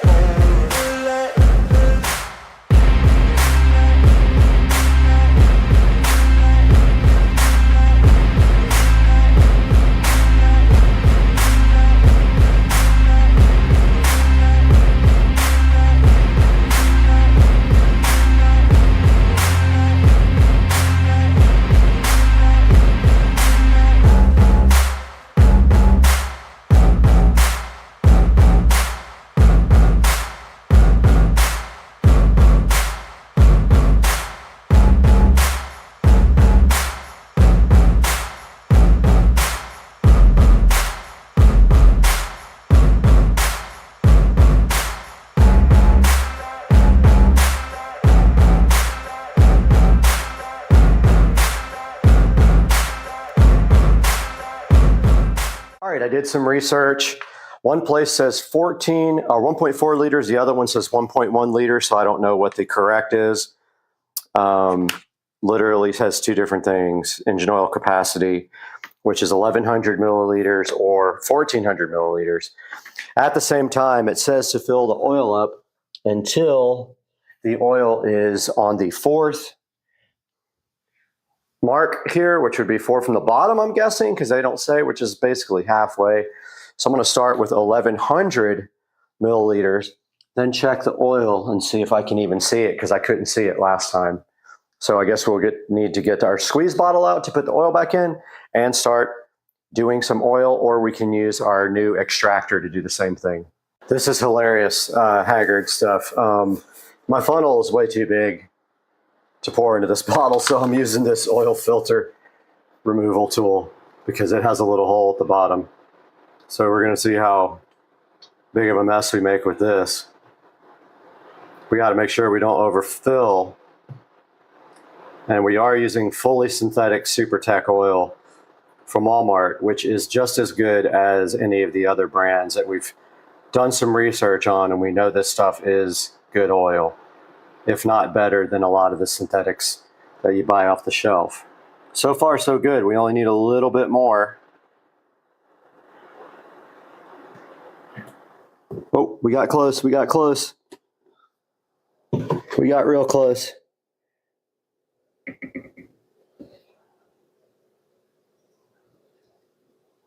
And that should do it. Now all we gotta do is clean up our big ass mess.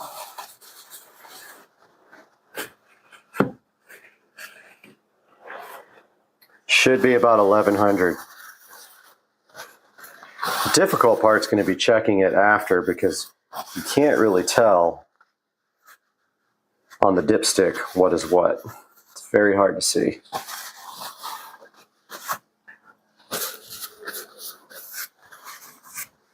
We got our bottle ready to go and cleaned. I like to keep it pretty clean, like in the work area.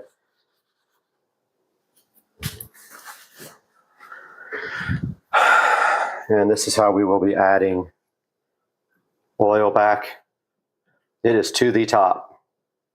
It couldn't be more full.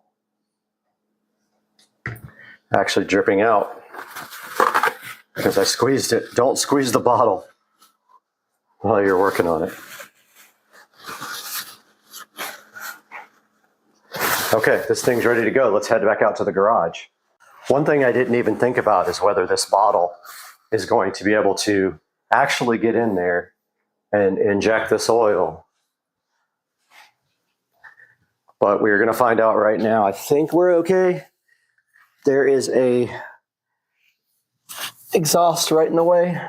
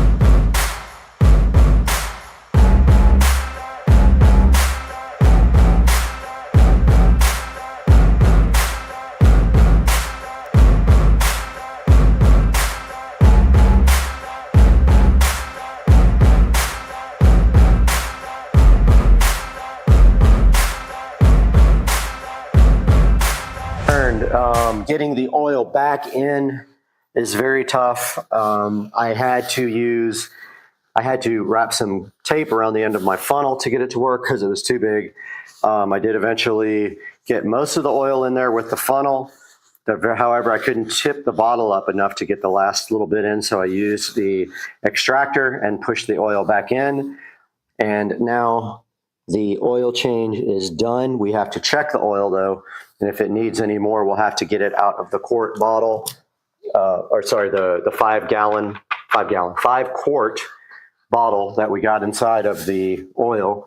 Now there is a procedure for checking the oil here, and it says that we have to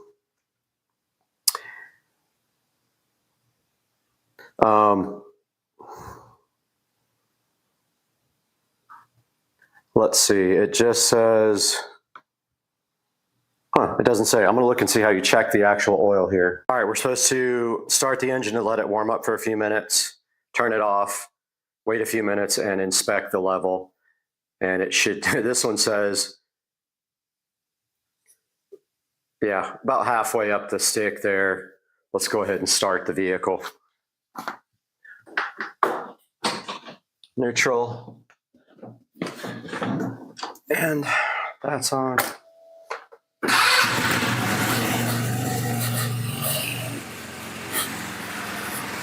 All right, we're gonna let this warm up for a couple minutes, then check the oil. Okay, it's been sitting for a few minutes now. I'm gonna go ahead and see if I can check the oil level, which I tried once before, and it's kind of difficult to see on the dipstick. It's really a dumb kind of system. But I'm gonna go ahead and take that out. Oh yeah, that's hot. That's me getting burned by the exhaust, which is right next to the oil drain plug.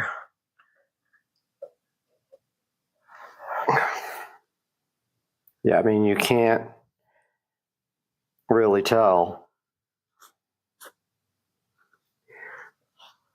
It doesn't say also whether you screw it in all the way or just check it when it's out. So I'm going to see, screwed it in all the way and see if I can see any oil on it now.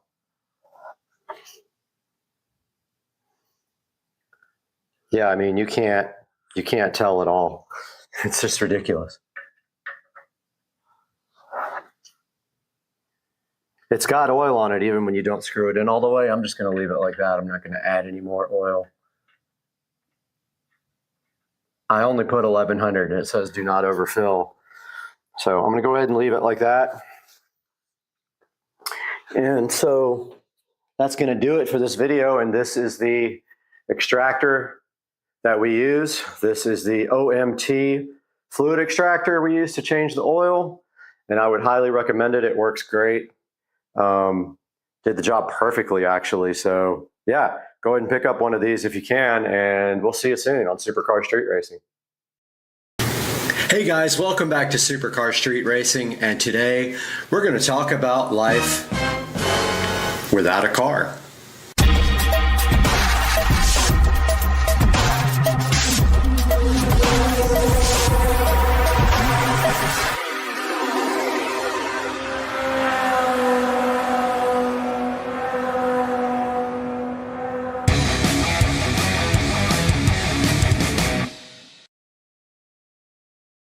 Hey guys, welcome back to Supercar Street Racing. I'm so glad you could join us today for a little video about my life without an automobile. I know it's hard to believe, but yes, I do not own a car, and we're going to go over some of the reasons why I don't own a car, what my plans are for the future, what I'm doing right now to get by, and what this saves me in money from not owning a vehicle. So let's get right into it. So let's first talk about what happened to my old vehicle.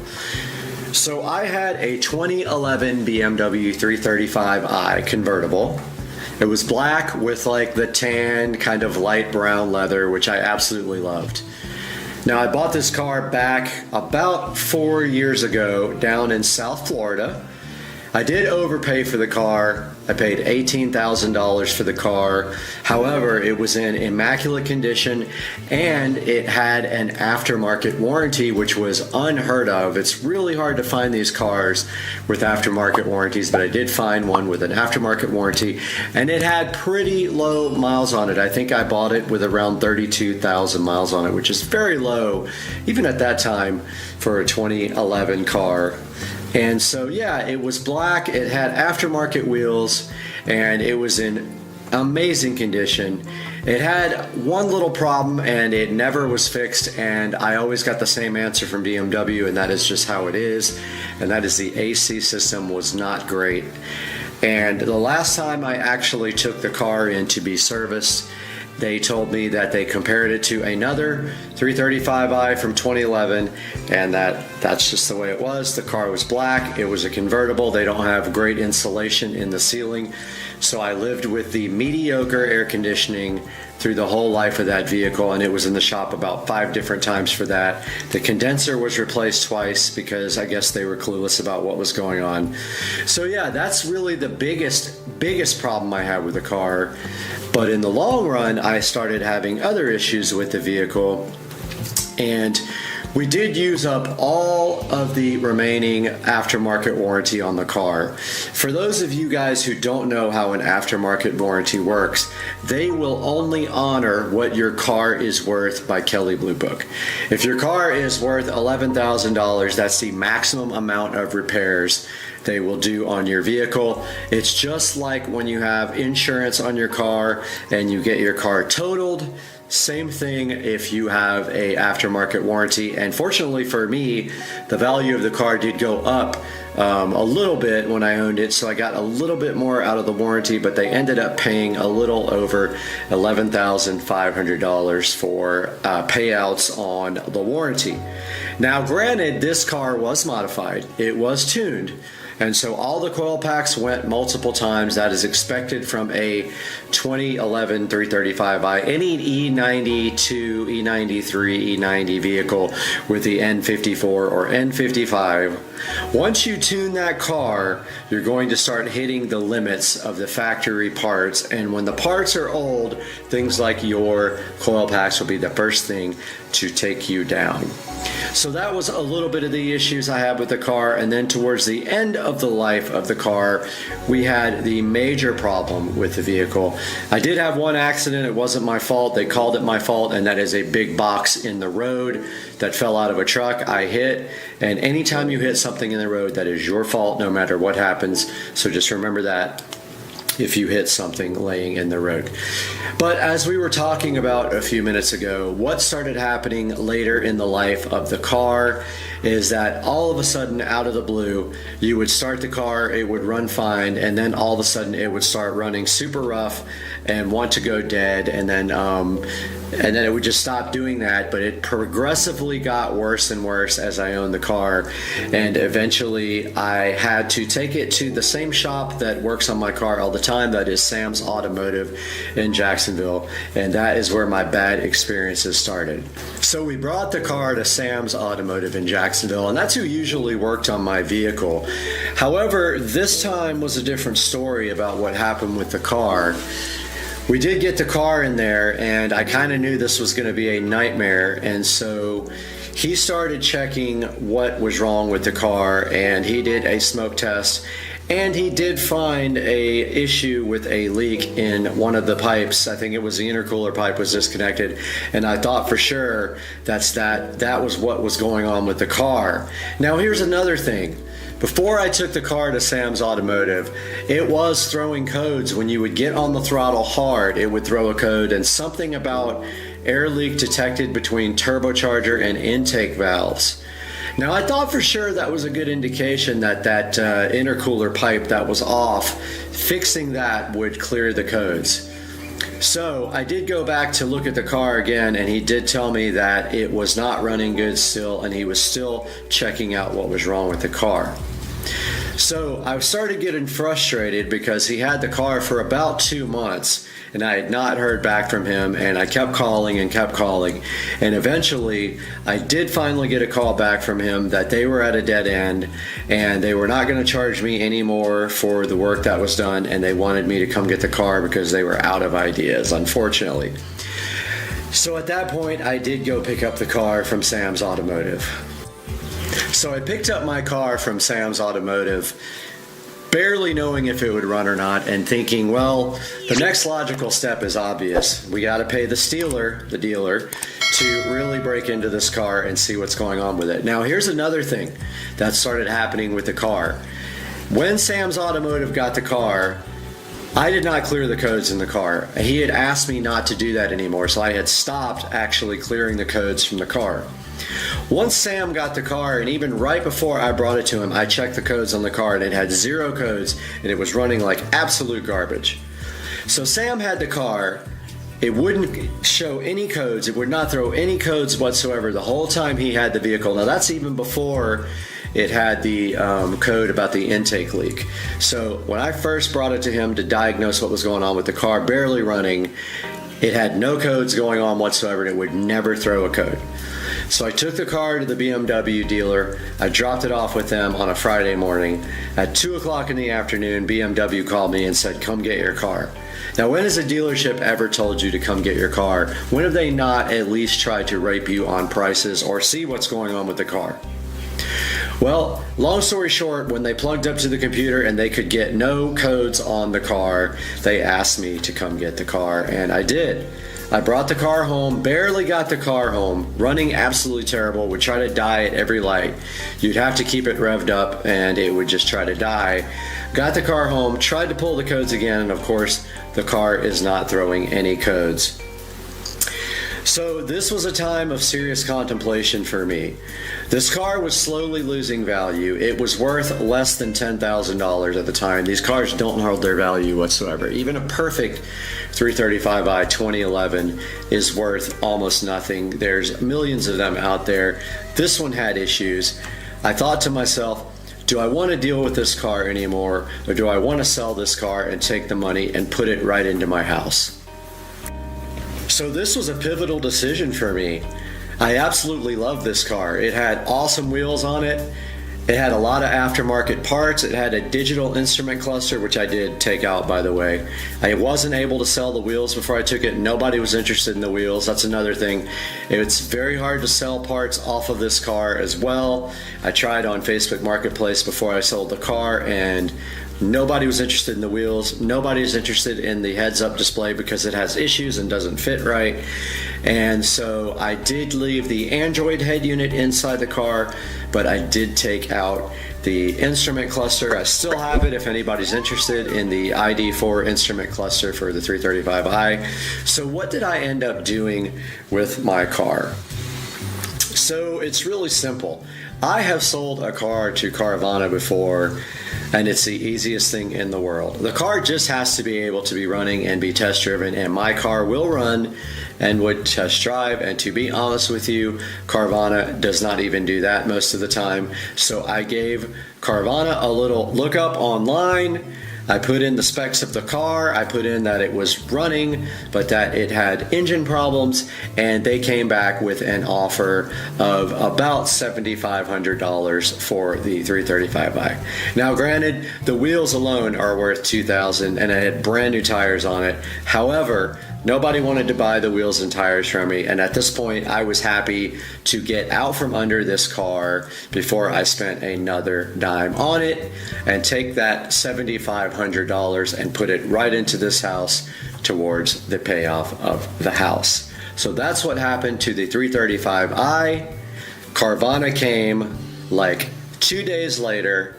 They sent me all the paperwork. I e-signed it. They came and picked up the car on a wrecking truck, and they took the 335i, and I waved goodbye to the 335i forever.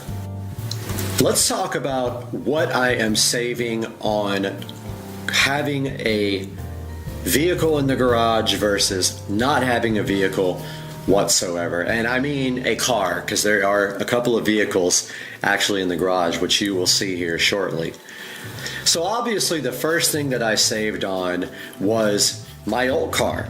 My old car was costing me money, and it had no more warranty on it, and it was going to cost, and that was another thing about getting rid of the car. I didn't know how much BMW would charge, if they would even fix it, and if I brought it to another shop, I was probably going to have to tow it there. I didn't know how much another shop was going to charge me either, so just getting rid of the car, I saved on maintenance and repairs on my old car, which could have been anywhere from a couple of $100s to several $1,000s, or I might have gotten a bill for a diagnosis and then chosen to sell the car anyway. So let's say that the first thing, which I didn't even write down here, is that I save on my old vehicle.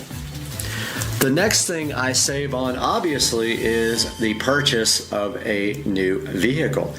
If I don't have to buy a car, I have no money being tied up into payments or putting a lot of money down into a new vehicle. Now, what am I looking to spend if I do buy a new vehicle? It's substantial. It'll be over $100,000, so I'm saving well over $100,000 by not going out there and just jumping on the first car that I see. What's the second thing I save on here? Well, obviously, car insurance. Now, that accident with the box in the road was my second at-fault accident. The first one was a few years ago and is about to fall off my record here in the next couple of months. That second accident really jacked up my insurance. In fact, it doubled it from $600 a month to almost $1,200 a month for full coverage. So you could say I'm saving $2,400 a year on car insurance by not having a vehicle in that garage or not having a car in that garage. Now, the third thing, gas. This is actually the fourth thing if you count not buying a new car, but the third thing is actually fuel. Now, I am considering buying a Tesla Model S Plaid, which will eliminate fuel altogether, but it does use electricity. The electric Model S Plaid uses about $10 to fill up the tank is the estimate that you get, but the new car would definitely use fuel. I don't know how much. I don't commute to work and back, so we don't have to worry about a commute, but there would be fuel used of some kind. Who knows, $200 a month maybe. I'm just throwing a figure out there for casual driving, and that is saving on fuel. And of course, the last thing with a new car is repairs and maintenance. Who knows how much you will spend on repairs and maintenance. You're going to have to buy tires regardless, so you're probably looking at a Model S Plaid uses tires that will wear out fast because they're performance tires.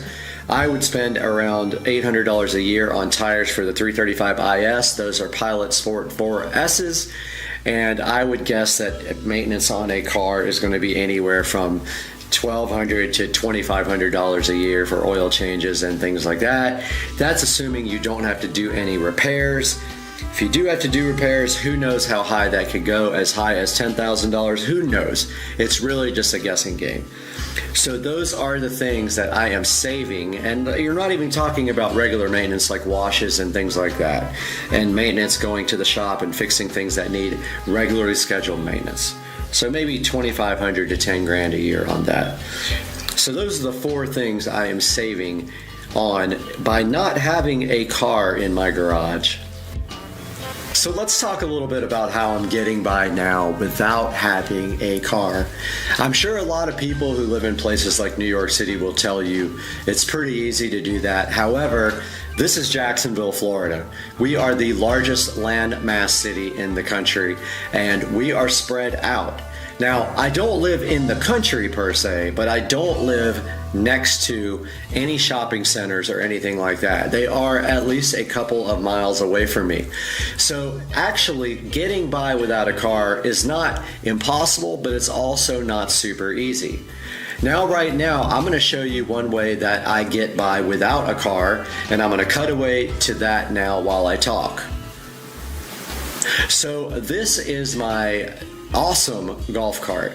This is a 2014 Club Car Precedent. I bought this golf cart for $5,700. I would say about 6 months ago. I got a really good deal on the golf cart, and it had pretty fresh batteries. They are a couple of years old, and you saw with my channel how I took this golf cart and made it into something special from something that needed just a little bit of work. It did need some refreshing, and I did add a lot of things to it. I added a full stereo system. We have done the front bushings in it. We have lowered it and raised it a little bit in the back, and it was already lowered in or raised in the front from the stock height so that you could put 14-inch wheels and tires on it. It does have wheels and tires, and it has lights and blinkers and all that stuff. And now coming back to me here in the Supercar Street Racing Studios, I can tell you that that golf cart has actually helped me out tremendously. I am able to take that golf cart all the way down to Publix. There is a hardware store down there as well, and there is Cliff's Bar and Grill and a couple of other restaurants, and I have been able to get my own groceries and go to the bar and go get food whenever I want it. That is pretty much my main essentials here, food and the hardware store, and that is one way I have done without a vehicle. So what else do I do to get by without a car? Well, I've got some awesome neighbors that live just across the street there, and they've offered to take me places when they go just because we like hanging out. It's really actually really fun.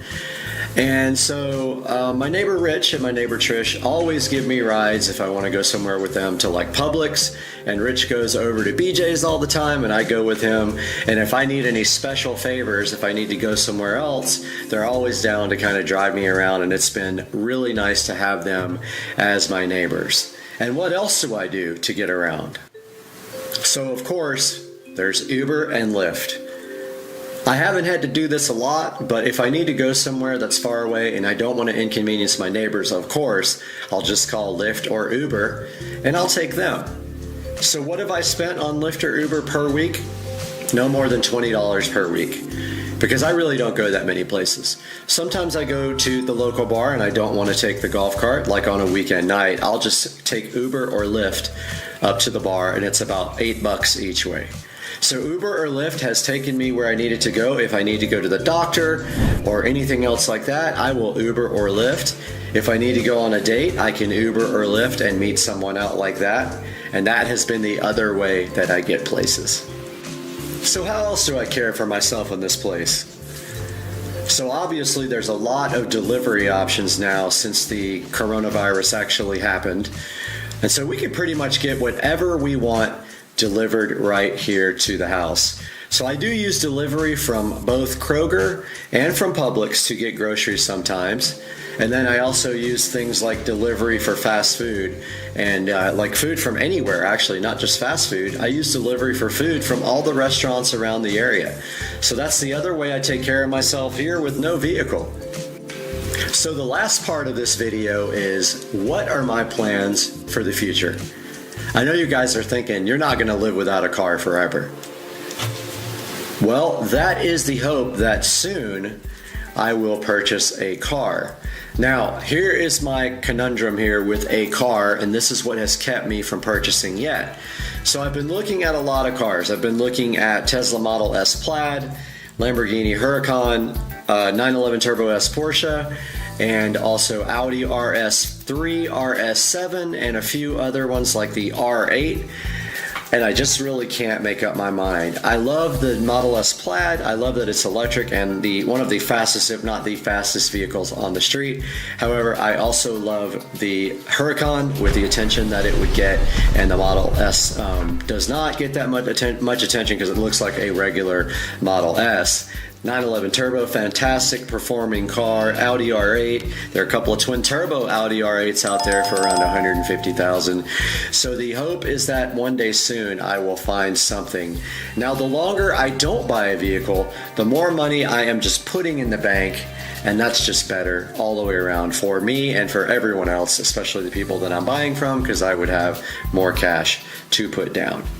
Now, the other thing is also, I can't actually find the exact vehicle that I want as far as the Model S Plaid. That is the one car that if I buy it, I want black on black, and the black interior has to be the carbon fiber interior. I do not want black on white or black on cream or any of that, and I don't want the ash black interior. And it does have to be a 2022 or newer, because they changed the headlights to their new laser LED headlights, and they were a big improvement, and I do want that. They have not changed the vehicle from 2022 to 2023. However, I do want at least a 2022. The Tesla Model S Plaid has dropped in price again to $109,000, so I'm hoping that I will find one here pretty quickly in the $100,000 range, and it will be black on black and a 2022 or a 2023. There is one sitting on right now on Tesla.com that is going for $111,000, and it is no better than the new price, because a brand new 109 plus $1,500 for black paint, you might as well order yourself a brand new one. And that's what's happening in the supercar street racing vehicle out there in the garage, not happening. And I wanted you guys to know how I live my life without a car. Please like and subscribe, and please purchase your items from Amazon through any of my links. You don't have to click on the one that I am reviewing. If you buy through my links, I get paid a little bit of money no matter what you buy. So click one of my links every time you're gonna go buy something from Amazon. It helps me out tremendously. Please like and subscribe, and we'll see you next time on Supercar Street Racing. Good morning, everybody. Hope you guys slept well last night. Had a crazy night out last night down in St. Augustine. I went to a cool restaurant with my friend Sarah, and then we went to hear some live music and went to Sangria's. It was really fun. But today we've got some important stuff going on. The driver texted me last night to tell me the new car will be here this morning. So that means I have to go find the money to pay for the transport, and I'm also working today, so I have to kind of get that in there. But the car will be here this morning. My plan is to video the car coming off the trailer, and then you guys will know exactly what's going on with my car situation. Stay tuned, that's all coming up here shortly, in the blink of an eye for you though. Wanted to take a look at the garage right now, show you guys what I did out here. In anticipation of getting the new car, the other day I came through the garage and I completely cleaned out and reorganized the garage. Got all my car prep stuff here with all my microfiber towels.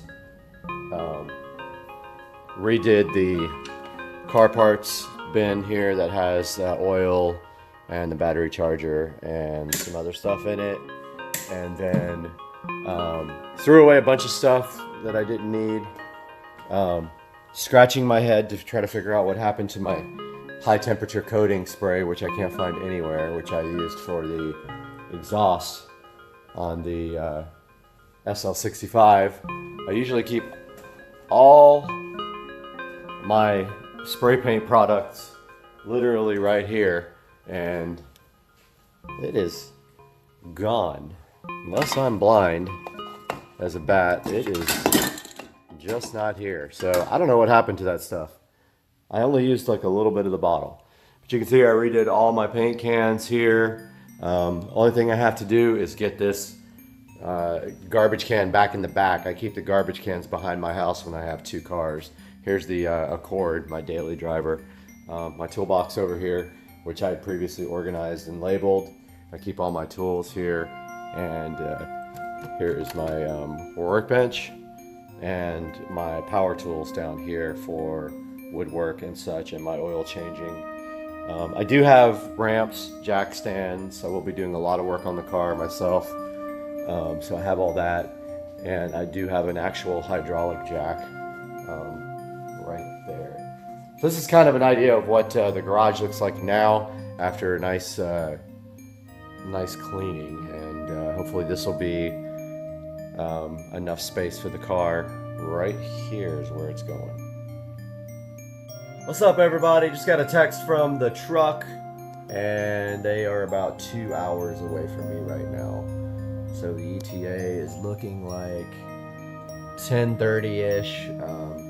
Still have to Uber or Lyft over to the place where they're dropping it off. I'm gonna get it dropped off pretty close by at a parking lot. So we'll see you then when I get an update. Headed to the ATM right now. Got to get out $550, unfortunately, to pay for this car to be shipped. So I'm headed up to Bank of America right now. I'm gonna get out some cash, and then the trucker's 2 hours away, probably about an hour and 45 minutes away now. So we'll have another update here shortly.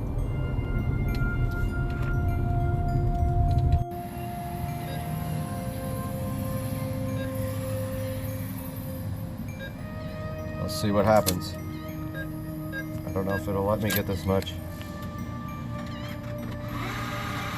Oh, it's gonna let me.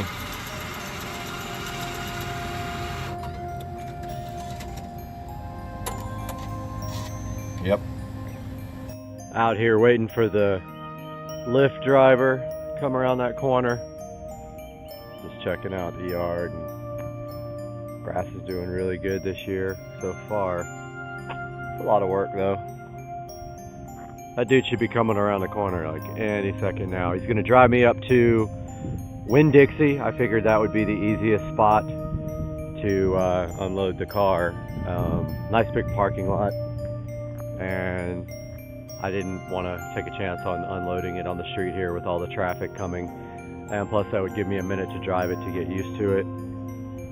And dude should be coming. There he is right there. Out here at Winn-Dixie parking lot waiting for the driver to get here, and just kind of walking towards the road.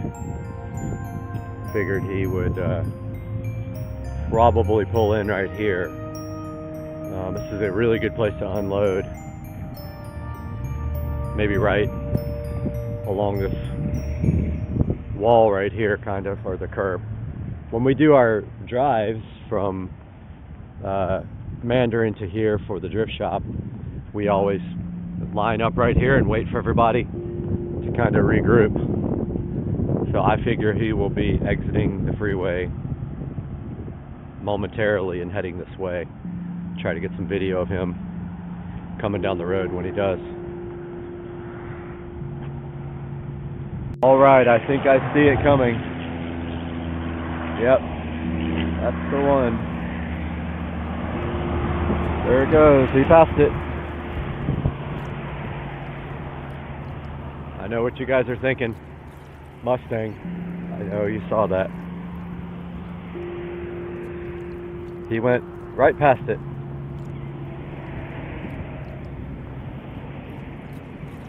Let's see if he decides to turn in.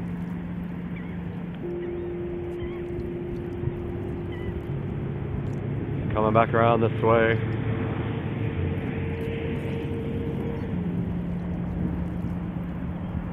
Looks like he's about to turn in. I don't know if you guys can even tell yet what was on that car trailer. There is a orange car on the back. Could that be mine? It's turning in.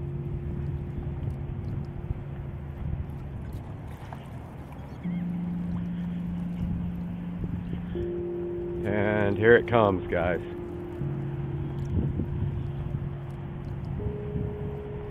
There it is. You guys can probably clearly see it now.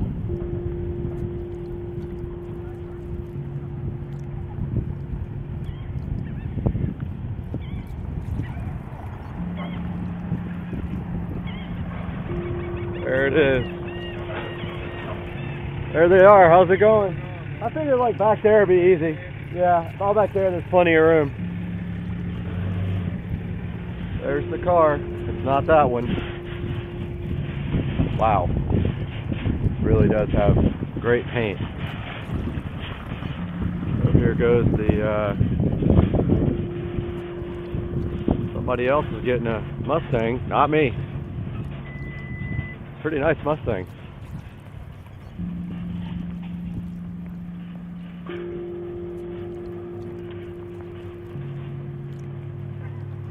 Gonna pause this for now so we can get this thing loaded up. Unloaded. Getting the car unloaded right now. Mustang out first. 427. Mustang. Roush.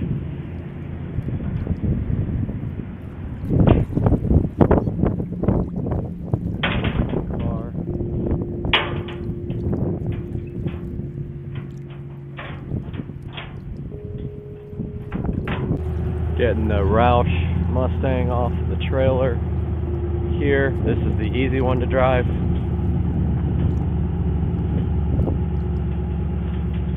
because it has a regular clutch, I'm sure.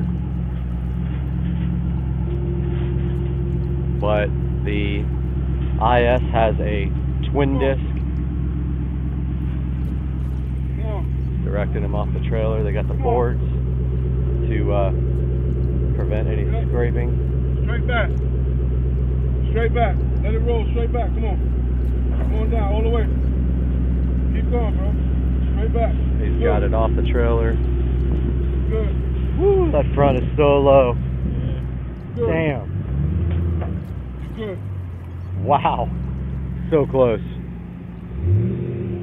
Front air dam. Very close on this Roush.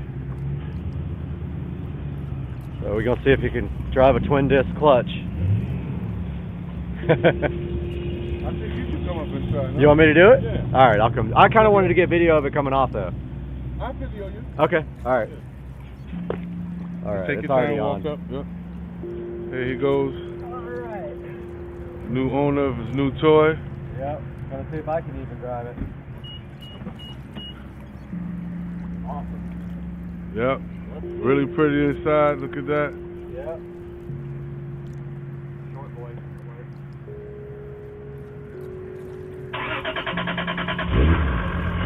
Wow, she cranked up really nice.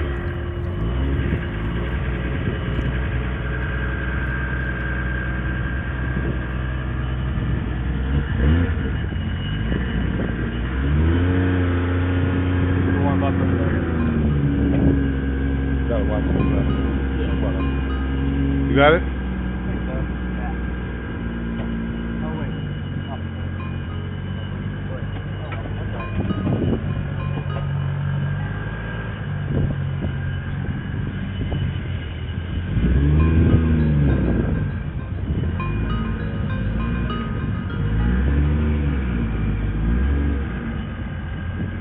Slow.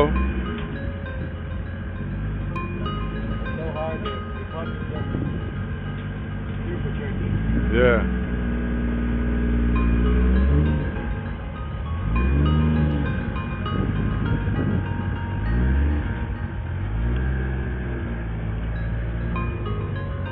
Take your time.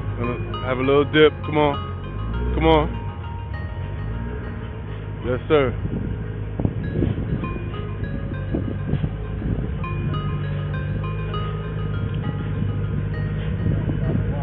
Come on.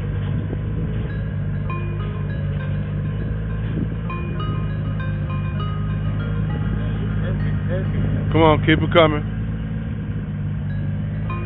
Keep it rolling.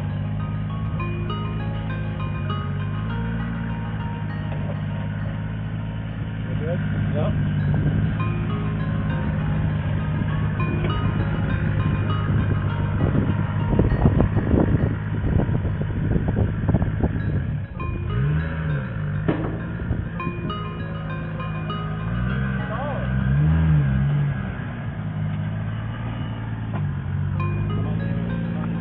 Yeah.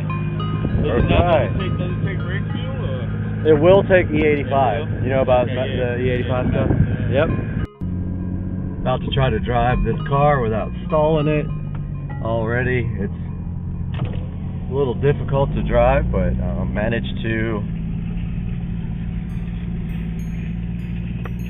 to get away without stalling so far. It's really off on though, as you can see right there. I'm still getting used to it. Wow, this guy just pulled right in front of me. Girl. So another thing, 6 gears really close to the emergency brake. You can really, it's hard to tell when it's in gear. This is going to take some getting used to.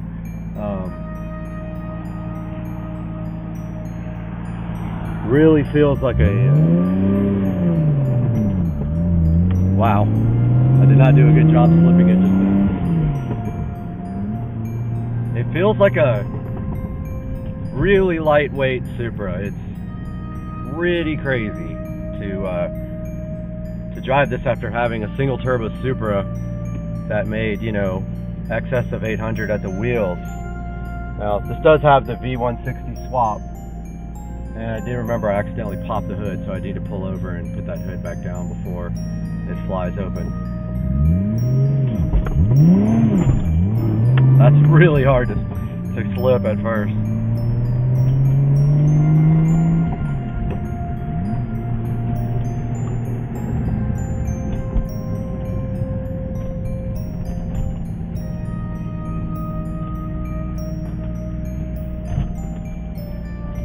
Pull over here and fix the hood because I accidentally popped it a little while ago. It's really awkward driving for the first time.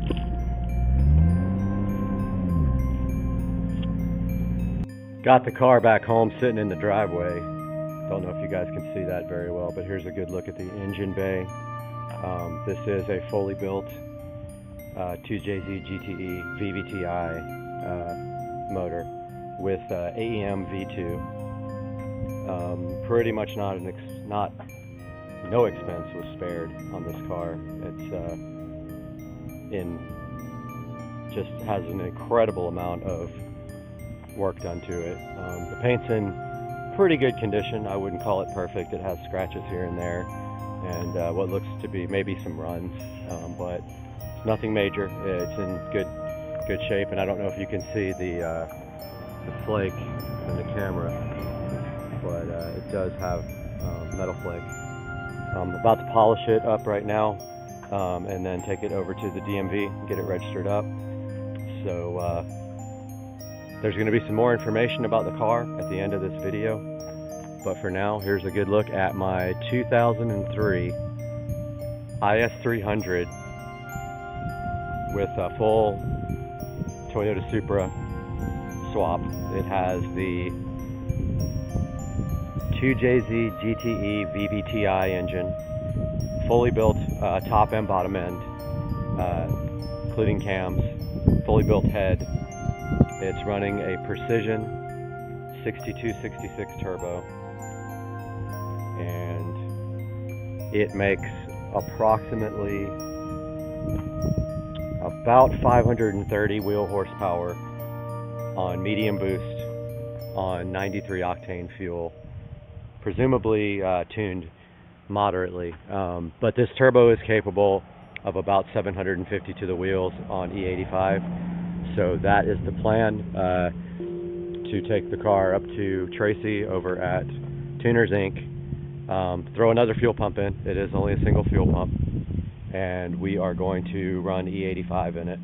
The clutch is very, very difficult. It's a twin disc clutch masters with an aluminum flywheel. It'll take some getting used to. The V160 is pretty noisy, right underneath the transmission well right there, but it is definitely a throwback to my old Supra days, and it's going to be fun to take to the shows and drive around. So stay tuned for the next one, and you're going to see so much with this car, you're not even going to believe it. See you guys.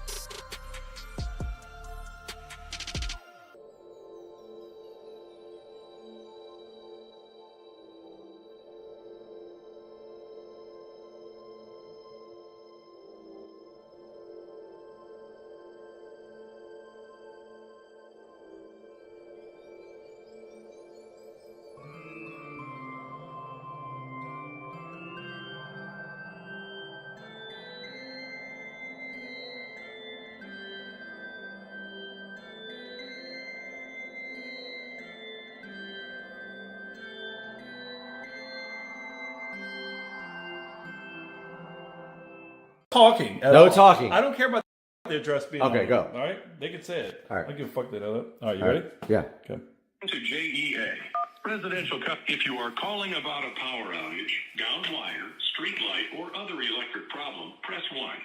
To report a power outage or for an outage up for security purposes, only the street number of the outage location will be repeated. If the street number of the outage location is 11351, press 1. If not, press 2. Our records indicate that your service has been disconnected. A payment of $0.00 must be received to reconnect your services. Let me call and make a payment of $0. Press 1. Say hi. Let's see if this thing will start. This thing is not staying.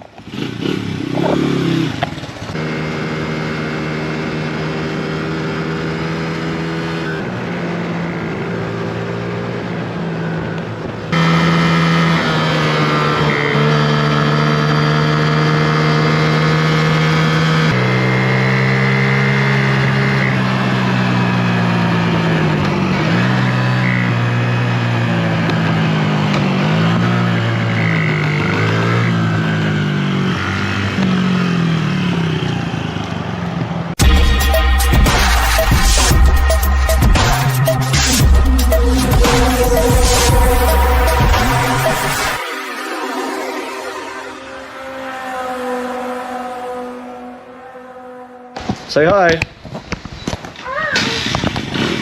Let's see if this thing will start. This thing is not staying.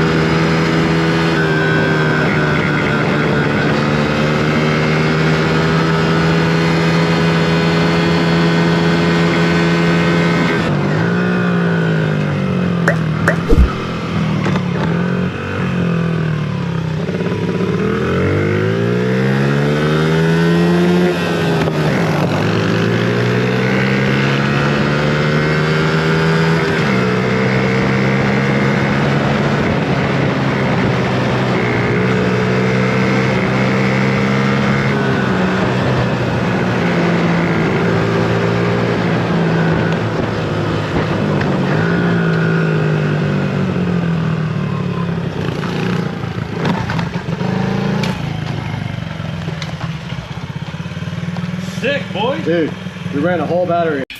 All right, this dude is making baked chicken, and he's got his garlic out. And what is the secret to making the best baked chicken on earth? $4.25 roasted, baby. That's it. I thought you were just gonna say, I cook it. Furiosa, we've come too far. They took Furiosa! As a child, my world was forever changed. My mother was magnificent, and he took it all from me. What do we have here? My childhood, my mother. I want them back!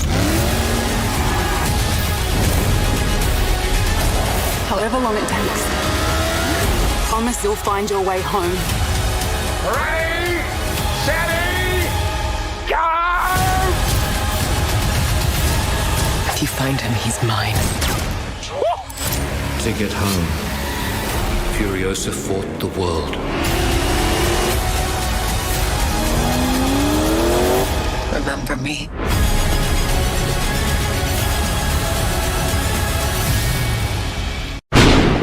Furiosa had gone too far.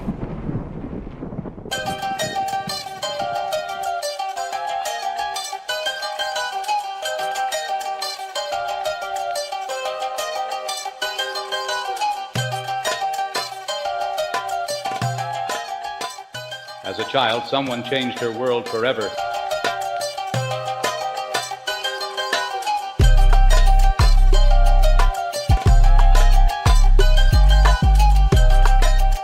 She thought her mother was magnificent. He took it all from her. He wondered exactly who she was.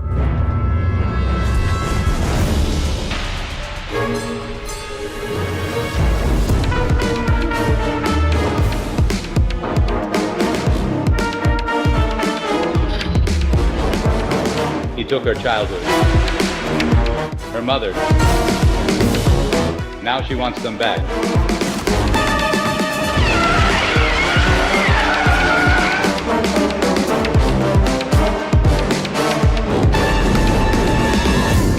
Even if it takes forever. She makes a promise to find her way home.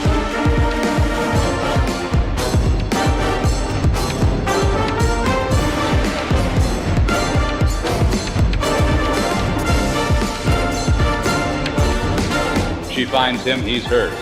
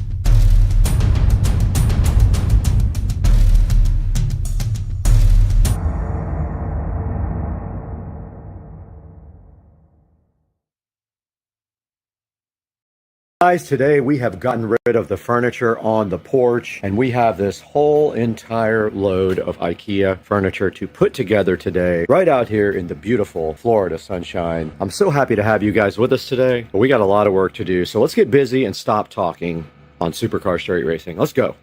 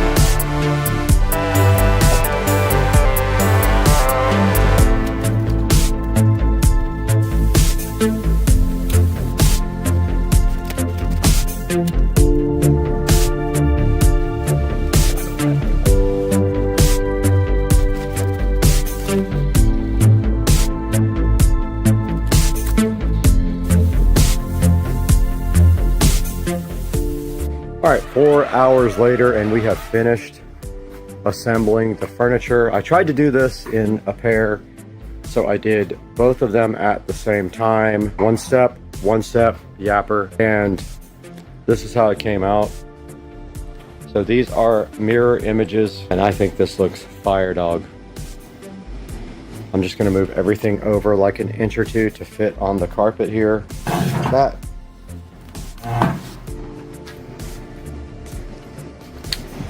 This one here. Let's go! I had a mouthful of food. Let's go! Second part of the equation of the outdoor furniture switch over and refresh is this lounge chair and table set here. We got to get this out and get it put together. One of them is a table and chair. The other one is just a chair, and it is from Hdmi Outdoor Living with very good reviews. Let's get these outside, get them unboxed, and have probably the most fun ever by building more furniture that only took 4 hours to do the other set, guys.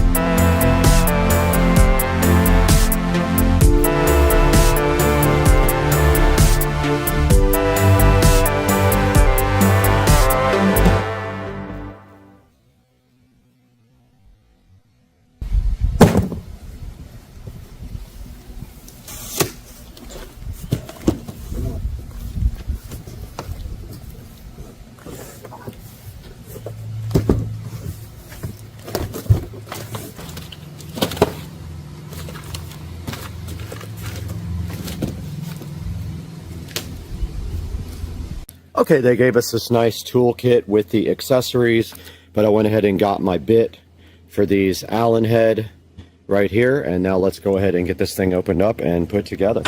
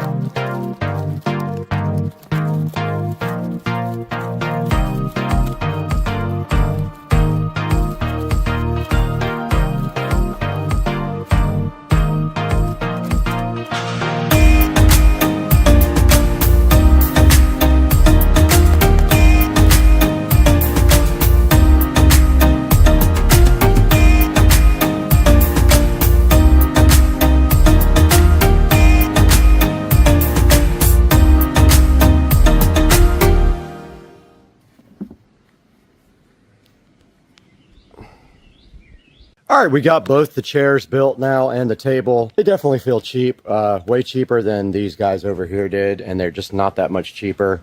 I kind of wish I would have gotten metal ones instead. They have some metal, but it's mostly plastic. And, you know, I had a few issues getting them together, but nothing big. But yeah, these are the new chairs there. That rounded off the new patio furniture there. And now let's throw it into Supercar Street Racing and Brad to see how you can get both of your sets of these on Amazon and IKEA.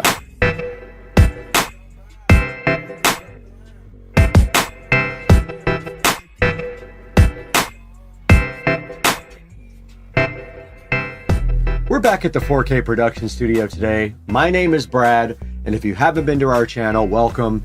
And I'm so happy for your support and for your subscription and your like. And we're taking a look today at this IKEA furniture that I bought, and this is the Revscar, along with the Duve-Holman seat pads, Duve-Holman cushions, and the Frozen covers for the IKEA furniture. Now this entire order was $1,487, and it comes with everything you need to go ahead and build this set for your patio. Now it is made of metal, there is no wood except for the table part that looks like little slots. And then the other furniture was ordered from Amazon. Here's a look at the Hdmi Outdoor Living Patio Shea Lounge. It has good reviews, but I'll be honest, it does feel kind of cheap. I like my metal furniture way better. But this guy has a 4.7 star review, so not too bad. Guys, please support the channel by liking and subscribing. Now, I don't get any money from IKEA if you buy from them, but if you buy this set from Amazon, I will get a small amount of money for the purchase or anything else that you click through any of my links to buy. Now, I don't have time to hang out here all day and talk to you guys. I have to go assemble 1,000 furniture.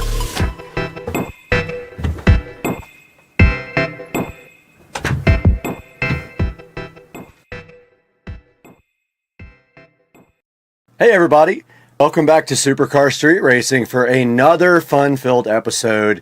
We're right here in the 4K production studio, which was built just for this purpose, and that is to bring you guys the best products and the most fun in a great atmosphere. And you can see here we're loving it in the studio, and today we've got an upgrade right here on Supercar Street Racing.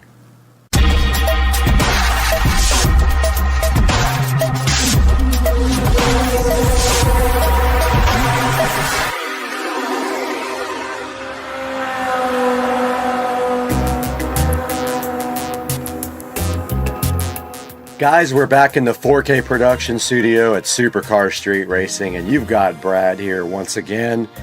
And in my hand, I have the Govee RGB IC light strip. Now, we have a lot of smart lighting already installed in the studio. This is actually going underneath the desk to bring out some ambient lighting, and this can be synced up with the other Govee products in here. And so what we're going to do today is unbox this right here and show you what's inside. We have done this before with this product, and then we're going to get this installed on Supercar Street Racing. Let's get this thing unboxed. All right, inside the box of the Govee RGB IC strip light here, 32 feet long, and you can see right here, right now, they give you a little installation steps card first. Just little quick installation tips here. You have a little Join Govee Home little pamphlet there inside as well. We have the user manual right here, and we have the actual RGB IC strip light. Now when you buy these, and if you want the best, you buy the RGB IC. That means it has, you know, like the integrated circuits built onto it and can do all of the cool colors and chases and all that stuff. That's why we got these. Now there are actually two strips here, and they start on one end and they go out in both directions. So they will start at the back and fan their way around the desk underneath, because I have done this before under the bed and I forgot that they had two strips, but yes they do. And then also inside of the box we have this lovely power cable. It is a regular type power cable like would be in the back of a receiver or like an old CD player. It's not the kind that has the big plug, it's the smaller one. Then we have the actual power supply here. This is the AC to DC power supply. Probably puts out maybe 12 volts, who knows, doesn't really say. 48 watts, 12.2 volts output power supply.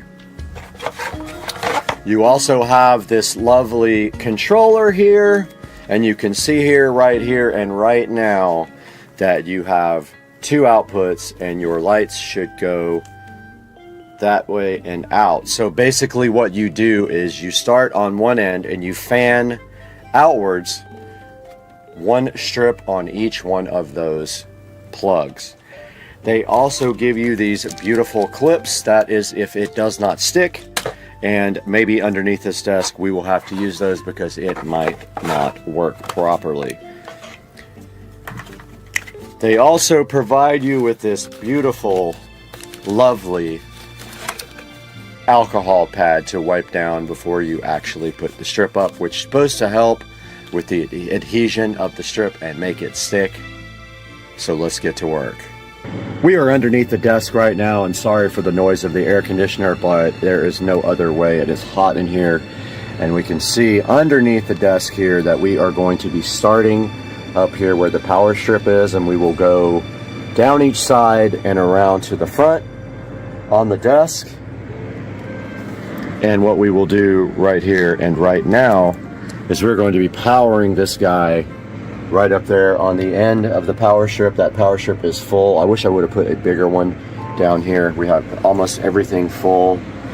And then I will let you guys watch me do the rest of this. And I still have to wire manage over there where I have a mess. Let's get to work.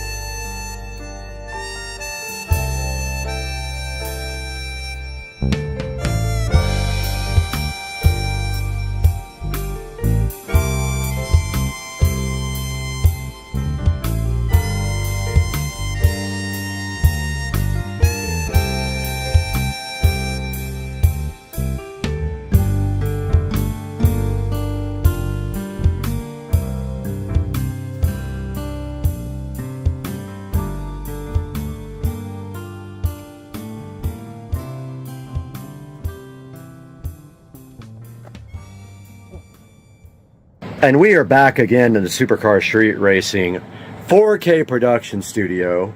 And I just gave the whole entire studio a cleaning. I finally got up there and cleaned the monitors for the first time. They're a little off right here, but they're pretty easy to just move back in place like that. And they line up pretty good for guesswork because that was all luck when I put those in. But I did clean all the monitors. You can see I cleaned the desk and I vacuumed the floor. And look at our wonderful Govee RGB IC light strip looking so fresh underneath the desk. And so what I did right here and right now, oops, zip tie left. What I did is I actually stuck them up to the desk, and then I used the clips and screwed those in various places where I knew it might droop. If it continues to droop, I might have to put more or some hot glue or maybe some other type of glue, but I think that's going to work out. You can see the controllers in the back there where you can't see it, and everything is nice and tied up. When I was finished with the RGB IC light strip install, I then proceeded to do some cable management under here that I had not done before, including tying up the new editing PC. This is the old editing PC, that's the new one. I actually tied up the old one, which I recently added so that I can do extra live streaming from here. If I want to do live streaming from like the security cameras or anything, I have an extra computer here to do that with. And like I said, I cleaned, Windexed, and wiped down everything in the studio, and the studio looks absolutely crazy insane. As you can see, whoops, weight dropped, but yeah, check the studio out, guys. And that is how you do production at Supercar Street Racing, and that really does add a lot to the studio. I noticed also may want to do it under the futon over there, to put some light under that area as well would look cool. Because in the dark areas, you know, it doesn't stand out very well on the webcams up there. We are broadcasting live from the Supercar Street Racing studio in two angles, one there, one up there in the corner, and one up there in that corner, and you can see so fresh on the screen there that we are live. And we hope you guys enjoyed this project. We got another special one coming up that I have to get shot and edited, and we'll see you guys next time on Supercar Street Racing. Hey, and welcome back to the channel. Today we've got something to talk about, and that is, you want to be a YouTube creator? Well, I've got some things you should probably think about before you make that commitment.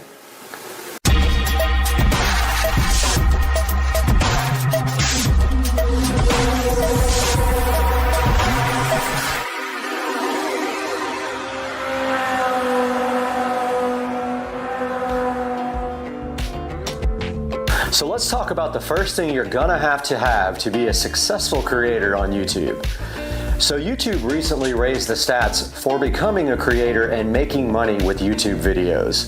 They now require 1,000 subscriptions.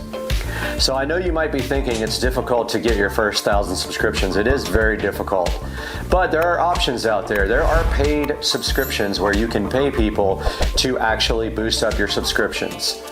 Places like Upwork will do that for you for a minimal fee, and it can get your channel started on the way to 1,000 subscriptions. Other ways to do it is just social media. Put your channel out there on Twitter, put it out there on Facebook, and just by word, and people will subscribe to your channel. They'll help you out tremendously. So the second thing you're gonna need is 4,000 watch hours in order to monetize your videos. That's in 12 months' time. Now I know that might seem like a lot of watch hours, but that can be done pretty quickly. If you take your time and make great videos, you can get to that 4,000 watch hour mark quickly. Again, there's other ways to get it done though. You could actually pay someone to boost up your watch hours to 4,000, at which time your channel might take off and start earning revenue. So the next thing you need to be a successful creator on YouTube is a plan.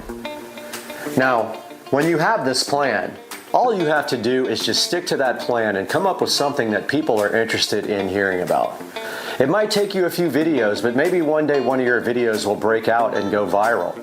I know I have several videos over the 40,000 mark, and that's the only way you're really going to make money on YouTube, is if you get videos up there in the 40, 50,000 mark per view. Those people with million hit videos are making quite a bit of money on YouTube. So I know what you're thinking. How much does each video pay on YouTube? Well, there's a lot of factors that go into getting your videos monetized and how you get paid. And a lot of them have to do with ads. And how many ads you place on your video and how much people watch all the way through your video has a big effect on the amount of money you get paid per video. So as you can see here, planning your ads in your video has a big effect on your pay. So how much does each video make on YouTube? Well, I can tell you from experience that a video that gets over 40,000 hits will probably make you around $120 to $140. Now again, it depends on your mid-roll ads, your primary ads, your secondary ads, if people watch all the way through, the length of your video, and other factors like that. But as you can see here, a video with over 40,000 hits is still not going to make you a lot of money. You're going to need to get into those millions of hit videos if you really want to start thinking about retiring. So your next challenge is going to be coming up with ideas for your videos. To be a successful creator, you don't necessarily need to upload videos every single day. But when you're starting, it certainly helps. The more videos you upload, the more chance you have of becoming a successful creator that makes money on YouTube. Now, all your videos might not strike it rich, but having a lot of videos out there increases your chances of a video going viral, at which time your channel could take off. I have several videos with over 30,000, over 40,000 views, and as soon as I started getting those kinds of views, my revenue increased and my subscriber count increased. So try to make as much content as possible, but also try to make it very, very high quality. So how long does it take a channel to really take off and start making money? Again, that's going to be up to you. First, you've got to get that 1,000 subscriber thing out of the way. Then you got to get that 4,000 watch hour thing out of the way as well. Once those two things are done, you can start monetizing your videos, but you also have to create a Google AdSense account so you can get paid, and YouTube has to approve your account. Now, getting your account approved can be tricky. They have done some things with certain people's accounts saying that they had copyrighted material when they didn't. They have flat out denied some people's accounts, and they can take your monetization away at any time if they feel like it. So go ahead and get these things out of the way, and you're well on your way to being a successful YouTube creator who makes money on their content. So how long did it take me to start making any kind of money on YouTube? Well, I'll tell you right now, I've been at it for years, and I still don't make enough money on YouTube to even pay for the channel. It's a bummer, but you gotta start somewhere. And I have hundreds of videos from years back, some of which were not monetized until recently, and so I haven't made a lot of money on YouTube. I only really ever recently made any money that can even be counted towards anything. So you're gonna take a loss in the beginning, and especially if you have to buy equipment. You need things like cameras. You need lights, you need editing equipment, you need mics. And for that quality to be high, you're gonna have to spend some money. So it's gonna take a while for you to start rolling in the money on YouTube, but take a look at some of the things here that you're gonna have to have in the minimum to make some high quality video productions. So let's go over some of the things you need in the long run, once again, to have a successful YouTube channel and make some money as a creator. So the first thing you need is the 1,000 subscribers. That has to happen. YouTube will not monetize you without 1,000 subscribers. The second thing you need here is 4,000 watch hours over the last 12 months. You have to have at least 4,000 watch hours or YouTube will not even accept your application for monetization on your channel. After they accept your application, you're going to need a Google AdSense account to get started getting paid. And YouTube does report to the IRS. So you can expect them to send all your information to the IRS with your social security number. You need a plan. What's your channel going to be about? What kind of content are you going to focus on? Are you going to have more than one area of focus in your content? Make sure that plan is good. And you're going to need to create a lot of content. A good successful channel starts with a lot of creative content. Eventually, when you have your 1 million or 2 million subscribers, you can step that content level down and just focus on the main things that make you money on YouTube. Now, I wish you the best of luck on your endeavor to create a successful YouTube monetization channel. And please let me know down in the comments if you have any suggestions. What's been your experience trying to become a creator on YouTube? Let me know down in the comments, and we'll see you later from Supercar Street Racing.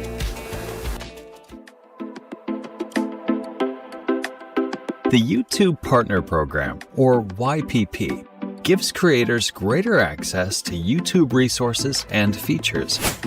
If you're looking to make money with your channel, you'll need to apply and be approved for YPP. To apply for YPP, you must be in good standing with YouTube, have at least 1,000 subscribers, and have 4,000 valid public watch hours in the last 12 months. We've set these thresholds because we want creators to be good citizens on the platform, and these requirements ensure our teams have enough information to review your channel. You can check your progress towards hitting these thresholds on the monetization page of YouTube Studio. You can also choose to be notified with an email once you're eligible to apply.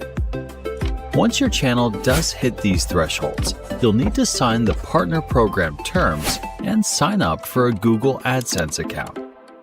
After all of these steps are completed, then your channel will be reviewed against our policies. If everything looks good, you can start earning money from ads and from YouTube Premium subscribers watching your content. You can also earn money in other ways, with channel memberships, Super Chat, or even by selling your own merch, as long as you meet their criteria and they're available in your location. Now, let's walk through some common questions. 1. How long does it take for my channel to be reviewed? If you think your channel qualifies for YPP, but it hasn't been reviewed yet, we'll usually get back to you in about 1 month once you hit the review thresholds. Remember, you can find more about your status on the monetization page in YouTube Studio. 2. Why wasn't my channel approved? If you're not approved for YPP, it's likely because our reviewers found that a significant portion of your channel doesn't meet the YouTube Partner Program policies and community guidelines. Some of the most common reasons for not being accepted are regarding the AdSense program policies, specifically related to reused or repetitious content. This is content that is very similar or exactly the same across videos and channels. You can reapply again in 30 days, as long as you still meet the watch hour and subscriber thresholds. Before you reapply, we suggest you read through these policies and edit or delete any videos that violate those policies. 3. Do I have to meet the threshold every year? The short answer is no. However, you do need to stay active with uploads and community posts. If you're inactive on your channel for 6 months and fall below the threshold, we may remove your channel from the Partner Program. For more information on applying to the YouTube Partner Program, check out the resources in the description below. Thanks for watching. Hold on, I just got to go into my kitchen real quick and then... Oh. Okay.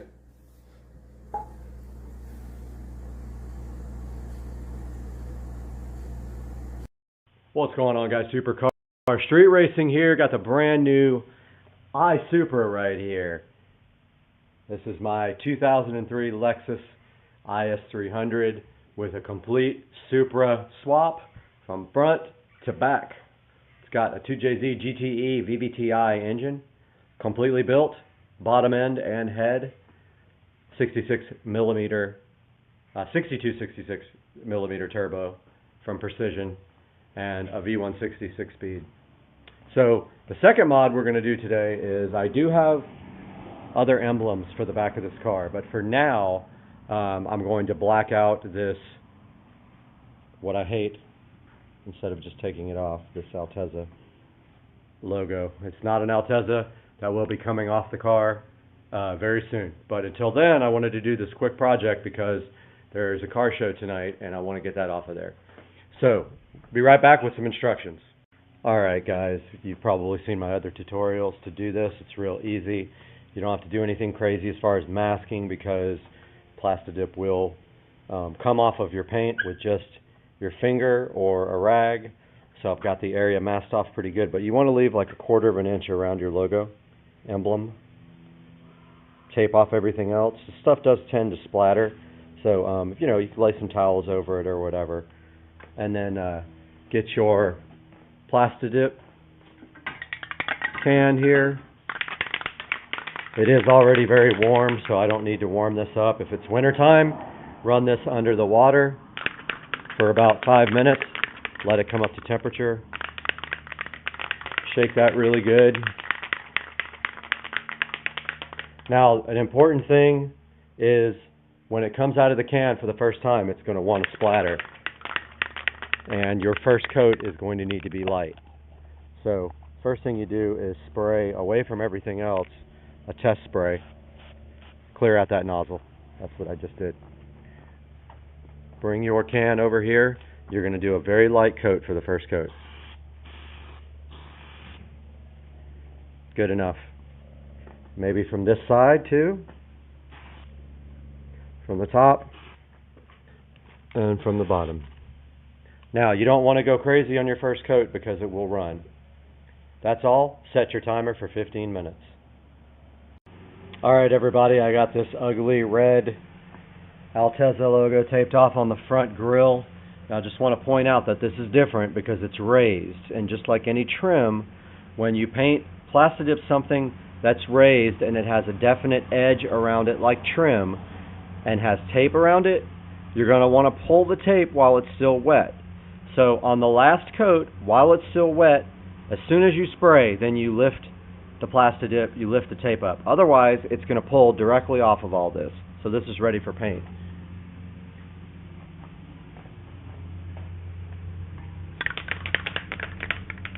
Got my Plastidip can here. It's going to be a little different because it's covering the whole thing. Make sure you spray a test spray away from everything. And then go ahead and put a light coat. Perfect. There's the first coat. Sorry if I didn't get that on camera. Looks pretty good. Go set your timer for 15. Alright, what's up fools? 15 minutes has passed. Got my refreshment. Don't want to show it and get demonetized. But coming up here to do the second coat here. This will be a little bit thicker than the first. Sprayed my test coat and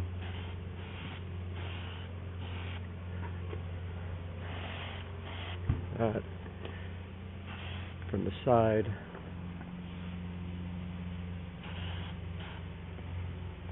And from the top. Well, that's a pretty thick coat. Let's see how that dries in 15 minutes and we'll see if we need a third coat. Alright, I decided I hate this too, so I taped that off. That's going to get sprayed, but we're ready for our second coat on our front logo here. Spray a little bit out of the way to clear the nozzle. And 1, 2, 3 coats there. And there's no need to get the sides, so this probably is almost done. Kind of like the way that looks all blacked out. Back has maybe one more coat left and we're done. Got the hood pins painted off, or taped off for Plastidip. I am worried about these ones because when I stick the key in, I think it's going to chip off the Plastidip a lot. So this may not be a long-term solution. I may have to actually paint these. But for now, I want to get rid of this big, ugly-ass ring. It's the ugliest thing I've ever seen on my car. And now, I believe it's about 2 minutes away. I feel comfortable with putting the last coat of Plastidip on the rear. Here goes the last one, guys.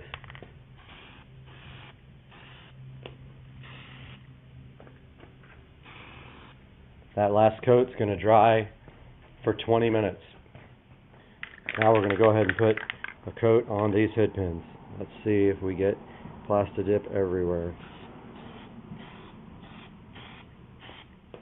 Okay, there's a good first coat.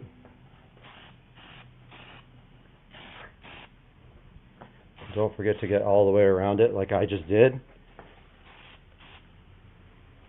Hopefully that didn't go through to the paint, but if it did, it will rub right off, no problem.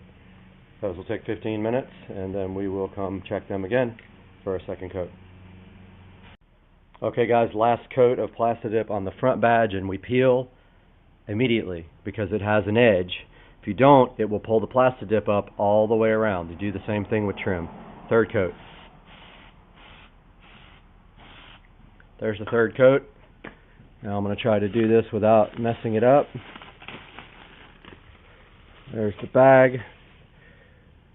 And let's see if this works. Alright, do you see how that came off without taking the Plastidip off? That's how you do that. Badge is now blacked out. I don't know, hopefully you guys can hear me. My neighbor is doing blower stuff. I'm going to go ahead and peel this Plastidip now. Take off the bag and the tape. Hope this works, because if it doesn't, then you have to retape it all, and that sucks. So we're gonna go ahead and get this off. Sorry about the camera. Once again, I forgot to focus on the project. I have a bad habit of that. So you take this Plastidip from the corner and you peel it.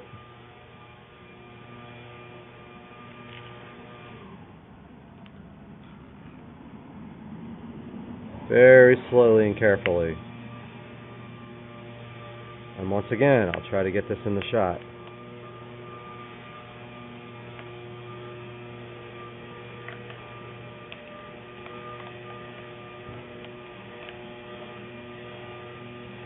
See how between the letters there, sorry about the yard blower, it didn't peel up, but here it's trying to. That's what toothpicks are for. That one worked great. I don't know if you guys saw that, but in between that letter, we had some good results. Okay, so now we have to deal with a few little spots left between that Z there and those two right there. Be right back. I feel like this blower is ruining my video. I hope not. Take your toothpick and go ahead and get that out of there. Look at that, came out perfect. Next one. Wow, so awesome. Love Plastidip, came right out.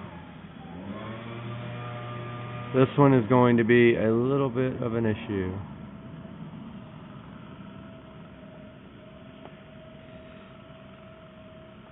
Yeah, that one's not coming out easily. But, there you go. There is how to Plastidip your emblems. Came out really good. Let's go check out the hood pins. So I have a feeling we're going to have to peel these wet because of this edge. So I'm going to put one more coat right now. Sorry about the blower again. Alright, here's my last coat, my wet coat on that one. Time to peel.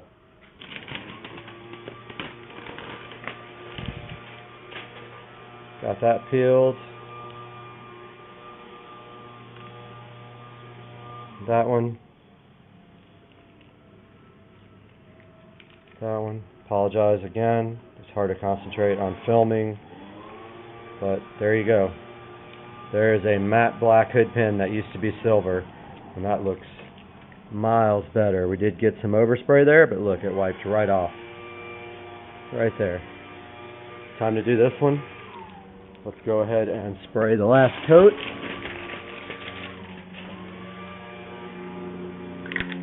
Here's the final coat.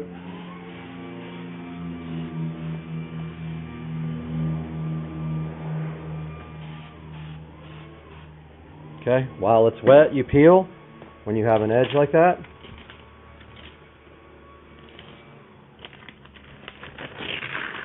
Try not to touch the plastic dip.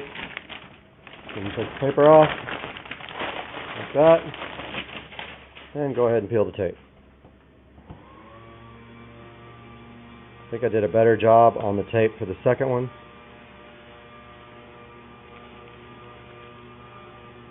Wow, it's not even the shot.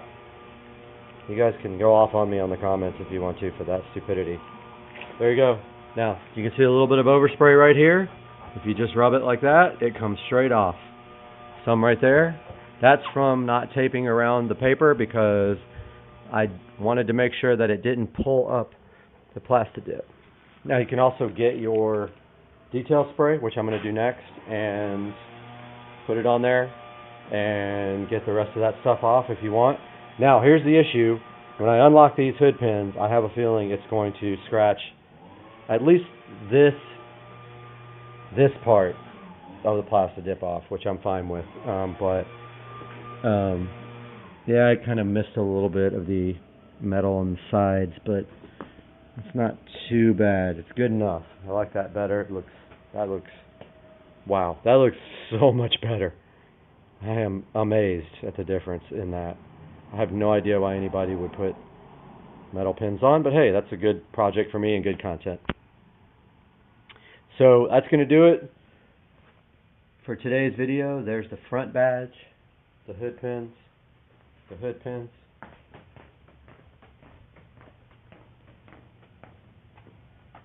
and the rear badge. Supercar Street Racing, we'll see you guys soon. Check out this dude, Alligator Ridge, getting a suntan. Alligator Ridge, I hope you put sunblock on because you can really burn your skin. Oh, don't go in the water, Alligator Ridge. Guys, we are back in the Supercar Street Racing kitchen right now with 3 different products to present to you. We have a huge Hurricane coming, just switched over to category 5, but before that gets here, we're gonna do the dumbest thing and clean the garage door with our new products. I went ahead and got a window squeegee, I've got some Easy Glide glass cleaner here, and I've got a... So today on the channel, we're gonna introduce you to these 3 new products.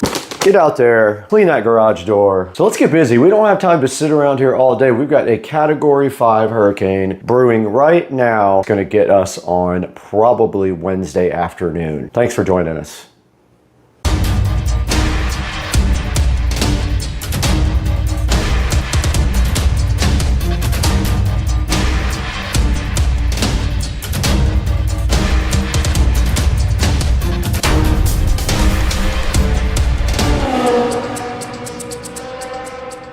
Guys, we're over by the Supercar Street Racing sink now. We've got the Unger Easy Glide in front of us to go ahead and mix, and they do put a nice piece of tape over the top there because you know if you've ordered stuff from Amazon before, liquids, that it will just completely spill out inside of the packaging. So a lot of places have started bagging things up and putting tape on top of the cap. All right, let's get this over here in the sink and get this mixed up. I don't know how much a gallon is.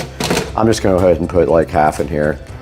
So I'm just gonna put 2 capfuls. This stuff, very, very high concentrated stuff. That's not much. And then I guess if you go ahead and go really fast on the water, it's going to suds up. So let's fill it up slow. I'm gonna go ahead and put hot water in it here. The water's good and hot now.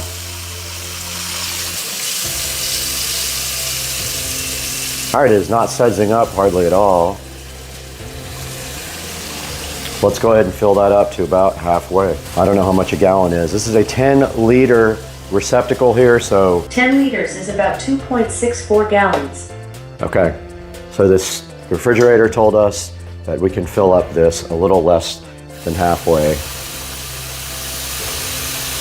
Or we have to put more concentrate in it. So that is probably enough right there. Now let's get this outside with our brand new squeegee here. This is the squeegee. We're gonna put a link to all this in the description. Let's get out there and see if this thing does any good whatsoever. All right, we're out in front of the Supercar Street Racing garage door now. We're gonna go ahead and close it. It is raining, so we're gonna try to get this done before the rain ends, and you can see how dirty this door is from grass sticking to it. Let's go ahead and try out our new, I just spilled a bunch of it. These nuts.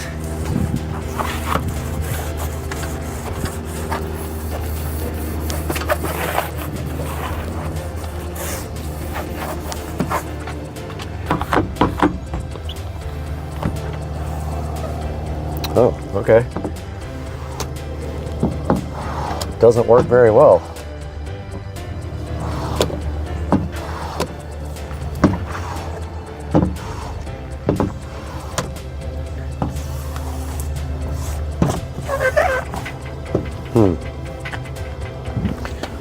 Not sure if I like that.